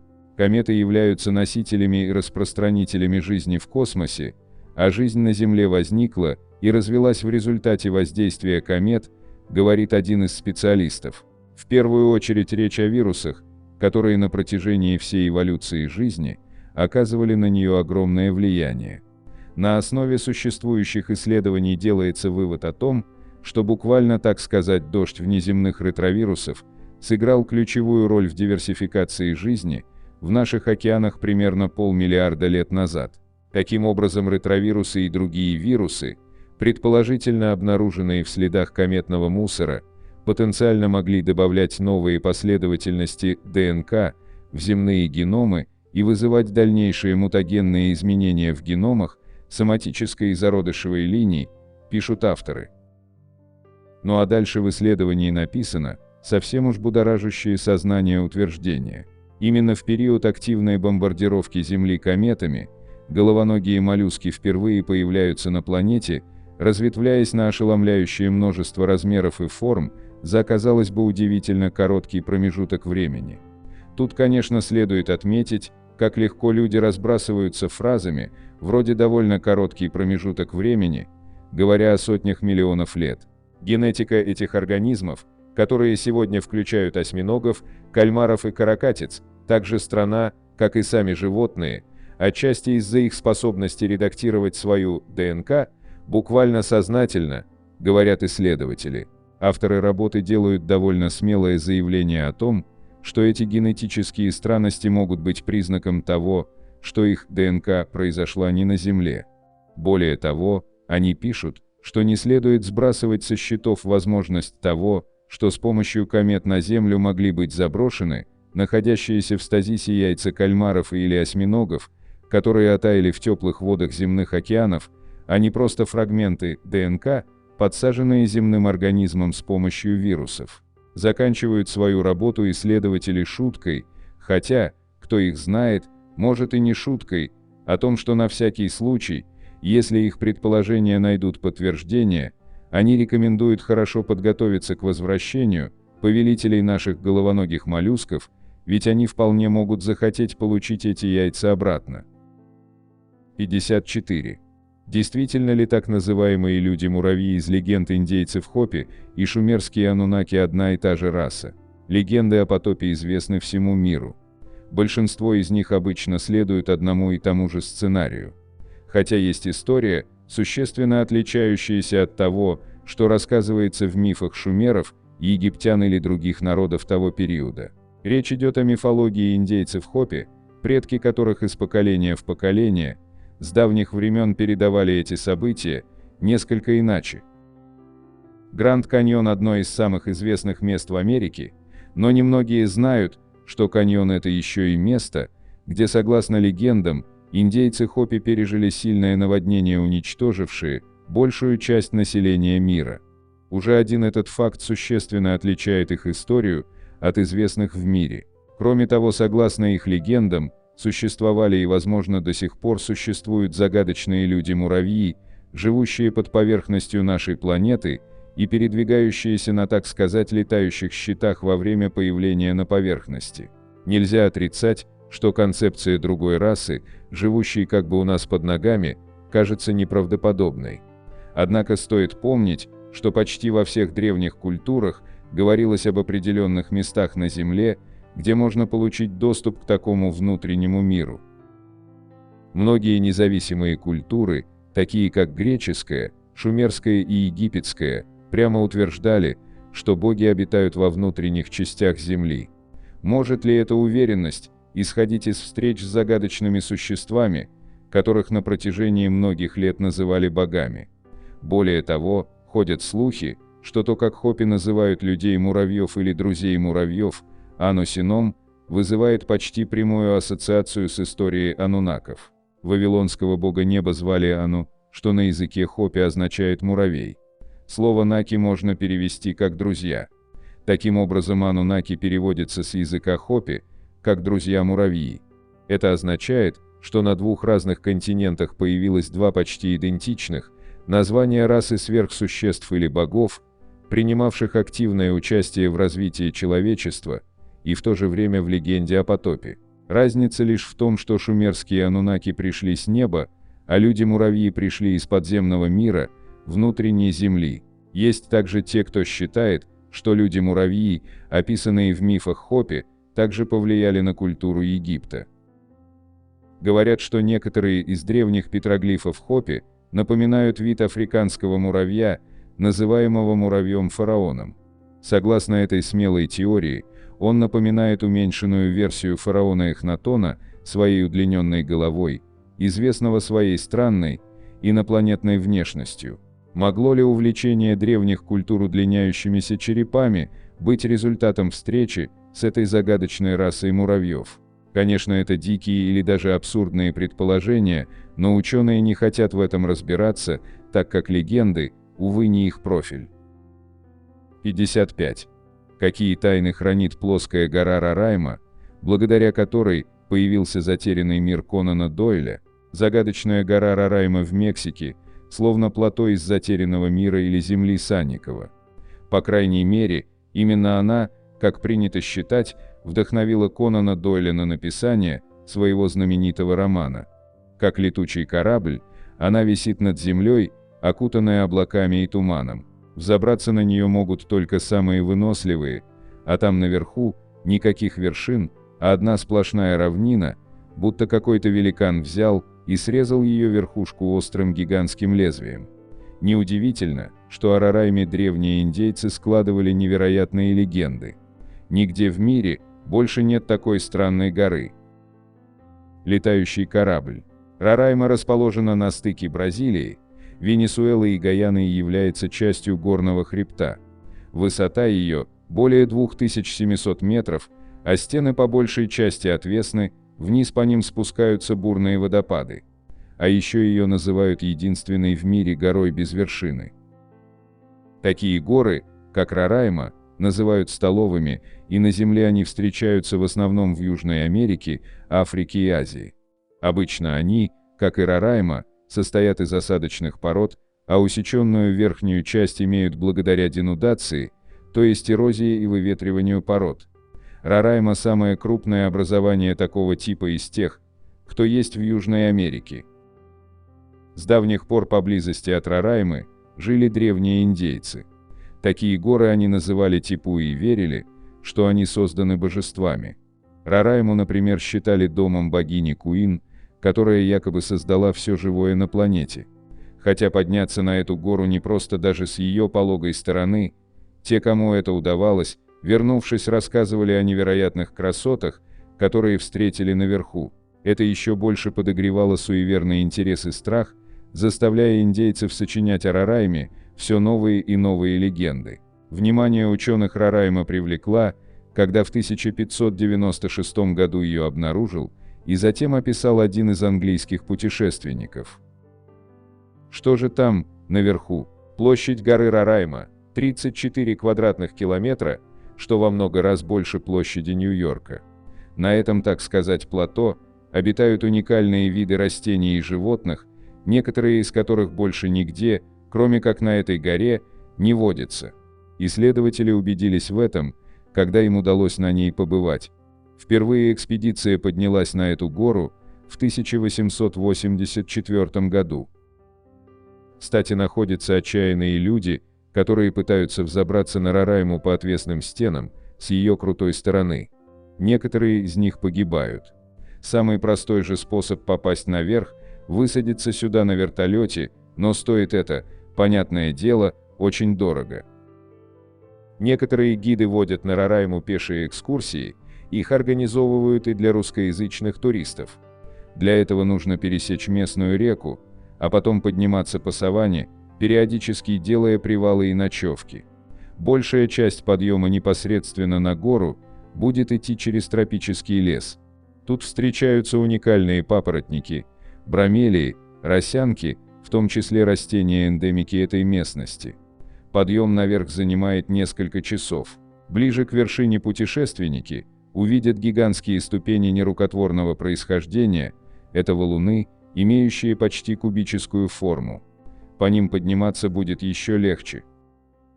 На самом деле поверхность Рараймы не совсем плоская. На ней есть и холмы, и болотца, и речки, и озерца, в прозрачной воде которых, если температура позволяет, можно искупаться. А еще она вся испещрена расселинами, некоторые из которых довольно широкие, поэтому туристам желательно не ходить по плато в темное время суток, чтобы не провалиться вниз. Жабы на горе сворачиваются клубком. Из животных на Рарайме можно встретить капибар и других более мелких грызунов, а также насух, ящериц, лягушек. Некоторые нигде больше не встречаются. Один из эндемиков – гвианский орликин. Это маленькая жаба, которая не может ни прыгать, ни плавать, при этом способна в случае опасности сворачиваться клубком и скатывается в щель между камней. Также интересно, что многие насекомые и животные, например, тот же гвианский орликин, и птицы тут имеют черный окрас. На плато можно увидеть множество видов растений, папоротники, орхидеи, кувшинки и так далее. Деревьев же здесь не так много, потому что это место часто страдает от молний. Кстати, здесь много плотоядных растений, которые питаются насекомыми, росянка рараймская, пузырчатка, гелиамфора. А еще на горе есть своя достопримечательность, которую называют окном Рараймы. Это смотровая площадка, с которой открывается невероятный вид как на Гранд-Саванну, так и на соседнюю столовую гору Кукинан. Впрочем, оставаться здесь надолго не стоит. На Рарайме часты дожди и грозы, которые, как уже говорилось, чреваты ударами молний именно в плоскую поверхность горы. Людям, попавшим на гору, Запрещается оставлять здесь мусор и что-либо отсюда уносить с собой, ведь Рарайма является частью заповедной территории Национального парка Канаима, охраняемого законом. Загадки и мифы. Когда на гору поднялась первая экспедиция, ученые обнаружили на поверхности останки животных, которые идентифицировать не смогли, видимо, их нет нигде больше в мире, а здесь они жили много веков назад и потом вымерли, а еще наскальные рисунки. Кто их нанес, остается загадкой. Также говорят, что участники той экспедиции заблудились в тумане и не могли выбраться. Возвращались же вниз, как им показалось, несколько недель. Когда же они спустились, выяснилось, что они не возвращались 4 года. Получается, что на горе как-то по-другому воспринимается время.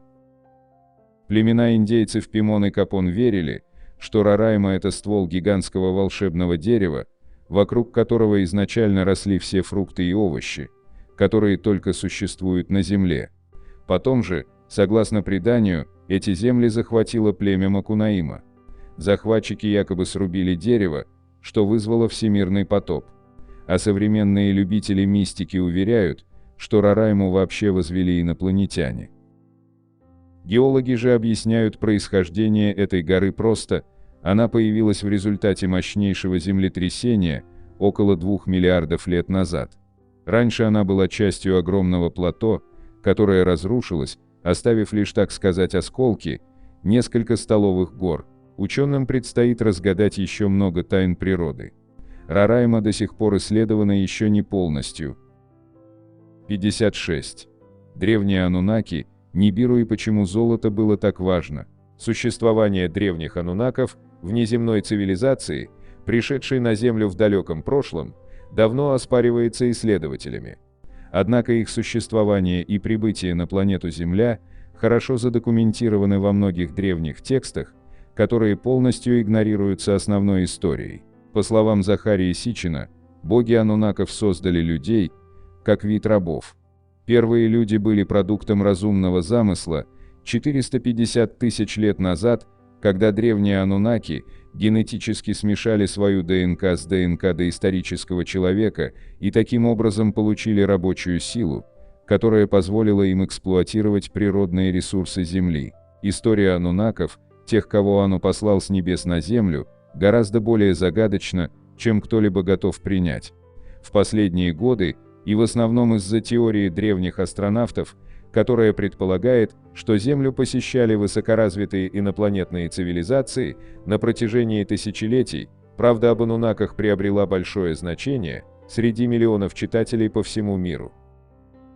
Доказательства присутствия ануннаков на древних глиняных табличках.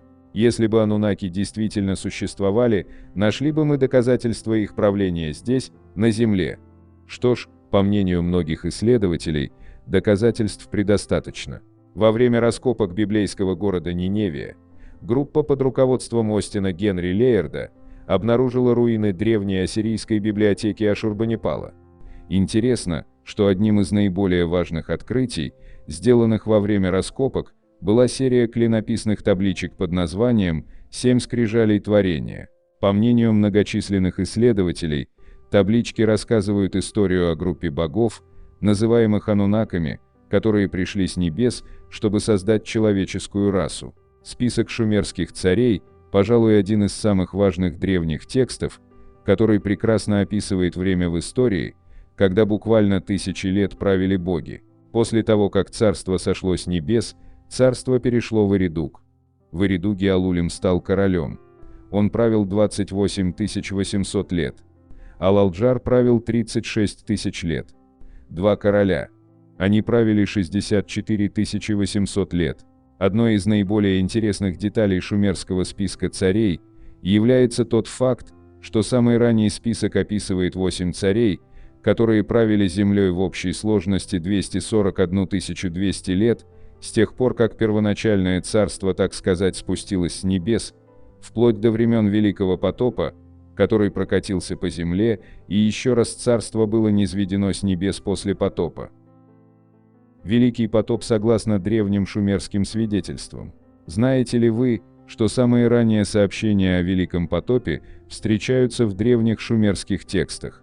Согласно древним шумерам, Ириду, современный Абу-Шахрейн, Ирак, считался первым, когда-либо созданным городом и домом великого бога Энки. Считается, что город был основан около 5400 года до нашей эры. Книга Бытия Ириду, которая, как считается, была составлена около 2300 года до нашей эры, является самым ранним известным описанием Великого потопа, предшествовавшего более популярному Великому потопу, описанному в библейской книге Бытия. Ириду Бытие – это сказка, в которой боги проинструктировали Утнапиштима построить большой корабль и собрать внутри семя жизни. В 150 километрах к западу от порта Мапуту, в Южной Африке, мы находим то, что многие сегодня называют одним из первых крупных древних мегаполисов ануннаков. Согласно первоначальным тестам, площадь более 1500 квадратных километров является свидетельством существования гигантских доисторических городов, принадлежавших неизвестной древней цивилизации, населявшей этот район в далеком прошлом, в то время, когда основные ученые говорят нам, развитые цивилизации не населяли Землю. По словам Майкла Теллингера, одного из первых исследователей, исследовавших руины в Южной Африке, открытие настолько невероятно, что потребует полного изменения парадигмы в том, как мы смотрим на нашу историю человечества. Теллингер предполагает, что этот удивительный древний город является частью еще более крупного сообщества, площадью около 10 тысяч квадратных километров, и считается, что он был построен за 160 200 тысяч лет до Рождества Христова. Нибиру и золото – спасение родной планеты древних ануннаков. Однако что насчет Нибиру? Более того, почему древние ануннаки пришли именно на Землю в далеком прошлом? В 1976 году покойный Захария Сичин поднял спор, опубликовав свою книгу «12-я планета». В этой и последующих книгах Сичин представил свои переводы древних шумерских текстов, которые рассказывают невероятную историю о происхождении человечества на Земле, истории, которые полностью отличаются от тех, которые большинство из нас изучали в школе. Нибиру – мифическая планета, расположенная на окраинах нашей Солнечной системы. Это гигантская родная планета ануннаков, и она была обречена, и единственное, что могло спасти планету – золото. Сичин выдвинул гипотезу, что ануннаки пришли с Нибиру, эллиптическая орбита которой составляет 3600 лет, чтобы добывать золото на Земле. Минералы и ресурсы планет истощались, особенно золото. Родной планете ануннаков требовалось золото в атмосфере, которая исчезла. Именно поэтому они пришли на нашу планету, чтобы добыть золото и забрать его на свою родную планету. Знаете ли вы, что золото отражает инфракрасный свет? Инфракрасный свет – это свет, которого вы не видите, но на самом деле, взаимодействуя с ним в виде тепла, излучение взаимодействует с нашими молекулами и заставляет их вибрировать быстрее. Не только в древнем Шумере, но и в древней цивилизации по всему миру золото занимало особое место в своем обществе. Являются ли рассказы о древних ануннаках всего лишь древней мифологией? Являются ли они настоящей инопланетной расой, посетившей Землю тысячи лет назад? На эти вопросы пока нет однозначного ответа. 57. Лемурия, гора Шаста и внеземная связь. Говорят, что затерянный континент Лемурия находится где-то рядом с Индийским и Тихим океанами. Однако некоторые теоретики древних инопланетян считают, что Лемурия вовсе не была континентом, а скорее гигантским материнским кораблем в Индийском океане, и что материнский корабль просто покинул Землю после Великого потопа. Из-за огромных размеров материнского корабля древние люди могли подумать, что это большой остров или континент, хотя другая теория состоит в том, что Лемурия затонула в океане из-за сдвига полюсов, но никаких признаков этого нет. В самом начале можно правильно сформулировать вопрос, какое это имеет отношение к горе Шаста в Калифорнии. Так вот, согласно легенде, последние лемурийцы мигрировали в подземные пещеры горы Шаста, и позже многие люди сообщали, что видели мистических существ в странных одеждах, выходящих из пещер. Говорят, что они высокие, для них характерен орган или устройство на лбу, похожее на третий глаз и бледная кожа. В 1962 году Роджер Хеммингс и группа отдыхающих сказали, что видели, как трое мужчин в плащах вышли из пещеры и спустились с горы, паря в 2 футах от земли. У всех 3 существ был третий глаз на лбу. Путешественники также утверждают, что в пещерах слышны звуки механизмов, иногда человеческие стоны, а иногда и крики. Объяснение этому, согласно одной из теорий, может заключаться в том, что внутри горы Шаста находится подземная база НЛО, потому что, согласно сообщениям, неопознанные летающие объекты входят и выходят из этой мистической горы, и другие теоретики также поддерживают эту линию мысли, говоря, что гора Шаста, как и многие другие вулканы, содержит энергию, необходимую для зарядки НЛО. Углубляясь в тайны, интересная история гласит, что Джейси Браун, британский исследователь, нанятый горнодобывающей компанией Лорд Каудрой в Англии, утверждает, что вошел в пещеру и нашел много различных щитов, золота и мумий. Джейси Браун исчез после того, как он об этом заявил, и больше его никто не видел. Неизвестный источник также утверждал, что видел, как снежный человек ходил вокруг разбившегося НЛО в то же время, когда они были свидетелями появления НЛО возле горы Шаста. Снежный человек, кажется, имеет сильную связь с НЛО, поэтому теоретики думают, что снежный человек может быть инопланетным экспериментом и что они могут жить в близлежащих пещерах. На горе Шаста есть множество пещер, которые могли бы стать идеальным убежищем для такого сообщества бигфутов. Было 3 свидетеля Бигфута на горе Шаста. Бигфут сидел на высоком дереве, когда 3 отдыхающих заметили это существо. Существо спрыгнуло и так напугало отдыхающих, что они, побросав все свои вещи, бросились к своей машине.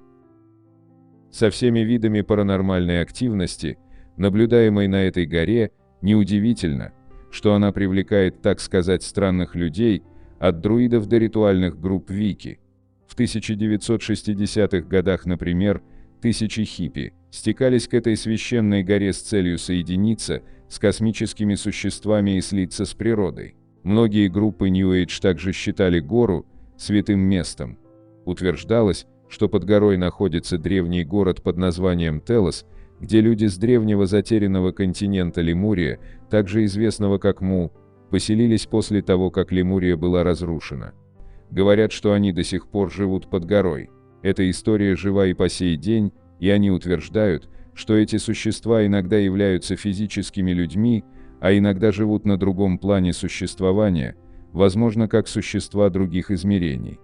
Тем не менее, история Телоса на самом деле происходит из вымышленного романа «Обитатель 2 планет», написанного в 1800-х годах писателем Оливером Фредериком Спенсером. Спустя десятилетия, в 1930-х годах, тайное общество, известное как розенкрейцеры, также популяризировало веру в то, что продвинутые лемурийцы жили под горой Шаста. Одним из таких розенкрейцеров был Пол Дейл Робертс. Когда его группа проводила исследования на горе Шаста, одна из его экстрасенсов сказала ему сфотографировать ее, она почувствовала что-то рядом. Когда он посмотрел на фотографию, он увидел серебряный диск НЛО, наклоненный в небе за ней. Есть также распространенные истории о том, что линзообразные облака на горе Шаста иногда естественны, но иногда материнский корабль НЛО покрывается облачным паром и выглядит как линзовидное облако. Шарлотта Стентон, например, утверждает, что наблюдала линзовидное облако на горе Шаста и, наблюдая за ним какое-то время, увидела в облаках очертания большого серебряного корабля. В любом случае, абсолютно точно, что на горе Шаста и вокруг нее слишком много необъяснимых вещей и загадок, так что там должно быть что-то не от мира сего. 58. НЛО над Древним Египтом. Раскрытие истории папируса Тули. Так называемый папирус Тули – это загадочный текст, который некоторые рассматривают как первый письменный отчет о наблюдении НЛО. В этом египетском тексте записано событие, которое предположительно произошло во времена 18-й династии около 1480 года до нашей эры. Итак, вопрос о папирусе Тули таков: может ли это быть доказательством существования инопланетян? Древний Египет известен многими вещами, такими как его невероятно богатая и древняя культура, его удивительная цивилизация, а также его очень таинственными божествами и некоторыми из самых необычных историй древнего мира. Одна из таких странных и малоизвестных историй связана с древнеегипетским документом под названием «Папирус Тули».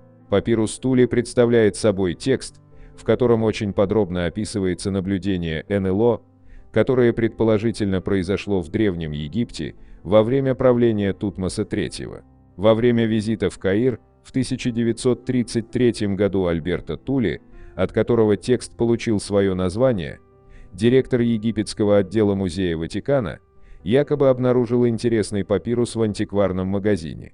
Тули якобы решил, что папирус слишком дорогой, чтобы его покупать, поэтому он просто сделал копию оригинального фрагмента, который затем был скопирован заново. При этом первоначальный иератический шрифт почему-то записали иероглифами, факт, который заставляет оспаривать его подлинность. Тем не менее, Альберто Тули и его предполагаемый папирус стали хитом в фольклоре, связанном с НЛО, и многие уфологи используют его как неоспоримый источник инопланетного существования. Считается, что это одна из самых ранних известных записей о флотилии летающих тарелок. Несмотря на то, что папирус был серьезно поврежден и содержал несколько пробелов, решительный принц Борис де Рошевильц сумел перевести его и заявил, что папирус был частью аналов Тутмоса III. Однако в этой истории есть досадная деталь. В древнем тексте фараон не упоминается по имени, что делает ситуацию еще более подозрительной и запутанной. Переводы папируса Тули. Существует два перевода древнеегипетского текста, один выполнен принцем Борисом де Рошевильцем, а другой – антропологом Седриком Леонардом.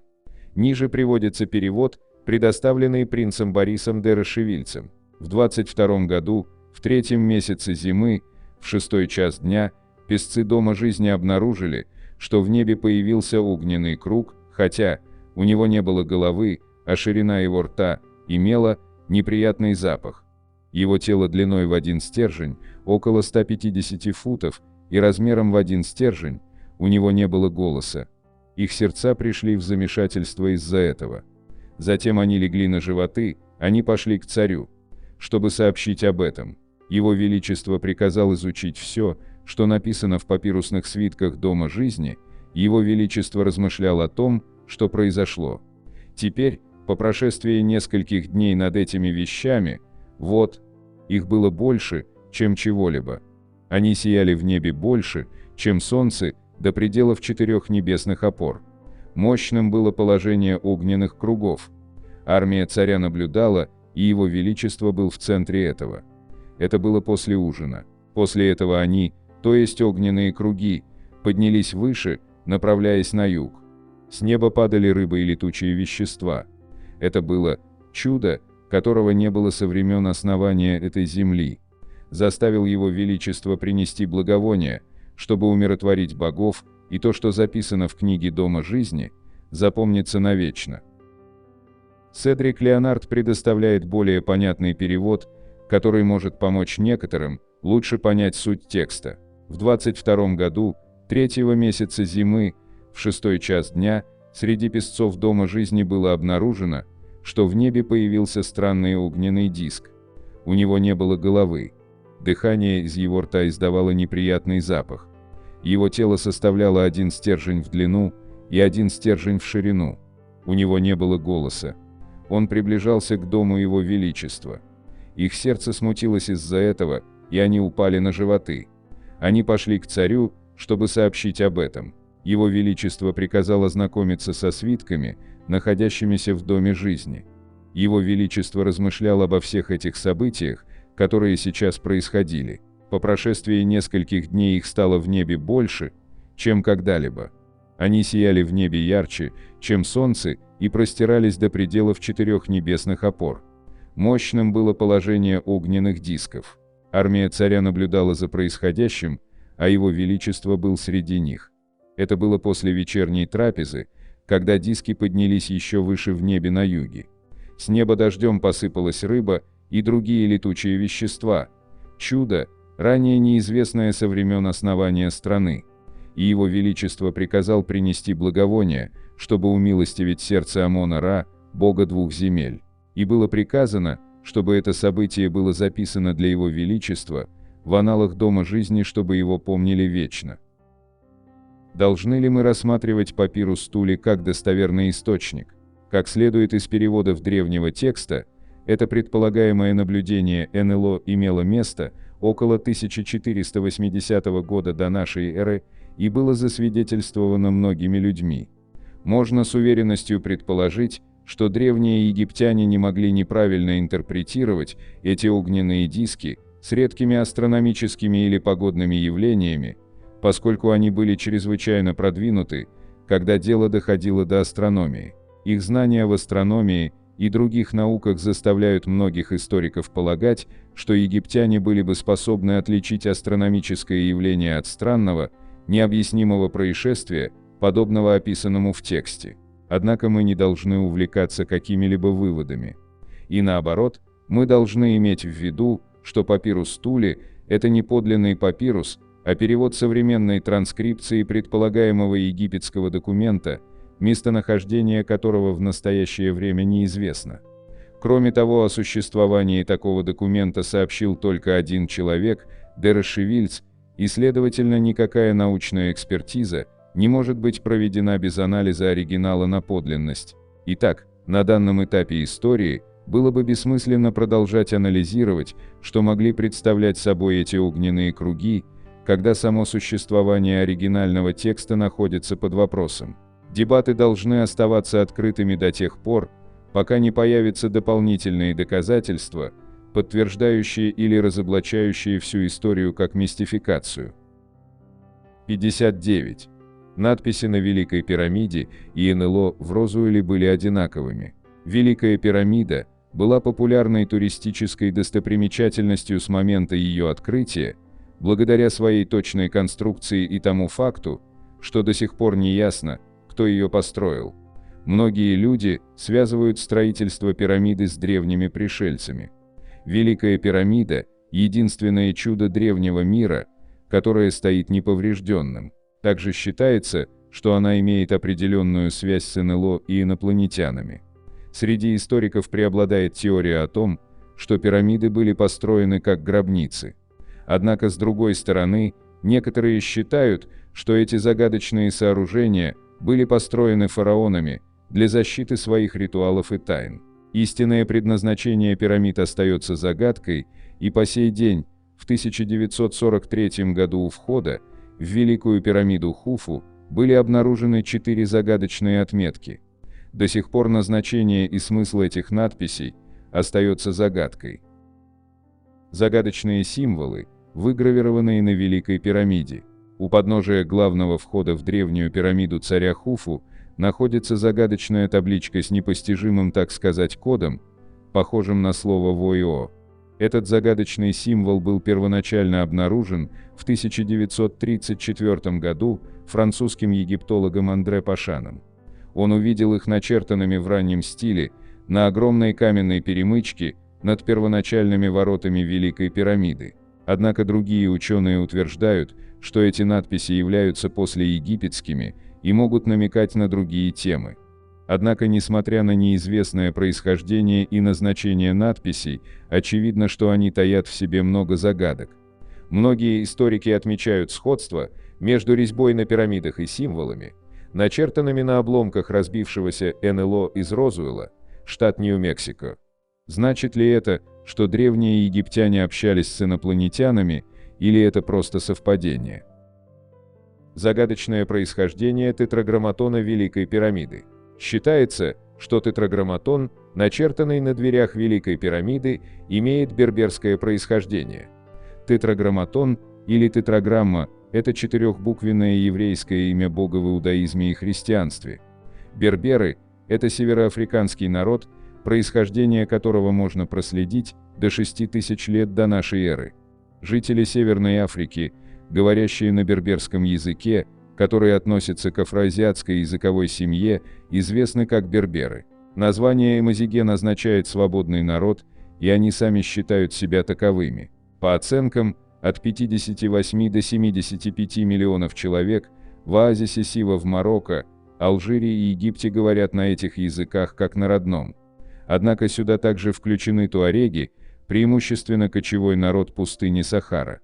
Короче говоря, эти символы на древних пирамидах являются древними и загадочными, и больше нигде на египетских объектах они не встречаются. Как указано в книге Хуана Хесуса Вальеха «Краткая история Древнего Египта», надпись состоит из 4 букв, идущих слева направо. Ви – круг, разделенный горизонтальной линией, параллельная горизонтальная полоса и, наконец, еще один круг, разделенный 2 вертикальными линиями. Перевести эти 4 буквы нелегко, поскольку они могут читаться справа налево и наоборот. Более того, никто точно не знает, как был написан разговорный язык 1000 лет назад. Однако его корни остались в современном берберском языке Северной Африки, и именно с помощью этого, так сказать, эмбрионального языка можно получить первоначальный смысл. В надписях стоят слева направо буквы D, B, Q и B, образуя 2 слова, производные от DB и QB. Фонемы, получившиеся в результате этой операции, дуба и гбут. Первое слово означает «заботиться о себе» и является разговорным выражением, означающим принимать вещи такими, какие они есть. Второе, игбут, переводится как «купол», накрывающий гробницу святого и является значимым само по себе. Поскольку религией берберов сегодня является ислам, чтобы понять истинное значение этих выражений, необходимо сначала осознать, что смысл вышеупомянутых терминов был исламизирован. Однако если перенести смысл на 1000 лет назад, то можно сделать вывод, что в Великой пирамиде был захоронен некий божественный дух или божество. Карта к скрытым камерам в Великой пирамиде. Тщательное исследование этого символа может раскрыть загадочную истину. Описанный как купол, скрывающий гробницу святого, его место захоронения предположительно находится недалеко от вершины пирамиды. Однако это далеко не единственное свидетельство, подтверждающее гипотезу о наличии в пирамиде нескольких тайных камер.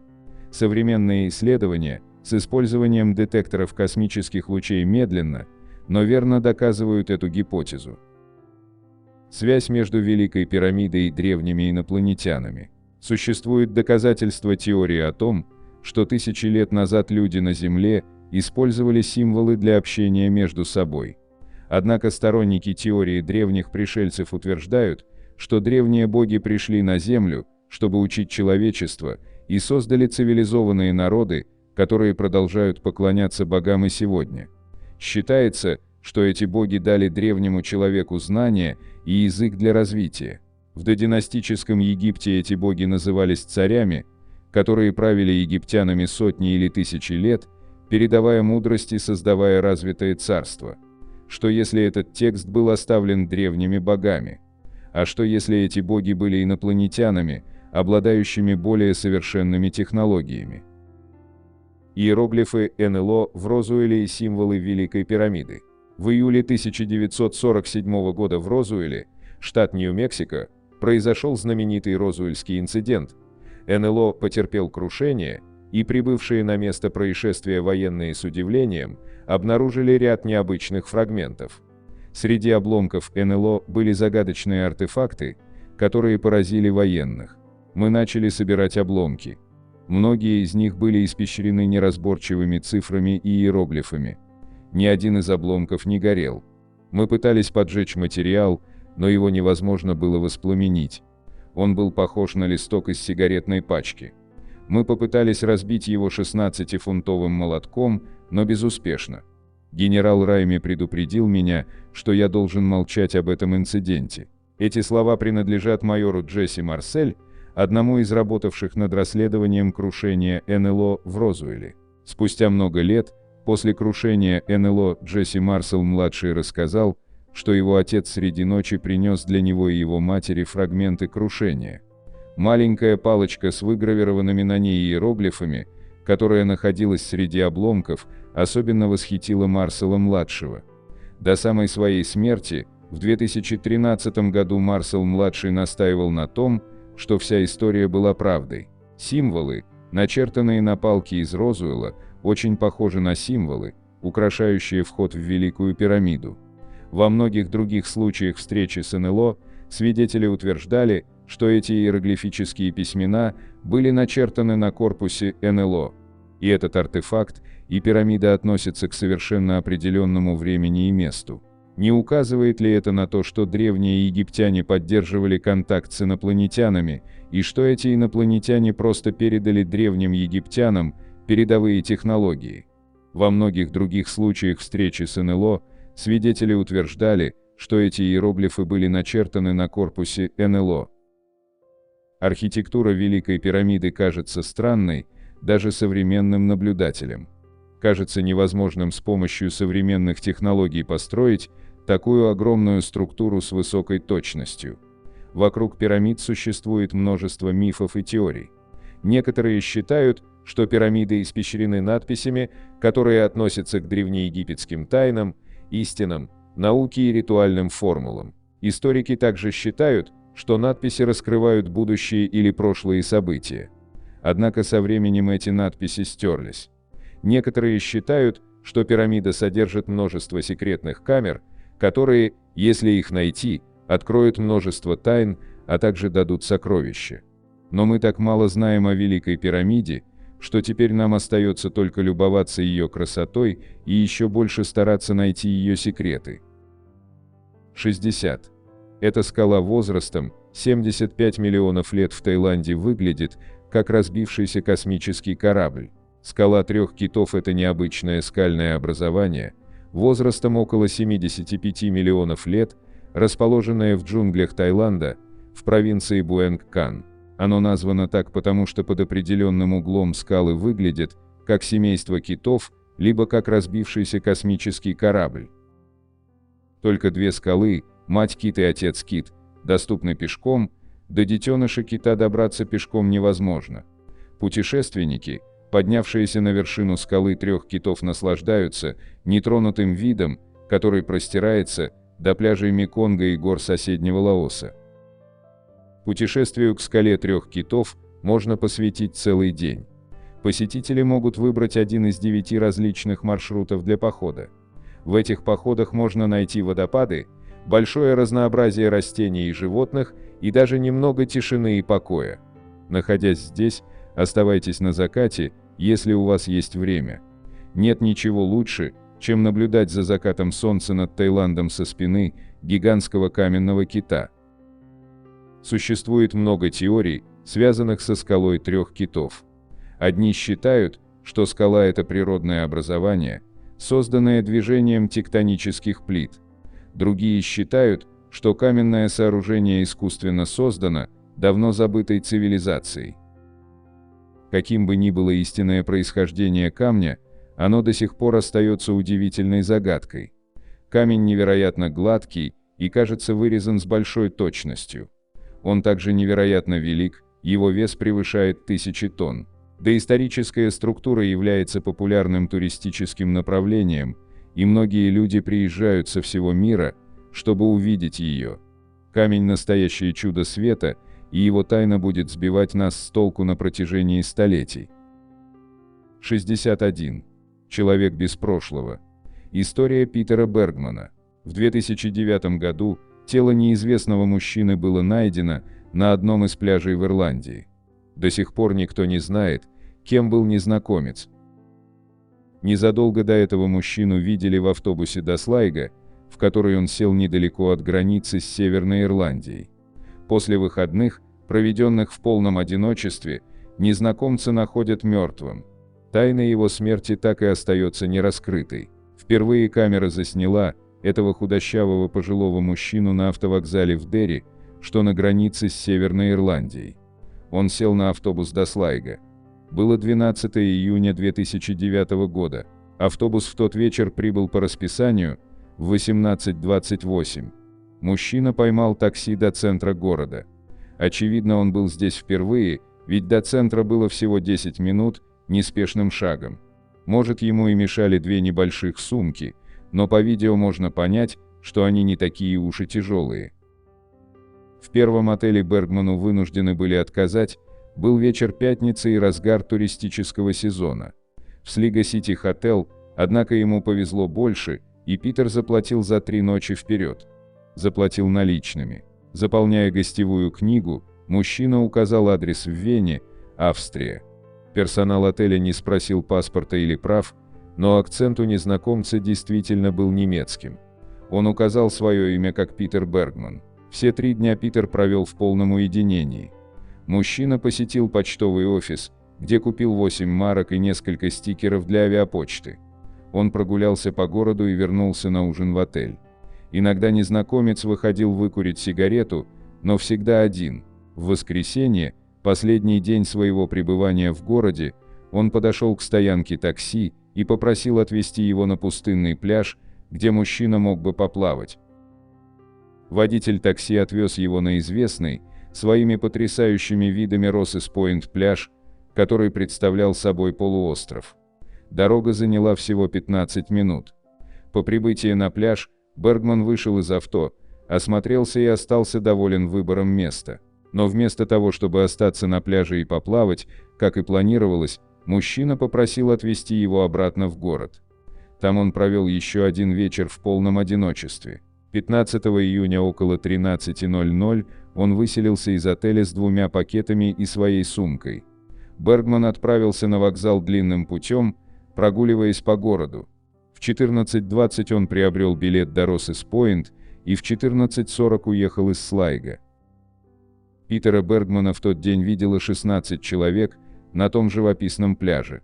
Он был в отличном настроении, со всеми здоровался и наслаждался приятной погодой и видами. Свидетели рассказали, что он выделялся и своей одеждой. Все-таки летний курорт, пляж, а он одет по-деловому, во все черное. Под мышкой он нес сложенную газету. Он бы затерялся в деловом центре Лондона, но на летнем пляже выглядел немного нелепо. Следующим же утром его тело было найдено 2 мужчинами, отцом и сыном, которые вышли на пробежку в 6 утра. Скорее всего, тело вынесло на берег волной. С этого момента и начинается загадка Питера Бергмана. Мужчина был абсолютно голым, его одежду нашли разбросанной по пляжу. Никаких документов при нем не было, как и денег. В карманах тоже ничего не нашли. Тело забрали на вскрытие, причиной смерти было названо утопление. Несчастный случай. Зубы Бергмана были в довольно хорошем состоянии, что говорит о его финансовом благополучии. А вот состояние организма оставляло желать лучшего. У него был рак простаты и метастазы по всему телу, которые проросли в кости. Он пережил несколько сердечных приступов и у него отсутствовала почка. Также вскрытие показало, что у мужчины было множество травм. Возможно, он был военным или попал в аварию, когда был моложе. Токсикологический анализ показал, что покойный не принимал никаких лекарств, хотя должен был страдать от жутких болей из-за метастазов в костях. Мало того, что при нем не было никаких документов, все бирки на его одежде были аккуратно срезаны, что напоминает дела Тамам Шут и женщины из долины Издален, о которых мы уже рассказывали в предыдущих своих видео. Власти решили проверить адрес, который он оставил в гостевой книге в отеле, но такого места в Вене не существовало. Никого похожего в списках пропавших или разыскиваемых найдено не было. Те письма, которые незнакомец отправил с почты в Слайго, не отслеживались. Полиция не понимала, как работать с делом, в котором неизвестно ровным счетом ничего. События дней, предшествующих загадочной смерти незнакомца, удалось восстановить благодаря системе видеонаблюдения Слайго. Мужчина каждый день покидал отель по утрам со своим фиолетовым пакетом, наполненным чем-то, а возвращался уже с пустым. По записям стало понятно, что он выкидывал что-то из этого пакета по пути своего следования, стараясь избегать видеокамер. Создавалось ощущение, что мужчина старался оставаться незамеченным. Одежда на нем тоже была самая обычная, он ничем не выделялся. Однажды работница ресепшена не смогла дозвониться в номер Бергмана. По ее воспоминаниям, она поднялась на 2-й этаж, постучала в дверь и следом открыла ее. Мужчина смотрел на нее испуганными глазами и как бы застыл, будто его поймали на месте преступления. Ей даже показалось, что он испытал облегчение, увидев работника отеля. У многих есть ощущение, что незнакомец приехал в Слайго, чтобы скрыться от кого-то. Его странное поведение говорит в пользу этой теории. Водители автобусов, которых опросили после нахождения тела, никак не могли вспомнить мужчину. Только когда им показывали записи с камер видеонаблюдения, они могли вспомнить какие-то детали о незнакомце. Но в общем и целом, он не привлекал внимания и запросто сливался с толпой. Детектив Рэй Малдерик из полицейского участка Слайго-Града считает, что мужчина выбрал город не случайно. Вообще все, что мужчина делал эти 3 дня в городе, казалось, имеет какой-то смысл. Например, он срезал все этикетки со своей одежды, поясняет Малдерик. Вопрос, который стоило бы задать в этом деле, почему Слайго? Если бы он хотел умереть в красивом месте, то в Ирландии достаточно мест более живописных. Что-то привело его сюда, что нам пока неизвестно. Расследование, как вы понимаете, зашло в тупик. У следствия есть ДНК мужчины, его останки и одежда. Но ДНК надо с чем-то сравнивать. Нам остается только ждать какой-то зацепки. Я сравниваю это со спящим режимом на компьютере. На Reddit есть огромное обсуждение этого дела, и абсолютно каждый пользователь выдвигает свою версию произошедшего. Кто-то считает его агентом какой-то секретной службы, кто-то думает, что он был частью криминальной группировки или скрывался от гангстеров. Есть версия и о том, что мужчина хотел провернуть какую-то махинацию со страховкой, чтобы его родные получили выплаты. Самая безумная теория заключается в том, что вся эта история мистификация. А виной всему ирландский кинорежиссер Киран Кэссиди, который в 2013-м снял документальный фильм «Последние дни Питера Бергмана». На что сам Кэссиди отвечает с юмором: «Конечно же, это я. Добро пожаловать в кроличью нору». 62. Дженнифер Фергейт. Загадка номера 2805. 31 мая 1995 года женщина, по словам свидетелей, свободно владевшая немецким и английским языками, зарегистрировалась в отеле Осло Плаза, современное название Radisson Blue Plaza Hotel, в 22:44. Отель был построен в 1989 году и представлял собой современный пятизвездочный отель на 1500 мест. По словам сотрудников отеля, Дженнифер говорила по-английски при бронировании по телефону. 31 мая она снова позвонила и сказала, что приедет позже и будет в сопровождении другого человека. В тот момент она говорила по-немецки без акцента. Женщина забронировала номер на 3 ночи, заплатив 1845 крон за каждую ночь, это примерно по $220 США в то время. Она не предоставила никаких документов. Как сообщалось, она регистрировалась в, так сказать, загруженное время, в этом отеле часто останавливались бортпроводники, поэтому у нее не спросили никаких документов или кредитных карт. Один из работников ресепшена Тудем Герцен позже сказал: «Мне это непонятно. У нас был строгий распорядок. Женщине выделили номер 2805. Во время регистрации она предоставила следующую информацию. Имя – Дженнифер Фергейт. Дата рождения – 23 августа 1973 года, 07:48, Рю де Ласте, 7968, Верлен, Бельгия. Телефон 32 68 326 548. Компания Сербис, Бельгия.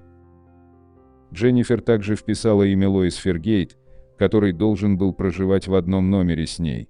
Администратор сказал, что не видел никого с женщиной во время регистрации, но другой сотрудник утверждал, что видел Дженнифер с мужчиной в возрасте от 25 до 40 лет, когда они заходили в номер. Во время пребывания Дженнифер в отеле никто не помнил, чтобы видел, как она выходила или входила в свою комнату, за исключением одного случая. Уборщица вспомнила, как вошла в ее номер и обнаружила, что комната чистая, а кровать не разобрана. Уборщица заметила пару ярких дорогих туфель на высоких каблуках, которые так и не были обнаружены впоследствии. Считается, что их кто-то забрал. Во время своего пребывания Дженнифер Фергейт сделала звонок по 2 недействительным номерам в Сыраинг и Грей салоны, Бельгия. 2 июня женщина позвонила на ресепшн и продлила свое пребывание до воскресенья. В тот же день в 20:06 она заказала еду в номер. Официантка случайно отнесла заказ в номер 2804, комнату через коридор. В тот момент там проживал постоялец, мистер Ф., речь о котором пойдет дальше. После того, как ужин был доставлен в правильный номер, Дженнифер оставила большие по тем временам чаевые, 50 крон, около $8. Еду доставили в 20:23, и это был последний раз, когда Дженнифер видели живой. Далее сотрудниками ресепшена предпринимаются 3 попытки связаться с ней по телевизору в комнате, имеется в виду, когда на телевизоре появляется табло с просьбой связаться с ресепшн и попросить женщину оплатить номер. Последнее сообщение было отправлено 3 июня в 19:36. Было подтверждено, что это сообщение было прочитано. За день до ее смерти один из сотрудников увидел, как Дженнифер вошла в свою комнату и повесила табличку «Не беспокоить» на дверную ручку. Через 14 минут после того, как кто-то в комнате прочитал телевизионное сообщение, в 19:50 охрана отеля постучала в дверь Дженнифер. Персонал встревожился после того, как понял, что табличка «Не беспокоить» висит на двери уже много дней. Как только они постучали, послышался выстрел. Охрана вернулась на стойку регистрации и уведомила менеджера, после чего была вызвана полиция. В этот момент номер остался без присмотра. В коридоре не было видеонаблюдения. В 20:04 начальник службы безопасности поднимается наверх, решает приоткрыть дверь в номер и замечает женщину, лежащую на кровати с выключенным светом. Не получив ответа, он выходит из номера и решает дождаться полиции. Полиция приехала примерно через 50 минут после выстрела. Войдя в комнату, они обнаружили Дженнифер, лежащей на кровати в одежде. У нее было огнестрельное ранение, пистолет Браунинг находился в ее правой руке. Впоследствии экспертиза покажет, что на ее руке не было обнаружено следов пороха. Также было странно, что пистолет не отбросило в момент выстрела. В комнате также была найдена вторая ключ-карта, которая была выдана на имя Лоис. Полиция установила, что на самом деле было произведено 2 выстрела. Первый выстрел, похоже, был пробным и попал в подушку рядом с Дженнифер. Было установлено, что возраст Дженнифер был ближе к 30 годам, при регистрации она указала, что ей 21 год. У нее были короткие черные волосы и голубые глаза. Ее, так сказать, стоматологические работы были признаны дорогими, из фарфора и золота по технологии, использующейся в Соединенных Штатах, Германии, Дании и Швейцарии. В организме не было обнаружено алкоголя. В номере отеля не осталось ничего, что указывало бы на настоящую личность Дженнифер Фергейт. Не были обнаружены ни сумочка, ни кредитные карты, ни паспорта, ни ключи, а почти все бирки с ее одежды были срезаны. Ее единственной личной вещью были мужские духи, Ангара Порелом 1, а все отпечатки пальцев на нем принадлежали Дженнифер. На женщине были одеты длинная блузка, туфли на высоком каблуке, произведенные в Италии. Также были найдены 4 куртки. С одежды были удалены все ярлыки. Украшения, золотое кольцо, дорогие часы для дайвинга Citizen Aqualand, в которых находились 3 батарейки 370, произведенные в конце 1994 года, с маркировкой W395.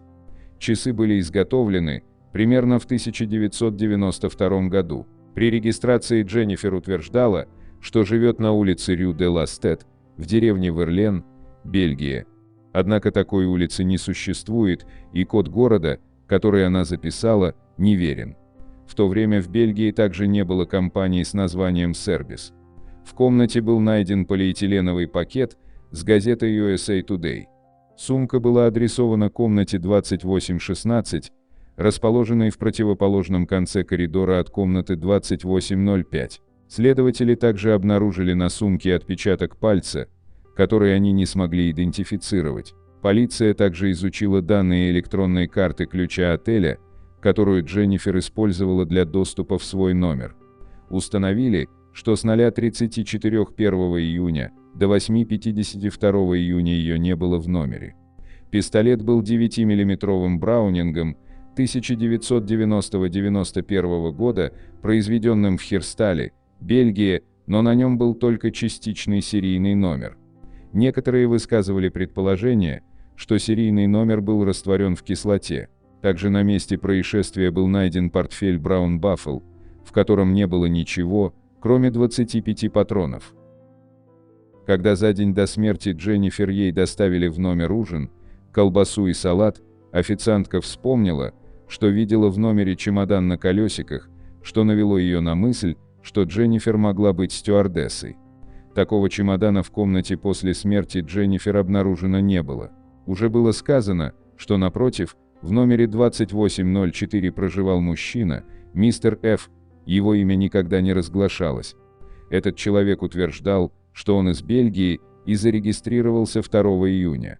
Мистер Ф. сообщил властям, что ему сказали, что Дженнифер нашли мертвой, и спросили, не видел ли он что-нибудь подозрительное. Однако на самом деле мистер Ф. выехал 3 июня, еще до того, как ее нашли мертвой. Журналисту по имени Ларс Вегнер удалось взять интервью у мистера Ф. Я хорошо это помню, потому что меня спросили об этом на стойке регистрации, когда я выезжал. Кто-то спросил, слышал ли я или видел что-нибудь, так как это был тот же самый коридор. Но я хорошо спал в ту ночь и ничего об этом не знал, сказал мистер Ф. Журналист возразил, но мистер Ф., это очень странно. Вы выехали из отеля в субботу утром, а молодая женщина умерла только в субботу вечером, почти 12 часов спустя. Я не понимаю, как они могли спрашивать вас о смерти, когда женщина еще не умерла. Мистер Ф., я ничего об этом не знаю. Я только помню, что они спросили меня. Это все, что я знаю. Еще одна странная деталь заключалась в том, что Дженнифер съела еду из номера более чем через 24 часа после того, как заказала ее. Несколько лет назад следователи взяли образцы зубов и костей. Они получили полный профиль ДНК, отправив материал на анализ в Институт судебной медицины Медицинского университета в Австрии. Образцы подтвердили, что Дженнифер скорее всего была европейкой, и исследование ее зубов сузило область до Германии. Дальнейший анализ показал, что женщина родилась в 1971 году, и на момент смерти ей было 24 года. Некоторые люди считают, что Дженнифер Фергейт была секретным агентом и ее убили за то, что она обладала какой-то информацией. Некоторые склоняются, что это было ее планом, и она не хотела, чтобы ее семья знала, что с ней случилось, поэтому сделала свое опознавание максимально трудным. Отретушированное фото женщины было напечатано в газетах и показано в новостных передачах в надежде, что родственники узнают ее, но за эти годы никто так и не понял, кем была Дженнифер Фергейт и что действительно случилось в номере отеля Осло Плаза. Давайте поговорим о теориях произошедшего. Первая теория, самая простая. Девушка была в депрессии и решила распрощаться с жизнью, а напоследок побаловать себя проживанием в шикарном отеле.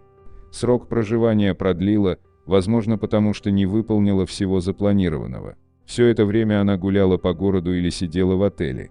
Смотрела телевизор, ела чипсы и запивала газировкой. Накануне, во время одной из своих прогулок, избавилась от своих личных вещей, помылась в душе, оделась во все черное, провела контрольный выстрел и тут в дверь постучали. Она понимала, что времени больше не осталось, и совершила роковой выстрел. Остальные нюансы в этом деле – просто ряд совпадений. Вторая теория – у Дженнифер были тайные романтические отношения с другим постояльцем отеля. Именно поэтому она использовала ненастоящее имя и отсутствовала в номере по ночам, так как была у любовника. Возможно, тайный любовник порвал с девушкой, и та решила закончить свою жизнь. Может, постоялец в номере 2816 и был ее любовником, потому и по ошибке принес свою газету в номер к неизвестной. А может, это мистер Ф., который так не хотел говорить о произошедшем. Может, она стала жертвой ревнивого партнера, который решил убить любовницу. Первый раз промахнулся, а второй попал точно в цель. Третья теория одна из самых популярных в интернете.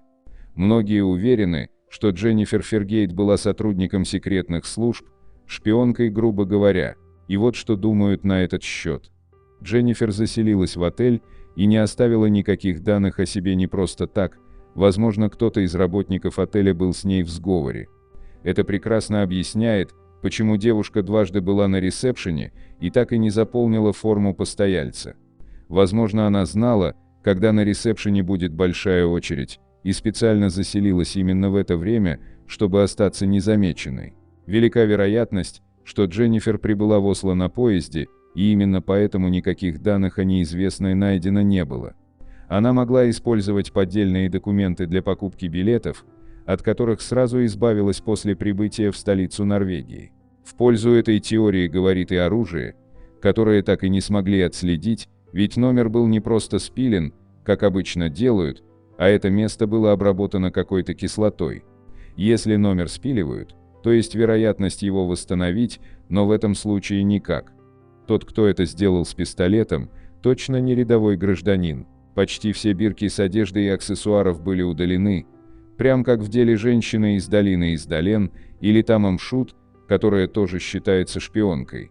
Никаких примечательных вещей при ней не было, обычные доступные любому часы, обычное золотое кольцо, ни камней, ни гравировки. Ее отсутствие в отеле почти сутки в четверг тоже вызывает множество вопросов. Где была, чем занималась? Возможно, у нее было второе место для ночлега, так агенты заметают за собой следы. Есть вероятность, что Дженнифер чем-то себя выдала и ее просто решили убрать. Отследили ее до отеля и убили, а потом обставили все так. В 2016 году хакер по имени Коди Прикошис провел выступление, в котором объяснял простым пользователям, насколько это легко получить доступ к системам электронных замков практически в любом отеле мира. Он даже показал специальный девайс, прислонив который к электронному замку, вы получите доступ к номеру всего за 200 миллисекунд. А также вам удастся запереть дверь снаружи при помощи того же устройства. Тут вы скажете, что 21 год – довольно большой отрезок времени, и что уж в 1995 году такие технологии были недоступны. Но разведка же получает все гаджеты задолго до того, как они становятся доступны простым смертным. Что касается номера, в котором все произошло, он мог быть смежным с другим. Там могла быть дверь, которая соединяла два номера между собой. Так что проникнуть внутрь и после уйти незамеченным не составляло труда. Особенно другому агенту. То, что девушку никто так и не опознал, никто не забрал ее тело, чтобы похоронить, это все также говорит нам о том, что она могла быть шпионкой. Прошло столько лет, об этом деле написана куча статей, сняты документальные фильмы, и true crime блогеры сняли десятки видео. И что? Неужели ни одна душа не узнала погибшую? В это сложно поверить. 63. Правда ли, что Никола Тесла изобрел машину времени? Гений Никола Тесла превзошел большинство ученых своего времени. Его изобретения стали прорывом в будущее. Многие из них казались фантастическими. Особенно то, что касается путешествий во времени. Разве это реально? Мог ли Тесла изобрести машину времени? Никола Тесла, американец сербского происхождения, стал автором удивительных изобретений в области электротехники и механики. В их числе проектирование системы переменного тока, исследования в области радиосвязи, изготовление плазменных шаров. Теслу называли человеком, который обуздал молнию, поскольку знаменитые катушки Тесла могли излучать мощные разряды электричества, похожие на молнии. О гениальном ученом говорили, что он контактировал с инопланетянами и существами из параллельных миров. Неудивительно, что его окрестили сумасшедшим ученым. Впрочем, никакого безумия в Тесла не было. Просто он мыслил нестандартно и опередил свою эпоху. Даже современные ученые не до конца понимают некоторые идеи Теслы. Например, его практически завершенный проект по телепортации во времени. Проводя эксперименты с магнитами, в 1895 году Никола Тесла заметил, что пространство и время можно изменять магнитными полями. К тому времени Тесла уже сделал несколько открытий относительно природы времени. Эксперименты с высоковольтными электрическими проводами, расположенными вблизи магнитных полей, приводили к искажению времени и пространства. Теоретически такие изменения могут создавать порталы, ведущие в другую эпоху. Тесла продолжил опыты в надежде найти способ путешествовать во времени. Никола Тесла подтверждал, что путешествовал во времени. Повелитель молнии утверждал, что поставил такой эксперимент. В интервью репортеру нью-йоркской газеты «Геральд» он рассказал, что едва не погиб во время погружения в межвременной портал. Дело в том, что для создания двери между эпохами требуется электрический разряд в 3,5 миллиона вольт. Тесла сказал, что в результате разряда образовалась искра величиной почти метр в диаметре. Она ударила ученого и подняла в воздух. В это время он соприкоснулся с электромагнитным зарядом, который перебросил его в какое-то пространство, где он видел прошлое, настоящее и будущее одновременно. Тесла признался, что был парализован электромагнитным полем и, скорее всего, погиб бы, если бы его помощник не вырубил электричество. А где доказательства? Кстати, незадолго до своей смерти Тесла работал в Филадельфии с другим гением, Альбертом Эйнштейном. Они разрабатывали проект для ВМС США. Два ученых пытались создать невидимый плащ, заряженный электромагнитным полем. Эйнштейн предполагал соединить гравитацию и электричество. До сих пор науке не удалось связать эти два явления ни физическим, ни математическим путем. Все записи филадельфийского эксперимента держались в секрете. Ходили слухи, что Никола Тесла выполнил все расчеты и чертежи, необходимые для эксперимента, и создал генераторы, которые использовались на эсминце «Элдридж». Но ВМС США не удовлетворили какие-то требования Теслы. Из-за этого изобретатель покинул филадельфийский экспериментальный проект. До его завершения Тесла не дожил. 7 января 1943 года он умер от тромбоза коронарных артерий. ФБР немедленно конфисковало весь его архив. До сих пор не ясно, действительно ли Тесла открыл способ путешествовать во времени или нет. Кроме интервью Геральду, нет никаких документов, подтверждающих правдивость этих утверждений. А вы как думаете, можно ли вообще путешествовать во времени? В какую эпоху вы отправились бы? 64. В Мексике нашли странную монету из будущего 2039 года. Изображение показывает монету с нацистской символикой и датой 2039. Согласно сопроводительному тексту, эта монета была найдена в Мексике человеком по имени Диего Авила. Монета, сделанная из серебра, имеет изображение орла и нацистской символики, с надписью «Новая Германия» под нацистской символикой и «Все в одном народе» на обратной стороне. Появление монеты с такой будущей датой и историческими нацистскими символами вызвало различные теории среди тех, кто ее видел. Некоторые считают, что монета могла появиться из параллельной вселенной или измененной временной шкалы. Другие предполагают, что это может быть доказательством того, что нацисты использовали инопланетные технологии для вмешательства в мировые конфликты из секретных бункеров в Антарктиде. Анализ и теории. Первая теория. Параллельная вселенная или измененная временная шкала. Идея о том, что монета происходит из параллельной вселенной, предполагает существование альтернативных реальностей, где история пошла другим путем.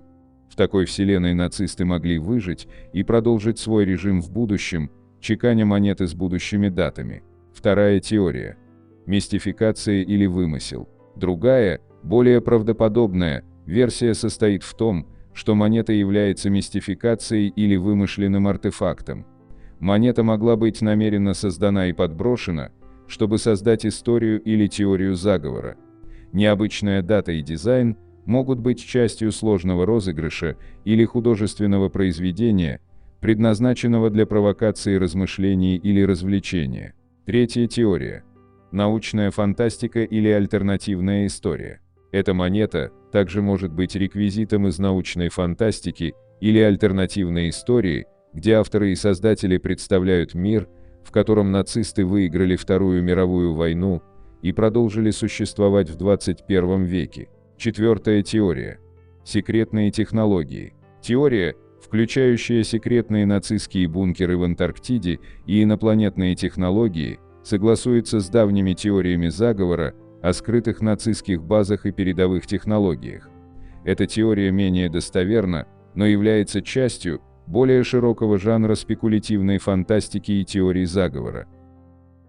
Без конкретных доказательств или дополнительного контекста сложно определить истинную природу монеты. Это остается интригующим артефактом, вызвавшим много спекуляций и обсуждений. Наиболее вероятные объяснения состоят в том, что это мистификация, вымышленное произведение или реквизит из спекулятивного сценария. 65. Тайна Бермеи.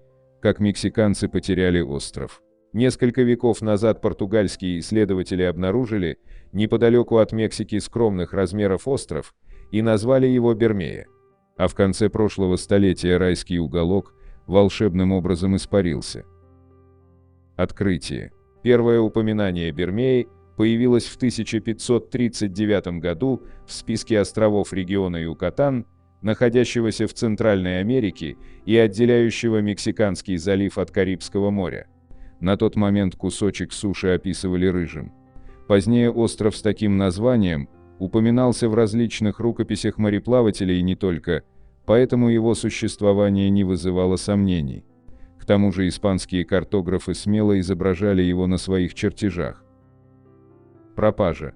Неладное заподозрили несколько десятилетий назад. В 1997 году в сторону острова отправилась экспедиция, которой так и не удалось обнаружить Бермею.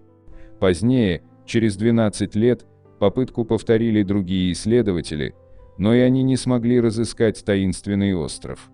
Вопросом на тот момент обеспокоилась сама Палата мексиканских депутатов, они поручили дело Национальному автономному университету Мексики.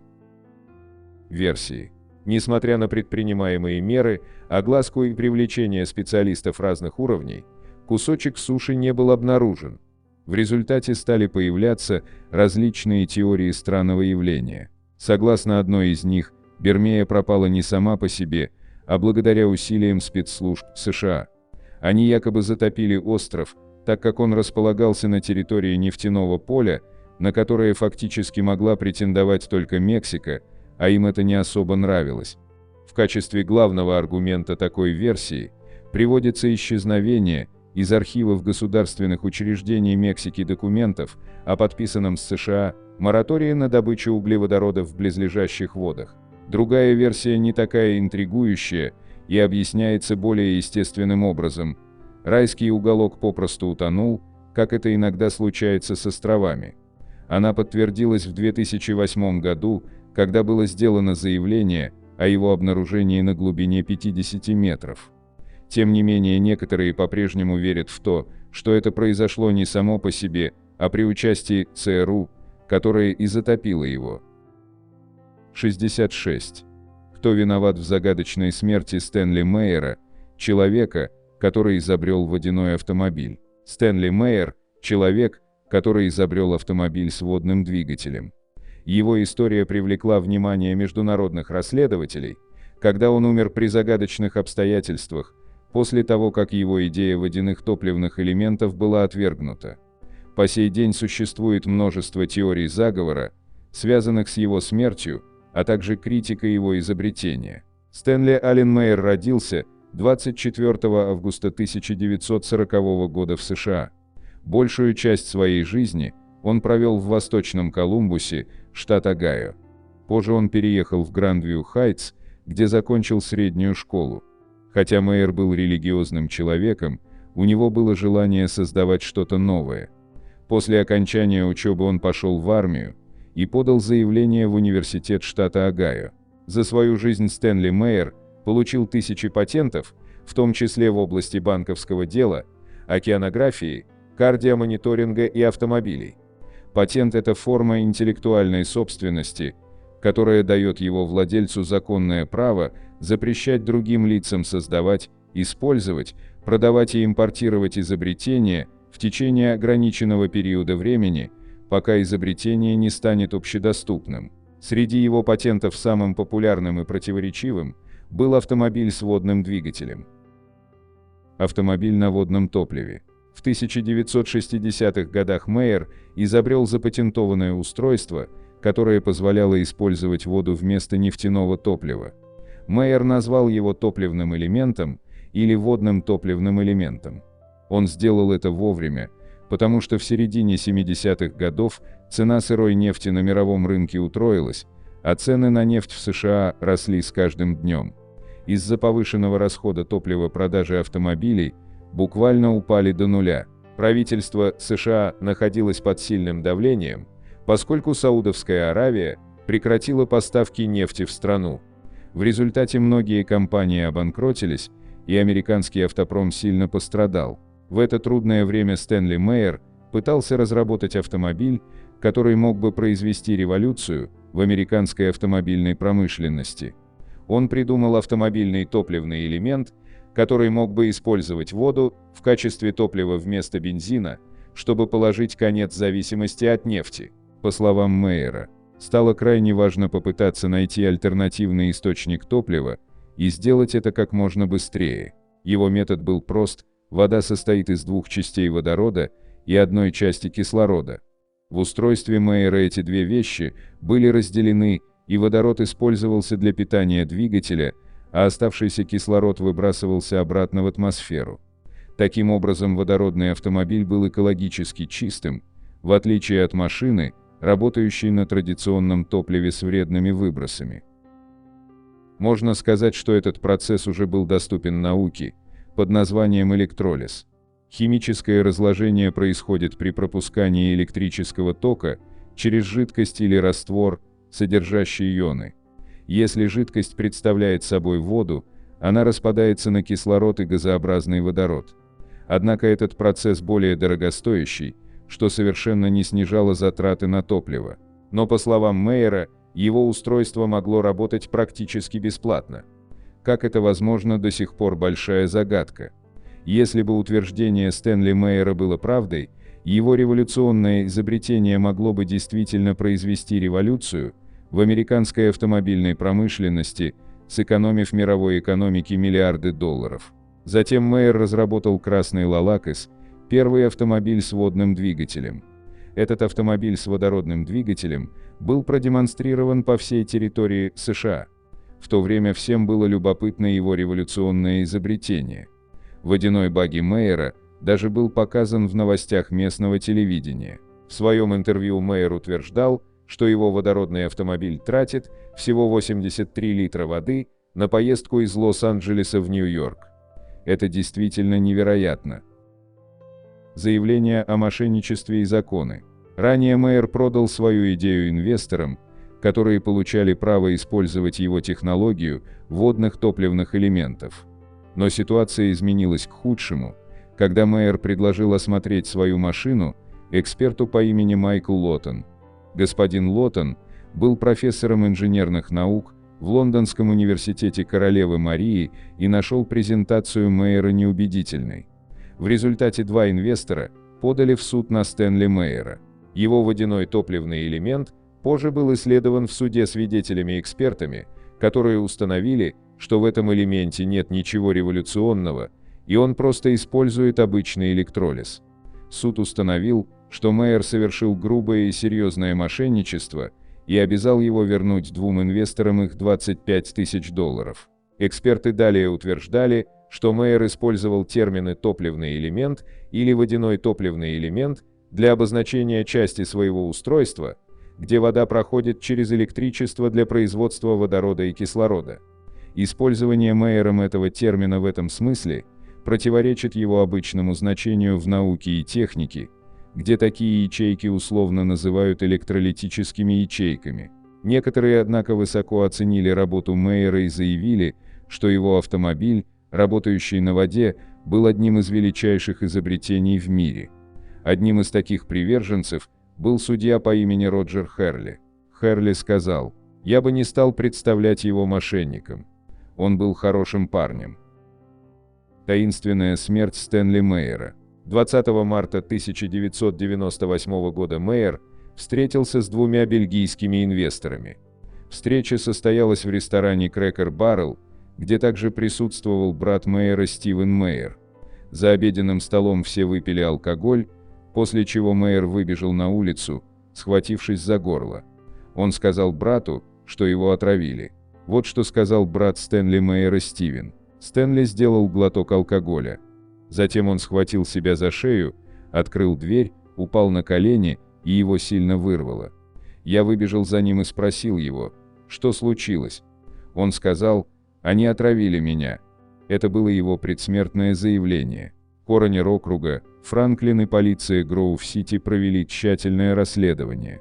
Был сделан вывод, что Стэнли Мейер умер от аневризмы головного мозга. Был ли Стэнли Мейер жертвой заговора? Многие люди до сих пор считают, что Стэнли Мейер был убит в результате заговора. Это было сделано главным образом для подавления его революционного изобретения.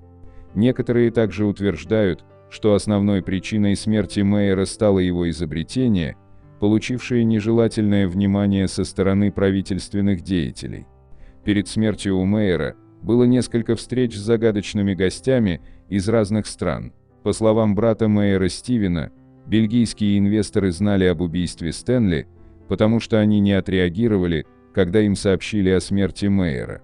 Никаких соболезнований, никаких вопросов, двое мужчин не сказали ни слова после этой информации. Что случилось с революционной водной машиной Стэнли Мейера после его смерти? Срок действия всех патентов Мейера истек. Его изобретения теперь бесплатны для публичного использования, без ограничений и роялти. Однако ни один производитель двигателей или автомобилей еще не использовал патенты Мейера. Как-то Джеймс Робби, который раньше вел регулярные интернет-трансляции, исследовал изобретение Стэнли Мейера и обнаружил, что оно реально работает. Некоторое время он руководил музеем водного топлива в Кентукки, чтобы рассказать секретную историю развития технологии водного топлива. Он также написал книгу под названием «Водный автомобиль. Как превратить воду в водородное топливо», описывающую 200-летнюю историю превращения воды в топливо. 67. Тайна запертой каюты. Куда исчез с парохода гениальный изобретатель Рудольф Дизель? Загадка исчезновения гениального ученого, изобретателя Рудольфа Дизеля, до сих пор не раскрыта. Что же произошло на борту парохода Дрезден более 100 лет назад? Хроника событий. 29 сентября 1913 года Рудольф Дизель прибыл в Антверпен и там поднялся на борт парохода Дрезден. Следующим портом должен был быть английский порт Харвич. Вечером того же дня, после прогулки по палубе и ужина с двумя уважаемыми людьми, инженерами Георгом Грейсом и Альфредом Люкманом, изобретатель направился к себе в каюту, попросив стюарда разбудить его в 6:15 утра. Это было в районе 22 часов. Утром стюард, помня о просьбе пассажира, постучал в каюту. Ответа не последовало. Более громкий стук также не дал никакого результата. В итоге каюту открыли универсальным ключом, и дальше началось самое интересное. Каюта оказалась пустой. Более того, дверь была закрыта и иллюминатор тоже заперт изнутри. Никто на пароходе не видел изобретателя, выходящим из каюты. После того, как Дизель попрощался с двумя инженерами и попросил стюарда разбудить его утром, изобретателя вообще никто больше на пароходе не видел. В каюте все говорило о том, что Рудольф Дизель собирался отправиться ко сну и даже разложил на постели пижаму, а также повесил заведенные часы рядом с кроватью. При дальнейшем расследовании начало выявляться много вопросов и нестыковок. В пассажирских списках парохода Дрезден не числился пассажир по имени Рудольф Дизель. Как у незарегистрированного пассажира оказалась своя каюта? И как он получил ключ от нее? На палубе были обнаружены детали верхней одежды, по некоторым данным, плащ и шляпа изобретателя, что подливало масло на костер версии о том, что Рудольф Дизель что-то сделал самостоятельно. Версии. Первая. Рудольф Дизель что-то сделал самостоятельно. Якобы у Дизеля были огромные долги, и сам он находился в сильной депрессии. Вторая. Несчастный случай. Падение за борт из-за сердечного приступа или чрезмерного употребления спиртного. Третье. Бегство изобретателя от долгов, да и просто возможность начать новую жизнь. Четвертое. Заговор спецслужб европейских стран, так как дело было накануне Первой мировой войны, и дизельные двигатели Рудольфа Дизеля были очень нужны конкурентам. Слишком много сторон были не заинтересованы в массовом выходе на рынок дешевых двигателей дизеля. Пятое. Конкретный заговор германских спецслужб, так как Рудольф Дизель якобы направлялся в Англию по личному приглашению Черчилля. И в случае плодотворного сотрудничества Дизеля с английским адмиралтейством, германский флот оказался бы в не самой лучшей ситуации. Но все эти версии при ближнем рассмотрении рассыпаются. По словам собеседников Дизеля, с момента попадания на судно он находился в отличном расположении духа, много шутил и строил счастливые планы на будущее. Лечащий врач утверждал, что у 55-летнего Дизеля было отличное сердце, а близкие говорили, что изобретатель не употреблял спиртного. Бегство от долгов и желание начать новую жизнь тоже как-то выглядит притянутым за уши. Заговор видится наиболее вероятным. Но кому было выгодно исчезновение навсегда Дизеля? Есть книга «Дизель. Загадочная смерть великого изобретателя» немецкого писателя, который подробно исследовал данное таинственное исчезновение. И выдвинул основную идею о том, что изобретателя все-таки устранили агенты спецслужб.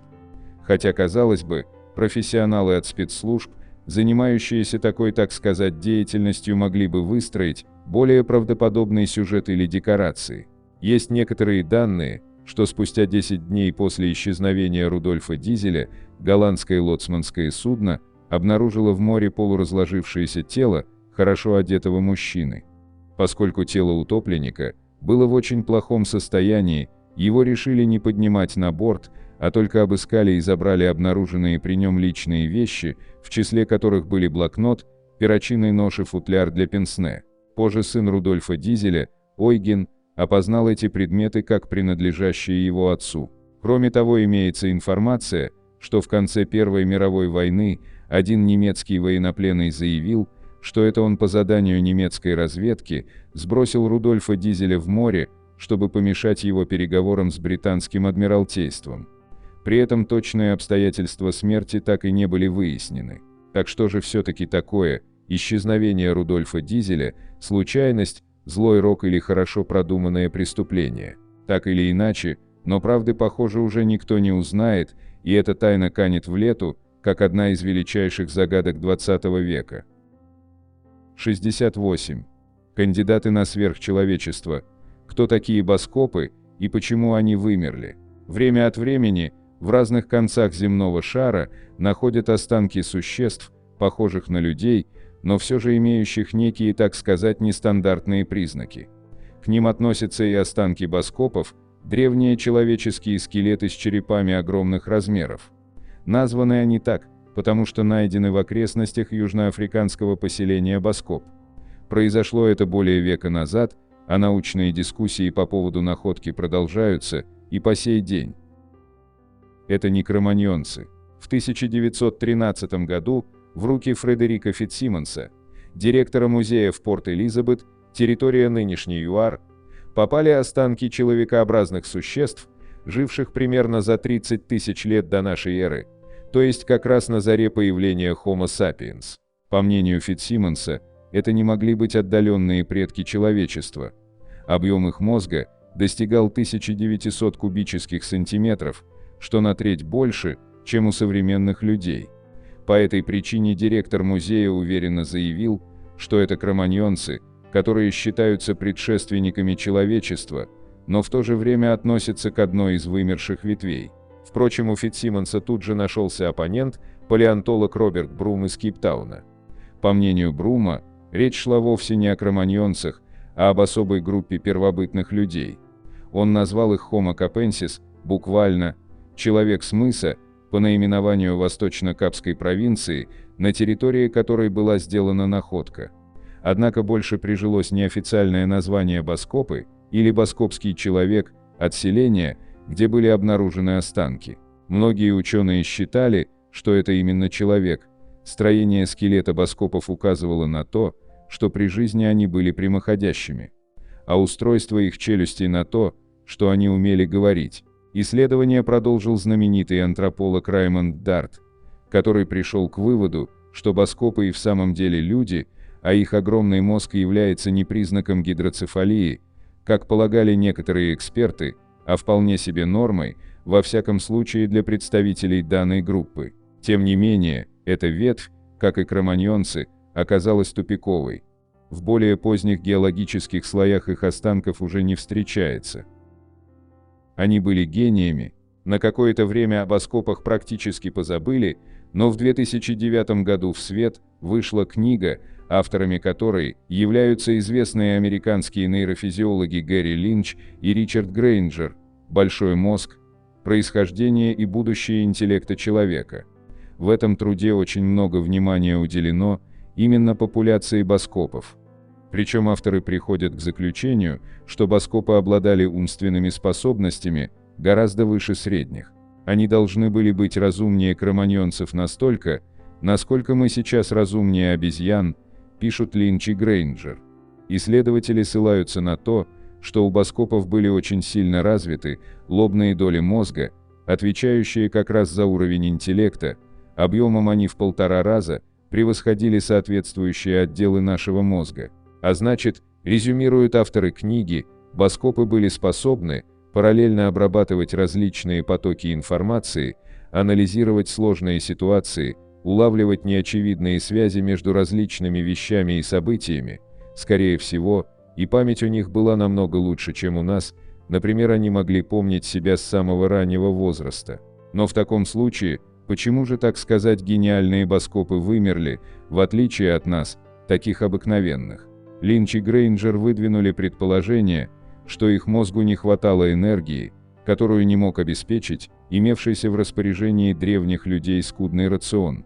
А может, им некуда было приложить свой потенциал, культура еще не сформировалась, не хватало знаний об окружающем мире.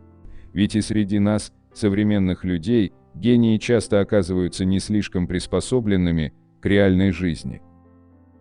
Эволюционное преимущество всего лишь фантазия. Между тем, директор Музея антропологии МГУ Александра Бужилова считает, что объем мозга еще не свидетельствует о повышенном интеллекте. Во всяком случае, прямых связей между этими параметрами до сих пор не выявлено. Но даже если это и так, еще не факт, что Баскопы превратились бы в господствующую расу на Земле. Возможно, природа опробовала на Баскопах один из вариантов эволюции мозга, считает доктор биологических наук, руководитель отдела эмбриологии НИИ морфологии человека РАН Сергей Савельев. Однако эта попытка была заранее обречена на провал.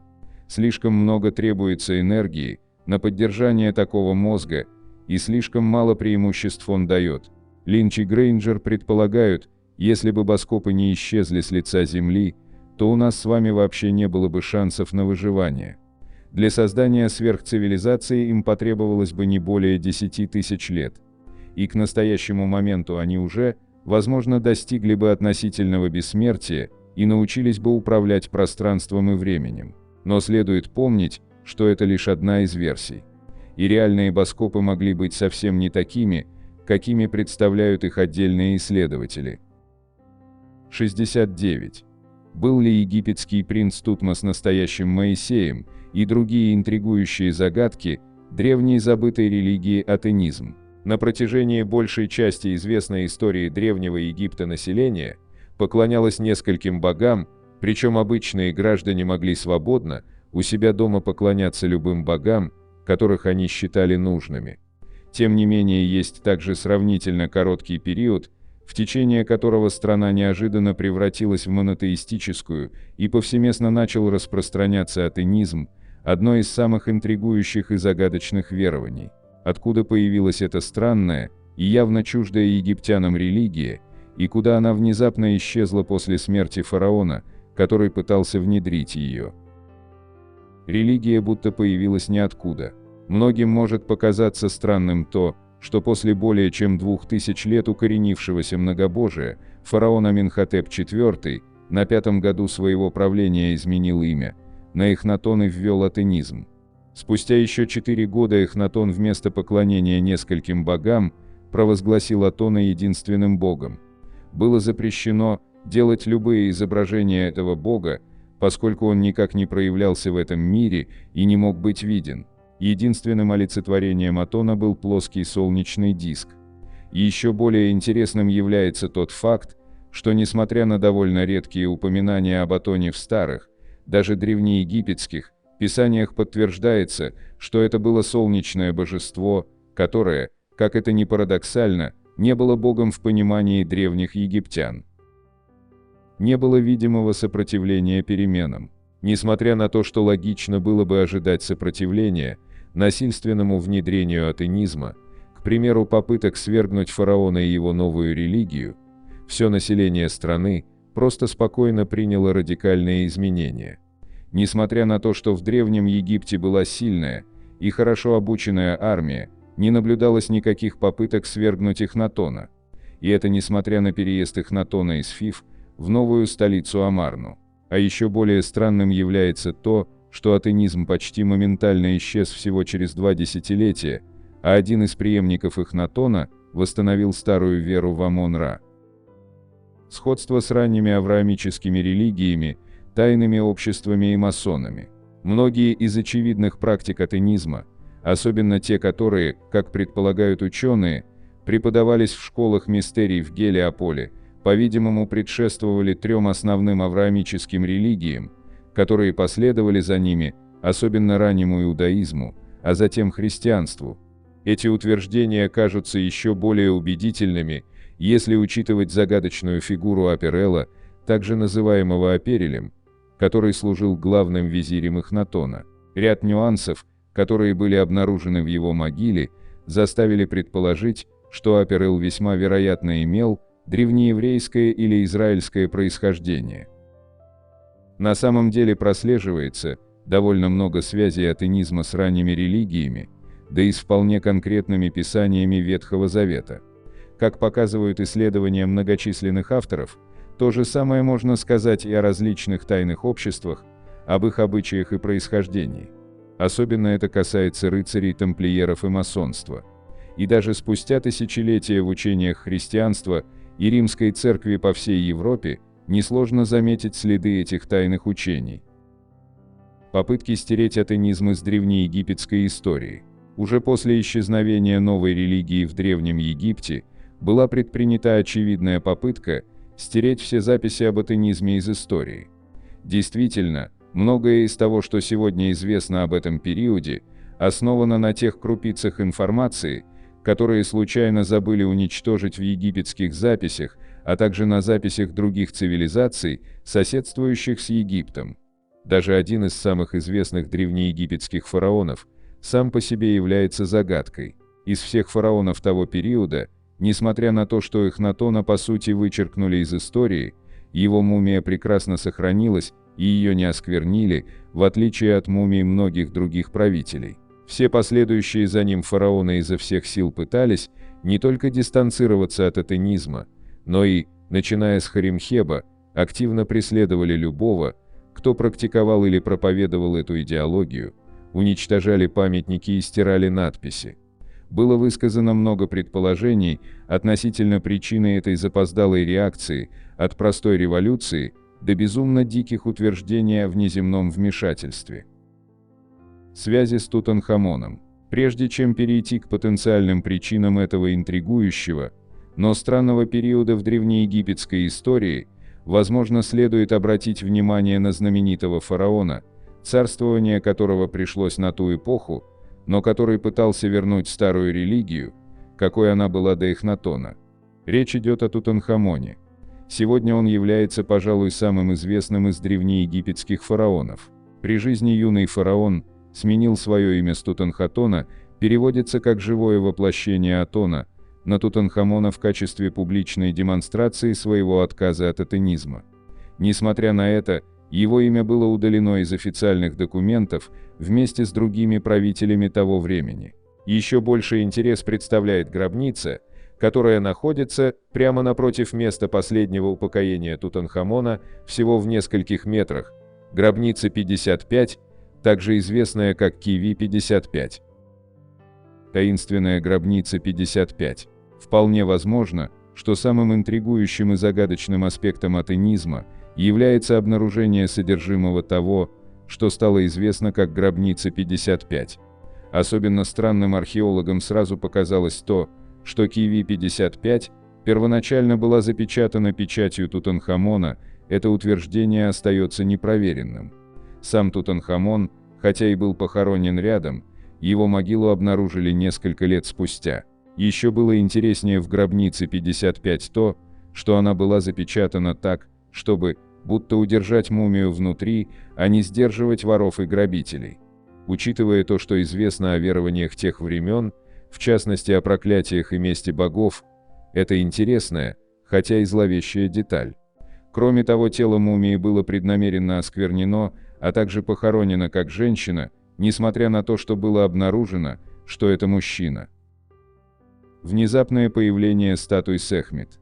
Во время своего правления Аменхотеп III установил 600 статуй Сехмет в храме Мут. Всего же в общей сложности было создано около 730 подобных статуй, и археологи недоумевают, зачем их начали так массово строить. Все дело в том, что именно эта богиня ассоциировалась, среди прочего, с бедствиями. Это, по мнению некоторых исследователей, говорит о том, что в Древнем Египте происходило нечто очень серьезное. Кстати, согласно древнеегипетской мифологии, Сехмет, дочь Ра, пыталась уничтожить мир, и Ра был вынужден остановить ее. Это может быть очень важно. Случайное катастрофическое бедствие. В своей книге «Закон о Боге» автор и исследователь Грэм Филлипс утверждает, что причиной изготовления более 700 статуй Сехмет стала катастрофа, а именно колоссальное и смертоносное извержение вулкана на Санторини, последствия которого были бы более чем ощутимыми на землях Египта. Вполне возможно, что после того, как небо почернело из-за огромного количества пепла, выброшенного в атмосферу, Эхнатон принял решение поклоняться Атону, солнечному диску. Последующий отказ от новой религии тоже можно объяснить этой причиной. Поскольку бедствия продолжались, народ разуверился в том, что поклонение Атону может остановить их, и возвращение веры в старых богов стало считаться единственным способом положить конец ужасу. Учитывая то, что мы знаем о древнеегипетской идеологии, культуре и мышлении, произошло непреднамеренное манипулирование природным, но катастрофическим событием, которое не только породило атеизм, но и заставило отказаться от него. Гиксос и исход. Еще одну интригу для ученых представляет присутствие в регионе таинственной группы людей – гиксосов. Эта загадочная народность, по мнению некоторых исследователей, была ранними евреями Ветхого Завета и, в свою очередь, частью родословной Иисуса.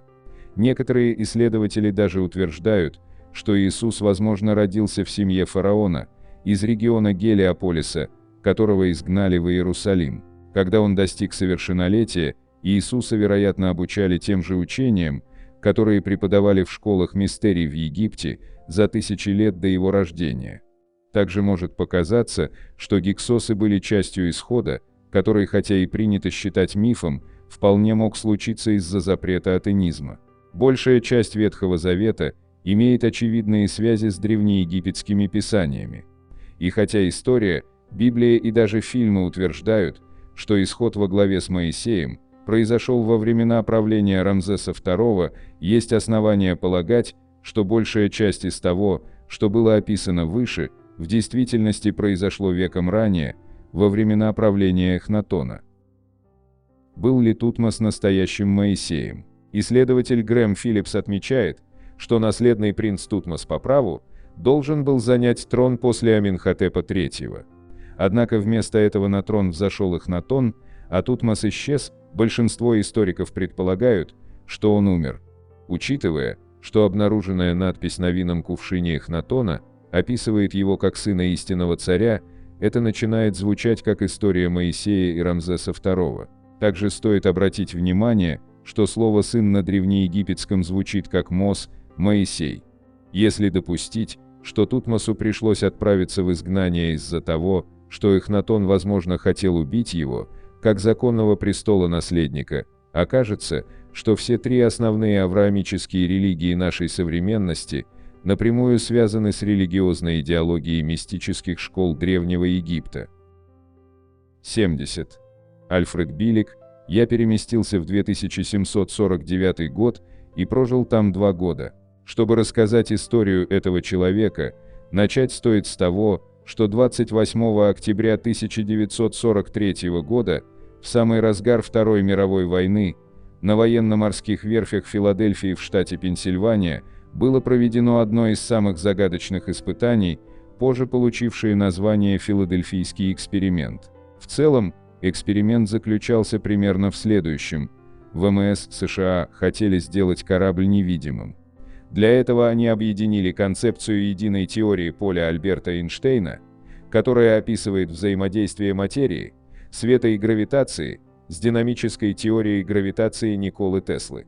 Другими словами, американские военные собирались достичь невидимости за счет опасного и совершенно непредсказуемого эксперимента с электромагнитными полями. Согласно некоторым записям, в назначенный день с кораблем USS Элдридж D-173 после запуска 2 огромных генераторов электромагнитных полей, находившихся на его борту, произошло невозможное. Он стал невидимым для человеческого глаза. Свидетели рассказывали, что после того, как корабельные генераторы загудели, вокруг корабля заклубился зеленый туман, а через минуту-другую USS Элдридж растворился в нем, словно его никогда и не было. К слову, этот эксперимент сопровождался и другим необычным событием. Сотни свидетелей утверждали, что USS Элдридж на 15 минут появился на военно-морской базе в Норфолке в штате Вирджиния, расположенной в сотнях километров от Филадельфии, а затем исчез. Неужели эксперимент, направленный на то, чтобы сделать корабль невидимым, случайно привел к телепортации? Результаты эксперимента. Свидетели рассказывали, что когда эсминец USS Элдридж начал обратно материализоваться в месте, где располагался изначально, некоторые матросы оказались заключенными внутри металлических конструкций корабля, у других пошла носом кровь, третьи испытывали жуткое головокружение, а остальные и вовсе попросту исчезли. Позднее ВМС США категорически отрицали проведение такого эксперимента. Хотя казалось подозрительным, что личные дела членов экипажа USS Элдридж, так сказать, случайным образом исчезли, то же самое произошло с бортовым журналом и многими другими документами, которые могли бы прояснить картину. Спустя 8 лет, в 1951 году, корабль был продан Греции. Причем его масса оказалась на 300 тонн меньше, чем при его спуске на воду в Филадельфии. Из чего можно предположить, что с него сняли какое-то тяжеловесное оборудование. В кино. В 1984 году по мотивам этих странных событий был снят фильм «Филадельфийский эксперимент», который был основан на книге с тем же названием. В ней рассказывалось о правительственном заговоре и загадочных испытаниях на USS Элдридж. Главными героями фильма являются 2 молодых моряка, члены экипажа эскортного эсминца USS Элдридж, которые во время эксперимента переместились в будущее на 41 год.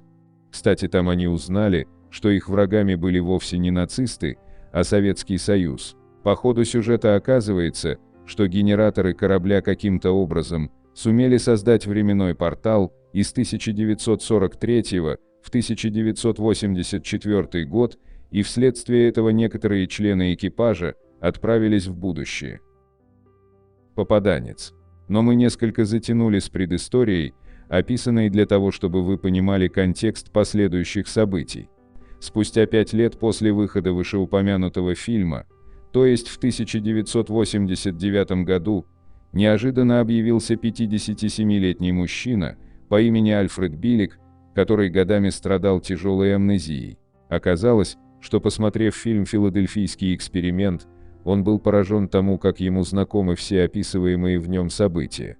Альфред рассказывал, что испытал своего рода откровение, которое позволило ему вспомнить все. Билик рассказал, что начал вспоминать эпизоды из своей жизни, сильно отличавшиеся от всего того, что было в современном мире. Для того, чтобы разблокировать память, он прибегал к самым разным методам, от гипноза до экспериментальных препаратов. Таким образом, ему удалось вспомнить, что он был одним из участников секретного проекта Монтак, целью которого было создать психологическое оружие. Проект существовал с 1943 по 1983 год на военно-воздушной базе Монтак на Лонг-Айленде. Проект Монтак, по словам Альфреда, филадельфийский эксперимент, представлял собой не только испытание невидимости корабля USS Элдридж, помимо этого, там испытывалось психологическое оружие и исследовались путешествия во времени. Касательно своей биографии, Билик утверждал, что вспомнил свое настоящее имя. На самом деле его звали Эдвард Кэмерон, и он работал над проектом Монтак вместе со своим братом Дунканом, который, ко всему прочему, обладал экстрасенсорными способностями. Им тогда было немного за 20. Несколько лет спустя Билик публично рассказал свою историю на одной из научных конференций, заявив, что филадельфийский эксперимент, помимо того, что сделал USS Элдридж невидимым, еще и открыл червоточину, кротовую нору, соединяющую настоящее и будущее. Кротовая нора. Подобно мосту Эйнштейна-Розена, червоточина является гипотетическим явлением в пространстве и времени. Она создает короткий путь между вселенными или даже реальностями. Билик объяснил, что в 1983 году ему и его брату было поручено отправиться в прошлое по одной из таких червоточин, чтобы уничтожить оборудование USS Элдридж, поскольку путешествие корабля в 1984 создавало ряд проблем, поэтому единственным вариантом было предотвратить его прибытие. По словам Альфреда, ему и его брату удалось успешно завершить миссию. Однако во время возвращения назад они оба оказались не в 1983, а в 2137 году, где провели 6 недель в больнице, восстанавливаясь после полученных гиперпространственных ожогов. Спустя 6 недель Альфред Билик неизвестным ему способом оказался в 2749 году, где, по его версии, он пробыл 2 года. Мир в 2749 году. Билик рассказал, что когда он очутился в 2749 году, он опять оказался в больнице. Первое, что привлекло его внимание, это роботизированное хирургическое оборудование, которое выглядело революционно по сравнению с тем, что он видел в 1983. По словам Альфреда, медицинская система будущего будет использовать вибрационное и световое лечение. Рассказ Билика о мире будущего был не менее удивителен. Он утверждал, что люди будут рассредоточены по всей Земле. По океану, к примеру, будут плавать многочисленные плавучие города, вырабатывающие энергию из воды. Города на Земле продолжат расти в высоту, достигнув 3 и даже 5 километров, став настоящими многоуровневыми мирами. Это станет возможно благодаря многолетним исследованиям, позволившим обойти закон гравитации. Приспособятся не все. Население Земли, по словам Альфреда, будет относительно малым. На 2749 год во всем мире будет проживать едва ли 300 миллионов человек.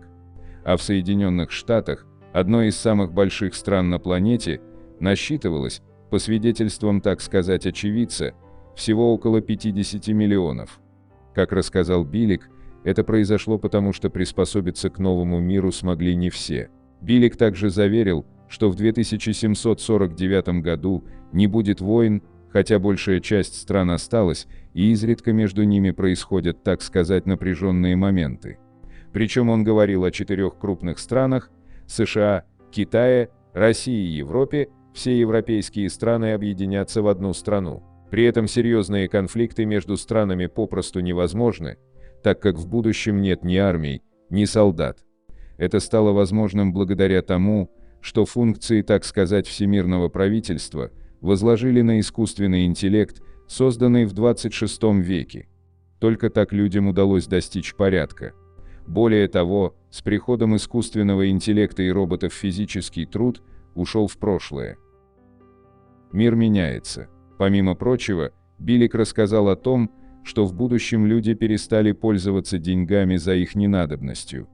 Там у каждого были свои так называемые кредиты, которые позволяли в любое время купить все, что они хотели.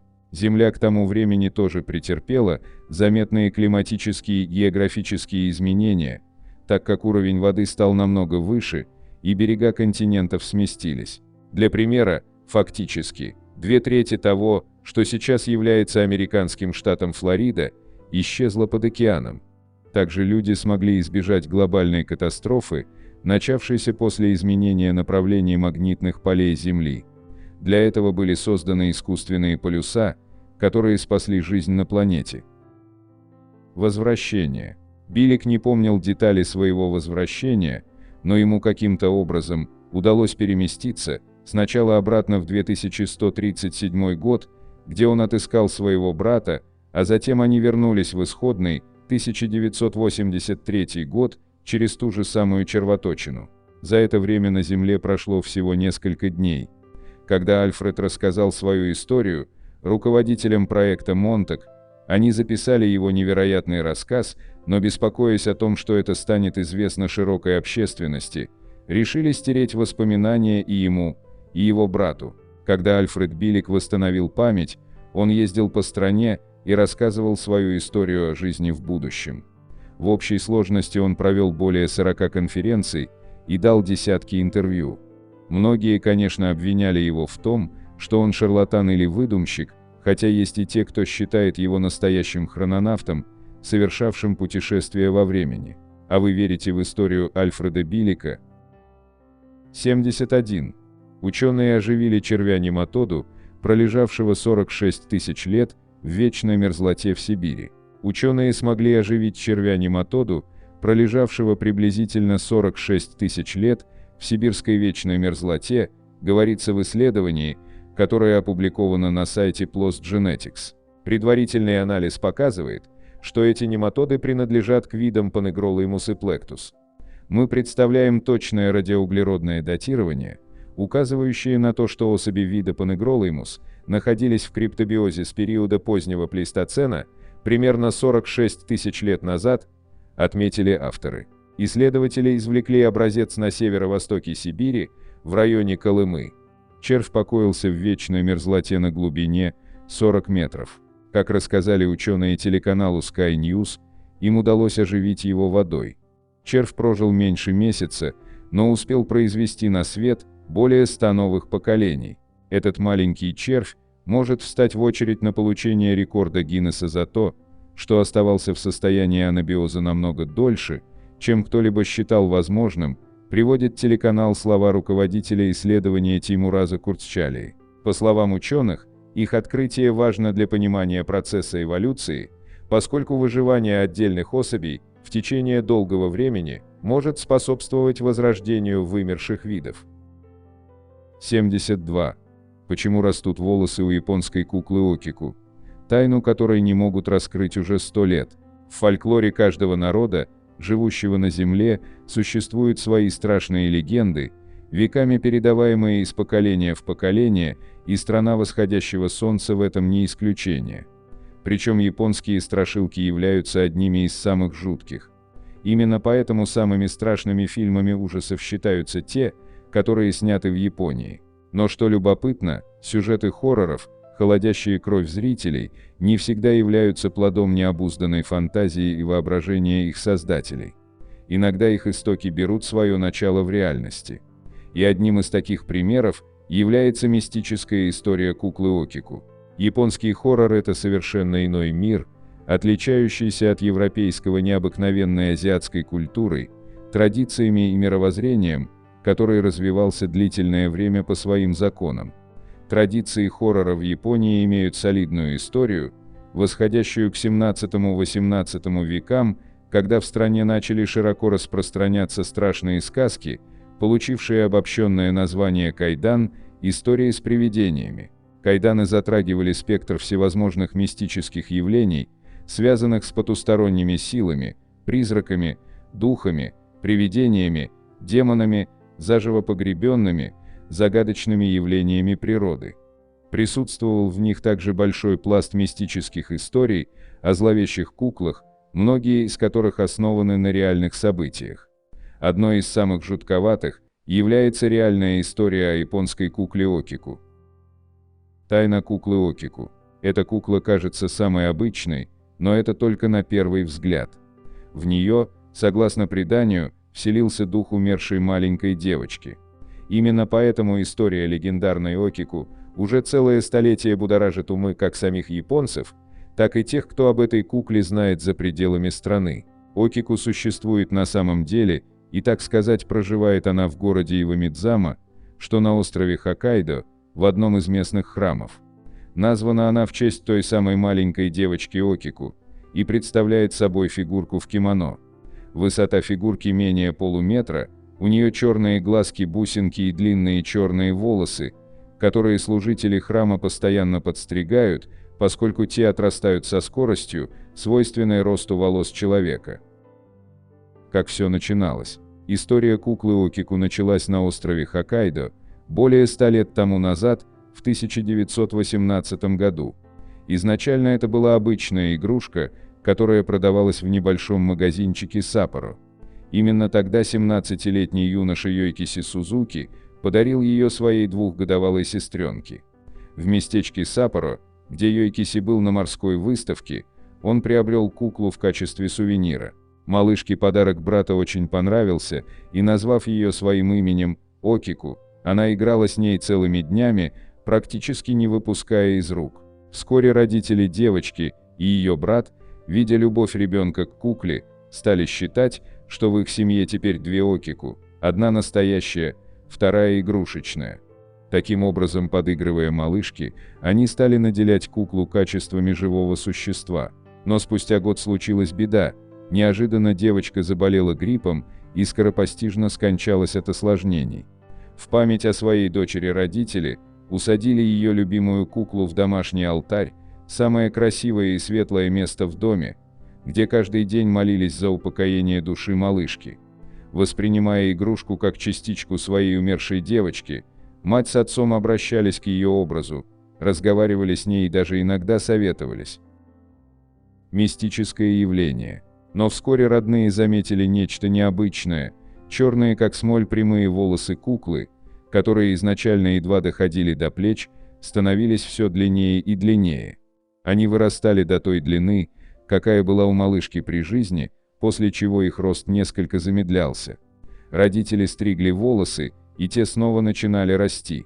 После такого невероятного открытия родные посчитали это знаком того, что душа их ребенка нашла пристанище в кукле. Теперь им приходилось каждый месяц подстригать волосы игрушки, которые за несколько недель отрастали вновь. Родители, веря в чудо, демонстрировали своим знакомым куклу с растущими волосами, а те, в свою очередь, делились сенсацией со своими знакомыми. И весть о необычной кукле стремительно разнеслась по всему острову. Специалисты того времени, изучающие паранормальные явления, констатировали, что в куклу вселился призрак Окику, и всему виной сами родители девочки. Они не дали душе дочери успокоения, и теперь она, мечась между двумя мирами, миром живых и загробным миром, нашла для себя лишь одно место обитания – свою любимую игрушку. И так прошло почти 20 лет. В 1938 году семья покойной Окику, собравшись переехать в другой город, решила куклу не брать с собой, поскольку считали, что дух их малышки должен оставаться там, где она родилась. Поэтому мистическую куклу отдали служителю местного храма Манендзи, который сделал для нее специальный деревянный ящик и поместил на самое видное место в храме. Там она находится и по сей день. И уже современные монахи периодически стригут ее, и любой желающий может, периодически заходя в храм, наблюдать динамику роста волос куклы. Отмечается также, что из-за присутствия в храме Окику его стали посещать гораздо больше местных жителей и гостей города. Причем многие из посетителей утверждают, что им не просто посмотреть в глаза кукле, но вполне возможно, что это обычный самовнушаемый страх. Почему тайна остается тайной? И что в этой истории больше всего любопытно, так это то, что секрет этого паранормального явления до сих пор не раскрыт, поскольку многие верующие люди попросту боятся даже коснуться необычной игрушки, да и сами служители храма противятся всяческим попыткам изучить куклу научным методом.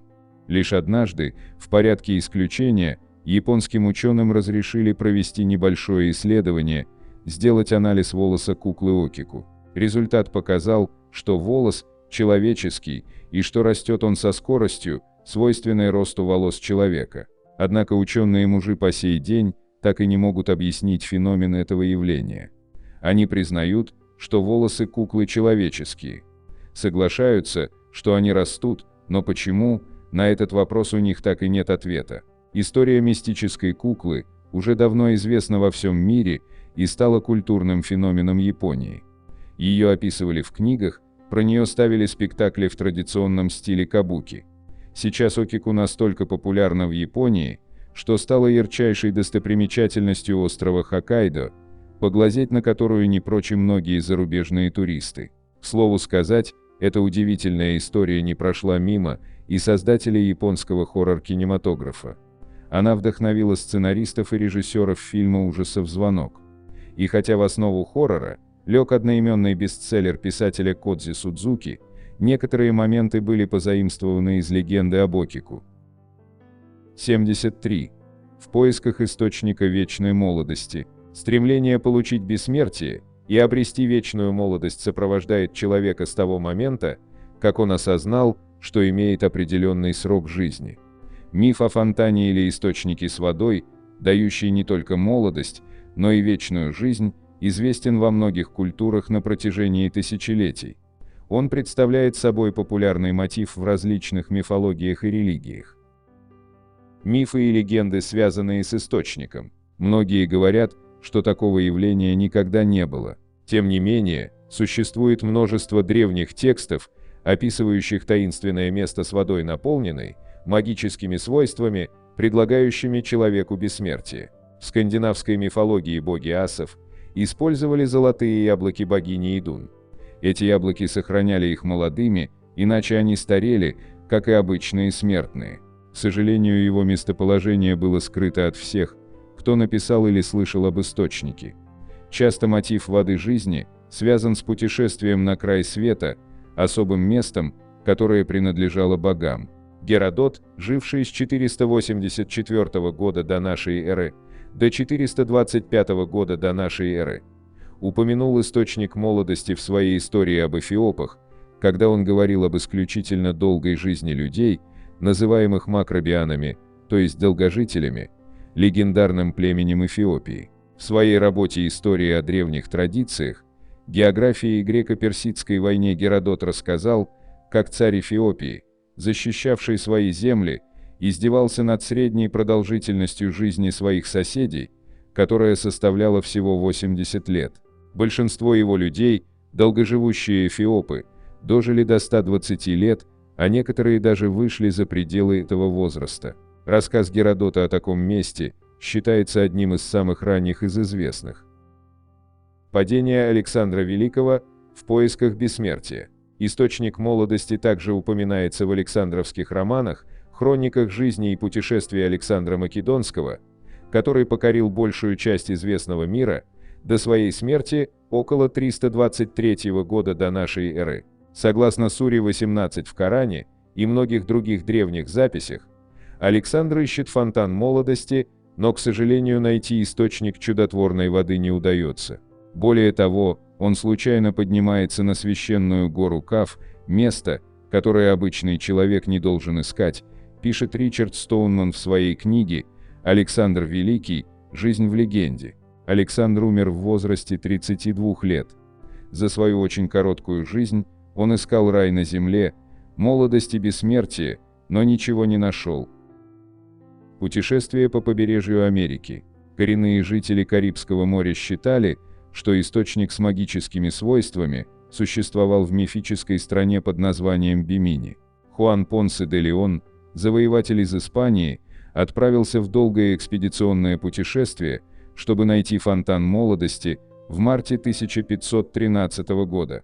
Фердинанд, король Испании, сразу же выдал Понсе де Леону патент на открытие от 23 февраля 1512 года, разрешивший экспедицию с острова Испаньола на север. Адмиралтейству было приказано помочь Понсе де Леону и предоставить ему лучшие корабли и моряков, чтобы он мог без промедления открыть остров, указанный в документе как Бенины. Но открытие этого острова было нелегкой задачей, потому что на Багамах не один остров, а сотни. Воды каждого ручья пробовали и пили, но без видимых эффектов. В пасхальное воскресенье была замечена длинная береговая линия. Понсе де Леон называет найденный, так сказать, остров Флорида. Плавая вдоль побережья и приземляясь неоднократно, он и его люди искали джунгли и пили воду из бесконечного числа источников. Но чуда не происходило. Допросили огромное количество индейцев.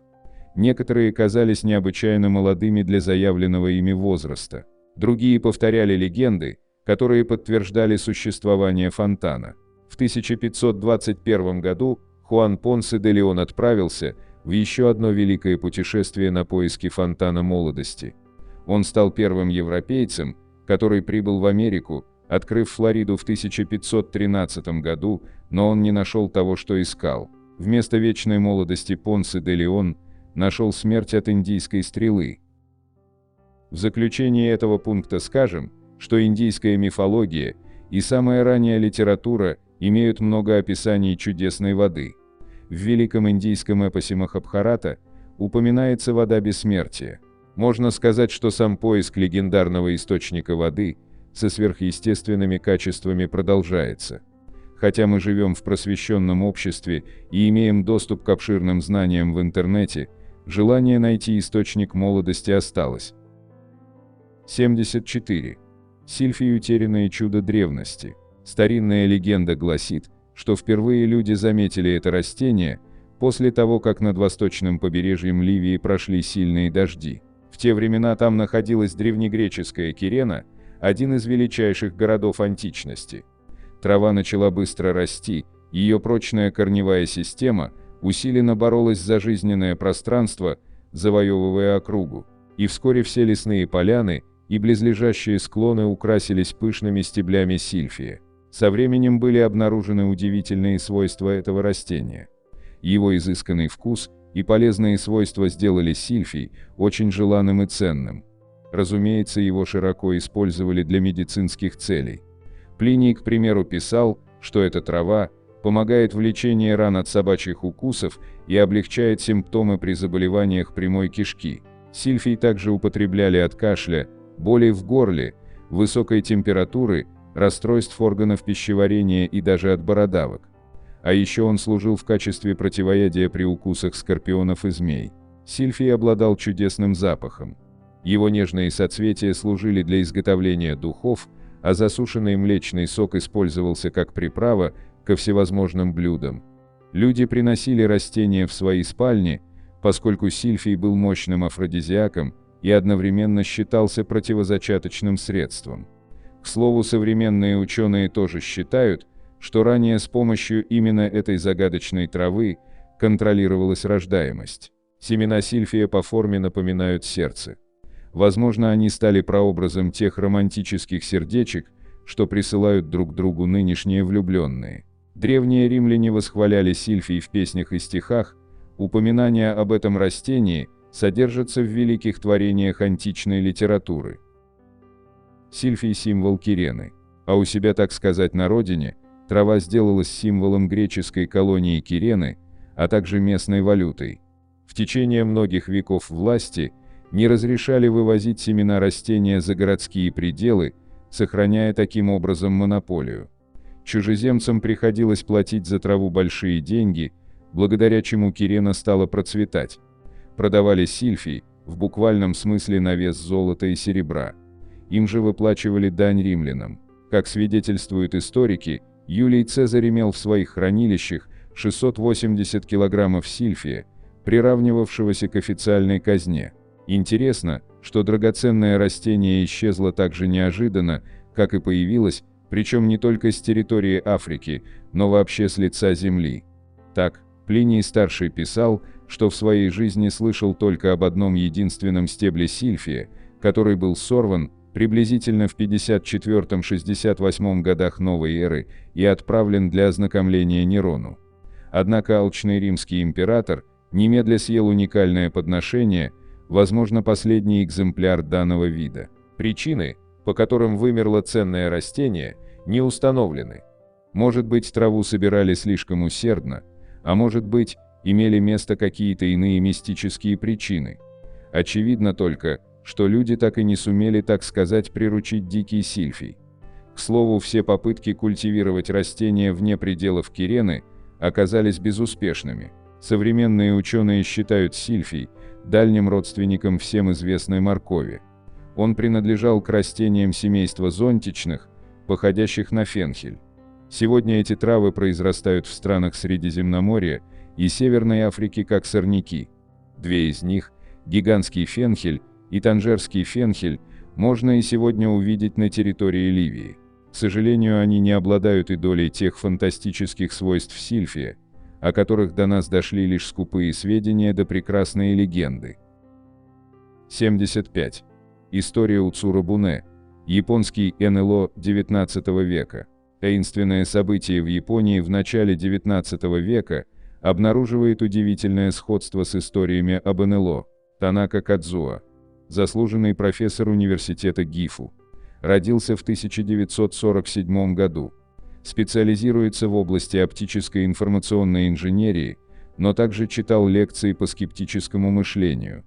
Ведущий исследователь легенд об Уцура-Буне, полом корабле. В 1803 году круглое судно прибило к берегу японского побережья, и из него вышла красивая женщина в странной одежде и с ящиком в руках. Она не могла общаться с местными жителями, а ее ремесло было отмечено таинственными письменами. Эта история об Уцура-Буне, или полом корабле, в провинции Хитачи, ныне префектура Ибараки, встречается во многих записях периода Эдо 1603-1868 годы, и Танака Кадзуо, заслуженный профессор университета Гифу, изучал эту тему в течение многих лет, что заставило его отойти от своей основной области исследований, прикладной оптики, и заняться изучением этого любопытного эпизода. И что произошло на самом деле? Как летающая тарелка. Танака говорит, что начал изучать корабль после смертоносных зариновых атак в метро в 1995 году, совершенных сектой Аум Синрикё. Было много сообщений о пророчествах основателя Аума Сахары Сёка и его заявлениях о том, что он может парить в воздухе. При этом старшие члены культа были частью научной элиты. Я начал читать лекции, рассматривая паранормальные явления с научной точки зрения, что означало, что я собирал всевозможные материалы для преподавания, например, об НЛО в США и японском фольклоре. Занимаясь этим, я наткнулся на легенду об Уцура-Буне. Он добавляет, задолго до американских историй об НЛО, корабль, изображенный в японских документах периода Эдо, почему-то был похож на летающую тарелку. Это меня завораживало. НЛО стали современной сенсацией после того, как 24 июня 1947 года СМИ сообщили о том, что американский бизнесмен Кеннет Арнольд стал свидетелем так называемых летающих тарелок. Последовал поток подобных историй со всего мира. Наиболее известным стало утверждение о том, что в июле 1947 года НЛО упал на Землю недалеко от Розуэлла, штат Нью-Мексико. Однако в конечном итоге не было найдено ни обломков, ни тел инопланетян, говорит Танака. Остались только неоднозначные свидетельства очевидцев. То же самое было и со всеми другими историями об НЛО со всего мира, они были загадками без каких-либо существенных доказательств. Легенда об Уцура-Буне, однако, имеет ряд документов, которые можно рассматривать как зацепки, так что в этом смысле для исследователей это тайна с содержанием. Существуют подобные устные предания о полых кораблях по всей Японии в период Эдо. Исследования Танаки сосредоточены на различных документах, которые описывают инцидент 1803 года в Хитачи и включают иллюстрации красивой женщины и странного судна, хотя в них приводятся разные даты.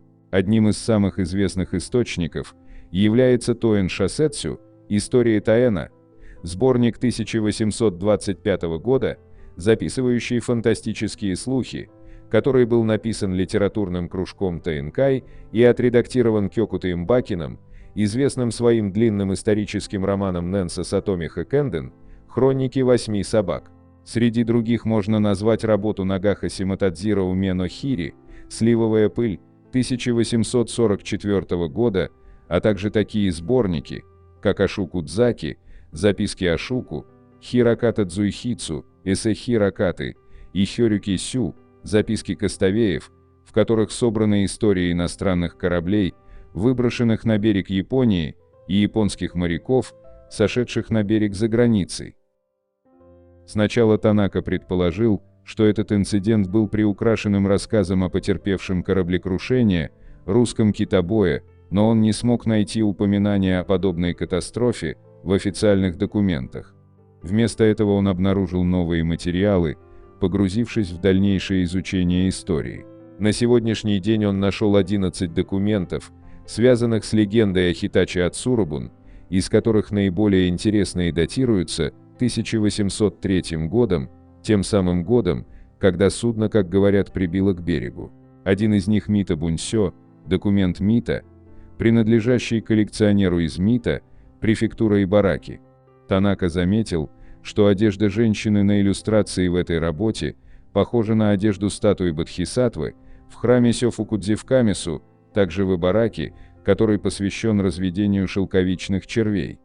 Легенда приписывает начало шелководства в этом районе принцессе Кондзики или Золотой принцессе, которая является мотивом изображений в храме. По одной из версий, принцессу Конджики выбросило на берег после путешествия из Индии на вырытой лодке в форме кокона. Она отплачивает за доброту местной паре, которая пытается вернуть ей здоровье, передав им секреты шелководства, когда после смерти сама становится шелковичным червем. Среди различных материалов только иллюстрация в документе Мита показалась очень похожей на принцессу Кондзики. Танака считает, что когда распространились первые слухи о полом корабле, вышедшем на берег на пляже Касиманада, люди из Сёфукудзи, возможно, решили включить это в рекламу храма.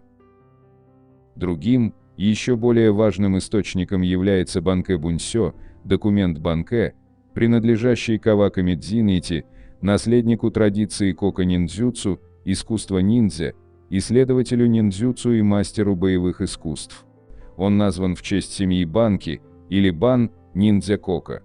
Хотя в некоторых других материалах говорится, что судно вышло на берег в таких местах, как Хараидори или Харатанахама, нет никаких доказательств существования таких мест. В этом документе, однако, это место записано как Хитачихара Ширихама, которая фигурировала на карте, составленной известным картографом Ино Тадатака и теперь известна как Хасаки Ширихама в Камису. Танака комментирует, что в то время как другие материалы показывают географические несоответствия, в этом документе упоминается реальное название местности. Он говорит, что Каваками предположил, что один из членов Банкэ мог собирать информацию, работая на главу домена Авари, ныне префектура Айти. Если это так, то он не стал бы записывать неправду, поэтому мы можем сказать, что документ очень надежный. Фольклорист Янагита Куния однажды сказал, что все легенды об Уцурубуне беспочвенные выдумки. Но в случае с Уцурубуне из Хитачи есть явное отличие от других историй по всей стране, говорит Танака. Во-первых, указано, что это произошло в 1803 году. И потом, странно, что есть конкретные фотографии корабля, на которых он похож на летающую тарелку. Я считаю, что скорее всего это было основано на чем-то, что действительно произошло. Но Япония тогда была в значительной степени закрытой страной, поэтому, если бы произошло крушение иностранного корабля или в страну прибыли иностранные люди, это стало бы огромным событием, и правительственный чиновник провел бы расследование и оставил бы публичный документ. Когда в 1824 году британские моряки зашли на остров Ацухама, ныне Китай-Бараки, это стало одной из причин принятия в следующем году эдикта о недопущении иностранных судов. Так что, возможно, есть свидетельства очевидцев о том, что в Касиманаде что-то происходило в течение короткого времени. Возможно, что это стало связано с более ранними легендами об Уцурубуне. Так же, как описание одежды женщины варьируются в зависимости от документа, так и описание формы и размера ее судна. Например, в записях о замках говорится, что он был около 3,3 метров в высоту и 5,4 метра в ширину, если перевести в современные измерения, и что он был сделан из палисандрового дерева и железа, со стеклянными и хрустальными окнами. Я не уверен, были ли записки Кастаньет официальным документом. Всего существует 2 тома, и кроме Уцурубуне, все они представляют собой происшествия, которые действительно имели место. Это позволяет предположить, что автор по крайней мере верил, что Уцурубуне действительно выбросило на берег, говорит Танака. С полым кораблем связано бесчисленное множество загадок, например, значение написанного внутри него шрифта. Танака говорит, что по одной из версий он напоминает псевдоримские буквы, которые иногда встречаются на границах гравюр укиё-э. Так что это может быть просто декоративное украшение. Хотя не исключено, что мы обнаружим доказательства того, что это инопланетная письменность. Сказав это, он смеется. Вероятно, будут еще открытия неизвестных материалов, связанных с Уцурубуне, и новые откровения. Эта легенда так привлекательна, потому что можно придумать так много различных теорий. Наличие подобной истории в Японии за 140 лет до американских наблюдений НЛО, которое до такой степени стимулирует воображение, напоминает мне о том, насколько увлекательной может быть японская культура. 76. Потерянный у острова Десепшн. Разгадка столетней тайны. Странная история выжившего после атаки немецкой подлодки в Первой мировой войне. В 1916 году немецкая подводная лодка потопила торговое морское судно, шедшее под флагами союзников у берегов Антарктиды, где-то между островом Элефант и островом Десепшн в архипелаге Южные Шетландские острова. Считалось, что все души на борту корабля погибли вместе с его грузом продовольствия и медицинских принадлежностей, направлявшихся на Западный фронт. Однако через 2 года, в 1918 году, был найден единственный выживший на безымянном приливном острове у северо-западного побережья Антарктического полуострова. Выживший назвал себя Эдвардом Алленом Оксфордом, гражданином Британской империи. Несмотря на то, что прошло 2 года, он утверждал, что был выброшен на берег не более 6 недель назад на соседнем большом острове, который, по его словам, был теплым и тропическим. История выживания и тайны. История Эдварда Аллена Оксфорда вызвала скептицизм и интерес. Как человек мог выжить 2 года в суровых условиях Антарктики и выйти с рассказом о теплом и тропическом острове?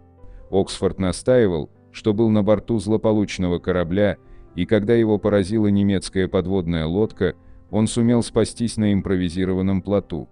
Несколько дней он дрейфовал, пока не оказался на острове, не похожем на другие в ледяных южных морях. Оксфорд описывал остров как зеленый рай, полный странных флоры и фауны, что резко контрастировало с пустынным, замерзшим ландшафтом, ожидаемым в этом регионе.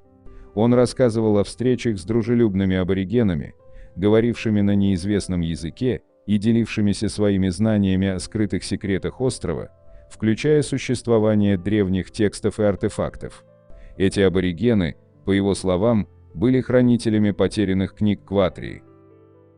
Потерянные книги Кватрии. Согласно Оксфорду, потерянные книги Кватрии были древними манускриптами, содержащими знания о давно потерянной цивилизации.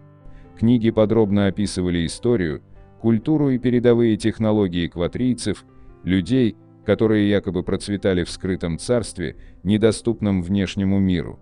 Оксфорд утверждал, что остров, на который он наткнулся, был вратами в Кватрию, место, где время, казалось, остановилось, и где можно было найти остатки этой развитой цивилизации. Скептики утверждали, что история Оксфорда – это выдумка, плод воображения человека, пострадавшего от травм войны и изоляции. Однако его подробные описания острова и его обитателей, а также артефакты, которые он привез, включая фрагменты манускриптов, заинтересовали ученых и искателей приключений. Возможно ли, что в его фантастическом рассказе есть зерно правды? Поиск истины. Тайна Эдварда Аллена Оксфорда и потерянных книг Кватрии вызвала многочисленные экспедиции в архипелаг Южные Шетландские острова.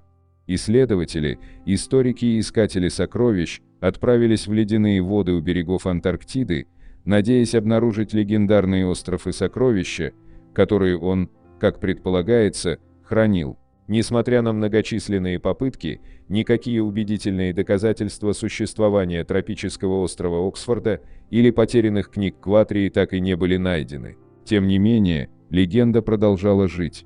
Истории о странных наблюдениях и необъяснимых явлениях в этом регионе подпитывали веру в то, что остров, а возможно и сама Кватрия, реальны. Некоторые теоретизировали, что остров был скрыт естественными или сверхъестественными средствами, защищен от обнаружения мощными силами. Наследие Эдварда Аллена Оксфорда. История Эдварда Аллена Оксфорда остается одной из самых устойчивых тайн XX века. Был ли он шарлатаном, провидцем или просто человеком, пережившим нечто, выходящее за рамки понимания его времени, его история продолжает захватывать воображение. Потерянные книги Кватрии, будь то реальные или мифические, символизируют человеческое стремление к познанию неизвестного и веру в возможность скрытых миров. В заключение, странная история Эдварда Аллена Оксфорда и потерянных книг Кватрии служит напоминанием о силе тайн и устойчивом очаровании неизвестного. По мере того, как мы продолжаем исследовать мир и расширять границы знаний, истории, подобные истории Оксфорда, бросают нам вызов сохранять открытость ума и никогда не переставать искать истины, которые лежат за горизонтом. Поэтому, когда вы в следующий раз окажетесь перед неизвестным или услышите рассказ, который кажется слишком фантастическим, чтобы быть правдой, вспомните Эдварда Аллена Оксфорда и остров, потерянный у острова Десепшн. В мире исследований и открытий иногда самые необычные истории содержат семена истины, ожидая, когда их раскроют те, кто достаточно смел, чтобы искать их. 77. Донни Деккер. Человек, способный вызывать дождь в помещении. Маленький мальчик Донни Деккер из штата Пенсильвания. Отца ему заменил дед, которого побаивались в округе, потому что считали, что он неким образом связан с дьяволом. Говорили, он мог проклянуть человека, и проклятия его сбывались очень быстро. Паренек чаще всего был предоставлен сам себе, и поэтому связался с не очень хорошей компанией. Когда он сидел в тюрьме за небольшую кражу, его дед скончался и его отпустили на похороны.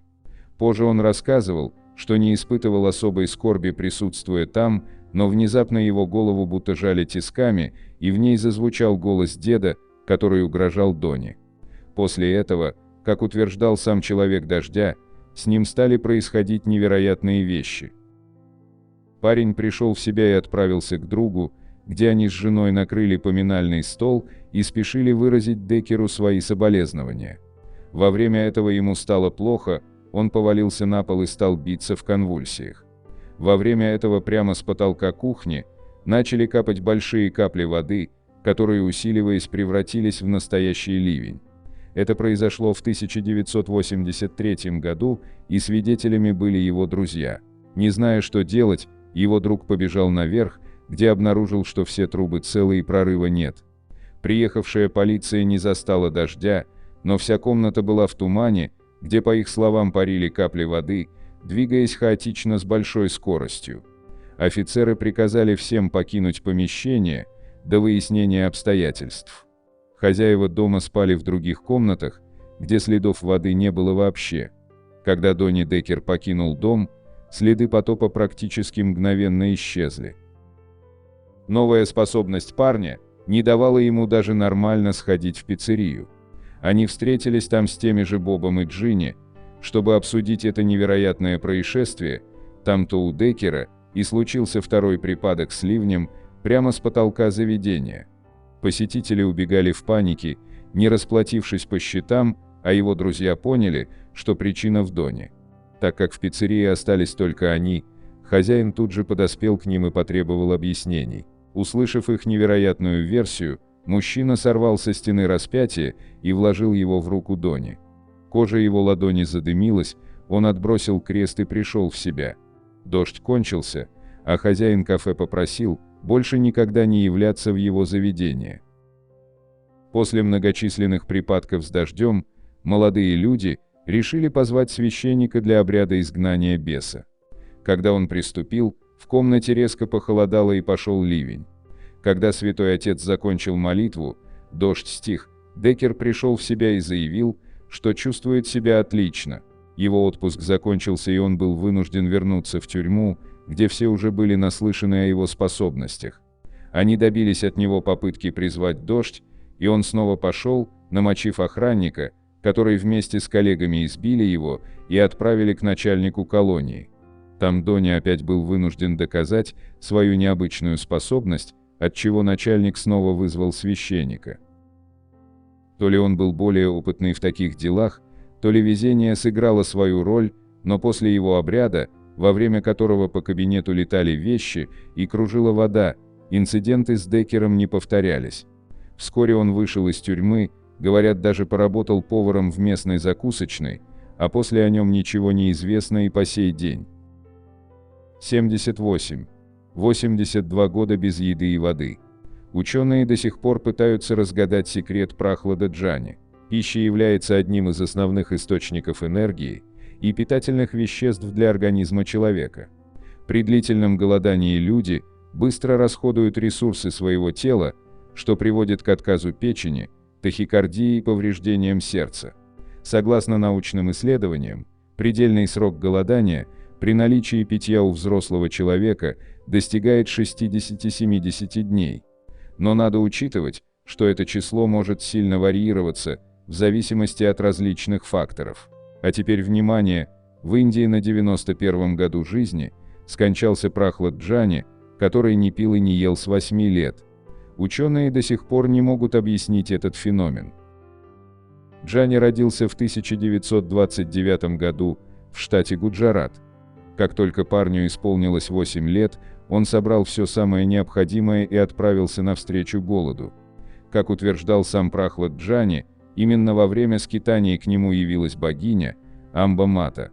Она жалилась над мальчиком и, коснувшись его языка, сделала у него в небе дырку, сквозь которую, как думают йоги, поступает питательное вещество Амрита. Это вам и пища богов, и эликсир бессмертия одновременно.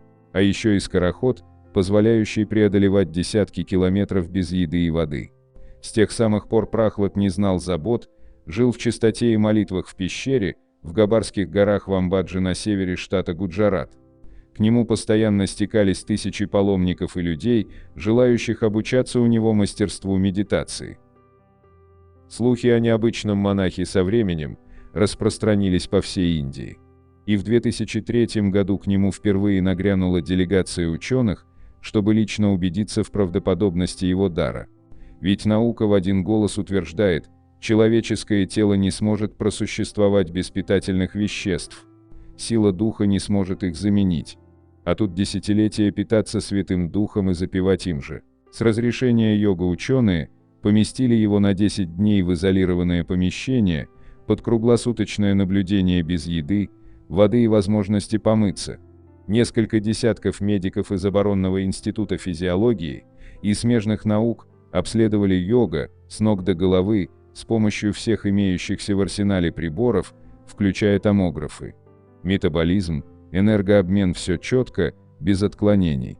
Все как у обычного земного человека. Вот только в туалет не ходил. Последний раз йог его посетил в 8-летнем возрасте. А больше и потребностей не было. Но вот что удивительно, врачи, проводившие обследование, заметили, что в мочевой пузырь йога все же нацедилась жидкость. Правда, без испражнения она вскоре впиталась обратно. По истечении 10 дней Джани отпустили, а в 2010 году опыт решили повторить, увеличив срок пребывания йога в изоляторе до 14 дней. Но и в этот раз медикам так и не удалось раскрыть секрет своего пациента. Зато количество вопросов только возросло. Сколько же на самом деле человек может прожить без пищи и воды? Индийским военным врачам, которые надеялись разгадать секрет Прахлада, чтобы в дальнейшем обучать своих солдат такой же стойкости и выносливости, оставалось только завидовать. Ведь секрет жизни без потребностей погиб вместе с йогом, когда тому стукнул 91 год. Как показало вскрытие, никаких дырок и следов амриты у Прахлада не было.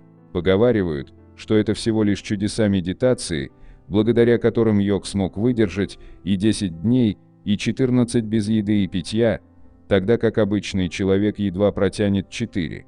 А вот что касается 80-летнего поста, не хотим затронуть веру, но многие считают, что это попахивает сказкой.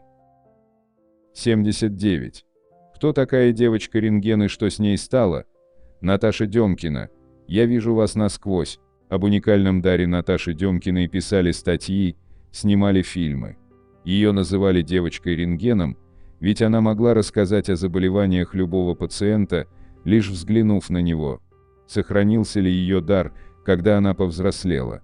Наташа говорила, что у нее есть зрение обычное и еще одно, позволяющее видеть внутреннее устройство организма человека. Она видела органы, их состояние.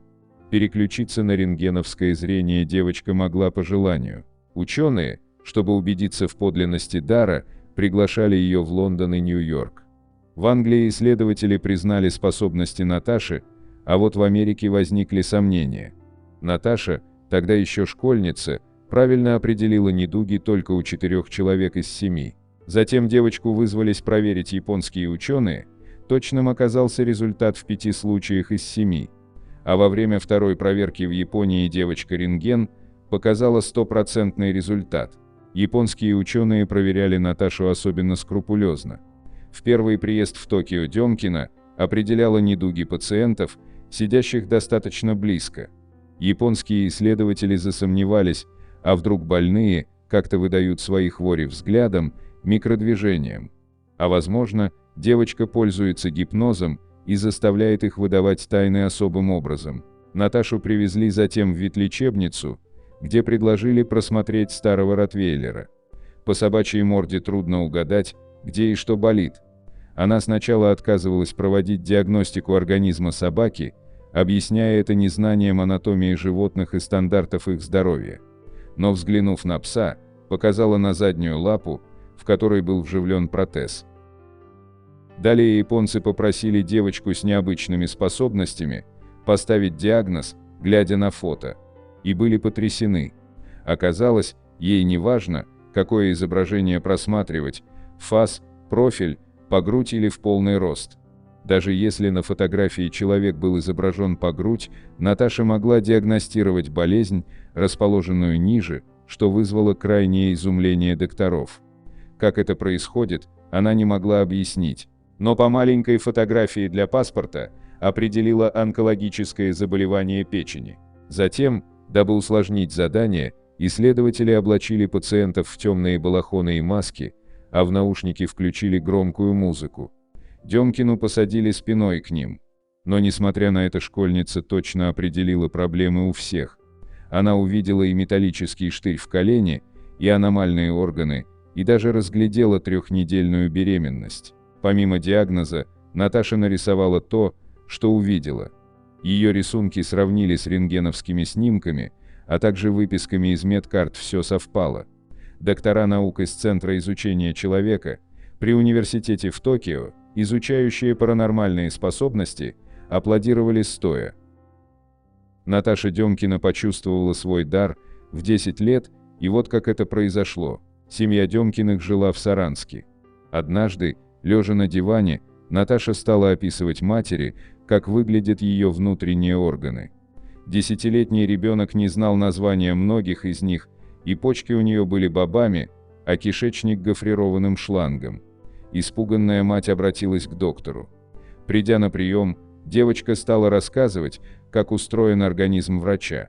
Тот только развел руками. В первое время Наташа, естественно, просматривала лишь друзей семьи, а те, в свою очередь, стали просить посмотреть своих знакомых. Обычно это были люди, которым медики не могли поставить точный диагноз. И так из уст в уста разносилась весть о необыкновенных возможностях саранской школьницы. К ней обращалось все больше и больше людей за помощью. Среди них были и врачи, и пациенты, которых они направляли к девочке. Настоящая известность пришла к Наталье, когда о ней заговорили СМИ. «Мы долго скрывали способности дочери», рассказывал ее отец Николай Демкин. Но необычность Наташи все-таки выплыла наружу, и нас стали атаковать журналисты. Телефон разрывался от звонков, правда. Некоторые статьи принесли нам немало горя. Успешно закончив школу, в 2004 году Наташа поступила в Московский государственный стоматологический университет имени Семашко на лечебный факультет. Наташа сотрудничала и с российскими учеными Центра восстановительной медицины Центральной клинической больницы МПС под руководством доктора медицинских наук Вячеслава Михайловича Звонникова, много лет изучавшего людей с экстраординарными способностями. При встрече Наташа задала профессору Звонникову мучившие ее вопросы. Прежде всего о том, как он относится к ее необычным возможностям. Он сказал: «Твои способности – это очень интересное явление, механизмы которого мы хотим изучить. Таких людей, как ты, немало. Но лишь единицы из них обращают на свой дар внимание, а уж тем более развивают его. А ты уникальна тем, что, зная о своих возможностях, поступила в медуниверситет. Соединение знаний консервативной и нетрадиционной медицины обычно дает очень хороший эффект в диагностике и лечении. Немало огорчений приносит девушке то, что многие врачи не верят ей». Вячеслав Михайлович напомнил, что среди докторов тоже встречаются разные люди. Так, известный русский врач Сергей Боткин мог определить заболевание, внимательно взглянув на мимику, походку и прислушавшись к голосу. Есть такие, которые ставят диагнозы по запаху. И подчеркнул, что ее способности из этой области. Если бы медики знали больше о, так сказать, устройстве человека, то не было бы недоверия по отношению к таким людям, как она. И посоветовал девушке не тратить свою жизнь на борьбу, а развивать свои способности и изучать для медицины будущего. В 2006 году, еще будучи студенткой, Наталья Демкина стала диагностировать в Центре специальной диагностики человека в Москве. Она принимала больных вместе с коллегами-врачами. По словам Натальи, к ней стекались больные со всего мира. При поддержке людей, которые верят в нее, Наташе удалось стать успешной представительницей нетрадиционной медицины. А поскольку девушка получила медицинское образование, у нее появились амбициозные планы. Она мечтала открыть экспериментальную многопрофильную клинику, где использовался бы в диагностике подход, опирающийся на ее дар, велись исследования в области онкологии и многое другое. Сейчас Наталье должно быть более 35 лет. К сожалению, последние годы о ней нет каких-либо сведений. Сбылись ли ее мечты, неизвестно. 80. Оливия Фарнсворт. Она может не есть, не спать и ни разу не ощущала боли, зато любит причинять ее другим. Оливия Фарнсворт – загадочная девочка с крайне редким заболеванием, которое ранее не было ни у кого за всю историю человечества. У ребенка отсутствует хромосома 6, и это не считается чем-то сверхъестественным, однако при этом у нее проявились все 3 возможных редчайших симптома, которые делают ее поистине уникальной. Симптом 1. За все свое детство девочка ни разу не плакала, а в 6 лет расколола губу так, что врачам пришлось провести операцию. Самое интересное то, что ребенок вообще был безразличен к боли, то есть Оливию оперировали без обезболивающего. Спустя некоторое время девочку сбила машина, протащившая ее около 30 метров. В результате этого на животе и ступне была стерта кожа, но девочка спокойно встала после этого жуткого происшествия и ушла. Симптом 2. В 9-месячном возрасте Оливия утратила желание спать, то есть ребенок вообще отказывался от сна и не испытывал нужды в сказках на ночь. Спустя 3 суток активности без сна врачи дали ребенку лекарство, чтобы дать время родителям хоть немного отдохнуть и выспаться. Уже прошло 10 лет с момента первого приема лекарства, и по сей день девочка продолжает его принимать, Ну а если перестанет, то вновь не сможет уснуть. Симптом третий. Заставить Оливию правильно питаться – это тоже очень непростое испытание, поскольку она никогда не чувствует голода. В каждый конкретный период она соглашается есть что-то одно. Например, недавно это были молочные коктейли, говорит ее мама. Сейчас это куриная лапша. Как-то она целый год жила только на бутербродах с маслом. Она не бывает голодной, так что ей бесполезно говорить, что если ты не съешь этого, то не получишь чего-то вкусненького. Еда ее совершенно не волнует. Сегодня, приняв необходимый препарат, Оливия спит по 6 часов в сутки. У нее пропало пристрастие к молочным коктейлям, и она стала регулярно есть куриный суп, при том, что фрукты, овощи и цельнозерновые продукты так и остались в списке нелюбимых. Иногда жестокая Оливия, которая не испытывает никакой боли, может без колебаний причинить ее другим людям. Родители регулярно водят ее к врачу, поскольку она не чувствует симптомов своей болезни. Что ждет девочку в будущем, когда она повзрослеет, станет зрелой и со временем состарится, неизвестно никому. Остается лишь надежда на то, что ее уникальность будет благословением. 81. Действительно ли Бенедетто Супино обладал пирокинезом, способностью вызывать огонь? Если спросить парапсихолога о реальных примерах пирокинеза, не путайте этот термин с самовозгоранием человека, то с большой долей вероятности вы услышите о человеке по имени Бенедетто Супино. Пирокинез – это предполагаемая экстрасенсорная способность, которая позволяет человеку создавать и контролировать огонь силой мысли.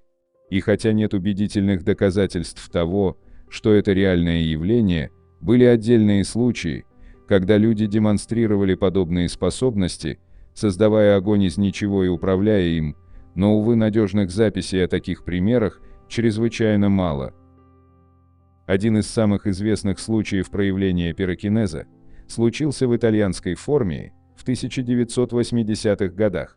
Речь о человеке по имени Бенедетто Супино, родившемся 5 сентября 1973 года. Согласно старым газетным публикациям, в 1982 году, когда ему было 10 лет, он находился в приемной дантиста, ожидая своего вызова в кабинет врача.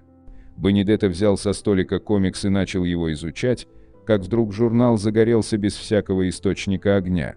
Дальше его способности только усиливались, и он мог легко поджигать предметы, даже не прикасаясь к ним, а только взглянув, как, например, это произошло с пластиковой деталью, которую держал в руках его дядя. Лежавшие рядом с ним книги и другие предметы, особенно деревянные, таинственным образом возгорались. Некоторые свидетели позднее утверждали, что руки Бенедетто за мгновение до появления огня сияли странным блеском. Все усугубилось до такой степени, что однажды Бенедетто проснулся среди ночи от того, что загорелась его собственная постель. В результате вспыхнула его пижама, и он получил ожоги. С тех пор его способность создавать огонь превратилась в своего рода проклятие. Куда бы он ни пошел, там тут же начинали сгорать электронные предохранители, переставали работать электрические приборы, вспыхивали газеты и мебель, а иногда даже металлические предметы разогревались до такой степени, что о них обжигались другие люди. Обеспокоенные родители мальчика, надеясь найти причину этих странных возгораний, стали водить ребенка по разным врачам, которые тщательно его обследовали, но все как один разводили руками, так как никто из них не смог объяснить этот феномен. Вскоре родители обратились за помощью к доктору Сандро Бартоломео, известному нейропсихиатру из Формии. Поначалу он полагал, что столкнулся с местными суевериями или религиозным фанатизмом, но после тщательного изучения предполагаемых пирокинетических способностей молодого человека смог убедиться, что Бенедетто был самым редким и необычным случаем в его практике. Потом Супино привлек внимание итальянской католической церкви, которая вызвалась ему помочь, попытавшись провести обряд экзорцизма, но из этого ничего не вышло. Бенедетто к тому времени уже боялся сам себя и своих способностей, желая от них избавиться. «Я не хочу, чтобы все вокруг меня загорелось, но ничего не могу с этим поделать. Мы с родителями столько всего перепробовали. Мне опасно находиться с людьми. Но им повезло познакомиться с итальянским парапсихологом, доктором Диметрио Крочи, благодаря которому Бенедетто наконец научился контролировать свои пирокинетические способности и сумел свести возгорание к минимуму. Хотя странная история Бенедетто Супино попала в несколько сенсационных заголовков итальянских газет в 1980-х годах, сегодня его местонахождение и род занятий неизвестны. По слухам, он все еще жив, но сменил имя и тщательно скрывает свой дар, чтобы не привлекать к себе лишнее внимание. 82. Древо жизни в Бахрейне. Более 4 веков посреди пустыни, где нет воды и других похожих растений. О дереве на главном острове Бахрейна рассказывают всякое. Даже что растет оно будто бы на том самом месте, где располагался когда-то Эдемский сад, этим якобы и объясняется уникальность этого природного чуда света.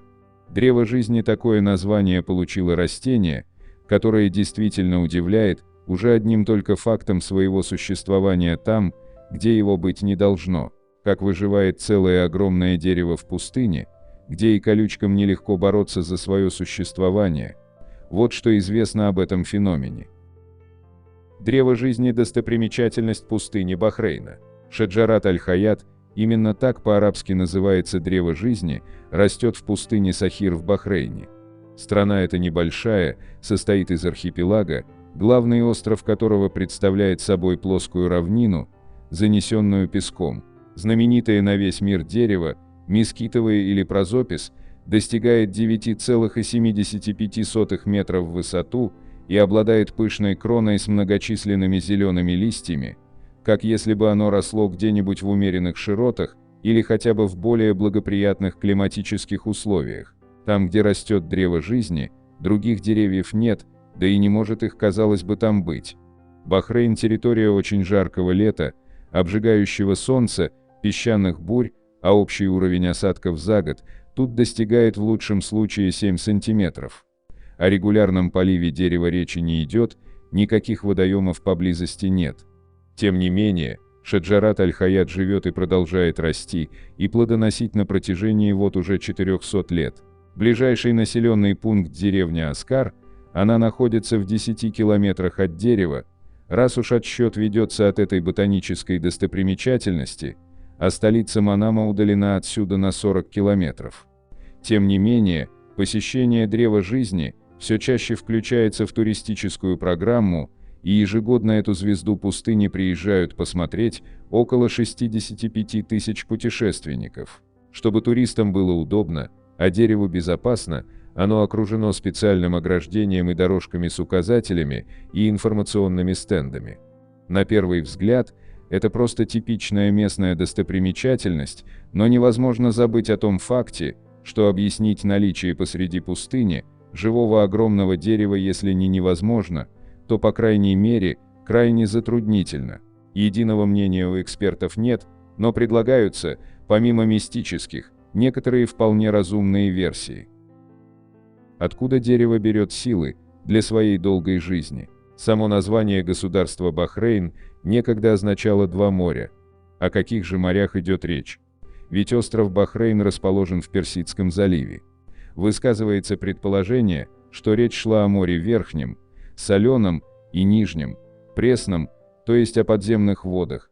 Действительно, в недрах острова скрыты большие водные запасы, и с учетом того, что корни древа жизни должны, как предполагается, уходить в глубину на несколько десятков метров, растение вполне может, так сказать, достать до источника воды. Это объяснение, правда, не затрагивает раннюю историю жизни дерева, когда подземные воды были еще недоступны растению.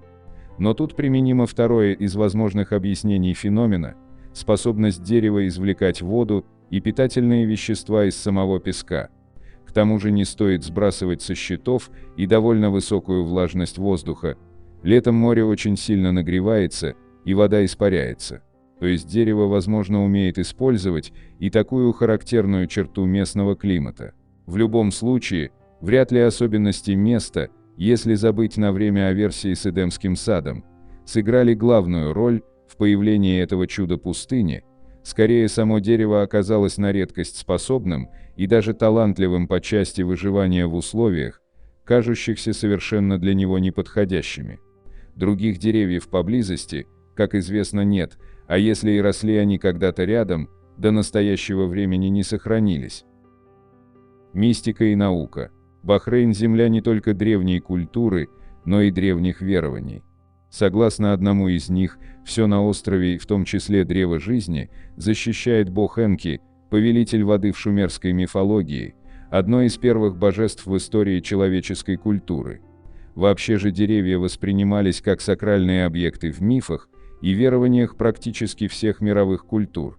Считается, что отношение к дереву как к одушевленному объекту, наделенному особой силой, зародилось когда-то в Азии. В Японии и сейчас к растениям, как и к другим природным объектам, относятся с уважением и почитанием. Под легендарным деревом Бодхи медитировал когда-то Будда, а скандинавская Игдрасиль вообще олицетворяла собой древнее представление об устройстве мира. В Иордании почитается дерево, под которым, как утверждается, останавливался для отдыха пророк Мухаммед. Возраст того растения превышает 500 лет. Волшебные деревья описаны в древнегреческой, индуистской, кельтской, германской мифологии. Древо жизни упоминается в Библии, в книге Бытия.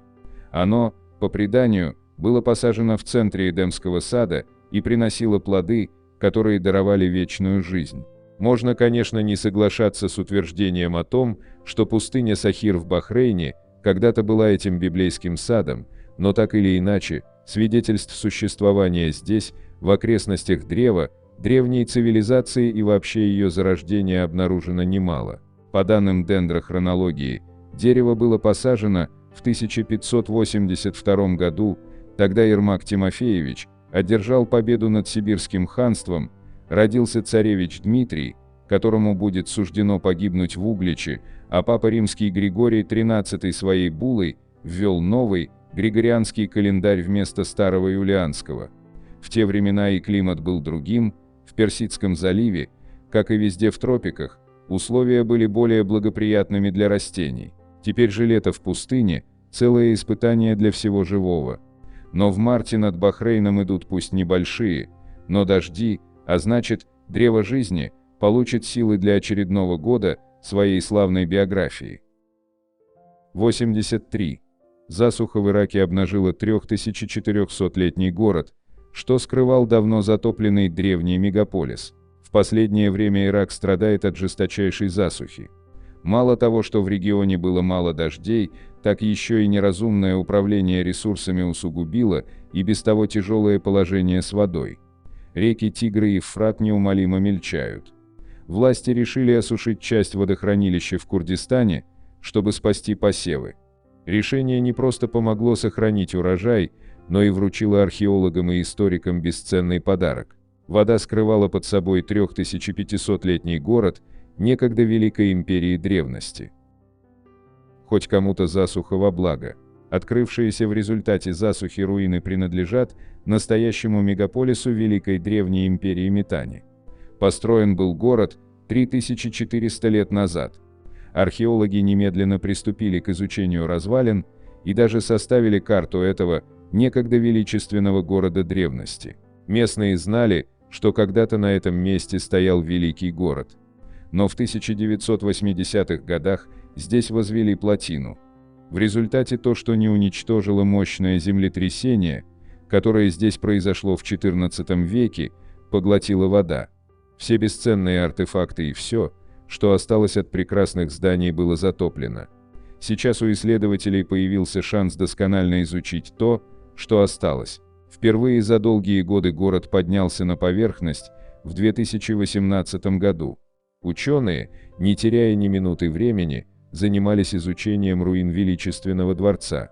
Стены этого архитектурного творения древних достигают 7 метров в высоту, а толщина их чуть более 2 метров. Украшали эти массивные стены роскошные росписи, сделанные яркими оттенками красного и синего цветов. К огромному сожалению для археологов, воды вернулись раньше, чем они успели нанести на карту все здания. Сейчас, когда так кстати для ученых разразилась такая сильная засуха, у них появился шанс наверстать упущенное. Чем команда археологов и занимается сегодня. Группа исследователей получила срочное финансирование через Фрайбургский университет и немедленно занялась делом. Теперь они надеются изучить как можно больше, прежде чем город снова будет затоплен. Великий город давно забытой Великой империи. Ученые уже получили весьма четкое представление о том, как некогда выглядел этот великий город. На карту нанесены почти все его многочисленные прекрасные здания. Историки изучают сотни обнаруженных там артефактов. Постройки включают в себя царский дворец, жилые дома, магазины, склады, промышленный комплекс. Все это находилось за прекрасно укрепленными мощными стенами. Это место было чрезвычайно важным центром Великой Древней империи Митани. Археологи были чрезвычайно впечатлены тем, насколько хорошо сохранились многие стены. Ведь они были выстроены из высушенной на солнце глины, подверглись землетрясению и находились десятки лет под водой. На удивление хорошо сохранились керамические сосуды, внутри которых ученые нашли более сотни клинописных табличек. Кроме всего прочего, они были надежно упакованы в специальные глиняные конверты. Эксперты говорят, что в подобных условиях такая сохранность – это нечто небывалое. Теперь специалисты занимаются расшифровкой этих текстов. В скором времени все тайны будут раскрыты. Общественность узнает, каким был город, как жили здесь люди. Ученые предполагают, что это город, который в древности носил название Закику. Это был весьма крупный центр империи Митани, существовавший в период примерно с 1500 по 1350 год до нашей эры. Это было одно из царств древности, основанных индоиранцами в Месопотамии и Сирии. На пике своего развития империя простиралась более чем на 1000 километров. Ее границы шли от гор Загрос и доходили до Средиземного моря. Климатический кризис погубил империю Митани. Митанцы в свое время отчаянно боролись с Египтом за контроль над Сирией. В результате около 1420 года до нашей эры с фараоном Тутмосом IV было достигнуто мирное соглашение. Изменение климата, постоянные засухи ослабили империю. Чуть позже Митани поглотила Хесское царство. Потом эту территорию захватила Ассирия. И вот засуха обнажила прекрасный город некогда могущественной древней империи, обрадовав археологов. Никогда ранее здания не открывались полностью. Такие происшествия в мире случаются часто. Так был открыт, например, чудесный мегалитический памятник Дольмен Гуадальпераль в Испании, которому от 4000 до 7000 лет. Глобальное потепление принесло Ираку множество проблем. Температура воздуха растет здесь в 2 раза быстрее, чем в среднем по миру. Среднегодовое количество осадков сократилось на 10%. Из-за этого высохли все водоемы и болота. Домашний скот гибнет, люди страдают от голода и жажды. Пресная вода тут на вес золота. Сейчас водохранилища заполнили опять водой.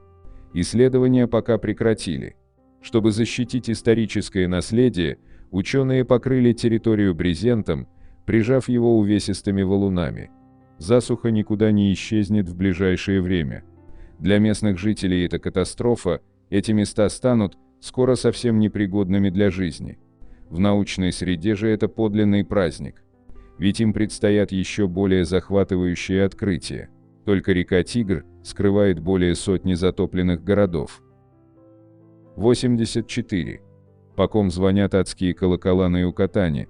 Тайна предназначения уникальной древней достопримечательности. Сеноты – одна из ключевых достопримечательностей полуострова Юкатан в Мексике. На самом деле весь регион просто пронизан сенотами. Их там не десятки, их тысячи. Еще столько же, если не больше, предстоит открыть. Древние майя верили, что сеноты – это путь в подземный мир, где обитают души умерших и боги смерти. В глубине священного сенота Эль-Сапоты образовались уникальные необычные сталактиты. Выглядят они совсем не так, как по идее должны. Дайверы называют их Hells Bells в честь песни австралийской хард-рок группы AC/DC. Что такое Эль-Сапоты? Вместо обычной для этих образований, удлиненной заостренной к низу формы, свисающей с крыши пещер, сталактиты в Эль-Сапоты имеют коническую и полую форму. Больше всего они по виду напоминают колокольчики или абажуры. Эль-Сапоте – это карстовая воронка, заполненная водой, глубиной несколько десятков метров. Именно там, в глубине этого священного сенота майя, находятся весьма необычной формы сталактиты. Дайверы именуют их адскими колоколами. Встречаются эти уникальные образования примерно на полпути при спуске вглубь пещеры, которая имеет форму песочных часов. Они располагаются в пределах узкого 6-метрового прохода. В этом месте сталактиты покрывают почти всю поверхность пещеры. Зловещие адские колокола имеют круглую или эллиптическую форму. Обычно они не образуют полного кольца. Большинство из них имеют открытый сегмент от четверти до 1/3 стенки кольца. Это делает их похожими на подковы. Открытая часть конуса всегда обращена к стенам пещеры. Необычные сталактиты. Эти специфические пещерные образования могут достигать очень больших размеров. Они бывают более 2 метров в длину и почти метр в ширину. Стенки достигают толщины 3 сантиметра. Карбонатные отложения вызывают испарение углекислого газа. В результате происходит насыщение кальцита, он выпадает в осадок и формируются сталактиты. Под водой этот процесс более сложный, так как нет доступа воздуха. Пещерные системы Юкатана затоплены соленой морской водой. Она просачивается снизу и насыщается также и пресными грунтовыми водами, которые поступают сверху. Интересно то, что эти два слоя не смешиваются. Они разделены между собой промежуточным слоем, который называется галоклин. Как образовались адские колокола? Адские колокола находятся как раз на границе между галоклином и слоем пресной воды. Сталактиты не растут в солевом слое, ведь соль растворяет кальцит. Исследователи обнаружили, что содержание кислорода в слое галоклина почти равно нулю. Пресноводный слой содержит кислород. Профессор Вольфганг Стинесбек из Института наук о Земле Гейдельбергского университета руководит командой, которая исследовала фантастический подземный мир нашей планеты. Ученые считают, что рост Хеллс-Беллс обусловлен конкретными физическими и биогеохимическими условиями верхнего слоя и галоклинового. Адские колокола очень древние. Радиометрическое датирование показывает, что они начали расти примерно 5000 лет назад. Этот невероятно любопытный процесс продолжается по сей день. Адские колокола Эль-Сапоте представляют собой загадочную экосистему, обеспечивающую условия для формирования крупнейших подводных образований в мире, заключает доктор Стинесбек. Они морфологически уникальны и, возможно, были образованы при гидрохимическом посредничестве колоний полиспецифических микробов, которые, по-видимому, все еще активны и сегодня. 85. Что скрывает гигантская воронка в Южном Китае, недавно обнаруженный затерянный первобытный мир? Недавно на юге Китая исследователи открыли настоящий затерянный первобытный мир. Глубоко под землей в огромной карстовой воронке обнаружилось обширное пространство. Там произрастает первобытная пышная растительность, неизвестная современной науке.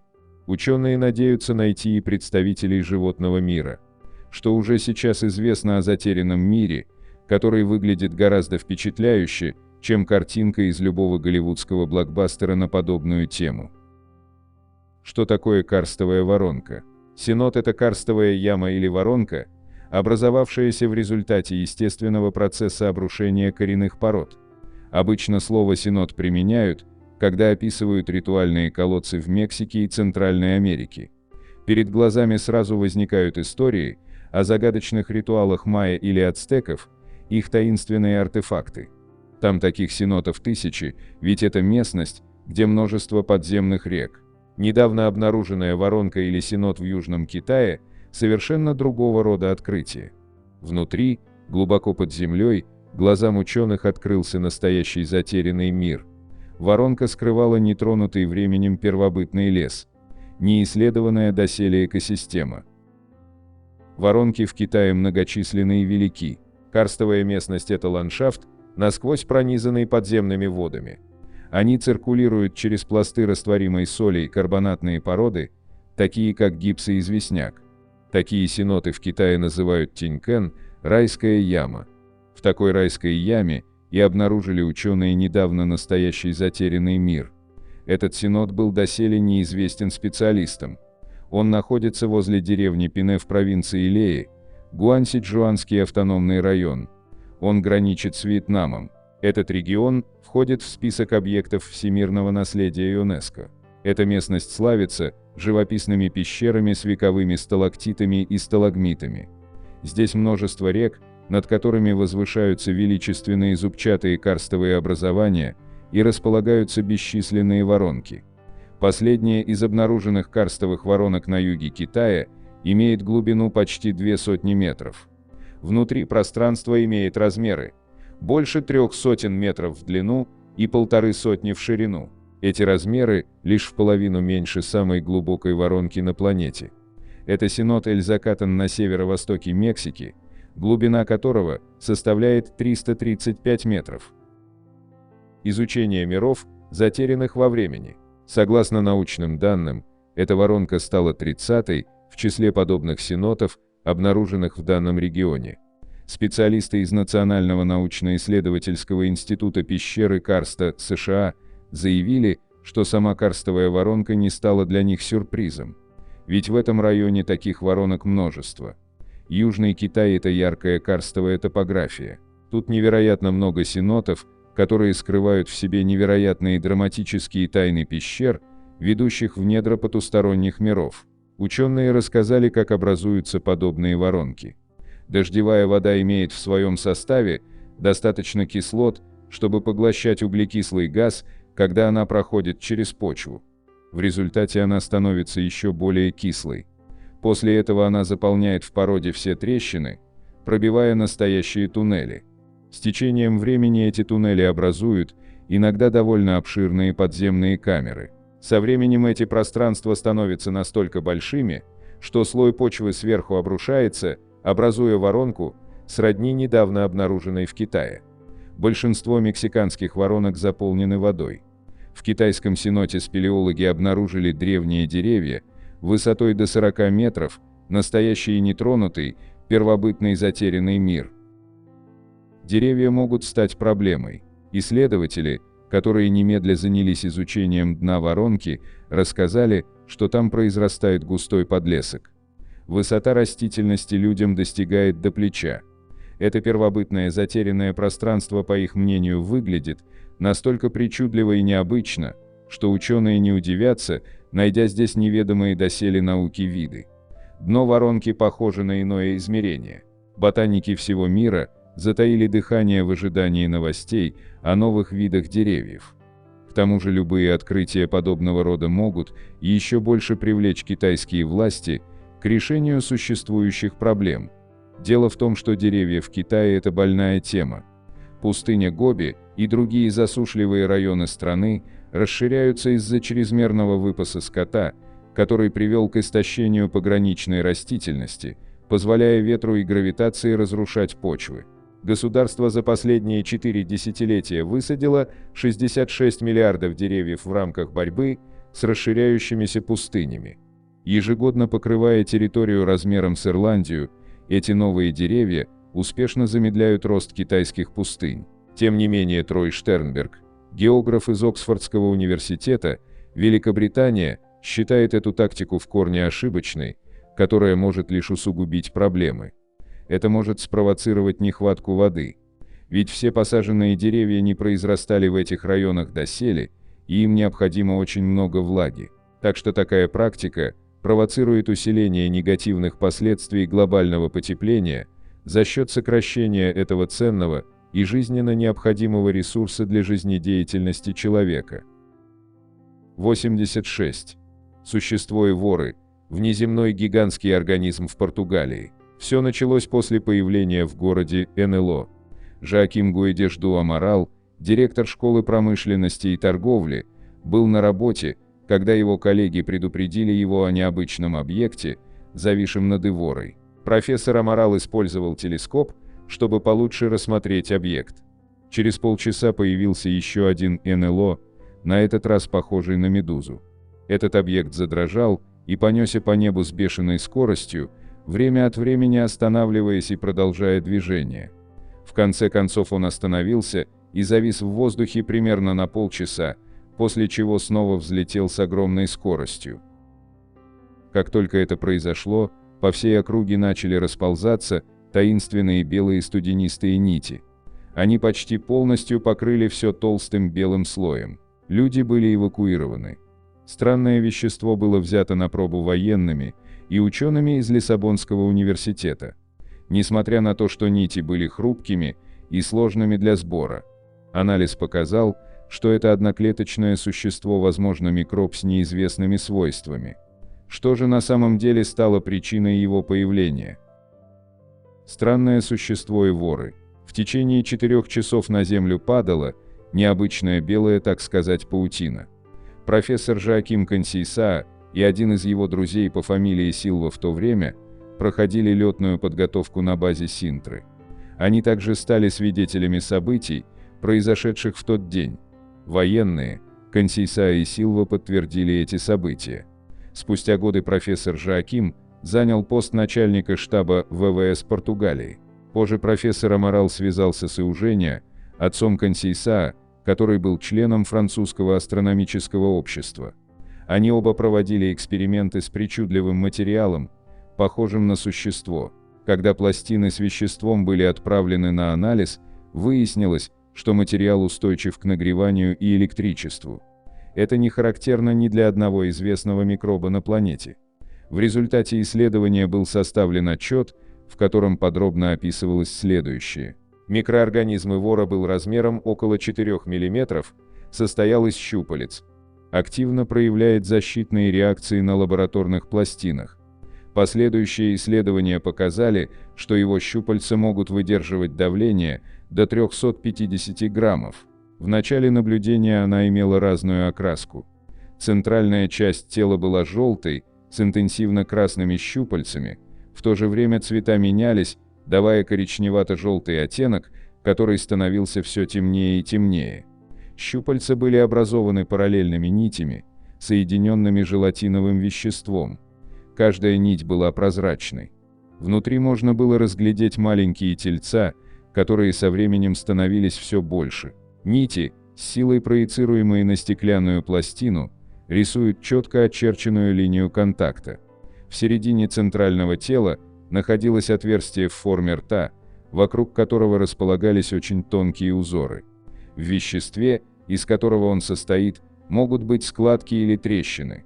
Эти наблюдения велись в течение 2 лет, пока щупальца и центральное тело окончательно не распались. Теория происхождения.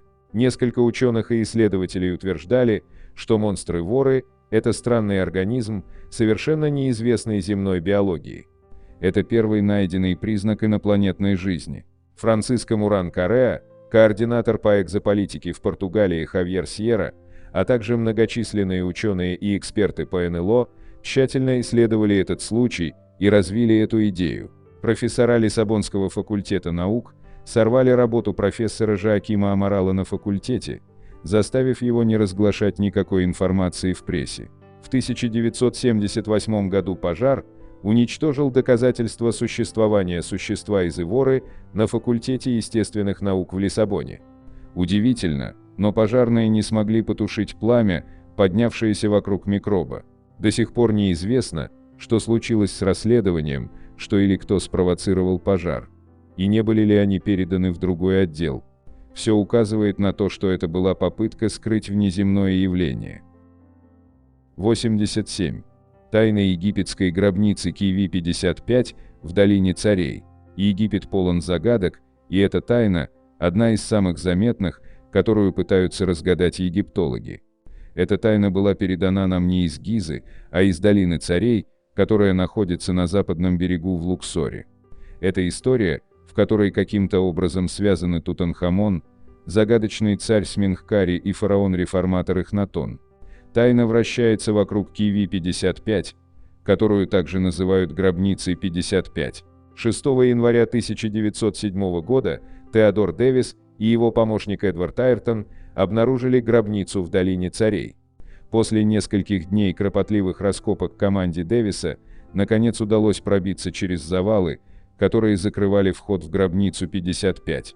Внутри гробницы была обнаружена одиночная камера с основным картушем и небольшим углублением. Кроме того, группа обнаружила различные примечательные вещи, такие как гроб, позолоченную деревянную святыню и 2 кирпича из глины. В небольшом углублении, которое было обнаружено, также находились 4 канопических кувшина. В какой-то момент саркофаг был намеренно испорчен. Картуш с именем обитателя был вырезан, а лицевая маска сорвана. Таким образом, на гробе нет никаких указаний на личность мумии, помещенной внутрь. Когда Дэвис и его команда вскрыли гробницу, они предположили, что в ней находится пожилая женщина. В результате большинство людей пришли к выводу, что гроб принадлежал матери Эхнатона, царице Тии. Однако при углубленном исследовании мумии выяснилось, что в гробнице Киви-55 находились останки мужской мумии. Согласно результатам компьютерной томографии, на момент смерти умершему было около 20 лет. Результаты анализа крови и сходства скелетов указывают на то, что мумия, найденная в Киви-55, скорее всего связана с королем Тутанхамоном. Многие предполагают, что мумия принадлежала еретику и недолюбливаемому королю Эхнатону, который был отцом Тутанхамона. Однако, когда Эхнатон умер, ему было значительно больше 20 лет. В результате мумия не могла принадлежать Эхнатону. Таким образом, есть еще один член семьи Армана, который является идеальным кандидатом на роль мумии Киви-55. Сменхкари был правителем Египта, который казался окутанным тайной. После смерти Эхнатона он взошел на трон, хотя его правление было недолгим, так как он тоже прожил недолго.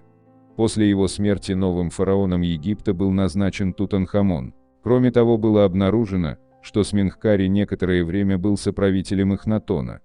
В исторических записях не так много информации о нем и о периоде его правления. Поскольку его тело не найдено до сих пор, он является наиболее вероятным кандидатом на роль мумии Киви-55.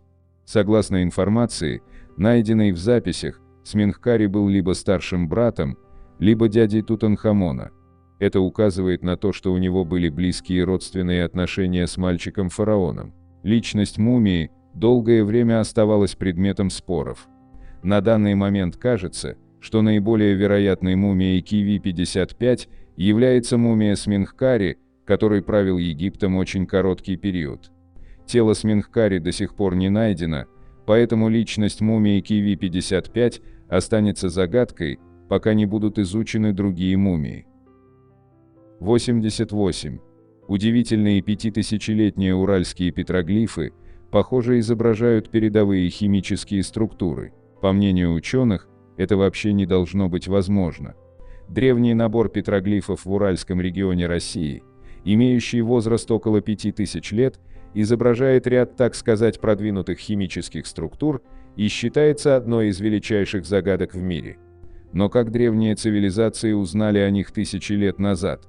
Огромная территория с загадочными петроглифами, расположенная на берегах рек Тагил, Нейва, Реж, Юразан и других окрестных мест, одна из многих загадок Уральского региона России. Там, на нескольких скалах, древние изобразили множество странных фигур и геометрических фигур. Удивительные петроглифы занимают территорию в 800 километров с севера на юг и разбросаны по множеству скальных образований. По мнению ведущих археологов, замысловатые узоры были созданы от 4000 до 5000 лет назад. Но больше всего интригует не их древность, которая поражает сама по себе, а значения, которые, как утверждается, обозначают некоторые из них. По мнению нескольких исследователей, изучавших загадочные петроглифы, они представляют собой сочетание букв, символов и животных, вид древнего искусства, который встречается в многочисленных наскальных рисунках по всему миру. При ближайшем рассмотрении обнаруживается поразительное сходство некоторых символов с очень сложными химическими формулами. О существовании уральских петроглифов известно уже сотни лет, и они завораживали многие поколения людей на протяжении всей истории человечества, как и сейчас. Действительно, в 1699 году царь Петр I, император России, направил подьячего Якова Лосева к местам расположения петроглифов, чтобы создать идентичную копию оригиналов. Однако петроглифам не уделялось особого внимания, пока русский исследователь Владимир Авинский, атомный, молекулярный и оптический физик, не провел анализ петроглифов. Авинский обнаружил удивительное сходство между петроглифами возрастом 5000 лет и формулами некоторых современных химических веществ. Но вопрос в том, откуда древние черпали свою мудрость тысячи лет назад. Авинский твердо убежден, что в далеком прошлом древние культуры по всему миру посещали продвинутые внеземные сущности, которые, согласно его теории, передали примитивным культурам по всему миру огромное количество знаний. Владимир Авинский считает, что уральские петроглифы – это изображение сложных химических формул, таких как цепи и многоугольники, используемые в органической химии, которые были выгравированы на скале тысячи лет назад. Высказывались предположения, что странные зигзагообразные образования, шипы и другие странные геометрические формы – это изображения животных или рыболовных сетей, хотя мнения археологов по этому поводу расходятся. Но доктор Авинский отмечает, что странные символы и цепи, обнаруженные в Уральском регионе, удивительным образом напоминают известные химические формулы, например, формулу полиэтилена. Однако вышеупомянутая химическая формула не единственная, которая якобы была изображена на Урале. Еще одна фигура, которую можно найти на берегах реки, по форме напоминает соты. Древние изображали несколько геометрических фигур, в которых рисовали шестиугольники и вытянутые шестиугольники с рядом линий, а также многие другие геометрические фигуры. Традиционные ученые так и не смогли объяснить их значение. С другой стороны, так называемые соты, по мнению Авинского, на самом деле представляют собой химические структуры, подобные тем, что встречаются в граффити. Однако есть и другие петроглифы, изображающие различные странные символы, один из которых, как утверждается, напоминает молекулярную структуру антибиотиков.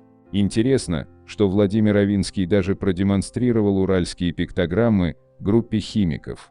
Многие из них согласились с Авинским в том, что они чрезвычайно похожи на многие химические формулы. Авинский считает, что древние люди не могли и не должны были понимать этого тысячи лет назад, однако петроглифы, обнаруженные в Уральском регионе, до жути напоминают современные химические структуры, и это нельзя считать случайным совпадением. Происхождение так называемых уральских пиктограмм до сих пор остается загадкой, что делает археологию Уральского региона еще более увлекательной.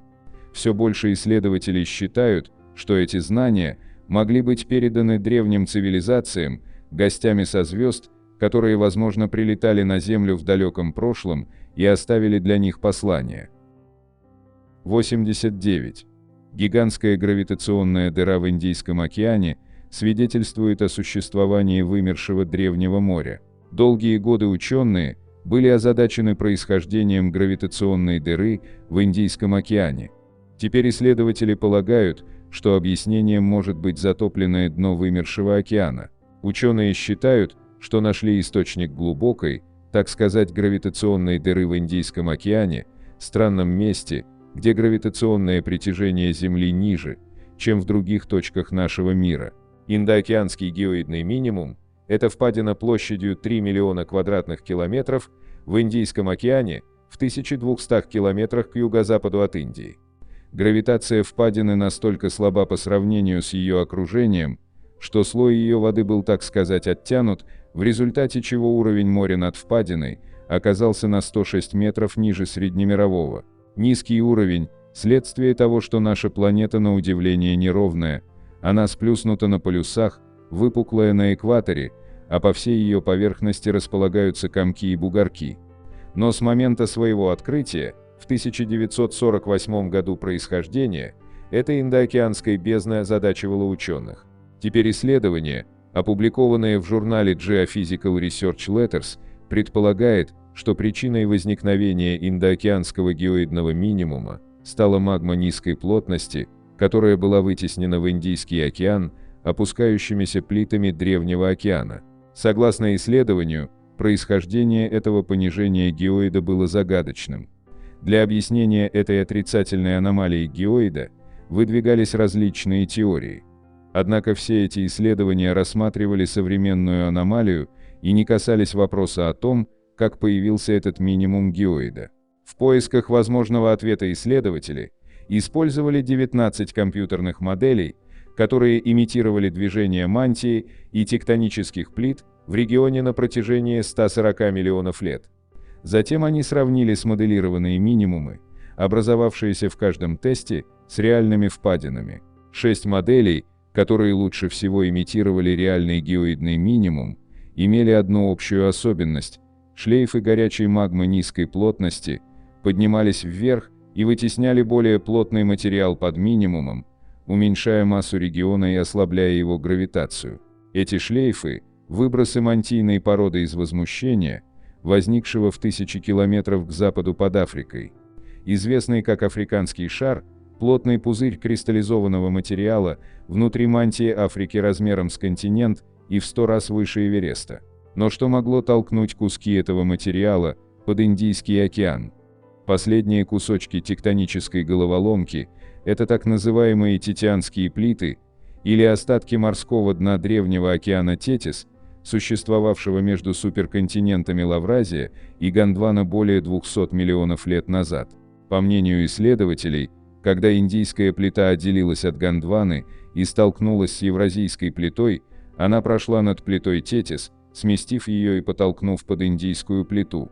Раздробленные куски старого Тетиса стали погружаться все глубже в нижнюю мантию, вдавливаясь в нее в районе современной Восточной Африки. Около 20 миллионов лет назад опускающиеся титианские плиты переместили часть магмы, попавшей в ловушку в африканском блоке, образовав плюмы, то есть горячие мантийные потоки, двигающиеся от основания мантии у ядра Земли, независимо от конвективных течений в мантии. Эти плюмы, наряду со структурой мантии в районе минимума геоида, ответственны за формирование этой отрицательной аномалии геоида, пишут исследователи. Для подтверждения предсказаний исследователей ученым, теперь необходимо выявить существование плюмов с помощью данных о землетрясениях, собранных в районе минимума геоида. Являются ли плюмы реальным ответом на этот вопрос, или же здесь действуют более глубокие силы, пока не ясно. 90. Движущиеся гробы в усыпальнице Чейза – историческая легенда, которая преследует Барбадос. Барбадос – страна, расположенная на острове в Карибском море. Это был тропический рай, но за всем хорошим иногда скрываются странные факты. Вся эта история берет свое начало в 1800-х годах, когда на острове Барбадос начали происходить необычные события. Это были очень интересные события, но в то же время довольно загадочные.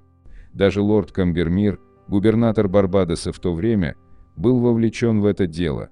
Это история движения гробов, дело, которое не решено и по сей день, никто не знает, как и почему эти гробы перемещаются. Усыпальница Чейзов – это погребальный склеп, построенный в 1727 году на кладбище приходской церкви Крайст-Черч в Ойстенсе, прибрежном городе Барбадоса. Позже, в начале 1800-х годов, усыпальница была приобретена семьей Чейз для захоронения своих усопших. Так оно и получило название усыпальница Чейзов. Семья Чейзов была англичанами по происхождению, но жила на Барбадосе, будучи довольно богатой. У усыпальницы была одна часть на поверхности и другая под землей. Оказывается, чтобы получить доступ к гробам, которые находились внутри усыпальницы, нужно было снять большую тяжелую плиту, запечатанную цементом. Кроме того, она была довольно тяжелой, и для ее демонтажа потребовалось несколько человек. Необычные происшествия в усыпальнице Чейзов. В 1807 году Томасина Годдард стала первой, кто был похоронен в усыпальнице Чейзов. В 1808 году за ней последовала двухлетняя Энн-Мария Чейз, а в 1812 году ее старшая сестра Доркас Чейз, которой было 12 лет. В то время в усыпальнице находилось 3 гроба. Не прошло и нескольких дней с момента последнего захоронения, как скончался их отец, известный как Томас Чейз. Однако, когда толстая мраморная плита, закрывавшая вход в усыпальницу, была снята, погребальная группа обнаружила, что 3 гроба, находившиеся внутри, были с силой брошены и стояли у стен усыпальницы в кажущемся беспорядке.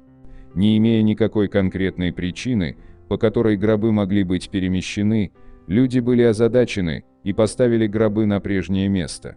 Местные жители начали предполагать, что, возможно, беспорядок был вызван ворами, однако ничего ценного в усыпальнице не было. Прошло несколько лет, и в 1816 году усыпальницу вновь открыли для очередного захоронения.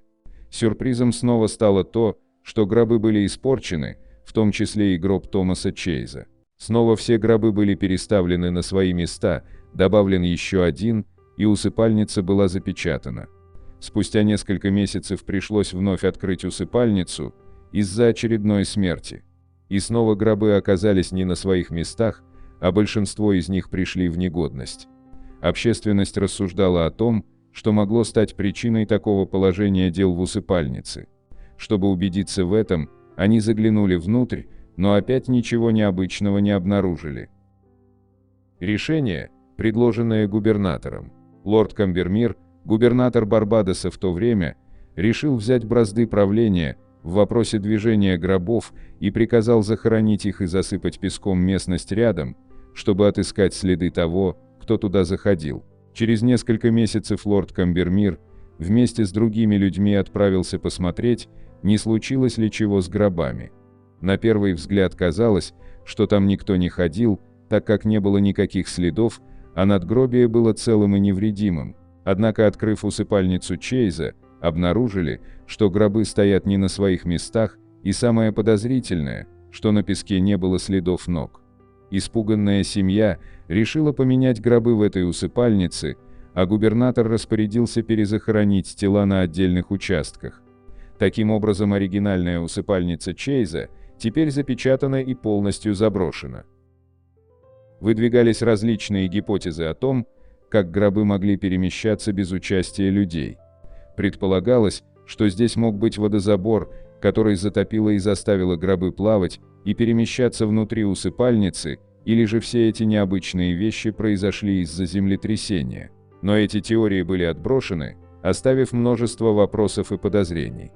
К сожалению, так никогда и не удастся узнать, что же происходило на самом деле. Эти события заинтриговали многих людей, поэтому история усыпальницы Чейза неоднократно пересказывалась с 1833 года, и за эти годы она публиковалась и переиздавалась в разных версиях и формах. В итоге так и не удалось подтвердить, вызвано ли это естественными причинами, или просто это были паранормальные явления, которые заставляли гробы усыпальницы Чейза вести себя подобным образом.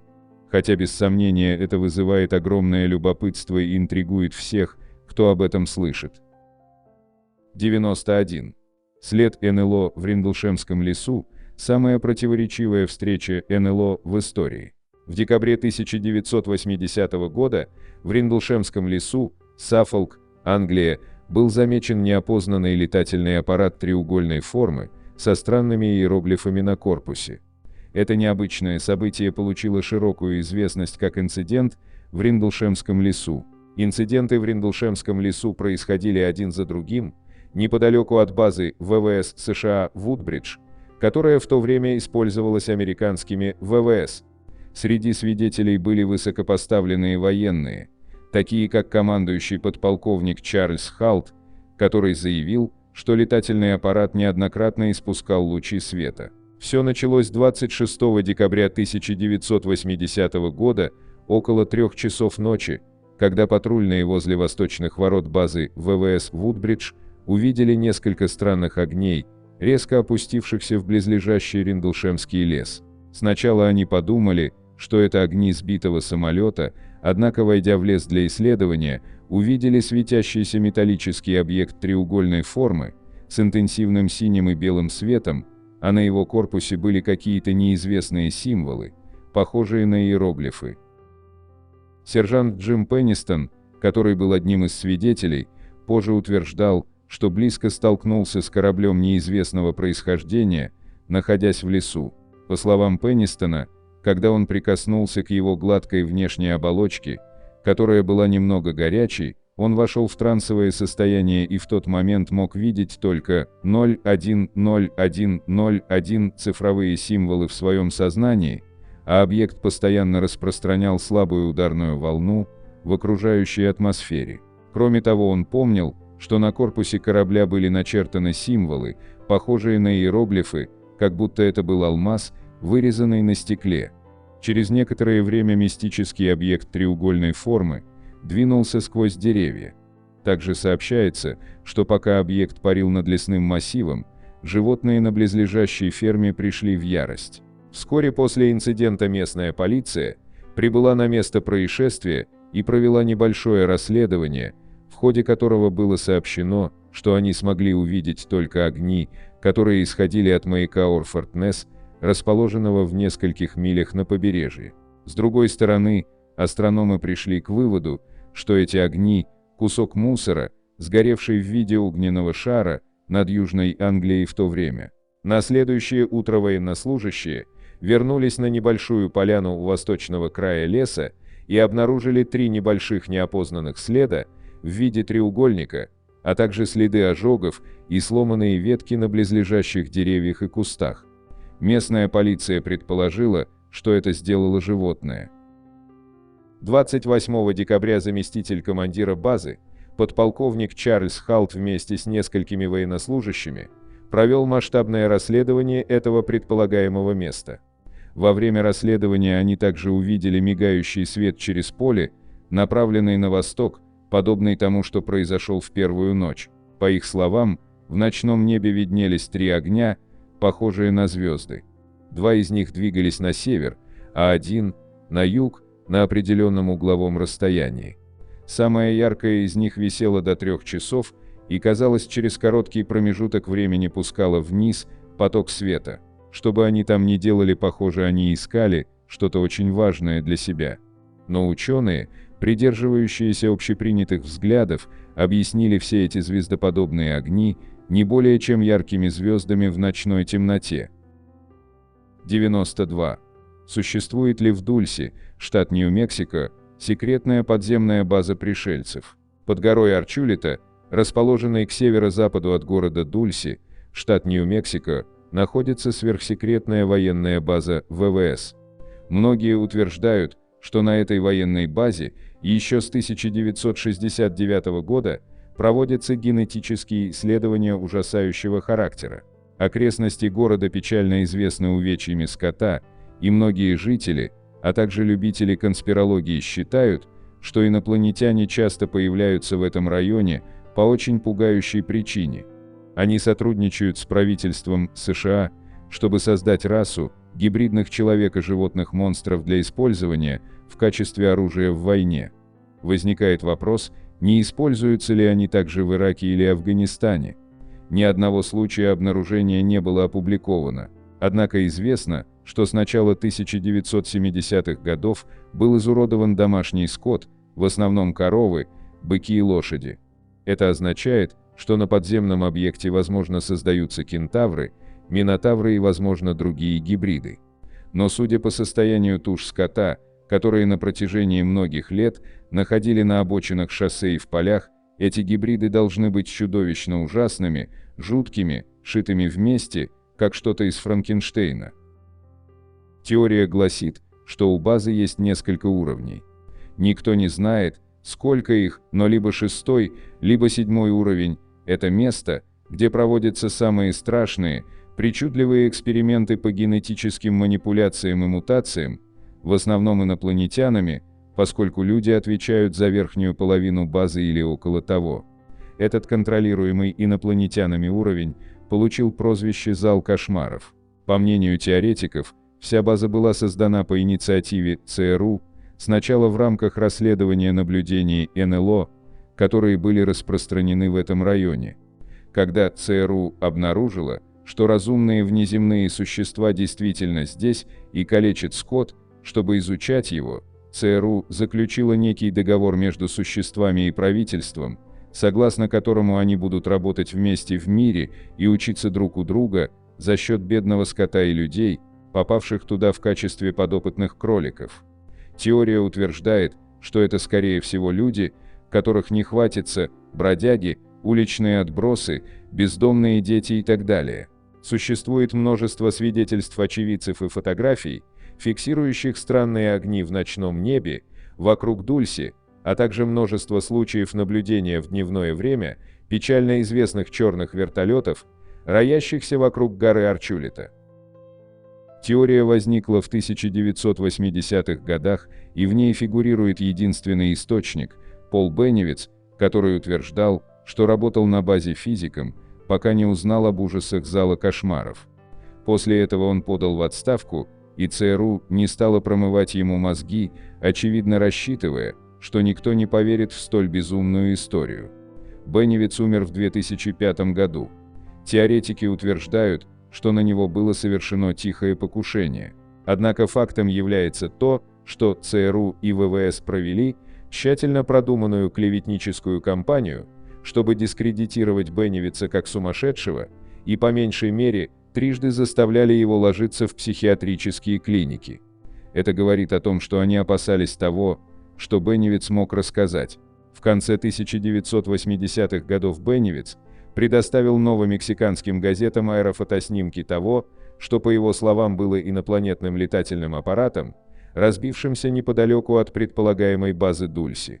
Инопланетный корабль так и не был найден на предполагаемом месте крушения. Следователи нашли доказательства того, что в этом районе что-то разбилось, но они так и не смогли или не захотели подтвердить рассказ Бенневица. К фотографиям, которые он сделал, приложены записки, написанные его почерком, в которых утверждается, что некоторые объекты на снимках – это внеземные существа и обломки самолета. Эти объекты трудно рассмотреть, и они не дают достаточно деталей, чтобы подтвердить или опровергнуть рассказ.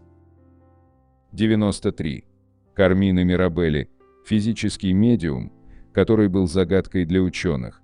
Кармина Карлос Мирабелли родился в Батукату, Сан-Паулу, Бразилия, в 1889 году в семье родителей итальянского происхождения. Он начал изучать спиритизм в юном возрасте и в результате своих занятий познакомился с трудами Алана Кардека. В подростковом возрасте он работал в обувном магазине, где, по его словам, стал свидетелем полтергейста, когда коробки с обувью буквально слетали с полки за полкой. Его поместили в психиатрическую клинику для наблюдения, и психологи определили, что у него психологические проблемы, несмотря на то, что физически он не был болен. Он получил лишь самое скромное образование и считался, так сказать, обычным человеком. Несмотря на бедное происхождение, Кармина обладал разнообразными способностями, которые были поистине необычными. Он обладал способностью к автоматическому письму, материализации предметов и людей, левитации и перемещению предметов, а также другими способностями. Близкие к Кармине люди утверждали, что он говорит только на родном языке, но во время многочисленных документальных событий он демонстрировал способность общаться на более чем 30 языках, включая немецкий, французский, голландский, итальянский, чешский, арабский, японский, испанский, русский, турецкий, иврит, албанский, несколько африканских диалектов, латынь, китайский, греческий, польский, египетский и древнегреческий. Он родился в Мексике и вырос в Испании. Его друзья были в еще большем недоумении, когда узнали, что он говорит на такие темы, как медицина, социология и политика, теология и психология, а также история и астрономия, музыка и литература. Все это было бы совершенно чуждо парню с самым скромным образованием. Когда он проводил спиритические сеансы, то демонстрировал почерк на более чем 28 различных языках с аномально высокой скоростью, которую другим было практически невозможно имитировать. В одном известном случае Кармина писал иероглифами, которые до сих пор не расшифрованы. Кармина обладал и другими необычными способностями. Например, он обладал способностью левитировать, появляться и исчезать по своему желанию. Ходили слухи, что во время спиритических сеансов Кармины мог левитировать на высоте метра над своим креслом. В одном случае многочисленные свидетели видели, как Кармина исчез с железнодорожной станции Далус через несколько секунд после прибытия. Свидетели рассказывали о многочисленных случаях, когда Кармина исчезал в одной комнате и появлялся в другой через несколько секунд. В одном из контролируемых экспериментов Кармины привязали к стулу, заблокировали все двери и окна и предоставили на произвол судьбы. Он оказался в другой комнате на противоположной стороне здания через несколько секунд после исчезновения в первой. Когда экспериментаторы вернулись, пломбы на дверях и окнах были по-прежнему целы, а Кармина все так же спокойно сидел в своем кресле, его руки все еще были связаны за спиной. Другой подтвержденный случай, свидетелем которого стал доктор Ганимед де Соуза, связан с появлением молодой девушки в закрытой комнате средь бела дня. По словам доктора, это была его дочь, которая умерла всего несколько месяцев назад. Доктор задал ей несколько личных вопросов, а также сделал снимки произошедшего. Число свидетелей сверхъестественных явлений Мирабелли, а также последующее изучение снимков и фильмов – самые удивительные аспекты сверхъестественного опыта Мирабелли. В некоторых случаях присутствовало до 600 свидетелей, среди которых были 72 врача, 12 инженеров, 36 юристов, 25 военных и представителей других профессий. Когда президент Бразилии стал свидетелем способностей Мирабелли, он незамедлительно начал расследование его деятельности. В 1927 году научная экспертиза проводилась только в контролируемой среде. Мирабелли приковывали к стулу и подвергали физическому обследованию до и после испытаний. Тесты проводились на улице, а если они проводились в помещении, то освещались ярким светом. В результате тестов было получено более 350 положительных и менее 60 отрицательных результатов. Доктор провел тщательный осмотр епископа Камарго Барроса, который материализовался во время одного из спиритических сеансов после того, как комната наполнилась ароматом роз. Камарго Баррос умер всего за несколько месяцев до спиритического сеанса. Во время этих сеансов Кармина был прикован к креслу и, казалось, находился в трансе, но это было не так. Епископ велел сидящим наблюдать за его дематериализацией, что они и сделали, после чего комната вновь наполнилась ароматом роз. Другой случай признания произошел, когда материализовался человек, в котором присутствующие узнали профессора Феррейру, недавно скончавшегося. Его осмотрел врач, затем была сделана фотография, после чего фигура помутнела и исчезла, говорится в записях врача. Во время спиритических сеансов Кармины следователи заметили значительные изменения в его физическом состоянии, включая колебания температуры, частоты пульса и дыхания, причем все они были экстремальными. Материализация доктора де Менезиса была еще одним примером того, как медиумизм Кармины происходил сам собой, демонстрируя спонтанную природу его способностей. Предмет, поставленный на стол, левитировал и зазвенел в воздухе. Кармина очнулся от транса и описал человека, которого мог видеть. Внезапно описанный человек появился перед группой, и двое из сидящих узнали в нем де Менезиса. Во время попытки врача изучить материализацию у него закружилась голова, так как форма решила уплыть сама по себе. Фотограф описывает, как форма начала таять от ног вверх, бюст и руки поплыли по воздуху, когда фигура начала рассеиваться. В 1934 году Теодор Бестерман, исследователь из Общества психических исследований в Лондоне, посетил несколько сеансов Мирабелли в Бразилии и сделал несколько интересных выводов. Он вернулся в Италию и подготовил краткий частный отчет, в котором говорилось, что Мирабелли – мошенник, но этот отчет так и не был обнародован, потому что его так и не опубликовали. В своем опубликованном отчете он не сказал ничего уникального, кроме того, что он не видел ничего необычного. На протяжении всей жизни Мирабелли продолжали поступать сообщения о медиумических явлениях. Учитывая распространенное сегодня мнение о том, что призраки и материализации могут происходить только в результате магических трюков, трудно поверить, что Мирабелли удастся избежать обвинений в мошенничестве, какими бы необычными ни казались в то время некоторые из его ментальных достижений. В конце концов, все благоприятные отзывы исходили от людей, которые были лично знакомы с ним.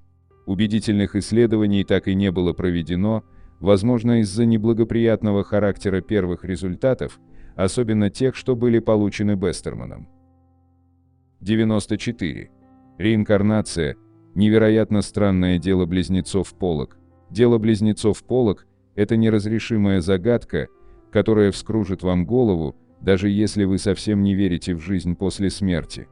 На протяжении многих лет этот странный случай рассматривался многими как убедительное доказательство реинкарнации. После смерти двух девочек у их матери и отца родились близнецы, и они знали о своих умерших сестрах такие вещи, которые были невероятно странными и жуткими одновременно. Трагедия. Сестры Поллок погибли в результате несчастного случая.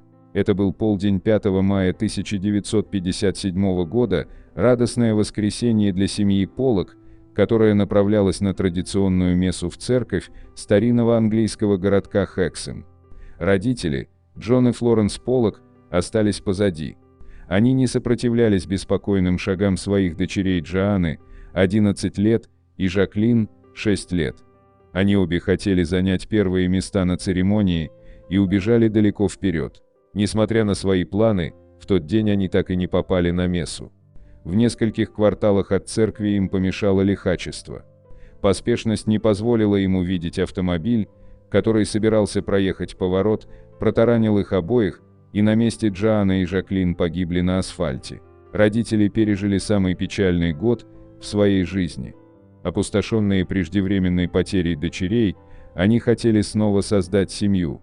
Судьба преподнесла им сюрприз. Флоренс забеременела. Не одна, а две, она носила в своем чреве двух девочек-близнецов. Близнецы Поллок 4 октября 1958 года миновали 9 месяцев беременности. В этот день родилась Джиллиан, а через несколько минут – Дженнифер. Радость сменилась удивлением, когда родители стали внимательно наблюдать за ними. Они были одинаковыми, но на их маленьких телах были заметны родимые пятна. У Дженнифер было пятнышко на лбу. Как раз в том месте, где у старшей сестры, которую она не знала, Жаклин, был шрам. У обеих также совпадала отметина на талии в месте удара машиной. У Джиллиан, второй близняшки, не было родимых пятен на голове, но ее сестра не получала травму головы при аварии. Родители были шокированы, но потом решили, что это просто совпадение. Они хотели верить, что знаки появились именно в какой-то момент беременности. Через 3 месяца после родов семья решила переехать в Уайт-Бэй, чтобы оставить позади печальное прошлое и, наконец, обрести долгожданный покой. Воспоминания о событиях прошлого. В 2 года, когда девочки освоили простейший язык, они стали просить игрушки своих покойных сестер, хотя никогда о них не слышали. Когда отец отдал им кукол, хранившихся на чердаке, близнецы назвали их Мэри и Сьюзен. Те же имена, которые давным-давно дали им старшие сестры. Близнецы стали различаться в своем поведении. Джиллиан, подражавшая старшей из погибших, взяла на себя роль лидера по сравнению с Дженнифер, которая помнила Жаклин и беспрекословно следовала указаниям сестры. Разгадка стала совсем мрачной, когда Поллоки решили вернуться в родной город. Когда близнецы вернулись в Хексеме реакция была мгновенной. Они в унисон попросили посетить парк развлечений, который запомнился их сестрам, и подробно описали его, как будто сами неоднократно бывали в нем. Когда они приехали в дом, то узнали каждый уголок, даже своих соседей. Их родители сказали, что они вели себя и говорили так же, как их первые 2 дочери. Исследование доктора Стивенсона о близнецах Поллок. Когда уже невозможно было закрывать глаза и делать вид, что происходящее нормально, близнецы привлекли внимание доктора Яна Стивенсона, психолога, изучавшего реинкарнацию у детей. В 1987 году он написал книгу под названием «Дети, которые помнят предыдущие жизни. Вопрос о реинкарнации». В ней он описал 14 случаев реинкарнации, включая случай с девочками Поллок. Доктор Ян Стивенсон изучал девочек с 1964 по 1985 год. Он отметил, что близнецы, казалось, даже переняли черты характера своих старших сестер. Стивенсон говорил, что предпочитает работать с детьми, потому что реинкарнированные взрослые чаще всего подвержены влиянию внешних и воображаемых факторов из книг, фильмов или даже воспоминаний родственников, которые они принимают за свои собственные. Дети же, напротив, действовали спонтанно. Их ничто не сковывало. Непредсказуемое, порой странное поведение близнецов Поллок шокировало их родителей. В случае с близнецами Поллок их родители так и не поняли масштабов этого явления. В возрасте всего 4 лет девочки боялись проезжающих машин. Они всегда боялись переходить улицу. «Машина едет за нами», – часто кричали они. Однажды к тому же Джон и Флоренс слушали девочек, когда те рассказывали о трагедии, произошедшей 5 мая 1957 года. «Я не хочу, чтобы это случилось со мной снова. Это было ужасно. Мои руки были в крови, как и нос и рот. Я не могла дышать», — сказала Дженнифер сестре. «Не напоминай мне об этом», — ответила Джиллиан. «Ты была похожа на монстра, а из твоей головы вытекало что-то красное». Странно, но все эти яркие воспоминания стерлись, когда близнецы выросли. Когда близнецам Поллок исполнилось 5 лет, типичный порог, до которого, по некоторым поверьям, доходит время реинкарнации, их жизнь больше не была связана с умершими сестрами. Их воспоминания о предыдущих жизнях были полностью стерты навсегда, как будто их никогда и не было. Хотя Джиллиан и Дженнифер оборвали свою связь с прошлым, сегодня, спустя почти 6 десятилетий, отблеск тайны близнецов Поллок все еще распространяется по всему миру. 95. Инцидент Вэлла. Был ли это действительно ядерный взрыв или нечто более загадочное? Странные и загадочные световые явления в небе фиксировались с древних времен. Многие из них интерпретировались как предзнаменования, знаки богов или даже сверхъестественные сущности вроде ангелов. Но есть и такие странные явления, которые не поддаются объяснению. Одним из таких примеров является инцидент Вэлла. Инцидент Вэлла, иногда называемый Южно-Атлантической вспышкой, это пока неопознанная двойная вспышка света, зафиксированная американским спутником Вэлла 22 сентября 1979 года. Предполагалось, что двойная вспышка была характерна для ядерного взрыва. Однако в недавно рассекреченной информации об этом событии говорится, что она, вероятно, не была результатом ядерного взрыва, хотя нельзя исключать, что этот сигнал имел ядерное происхождение. Вспышка была зафиксирована 22 сентября 1979 года в 0:53 по Гринвичу. Спутник сообщил о характерной двойной вспышке, очень быстрая и яркая вспышка, затем более продолжительная и менее яркая, атмосферного ядерного взрыва мощностью от 2 до 3 килотонн в Индийском океане, между островом Буве, зависимая территория Норвегии, и островами Принца Эдуарда, зависимая территория ЮАР. Самолеты ВВС США совершили облет этого района вскоре после обнаружения вспышек, но не смогли обнаружить никаких признаков детонации или радиации. В 1999 году в докладе Сената США говорилось следующее: остается неясным, была ли вспышка в Южной Атлантике. В сентябре 1979 года, зафиксированная оптическими датчиками американского спутника Вэлла, ядерной детонацией, и если да, то кому она принадлежала.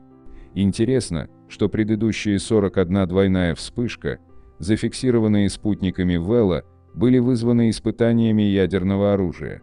Есть предположение, что это испытание могло быть совместной инициативой Израиля и ЮАР, что подтвердил, хотя и не доказал, коммодор Дитер Герхард, осужденный советский шпион и командующий южноафриканской военно-морской базой Симонстаун в то время.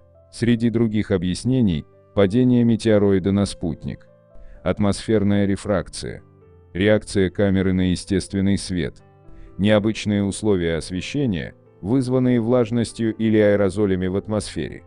Однако ученые до сих пор точно не знают, как и почему произошел инцидент с Вэллой.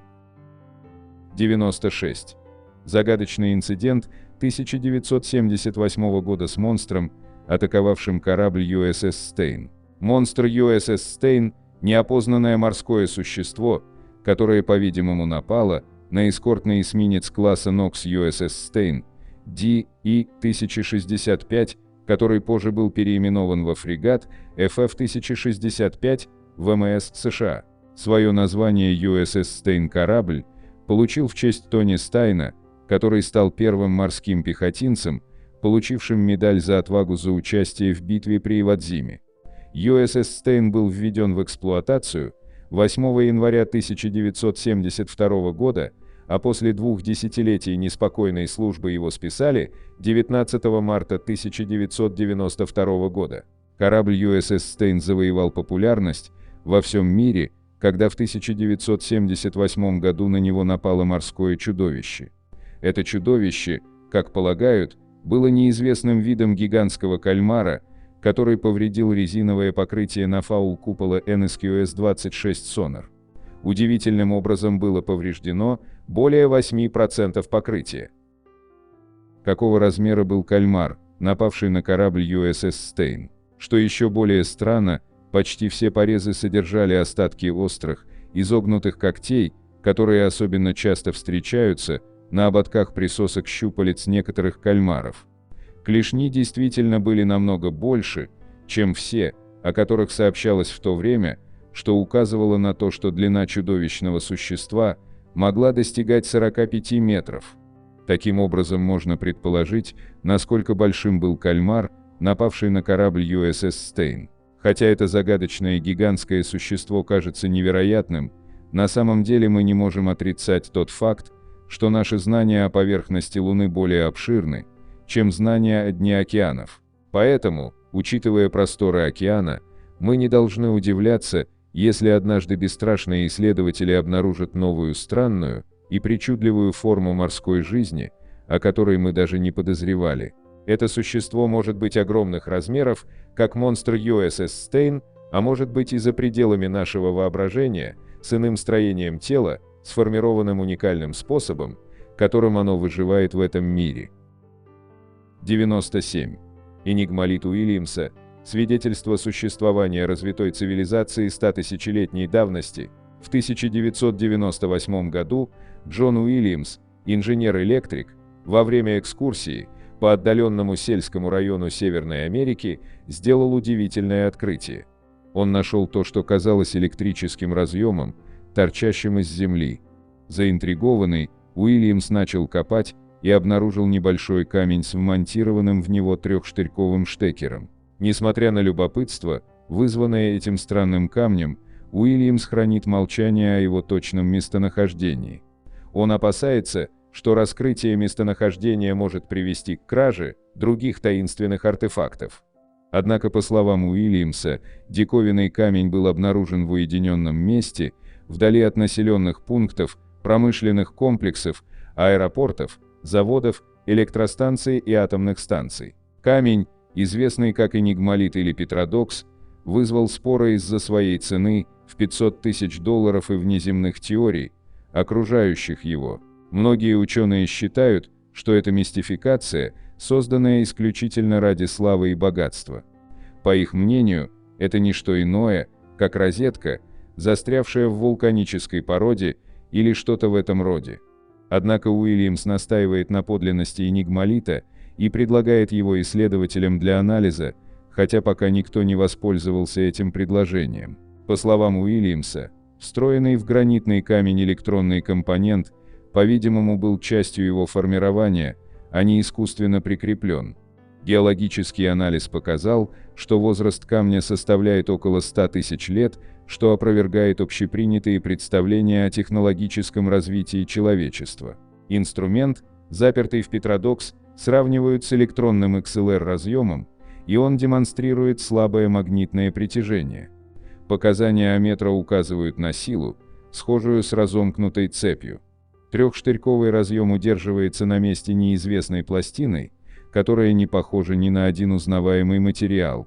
Хотя Уильямс запрещает вскрывать образец, рентгеновское исследование показало наличие непрозрачной внутренней структуры внутри камня. Скептики считают энигмалит мистификацией, но Уильямс твердо уверен, что обнаружил либо древнюю рукотворную реликвию, либо свидетельство внеземных технологий. Он с нетерпением ждет, когда ученые проверят подлинность камня, но при условии, что он будет присутствовать при анализе, энигмалит останется нетронутым, а расходы на исследование не будут возложены на него. Некоторые предполагают, что ученые не хотят исследовать этот образец из страха перед тем, что они могут обнаружить. Если научный анализ подтвердит, что это мистификация, это будет тщательно срежиссированный обман. Однако в случае подтверждения подлинности, энигмалит способен произвести революцию в нашем понимании истории человечества. Исследователям также придется задаться вопросом о предназначении такого объекта, вмонтированного в скалу. Уильямс считает, что место его находки является еще одним доказательством существования прошлой цивилизации или внеземного присутствия. Его стремление к тому, чтобы непредубежденные исследователи тщательно изучили место находки и глубже проникли в тайну энигмалита, сохраняется и по сей день.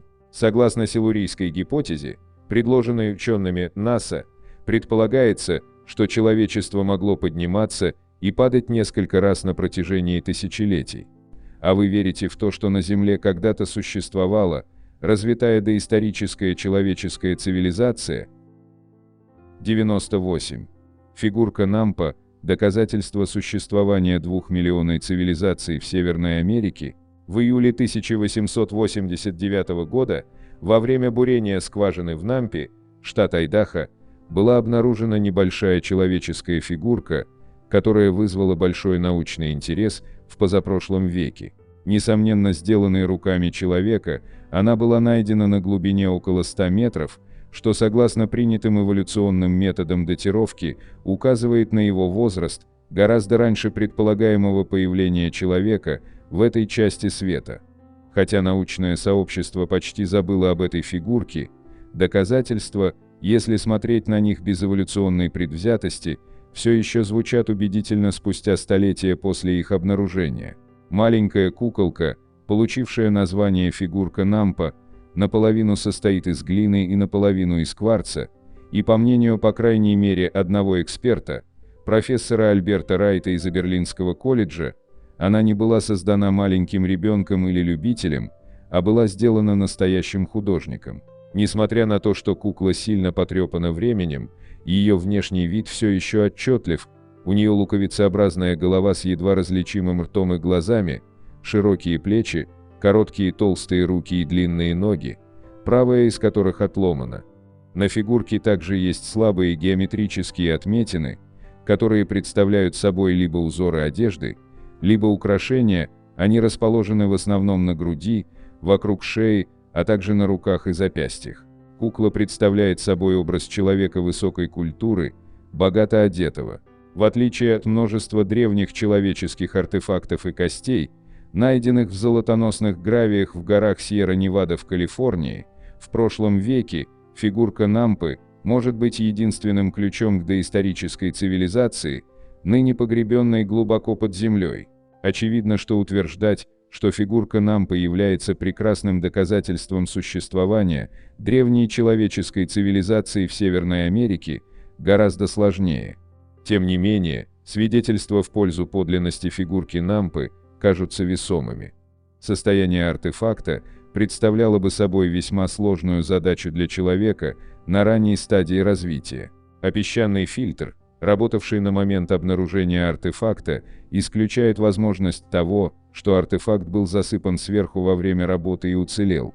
Кроме того, хотя можно предположить мотив для мистификации, хотя идея мистификации для продвижения нового пограничного городка никогда не упоминалась ни одним из исследованных авторов, люди, вовлеченные в это дело, всегда описывались как известные в обществе граждане, и их словам можно было доверять. Однако всегда есть вероятность, что все не так, как кажется. Возможно, мы никогда не узнаем этого наверняка, но нам известно следующее: если бы находка была сделана в геологическом горизонте, где ожидались человеческие артефакты, споров было бы гораздо меньше. Поэтому современные теории эволюции не должны препятствовать принятию человеческих артефактов или костей, найденных в слоях, где традиционная теория запрещает это делать. 99.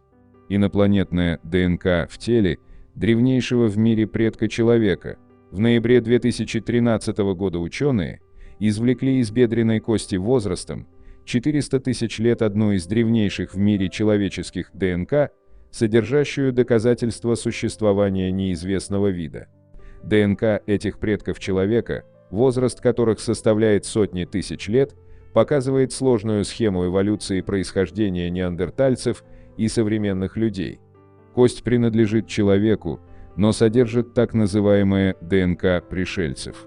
Эта удивительная находка заставила ученых поставить под сомнение все, что они знали об эволюции человека. Генетический материал возрастом 400 тысяч лет был получен из костей, которые были связаны с неандертальцами в Испании, но его сигнатура наиболее похожа на сигнатуру другой древней человеческой популяции из Сибири, известной как денисовцы. Более 6 тысяч человеческих окаменелостей, представляющих около 28 особей, были извлечены из Сима де лос Уэсос, труднодоступной пещерной камеры, расположенной на глубине около 30 метров под поверхностью земли на севере Испании. Окаменелости оказались необычайно хорошо сохранившимися, отчасти благодаря постоянной прохладной температуре и высокой влажности в пещере. Исследователи, проводившие анализ, заявили, что их находки свидетельствуют о неожиданной связи между двумя вымершими видами наших предков. Это открытие может раскрыть тайну не только ранних людей, живших в пещерном комплексе, известном как Сима де лос Уэсос, по-испански яма с костями, но и других загадочных популяций эпохи Плейстоцена. Предыдущий анализ костей из пещеры заставил исследователей предположить, что люди из Сима де лос Уэсос были тесно связаны с неандертальцами на основе их скелетных особенностей.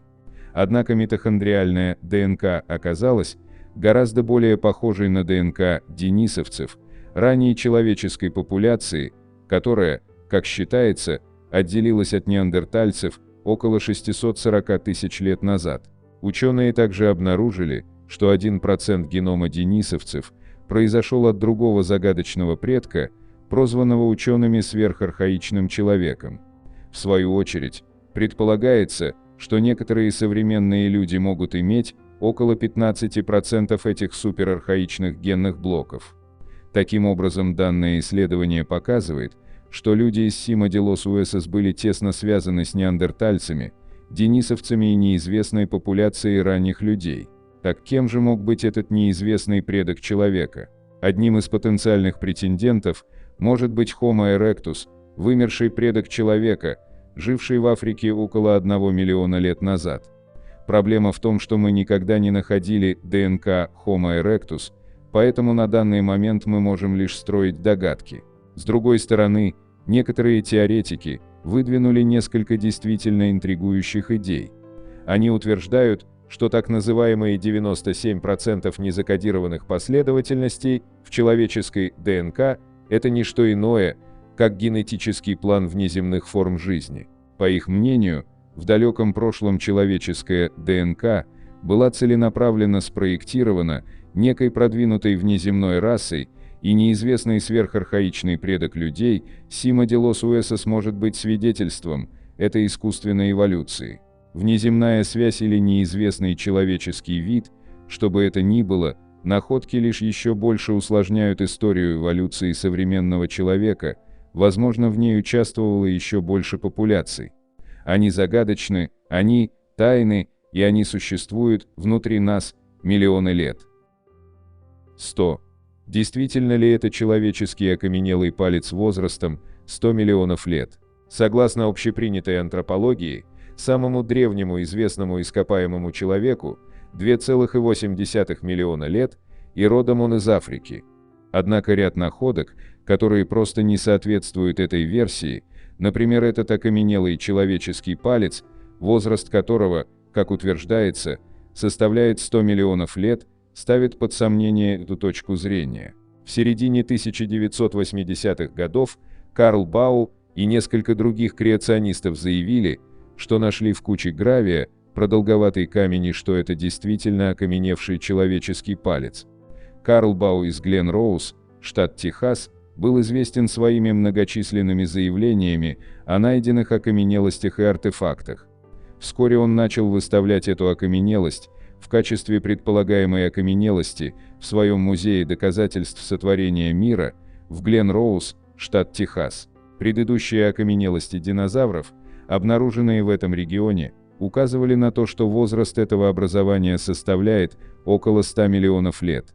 В этом редком случае, чтобы мягкие ткани окаменели, палеонтологи установили, что палец и его владелец должны были быть погребены в бескислородной среде в течение короткого периода времени.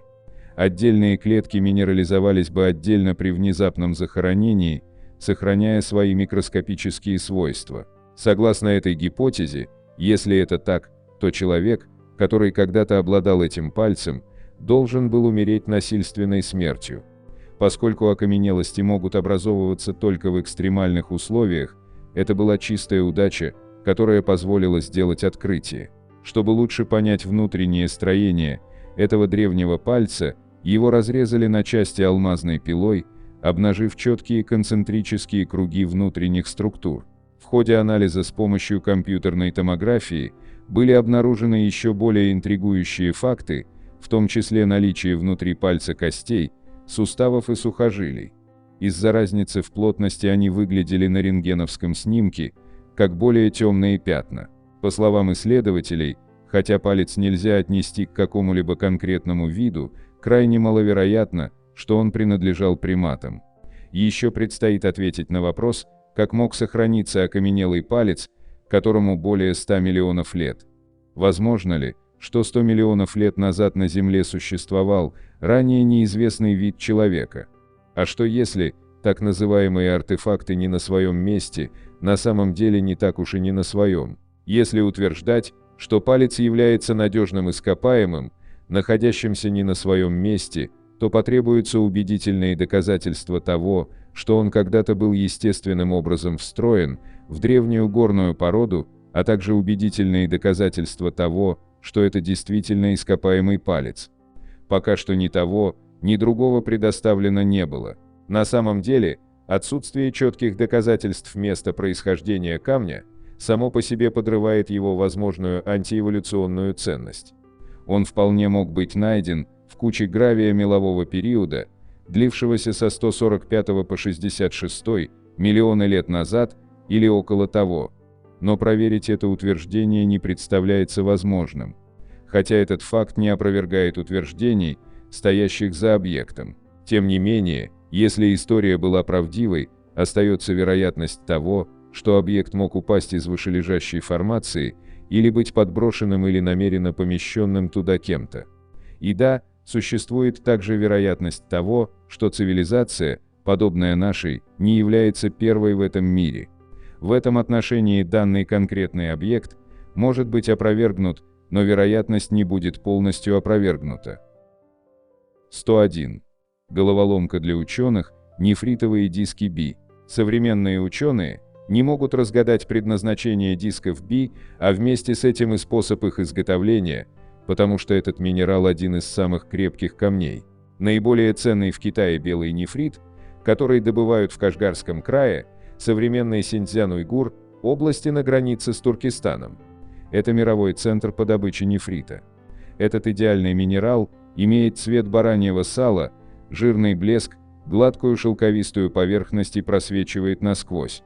Он идеально однородный по своей структуре. Изделия из этого минерала всегда ценились в Китае, они стоили дороже, чем золото и слоновая кость. Китайцы же всегда считали нефрит Ю, что означает чистый, благородный. Они также считали, что этот минерал живой.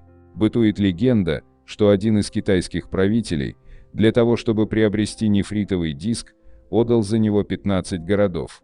Нефритовые диски Би – это плоские кольца с отверстием в центре. Скорее всего, они являлись предметом культа, так как по большей части они были найдены в гробницах китайских аристократов. Найдены были они во времена процветания культуры Хуншань 3800-2700 года до нашей эры, а затем и в культуре Ляньчжу 3000-2000 года до нашей эры, так как это один из самых твердых материалов, который с трудом поддается обработке. Возникает вопрос, а почему выбирали именно этот материал? Для чего тратили столько сил и времени? Одни считают, что важность дисков Би имеет непосредственное отношение к религии и богам в китайской культуре.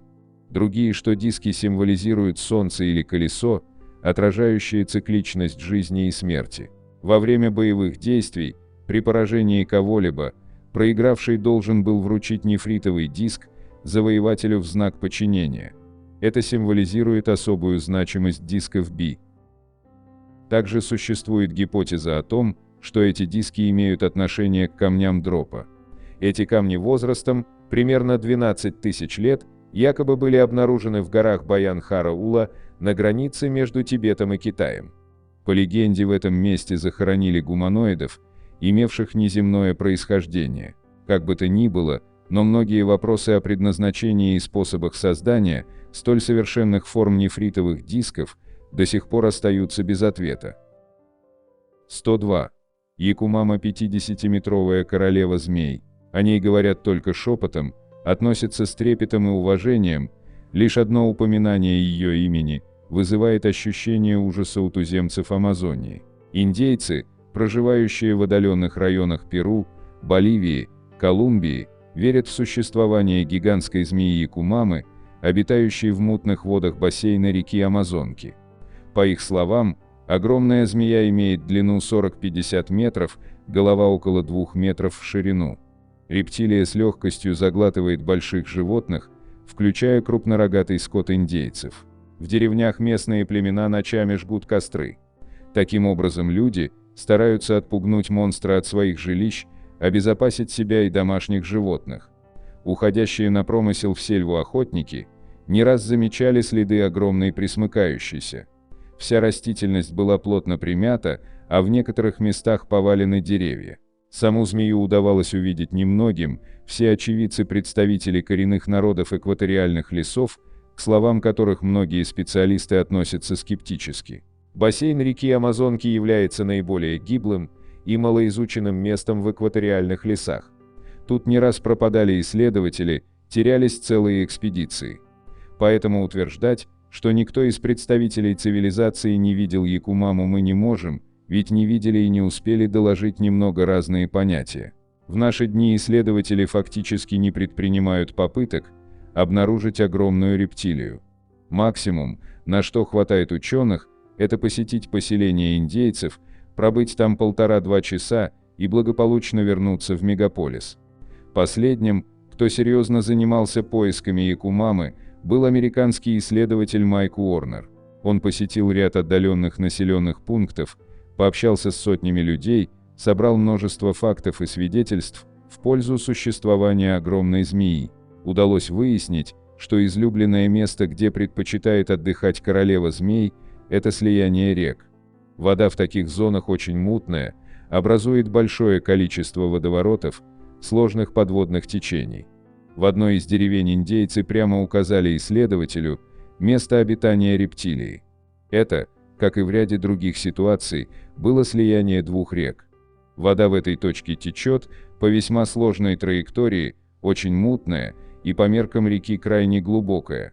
Интерес вызывали и необычные провалы на дне, уходящие куда-то в бездну. Во время своей второй экспедиции в сельву Уорнер также нашел искусственные лагуны и ямы, выкопанные каким-то неизвестным существом огромных размеров. Фотографии этих мест и ряд других доводов, указывающих в пользу реального существования гигантской змеи в тропических лесах Амазонки, вызвали серьезный интерес в Национальном географическом обществе, которое теперь готовится снарядить экспедицию для исследования этой части джунглей. Одна из жительниц индейского поселения довольно подробно описала Якумаму. По словам женщины, рептилию она увидела на противоположном берегу. Змея была огромна, около 40 метров в длину. Ни до, ни после женщина таких змей не видела и надеется, что больше не встретит. Майк Уорнер полагает, что гигантская змея Якумама существует. И это даже не анаконда, а некий отдельный вид змей. Якумама отличается от привычных анаконд не только размерами, но и окрасом. Серьезным доказательством в пользу существования огромной змеи является вот эта документальная фотография. Снимок сделан с пролетающего самолета и признан подлинным. Исходя из размеров объектов, находившихся рядом с пресмыкающейся, удалось установить, что длина плывущей по воде змеи составляет 42 метра. 103. Этому геккону, застрявшему в янтаре, 54 миллиона лет, и он до сих пор выглядит живым. Невероятно подумать, что маленький геккон, запертый в янтаре на 54 миллиона лет, теперь стал научным откровением. Окаменелость геккона в первозданном виде дает нам возможность понять поведение, анатомию и морфологию гекконов, живших миллионы лет назад. Открытие было сделано в 2004 году исследователями Аароном Бауэром с биологического факультета Университета Виланова, Вольфгангом Бёме из музея Александра Кёнига и Вольфгангом Вайтшатом из Гамбургского университета. Это поразительное открытие служит свидетельством невероятной глубины и сложности истории нашей планеты, подчеркивая важность продолжения палеонтологических исследований и изысканий. По мере того, как мы узнаем все больше о прошлом нашей планеты, мы получаем ценные сведения об эволюции и развитии жизни на Земле, что позволяет нам лучше понять свое место в окружающем нас мире. В результате всестороннего научного анализа было установлено, что ископаемое относится к эпохе раннего Эоцена. Для тех, кто не знаком с этим геологическим периодом, Эоценовая эпоха, начавшаяся 56 миллионов лет назад и закончившаяся 33,9 миллиона лет назад, признана вторым по величине этапом палеогенного периода в рамках современной кайнозойской эры. По словам исследователей, этот геккон был запечатан в Балтийском янтаре и обнаружен на северо-западе России. Они утверждают, что эта окаменелость – самая древняя гекконидная ящерица, представленная не только фрагментарными скелетными останками. Конечности экземпляра в основном целы и демонстрируют уникальную комбинацию признаков, не встречающуюся ни у одной живой формы. Открытие также показало, что крошечные лапки геккона похожи на те, что встречаются у современных гекконов, и доказало, что сложная адгезивная система появилась у гекконов почти на 20-30 миллионов лет раньше, чем считалось ранее. По сути, это означает, что гекконы живут на нашей планете уже почти столько же лет и до сих пор выживают во всем, что преподносит им природа. Насколько это невероятно и странно одновременно. 104. Траванты – живые камни, которые растут и размножаются. В центральной части Румынии можно увидеть уникальное место, где находятся не менее уникальные камни. Эти камни называются травантами, и отличаются они способностями не только увеличиваться в размере и передвигаться, но и размножаться. Поэтому эти румынские камни вполне официально причислены к классу живых организмов. Даже сейчас ученые не могут полностью разгадать эти феноменальные свойства румынских травантов. Однако установлена взаимосвязь происходящих с камнями процессов и погодных условий. В засушливый период все камни совершенно неподвижно лежат на своих местах, без каких-либо признаков роста или движения. Но как только начинается дождливый сезон, камни как будто оживают, начинают увеличиваться в размерах и даже шевелиться. Вообще это немного напоминает рост грибов после дождя. Но растущие грибы – это все же более привычное явление для глаз человека, чем растущие каменные глыбы. В результате дождей и такого внезапного роста камни достигают довольно крупных размеров. Исследователи, которые обнаружили и начали изучать это явление, установили, что совсем маленький камень размером с песчинку способен превратиться в огромный валун весом около тонны в течение всего нескольких лет. Самые крупные представители травантов имеют высоту около 10 метров. При этом оказалось, что чем меньше камень, тем быстрее он растет. Это напоминает рост человеческого организма. Пока молодой растет быстро, затем рост замедляется и к старости он совсем останавливается.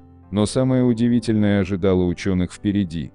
Выяснилось, что по своему строению камни напоминают деревья, внутри них оказались такие же кольца жизни, какие есть и на пнях. И это при том, что траванты состоят из песчаника. В середине находится ядро, которое является своеобразным сердцем камней. Интересно также, что если на какое-то место камня попадает больше влаги и воды, то это место начинает увеличиваться. Постепенно оно превращается в своеобразный нарост и как бы отпочковывается от основного тела камня. И этот новый камешек имеет точно такую структуру, как и травант-родитель, с таким же ядром и способностью дальше расти и размножаться. В Румынии о существовании таких уникальных камней знают уже на протяжении 2 столетий. Однако здесь почему-то не придают какого-то особого значения этому феномену природы. Удивительные и загадочные для ученых камни здесь банально используют при строительстве, а из тех травантов, которые находятся в музее-заповеднике, производят сувениры для продажи туристам. Как рассказывают те, кто получают такие подарки, даже в домашних условиях камни растут и даже размножаются. Но насколько это правда точно не установлено. И все-таки каждый желающий может увидеть эти необыкновенные камни. Для этого следует в центральной части Румынии отыскать район Вылчи и деревню Костешть.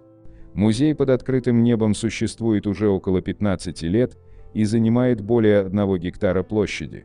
Но не только там можно увидеть румынские траванты. Они также имеются поблизости деревни Атисани, которая находится в 15 километрах от Хореза. Там, если прогуляться вдоль местного ручья, можно также вдоволь налюбоваться травантами самых разных размеров и форм. А если хочется увидеть камни в момент их роста, следует приезжать сюда в период дождей. 105. Золотоискатели обнаружили в горах Сан-Педро миниатюрную мумию. Кем оказалось существо? В 1940 году 2 золотоискателей отправились в горы Сан-Педро. Их задачей было изучить местность на наличие золотых жил. Пробираясь сквозь узкие проходы и коридоры, мужчины наконец оказались в небольшом помещении. Увы, к великому разочарованию отыскать богатство индейцев или золотую жилу они не смогли. Зато в дальнем углу зала их ждала находка, которая сильно заинтересовала многих исследователей. Это была мумия морщинистого старика, только крохотная. Ее с легкостью взял на руки один из мужчин и осмотрел. С виду очень походила на небольшого человека, сидевшего в позе лотоса. Выбравшись на поверхность, искатели золота прикинули, можно ли за находку получить хоть какие-то деньги. Решив, что с пустыми руками возвращаться в город нехорошо, они взяли мумию с собой. Прибыв в город, первым же делом мужчины отправились в местный музей, где показали находку. Работником музея являлся бывший профессор. Его удивлению не было предела, и он сразу же сообщил обо всем коллегам. К вечеру в музее собралось множество господ от науки и журналистов. Мумию тщательно осмотрели и пришли к выводу, что это не ребенок или животное, а взрослый мужчина преклонного возраста. Во рту находились острые зубы, как у человека 32 штуки. Рост при жизни составлял около 35 сантиметров. Череп имел нечеловеческое строение. Местный профессор антропологии высказался в пользу того, что перед ними не человек, а неизвестное существо.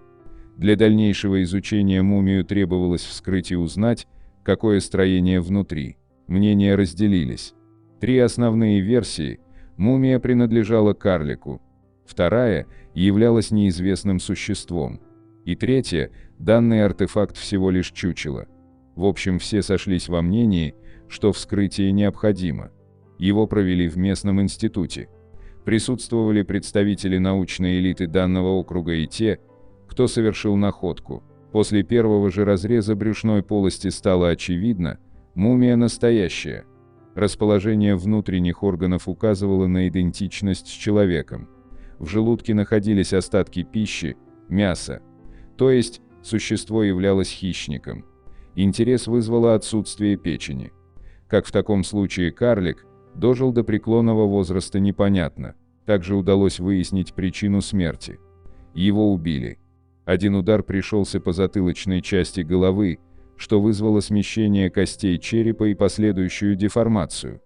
Поврежденными оказались шейный и грудной отделы позвоночника. Переломы обнаружены в руках и ногах. Вероятно, существо избивали, хотя есть мнение, что на него упали камни в горах, а индейцы отнеслись с уважением и сделали из существа мумию. Кем же был карлик из пещер в Сан-Педро? После завершения обследования профессор заявил, что это не мог быть человек. Причина проста: зубы слишком остры для человеческих. При жизни существо являлось хищником и зубами вырывало куски плоти. Кроме этого, отсутствие печени и странное строение черепа указывают на то, что к людям его относить нельзя. Но тогда кто это? Ответа ученые так и не дали. По одной из версий, золотоискатели обнаружили мумию Немеригара. У индейцев существовала легенда о странных крошечных свирепых человечках, поклоняющихся солнцу. Они небольшие, но их зубы словно десятки заточенных ножей. Местные индейцы уверяют, что современные города в Вайоминге стоят на кладбищах Немеригаров. Мумия не принесла богатства и славы. Ее продали за символичную сумму в местный музей-бар. Затем он закрылся, и артефакт был перепродан в частную коллекцию. В 1954 году ее видели в последний раз на одном из аукционов. В настоящее время исследователи непознанного пытаются разыскать мумию карлика, чтобы провести более детальный анализ. Но пока дело не сдвинулось с мертвой точки. 106. Звезда Волда – норвежский артефакт, не нашедший объяснения у официальной науки. Археологи каждый год находят такие артефакты, которые никак нельзя вписать в современную историю. И такие осколки истории просто игнорируются, ведь они противоречат красивой и стройной теории развития всего человечества, от простого к сложному. Поэтому обнаруживаемые круглые отверстия хоть каким-либо образом можно объяснить просто фанатической упорностью и трудолюбием наших предков, то вот с фигурными дырками все очень сложно. К таким сложным и никак не объяснимым артефактам прошлого можно отнести отверстие, обнаруженное недалеко от скромного норвежского городка Волда. Строители расширяли площадь под парковку и при раскалывании очередного куска гранита обратили внимание на странное звездообразное отверстие в камне. А случилось это 30 ноября 2007 года. Строители, недолго думая, вызвали на место работы местных археологов. И они, произведя предварительный анализ, были поражены. Ведь так называемая звезда Волда была геометрически правильной фигурой с диаметром 65-70 мм. Причем внутренняя стенка была идеально отполирована, и само по себе отверстие пронизывало насквозь 4-метровый валун в строго горизонтальной плоскости. Что удивительно, в современной индустрии обработки камня нет такого механизма, способного проделать подобное отверстие на такую большую глубину проникновения. Что само по себе наводит на мысль о том, что ранее существовала цивилизация с более высоким уровнем развития технологий. К сожалению, дальнейшее исследование отверстия больше не проводилось. 107. Светящаяся пирамида – артефакт возрастом в 17 тысячелетий. Экспедиция, производившая археологические изыскания в самом труднодоступном районе Эквадора, была вознаграждена находкой поистине уникального артефакта. Была обнаружена пирамидка с начертанным оком, которая светится в лучах ультрафиолета, а вместе с ней еще более 300 уникальных осколков прошлого. Произведенное исследование указало примерный возраст артефактов в 17 тысяч лет. Помимо странного ока на этом артефакте, нашли высеченную кладку из 13 рядов блоков. Око и кладка на пирамиде самым невероятным образом совпадают со знаком, нанесенным на американскую валюту. Сходство настолько поразительное, что ученые не сразу придали значение тому факту, что фигурка светится в ультрафиолетовом спектре, а активное применение такого эффекта стало возможным только во второй половине 20-го столетия. Смеем напомнить, что артефакту около 17 тысяч лет. Но это не все, чем удивил исследователей этот предмет.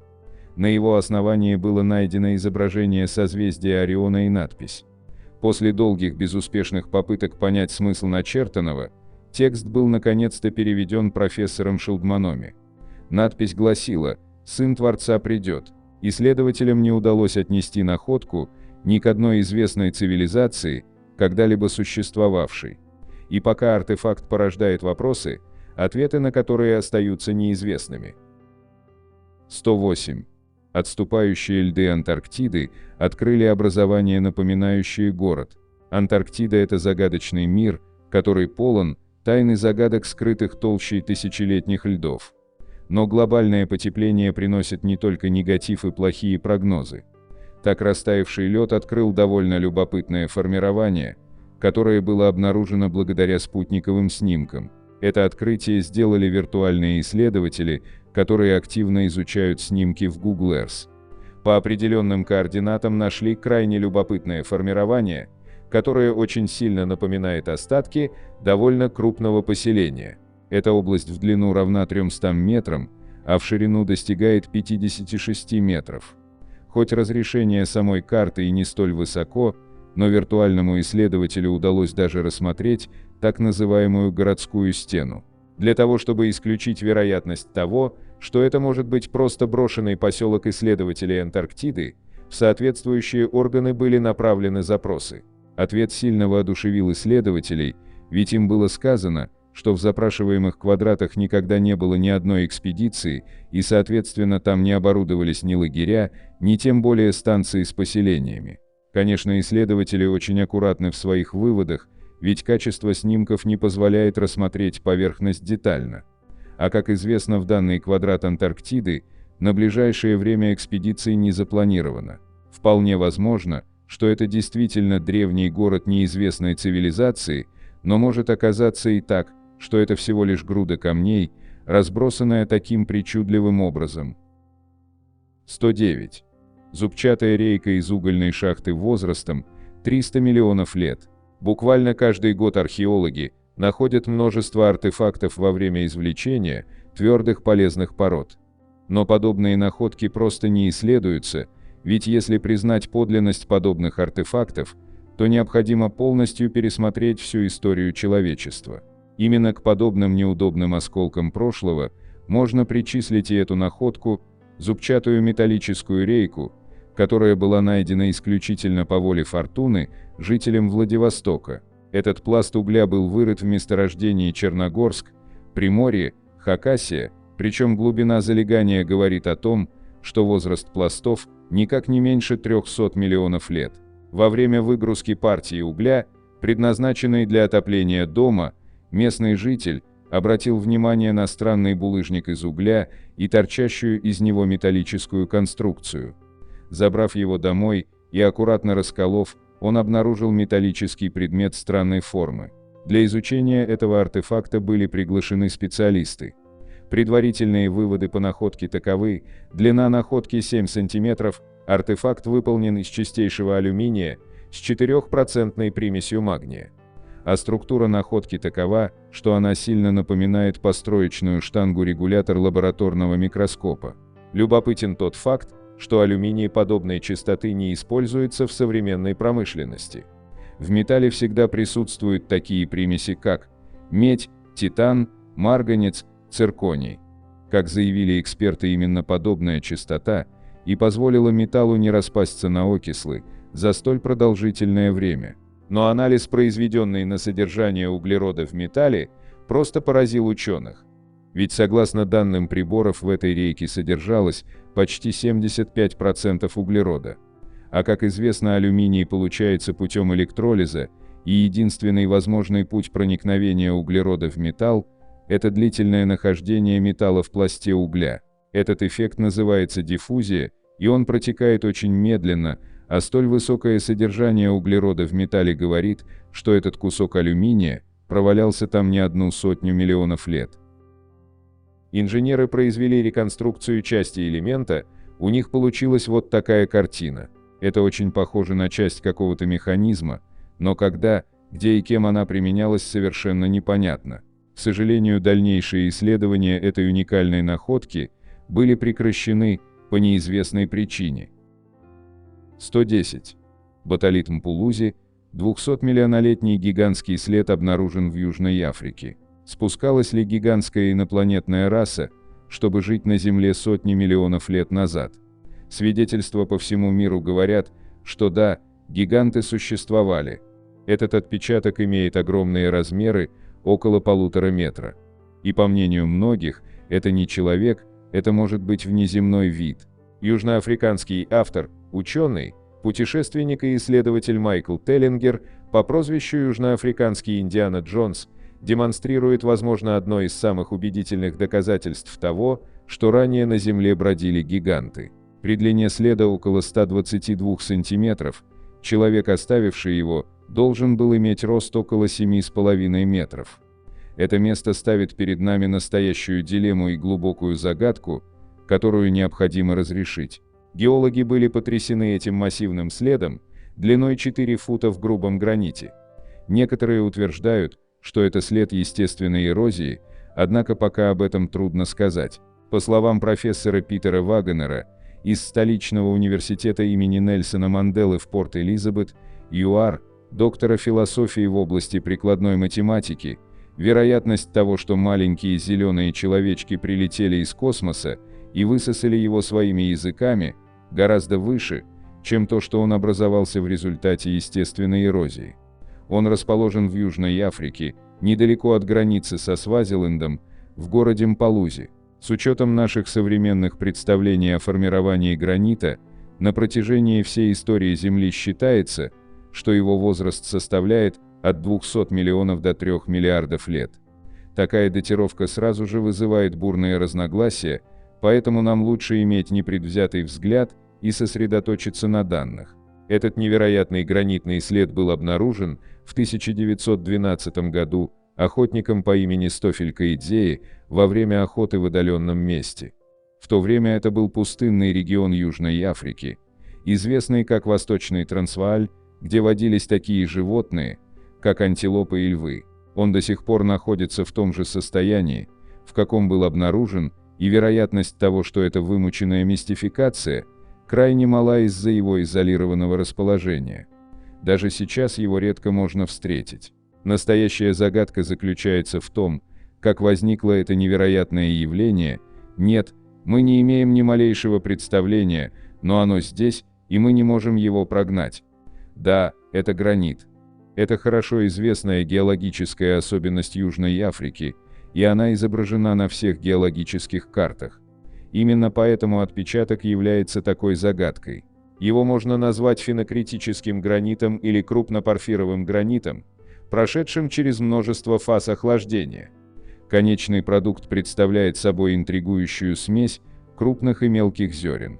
Именно поэтому продавцы гранита хотят добывать его в этом месте, поскольку при полировке гранит будет казаться очень красивым. В южноафриканской геологии это обнажение известно как мпулузи-батолит, а официальная датировка этой породы показала, что ей около 3,1 миллиарда лет. Это настоящая загадка, требующая точного научного исследования. 111. Скальная стена Техаса. Действительно ли она старше всех известных человеческих цивилизаций на Земле? Представьте, что вы наткнулись на потрясающую реликвию, которая бросает вызов нашим представлениям о человеческой цивилизации. Именно такова история Техасской скальной стены. Что это? Природное образование или древнее сооружение, созданное руками человека. В 1852 году на территории современного округа Рокуолл, штат Техас, группа фермеров в поисках воды обнаружила нечто поистине удивительное. Из-под земли появилась интригующая скальная стена, окутанная тайнами и догадками. Возраст этого колоссального сооружения, по оценкам специалистов, составляет от 200 тысяч до 400 тысяч лет, что разделило мнение экспертов и разожгло любопытство многих. Одни утверждают, что это природное образование, другие твердо уверены, что оно, несомненно, создано человеком. Так что же послужило причиной этих разногласий? Чтобы пролить свет на эту спорную тему, доктор Джон Гайсман из Техасского университета провел масштабное исследование. Он проверил камни, найденные в скальной стене, в рамках документального фильма канала History Channel. Первые тесты выявили нечто удивительное. Все камни из стены обладали абсолютно одинаковыми магнитными свойствами. Такое соответствие говорит о том, что эти камни происходят из окрестностей самой стены, а не из какого-то отдаленного места. Выводы доктора Гайсмана позволили предположить, что скальная стена на самом деле может быть естественной, а не рукотворной структурой. Однако не все согласны с этим выводом. Они призывают к дальнейшим исследованиям, чтобы подтвердить эту возможность. Хотя исследование доктора Гайсмана интригует, один тест не может быть единственным основанием для опровержения столь значимого утверждения. Несмотря на скептицизм, другие эксперты, такие как геолог Джеймс Шелтон и архитектор Джон Линдси, получившие образование в Гарварде, выявили в стене архитектурные элементы, которые указывают на участие человека. Натренированными глазами Шелтон и Линдси заметили арки, порталы с перемычками и проемы, похожие на окна, которые поразительно напоминают архитектурный дизайн. Согласно их исследованиям, уровень организации и намеренное размещение этих структурных элементов очень напоминают человеческое мастерство. Это действительно поразительно. Пока идут споры, Техасская скальная стена продолжает пленять умы тех, кто решается ее изучить. Смогут ли дальнейшие научные исследования, наконец, раскрыть ее секреты и внести ясность в эту неприходящую загадку? А пока Техасская скальная стена остается массивным свидетельством о древней тайне, которая ставит под сомнение самые основы нашего понимания истории человечества. 112. Что такое Сихендж и зачем его построили более 4000 лет назад? О существовании древнего мегалитического сооружения Стоунхендж на юго-западе Англии известно каждому, так как это один из самых знаменитых археологических памятников в мире. Однако мало кто знает, что на восточном побережье страны есть еще один, не менее интересный доисторический памятник, известный как Сихендж.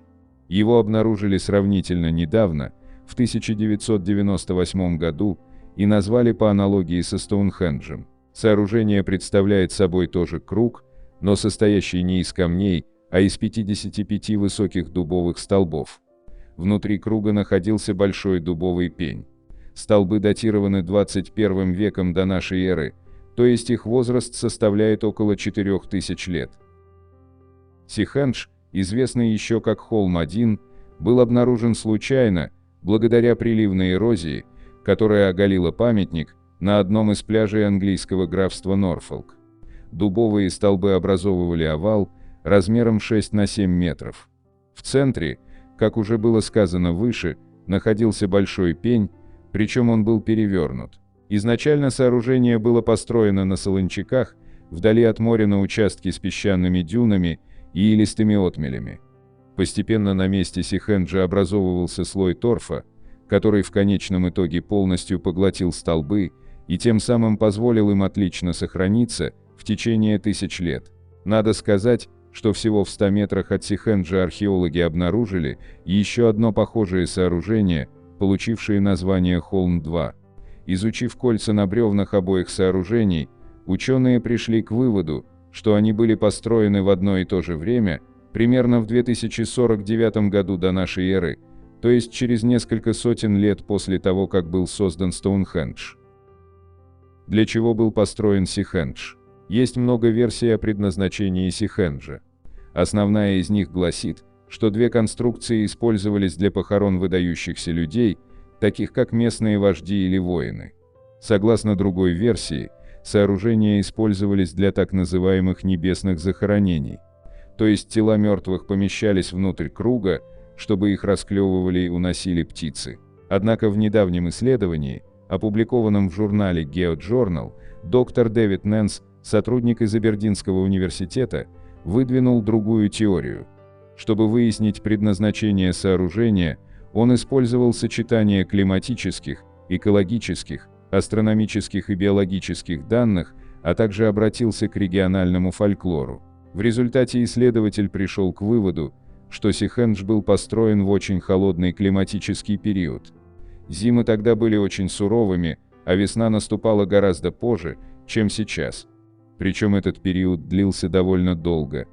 Поэтому, скорее всего, сооружения использовались для ритуалов, направленных на возвращение теплой погоды. Ритуалы и жертвоприношения в Древней Британии и Ирландии. Дэвид Нэнс обратил внимание на то, что все столбы были срублены весной и расположены таким образом, чтобы бревна были совмещены с восходом солнца в день летнего солнцестояния. Согласно местному фольклору, летнее солнцестояние было датой, когда кукушка, символ плодородия, прекращала петь и возвращалась в потусторонний мир. Вслед за уходом кукушки приходило лето и теплая погода. Таким образом, оба памятника должны были отразить климатическую угрозу. Однако у этих сооружений были разные роли. Холм один напоминал птичье жилище, описанное в фольклоре. Его задача состояла в том, чтобы поддерживать пение неоперившейся кукушки. Это, согласно древнему преданию, позволяло продлевать лето. Перевернутый дубовый пень в центре напоминал дупло кукушки в потустороннем мире. В мифе о запертой кукушке описывается ритуал, во время которого птенца кукушки помещали в терновый куст, а взрослую птицу, так сказать, замуровывали, чтобы продлить лето. Второе сооружение, то есть холм-2, создавался как курган.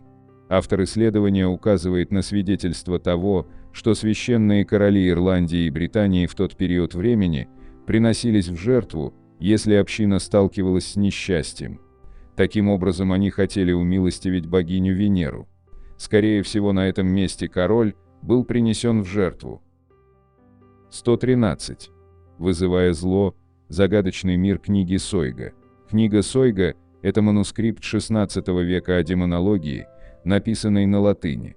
Но причина ее загадочности в том, что мы понятия не имеем, кто на самом деле написал эту книгу. Средневековье породило множество необычных текстов, которые продолжают интриговать как ученых, так и энтузиастов. Однако среди этой сокровищницы загадочных сочинений особенно выделяется своим таинственным характером одно – книга Сойга. Этот заумный трактат исследует сферу магии и паранормальных явлений, предлагая глубокие идеи, которые еще предстоит расшифровать эрудированным ученым. Книга Сойга состоит из 36 таблиц или разделов, внутри которых есть множество тем. В 4 разделе, например, рассказывается о 4 первоэлементах – огне, воздухе, земле и воде, и о том, как они были распределены по Вселенной. В 5 – о средневековых гуморах, крови, флегме, красной желчи и черной желчи. Подробно рассказывается об астрологических знаках и планетах, причем каждый знак относится к определенной планете, например, Венера и Телец, а затем в книге 26 начинается длинное описание книги лучей, предназначенной для понимания вселенских зол. Связь книги с известным елизаветинским мыслителем Джоном Ди, пожалуй, самый известный ее аспект. Ди, известный своими занятиями оккультизмом, обладал одной из редких копий книги Сойга в 1500-х годах. Легенда гласит, что Ди был поглощен неутолимым желанием разгадать ее секреты, особенно зашифрованные таблицы, которые, по его мнению, содержали ключ к разгадке эзотерических духов. К сожалению, Ди не успел закончить расшифровку тайн книги Сойга до своей смерти в 1608 году. Сама книга, хотя и было известно о ее существовании, считалась утерянной до 1994 года, когда 2 ее копии были заново обнаружены в Англии. С тех пор ученые интенсивно изучали книгу, и одному из них удалось частично перевести сложные таблицы, которые так восхищали Ди. Однако даже несмотря на все эти усилия, истинное значение книги Сойга по-прежнему остается неясным. Несмотря на ее несомненную связь с Каббалой, мистической сектой иудаизма, исследователям еще предстоит полностью расшифровать глубокие тайны, заключенные на ее страницах. Непрекращающиеся поиски разгадки тайны книги Сойга продолжают интриговать ученых всего мира, маня тех, кто стремится раскрыть ее скрытую мудрость. Ее притягательность заключается не только в нераскрытых знаниях, но и в загадочном путешествии, которое ждет тех, кто отважится заглянуть на ее страницы. 114. Духи цунами, беспокойные духи и призрачные пассажиры такси в зоне бедствия в Японии. Из-за сурового климата и удаленности от центра Тохоку, северо-восточный регион Японии долгое время считался захолустьем страны. Вместе с этой репутацией сложился и ряд нелестных стереотипов о его жителях: молчаливых, упрямых, несколько загадочных. Иными словами, вместо того, чтобы высказать свое мнение, они стискивают зубы, запирают свои чувства и занимаются своими делами в угрюмом молчании. Но именно эти черты характера стали достойными восхищения сразу после катастрофы 11 марта 2011 года, обрушившейся на прибрежные районы Тохоку, когда за разрушительным землетрясением последовало цунами, а затем и ядерная катастрофа на реакторах Фукусима-1. Прошло более 10 лет с момента землетрясения в Тохоку в марте 2011 года. Землетрясение магнитудой 9,0 вызвало цунами 11 марта, в результате которого погибли почти 16 тысяч человек в Японии. Разрушения, вызванные приливной волной высотой 133 фута и ушедшей на 6 миль вглубь страны, были просто катаклизмическими. После катастрофы оставшиеся в живых люди отчаянно искали своих близких среди обломков. Сегодня более 2500 человек по-прежнему числятся пропавшими без вести. Понятно, что выжившим трудно справиться с такими трагическими потерями. Однако исследование, проведенное Юкой Куда, студенткой социологического факультета университета Тохоку Гакуин, показывает, что не только живые, но и мертвые пытаются осмыслить трагедию. Опросив более 100 водителей такси в восточной части страны, Куда сообщила, что многие из них подбирали пассажиров-призраков. Даже когда дождя не было, таксистов окликали промокшие пассажиры, как полагают, призраки жертв, все еще остающихся в воде после стихийного бедствия. Один таксист в Исиномаки подобрал женщину с мокрыми волосами, несмотря на солнечное небо, которое попросило отвезти ее в район города, покинутый из-за цунами. После минутного молчания она спросила: «Я умерла?» А когда он обернулся, чтобы посмотреть на нее, там уже никого не было. В другом случае рассказывается о мужчине, который попросил водителя отвезти его на гору, прежде чем исчезнуть. В похожей ситуации другой таксист подобрал молодого пассажира, примерно 20 лет, который направил его в другую часть района. Этот район был также лишен зданий, и водитель снова был шокирован, узнав, что его пассажир исчез. Предполагаемые призраки, о которых шла речь в этой истории, которую многие сравнивают с городской легендой о фантомном автостопщике, как правило, были молодыми людьми, и у Куда есть своя теория на этот счет. Молодые люди испытывают сильную досаду на свою смерть, когда не могут встретиться с любимыми людьми, говорит она. Так как они хотят передать свою горечь, они могли выбрать такси, которые похожи на приватные помещения, в которых медиумы вызывают духов. Расследование Куда показало, что в каждой ситуации таксисты обоснованно считали, что подобрали настоящего пассажира, так как все они включали счетчики и большинство отмечали этот случай в своих журналах. Юка также обнаружила, что никто из водителей не испытывал страха во время встреч с пассажирами-призраками. Каждый из них считает, что это был положительный опыт, в котором душа умершего наконец-то смогла обрести покой. Хотя многие из них стали не подбирать пассажиров в этих местах. Исследование Куда интересно само по себе, но таксисты не единственные в Японии, кто сообщает о призраках в разрушенных цунами городах. В полицию поступили сотни сообщений от людей, которые видят призраков там, где раньше были жилые комплексы и длинные очереди из фантомов у бывших торговых центров.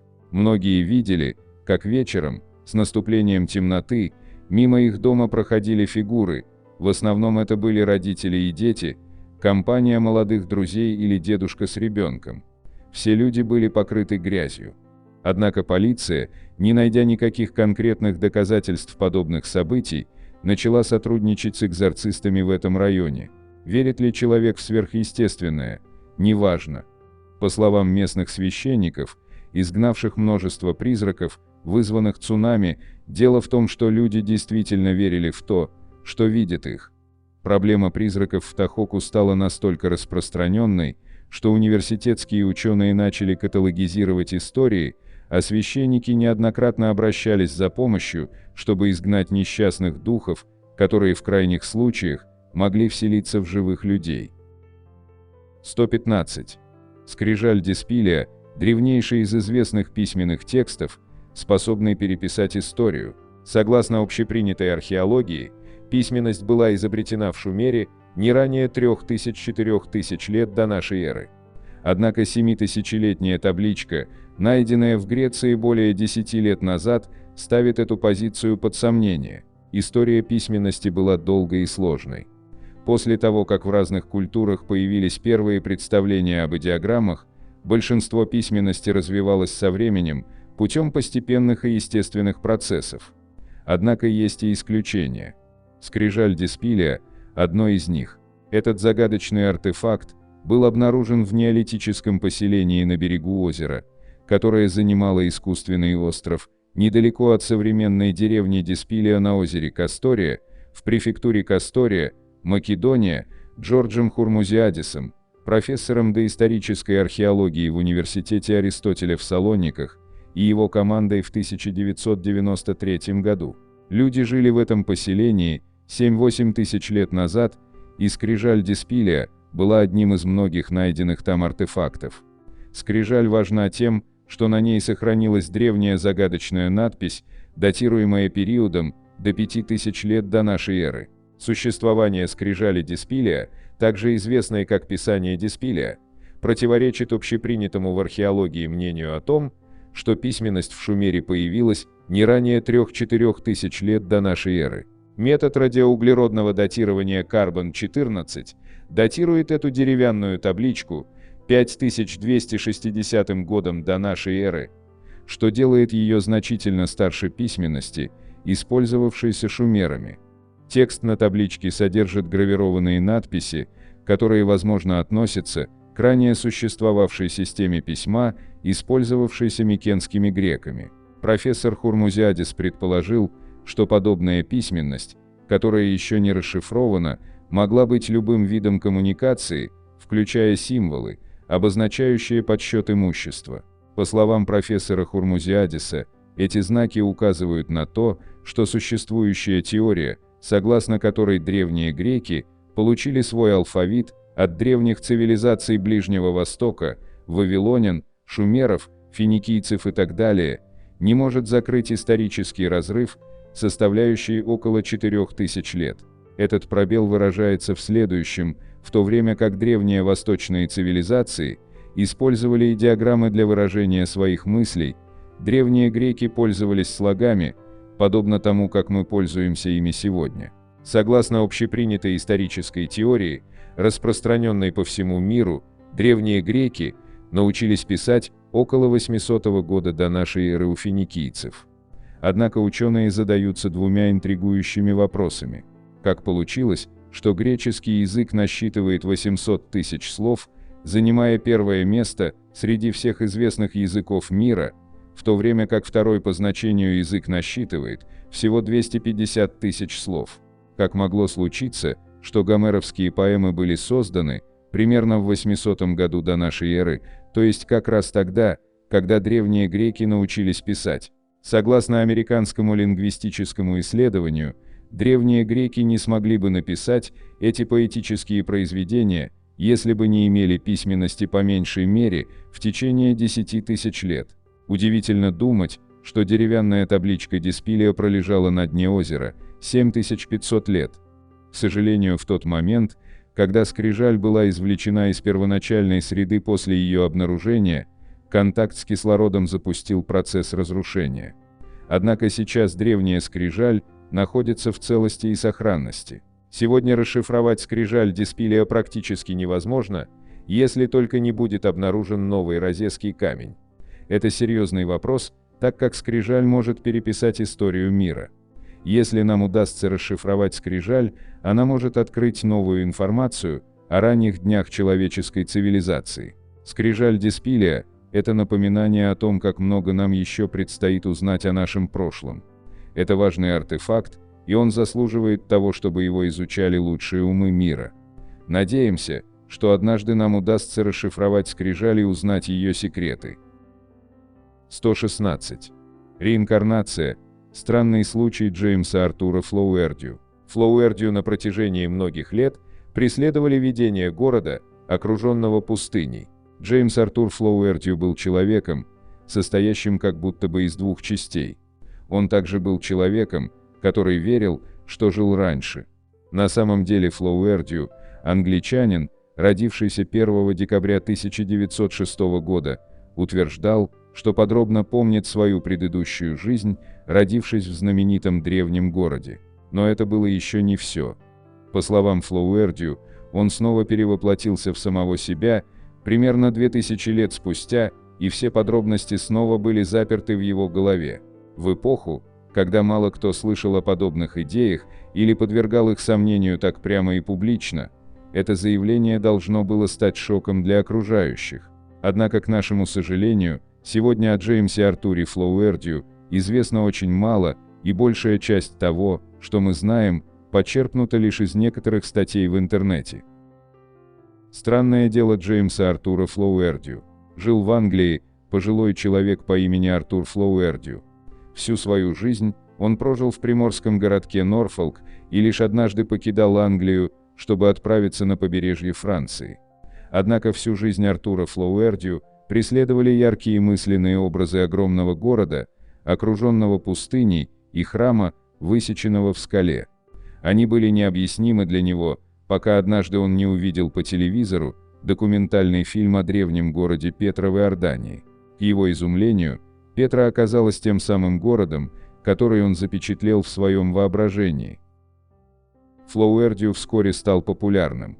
Он рассказывал людям о своих видениях, и в результате BBC узнала об Артуре Флоуэртью и показала его историю по телевидению.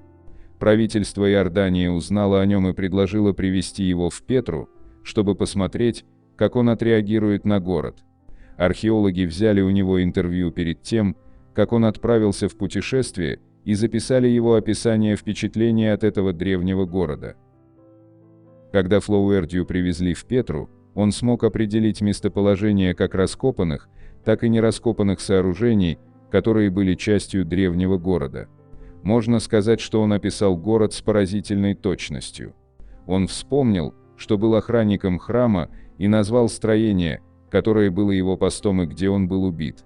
Он также объяснил весьма правдоподобное применение устройства, объяснение которого озадачило археологов, и даже правильно определил местоположение многих достопримечательностей, которые еще предстояло раскопать. Многие эксперты говорили, что Флоуэртью знает о городе больше, чем многие специалисты, изучающие его. Эксперт-археолог Петры был поражен и рассказал об этом репортерам, документировавшим путешествие Флоуэртью, следующее. Начало цитаты. Он вписал детали, и многое из этого вполне согласуется с известными археологическими и историческими фактами, а для того, чтобы создать обман в масштабах его воспоминаний, по крайней мере, тех, которые он мне сообщил, нужен ум, сильно отличающийся от его. Я не думаю, что он мошенник. Я не думаю, что он способен на мошенничество такого масштаба. Конец цитаты. Многие духовные лидеры, в том числе лама тибетского буддизма Сагьял Ринпоче, считают, что опыт Флоуэртью является весьма убедительным доказательством существования перерождения или реинкарнации. Хотя ученым еще предстоит найти конкретный способ изучения этого явления, истории тех, кто пережил его, обладают огромной силой и часто меняют жизнь. 117. Почему самые большие пирамиды в мире держатся в секрете? Почему эти пирамиды хранятся в секрете, и что именно скрыто внутри этих пирамид? Трудно представить себе что-то более чудесное, чем великие пирамиды Гизы, но знаете ли вы, что на Земле есть еще более крупные пирамиды? На самом деле, самая большая пирамида в мире находится не в Египте, а где-то в другом месте. Отчет Джеймса Гаусмана остается одним из многих свидетельств о скрытых пирамидах по всему миру. Существует множество мест, где есть аномальные структуры, которые, казалось бы, не должны существовать. Массивные подземные камеры со странными свойствами и аномальными явлениями. Почему эти пирамиды держатся в секрете, и что именно скрыто внутри этих пирамид? В 1945 году американский летчик Джеймс Гаусман, пролетая над территорией Центрального Китая, увидел гигантскую пирамиду из белого блестящего материала. Пилот даже сфотографировал этот уникальный объект, однако позже он куда-то исчез. И никаких официальных комментариев по поводу столь любопытного объекта не последовало. В 1960 году новозеландский авиатор Брюс Кэтти также обратил внимание на огромные пирамиды. Он также раскрыл содержание записок своего соотечественника Фреда Шрёдера, написанных еще в 1912 году. Он был торговцем, работал в Китае, много перемещался по стране. В Монголии один из гуру рассказал ему о пирамидах Китая, и Шрёдер решил увидеть их лично, он интересовался всеми видами эзотерики. Вот как он описывает свое путешествие: «Мы подошли к ним с востока и увидели, что в северной группе было 3 гиганта, а остальные пирамиды последовательно уменьшались в размерах до самой маленькой на юге. Они простирались на 6 или 8 миль по равнине, возвышаясь над возделанными землями и деревнями. Они находились под носом у людей и оставались совершенно неизвестными западному миру. Это было недалеко от древней столицы Сиань, в центральном Китае. Высота самой большой пирамиды достигала 300 метров, она была в 2 раза больше пирамиды Хеопса, которая считается самой большой в мире». Еще один примечательный факт отличал пирамиду: ее углы были строго ориентированы на важные точки, и каждый из них имел свой цвет – черный, синий, красный и белый. Что, кстати, перекликается с учением майя о разных цветах кардинальных точек. Брюс Катти обнаружил 16 пирамид в окрестностях Сианя. Только в 1966 году к пирамидам были допущены археологи. Но никаких результатов они не озвучили, так как в этот период произошла смена власти, во время которой были уничтожены древние свитки, которые могли дать информацию о том, кто построил эти пирамиды. В 1974 году в одной из пирамид была открыта знаменитая терракотовая армия и мавзолей императора Цинь Шихуанди. На основании этого был сделан вывод, что пирамиды являются мавзолеями правителей разных династий. Пирамида Цинь Шихуанди – единственная, доступная для посещения, но и в ней нельзя проводить раскопки.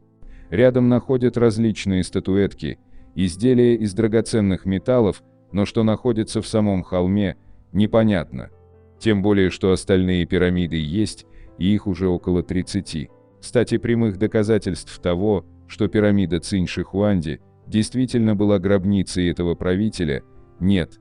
В 2007 году китайские археологи сообщили о результатах сканирования мавзолея правителя. Оказалось, что 9-ступенчатая пирамида была спрятана внутри, под слоем почвы, материал которой не уточнялся. Остальные пирамиды можно увидеть только на спутниковых картах. Исследователи отмечают, что в окрестностях Сианя их очень много, даже в самом городе. Отмечается, что существуют целые долины пирамид. Многие из сооружений очень древние. Но кем и когда они были построены? На этот счет остались лишь легенды, рассказывающие о том, что пирамиды построили первые потомки сынов неба, летавшие на металлических драконах. Возможно, так же, как и о строителях всех остальных пирамид на планете. О древних цивилизациях Старого Света остается много-много вопросов. Не случайно величайшие экспозиции современности проходят в Китае. Правительство Китайской Народной Республики, как и многих других стран, регулярно организует и финансирует секретные исследовательские проекты в области древней истории. В Китае можно найти все. Страна такая большая, такая древняя, и каждый ее уголок скрывает нерассказанную историю, тайны истории Китая. Вся информация есть, стоит только кому-то ее разгадать. 118. Уркхаммер – история города, который исчез без следа. Среди самых загадочных дел о пропавших городах и поселках мы находим дело Уркхаммера. Этот сельский городок в штате Айова, США, казался типичным городом посреди американского Запада, о котором рассказывают фильмы. Однако в 1928 году произошло нечто странное, город остался пустым. Аэрофотосъемка местности показала совершенно пустынные улицы. Такая же ситуация сложилась и на местных фермах, где трава поглотила посевы, и, казалось, никого это не волновало. Путешественник посещает Уркхаммер. Загадка стала еще более загадочной после рассказа одного путешественника, который проезжал здесь. По пути в другой город он счел удобным заехать в Уркхаммер, чтобы заправиться. Добравшись до заправки, он обнаружил, что она полностью заброшена, а насосы пусты. Заброшенной оказалась не только заправка, но и офис, и магазин, составлявшие комплекс. Опасаясь, что могло произойти что-то плохое, мужчина решил отправиться в город, который находился чуть более чем в 2 километрах от заправки. Именно в этой части истории и начинается сверхъестественное. Различные придорожные знаки и указатели указывали на то, что город уже близко, но путник не мог добраться до него, сколько бы ни ехал, сколько бы он ни ускорялся в поисках города, и несмотря на знаки, указывающие на то, что он должен быть в этом месте, ему так и не удалось добраться до Уркхаммера. Казалось, город просто исчез. Он проехал около 4 миль, пока не вернулся, прежде чем закончилось топливо. Когда он вернулся на шоссе, путешественника охватило чувство опустошенности. Всю дорогу у него было странное ощущение, что в Уркхаммере произошло что-то очень плохое. О таком же странном ощущении сообщали и другие путешественники. Что случилось с жителями? Другие люди утверждают, что добирались до Уркхаммера, но находили там пустынные улицы, заброшенные дома и ни единого признака его жителей.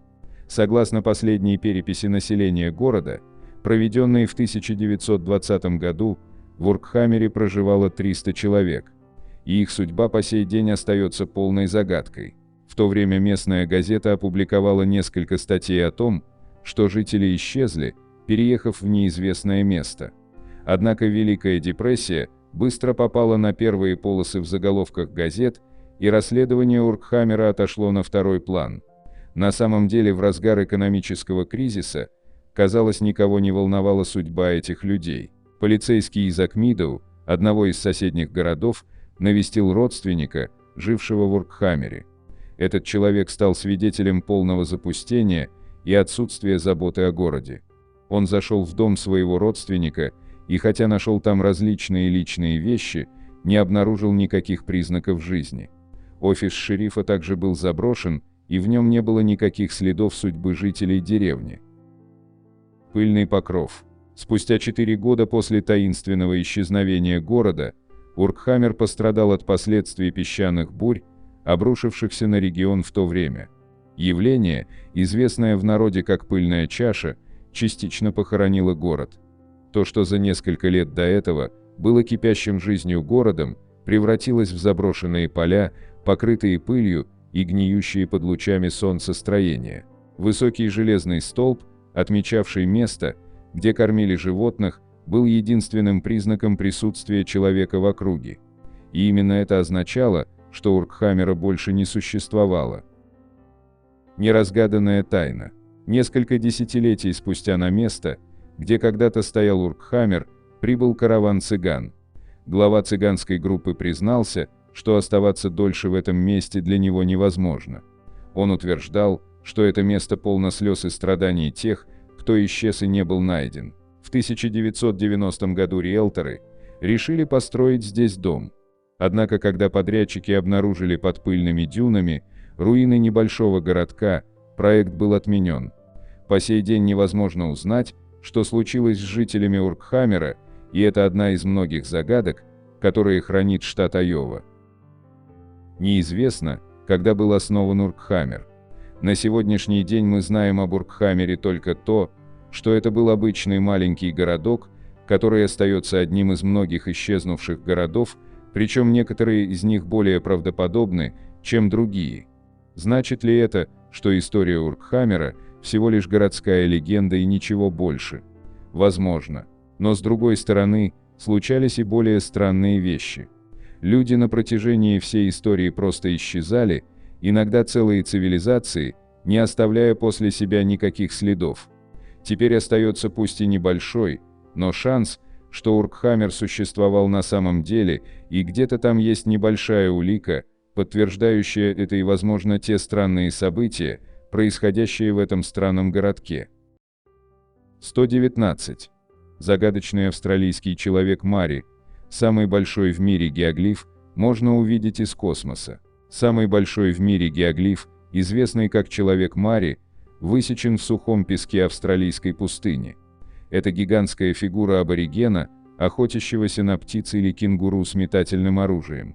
Человек из Мари, в отличие от других обнаруженных по всему миру человекоподобных геоглифов, воздвигнутых древними цивилизациями, был высечен на Земле всего 2 десятилетия назад, между 27 мая и 12 июня 1998 года. Однако само его присутствие является одной из самых больших загадок Австралии.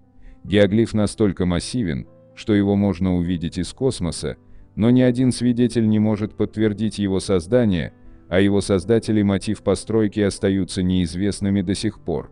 Геоглиф «Человек из Мари» находится на пустынном плато, примерно в 60 километрах к западу от Мари, население 60 человек, в Южной Австралии.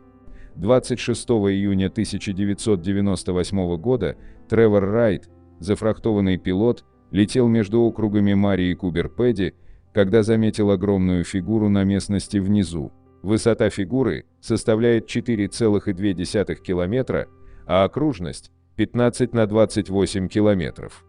Исследователи полагают, что загадочный геоглиф был создан экскаватором, и на его создание ушло несколько недель. Некоторые предполагают, что работа была создана художником из северной территории по имени Бардиус Голдберг, который умер в 2002 году и жил в Алис-Спрингс.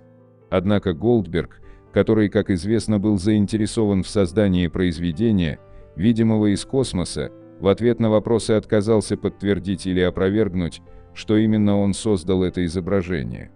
До сих пор никто не утверждает, что видел или слышал что-либо, что еще больше усиливает загадку. В этом месте проходил только один маршрут, но не было видно ни следов ног, ни колес, а всестороннее полицейское расследование, проведенное в то время, не дало никаких результатов. Интригу добавляет тот факт, что в неглубокой траншее неподалеку от места, где был обнаружен геоглиф, было найдено несколько странных вещей, в том числе спутниковая фотография человека. До сих пор никакой свежей информации об этом геоглифе не появилось, поэтому он остается окутанным тайной, поскольку никто не понимает, как нечто подобное появилось из ниоткуда в сельской местности. 120. Левиафан. Невозможно победить это древнее морское чудовище. Морские змеи изображались извивающимися в глубинах вод и обвивающимися вокруг кораблей и лодок, губя моряков. Левиафан – это существо, упоминаемое в Библии, в книге Иова. Он описывается как огромное, страшное морское чудовище, которое не может победить ни один человек. Считается, что это самое крупное существо в океане, и оно окутано тайнами и легендами. Люди веками строили предположения о его существовании, но никто так и не нашел окончательных доказательств этому. Одно из самых известных описаний Левиафана взято из Библии, где говорится, что у него чешуя как железо, сердце твердое как камень и дыхание, способное поджечь угли. Также говорится, что он настолько силен, что его боятся даже самые могучие воины. Библия описывает Левиафана как страшное и могущественное существо, способное вызвать большие разрушения и хаос. В Ветхом Завете упоминается разрушительная битва между Богом и загадочным морским чудовищем Левиафаном. Но и во многих других культурах есть свои версии этого существа. В Древней Греции он был известен как Кракен, а в норвежской мифологии его называли Ермунгандр или Мидгардсормр. Даже в вавилонских записях говорится о сражении между их богом Мардуком и многоголовым змеем или драконом по имени Тиамат. Кроме того, в ханаанейской книге, открытой в Древней Сирии, упоминается битва между богом Ваалом и чудовищем Левиафаном. Во всех этих случаях речь идет о существе, которое обитало в море и победить которое было практически невозможно.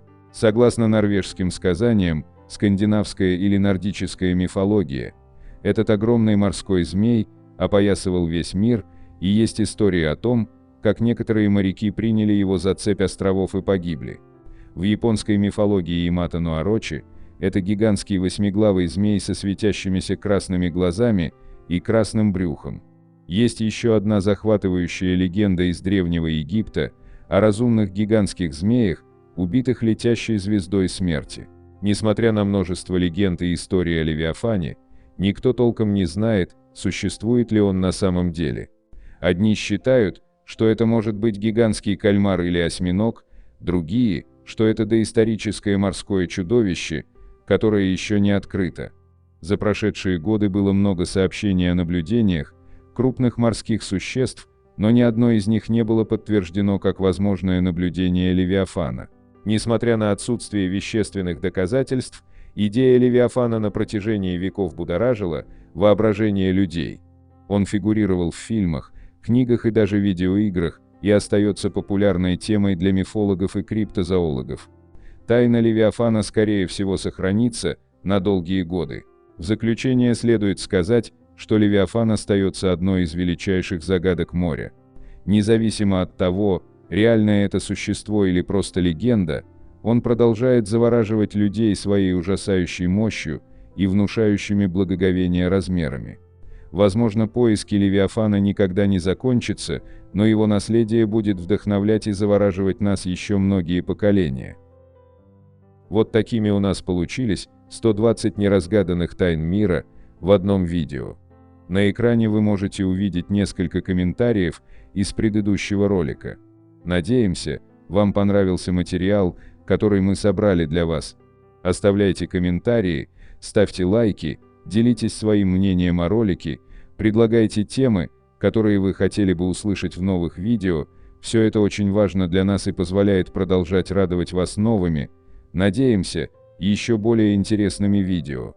Отдельно хочу поблагодарить всех поддержавших наш канал материально зрителей в это непростое время. Их имена вы можете увидеть в описании ролика и на экране своего устройства. Благодарю за просмотр этого видео и прошу подписаться на канал Книги, Истории, Факты, нажать на колокольчик и выбрать все уведомления. Вам наверняка понравится. Я расскажу еще много интересного и познавательного. Прошу при возможности помочь каналу, заглянув в описание этого видео, и поддержать любым удобным способом. Ваши комментарии и то, что вы делитесь нашими видео в самых разных социальных сетях и мессенджерах, помогают развитию нашего канала и позволяют понять, что прилагаемые нами усилия не напрасны. Ну что ж, вот и подошел к концу этот ролик, последний ролик, озвученный мной на канале Книги, Истории, Факты. Завершилась целая эпоха, по крайней мере для меня и авторов и редакторов канала. Прошу вас не грустить, ведь на канале продолжат выходить интересные видео на самые разные темы, его авторы и редакторы остаются прежними, меняется только одно – озвучивать новые ролики буду уже не я. Это не наше решение, так сложились обстоятельства. Надеюсь, вам было приятно смотреть те сотни роликов, которые были озвучены мной. Я много времени работал с этим каналом и озвучил десятки, а может и сотни часов текста для вас, уважаемые зрители. Но все рано или поздно заканчивается. Прошу вас не грустить, ведь вы всегда можете посмотреть озвученные мной видео и опять услышать мой голос. Прошу вас радушно встретить нового диктора. А я ухожу. Прощайте.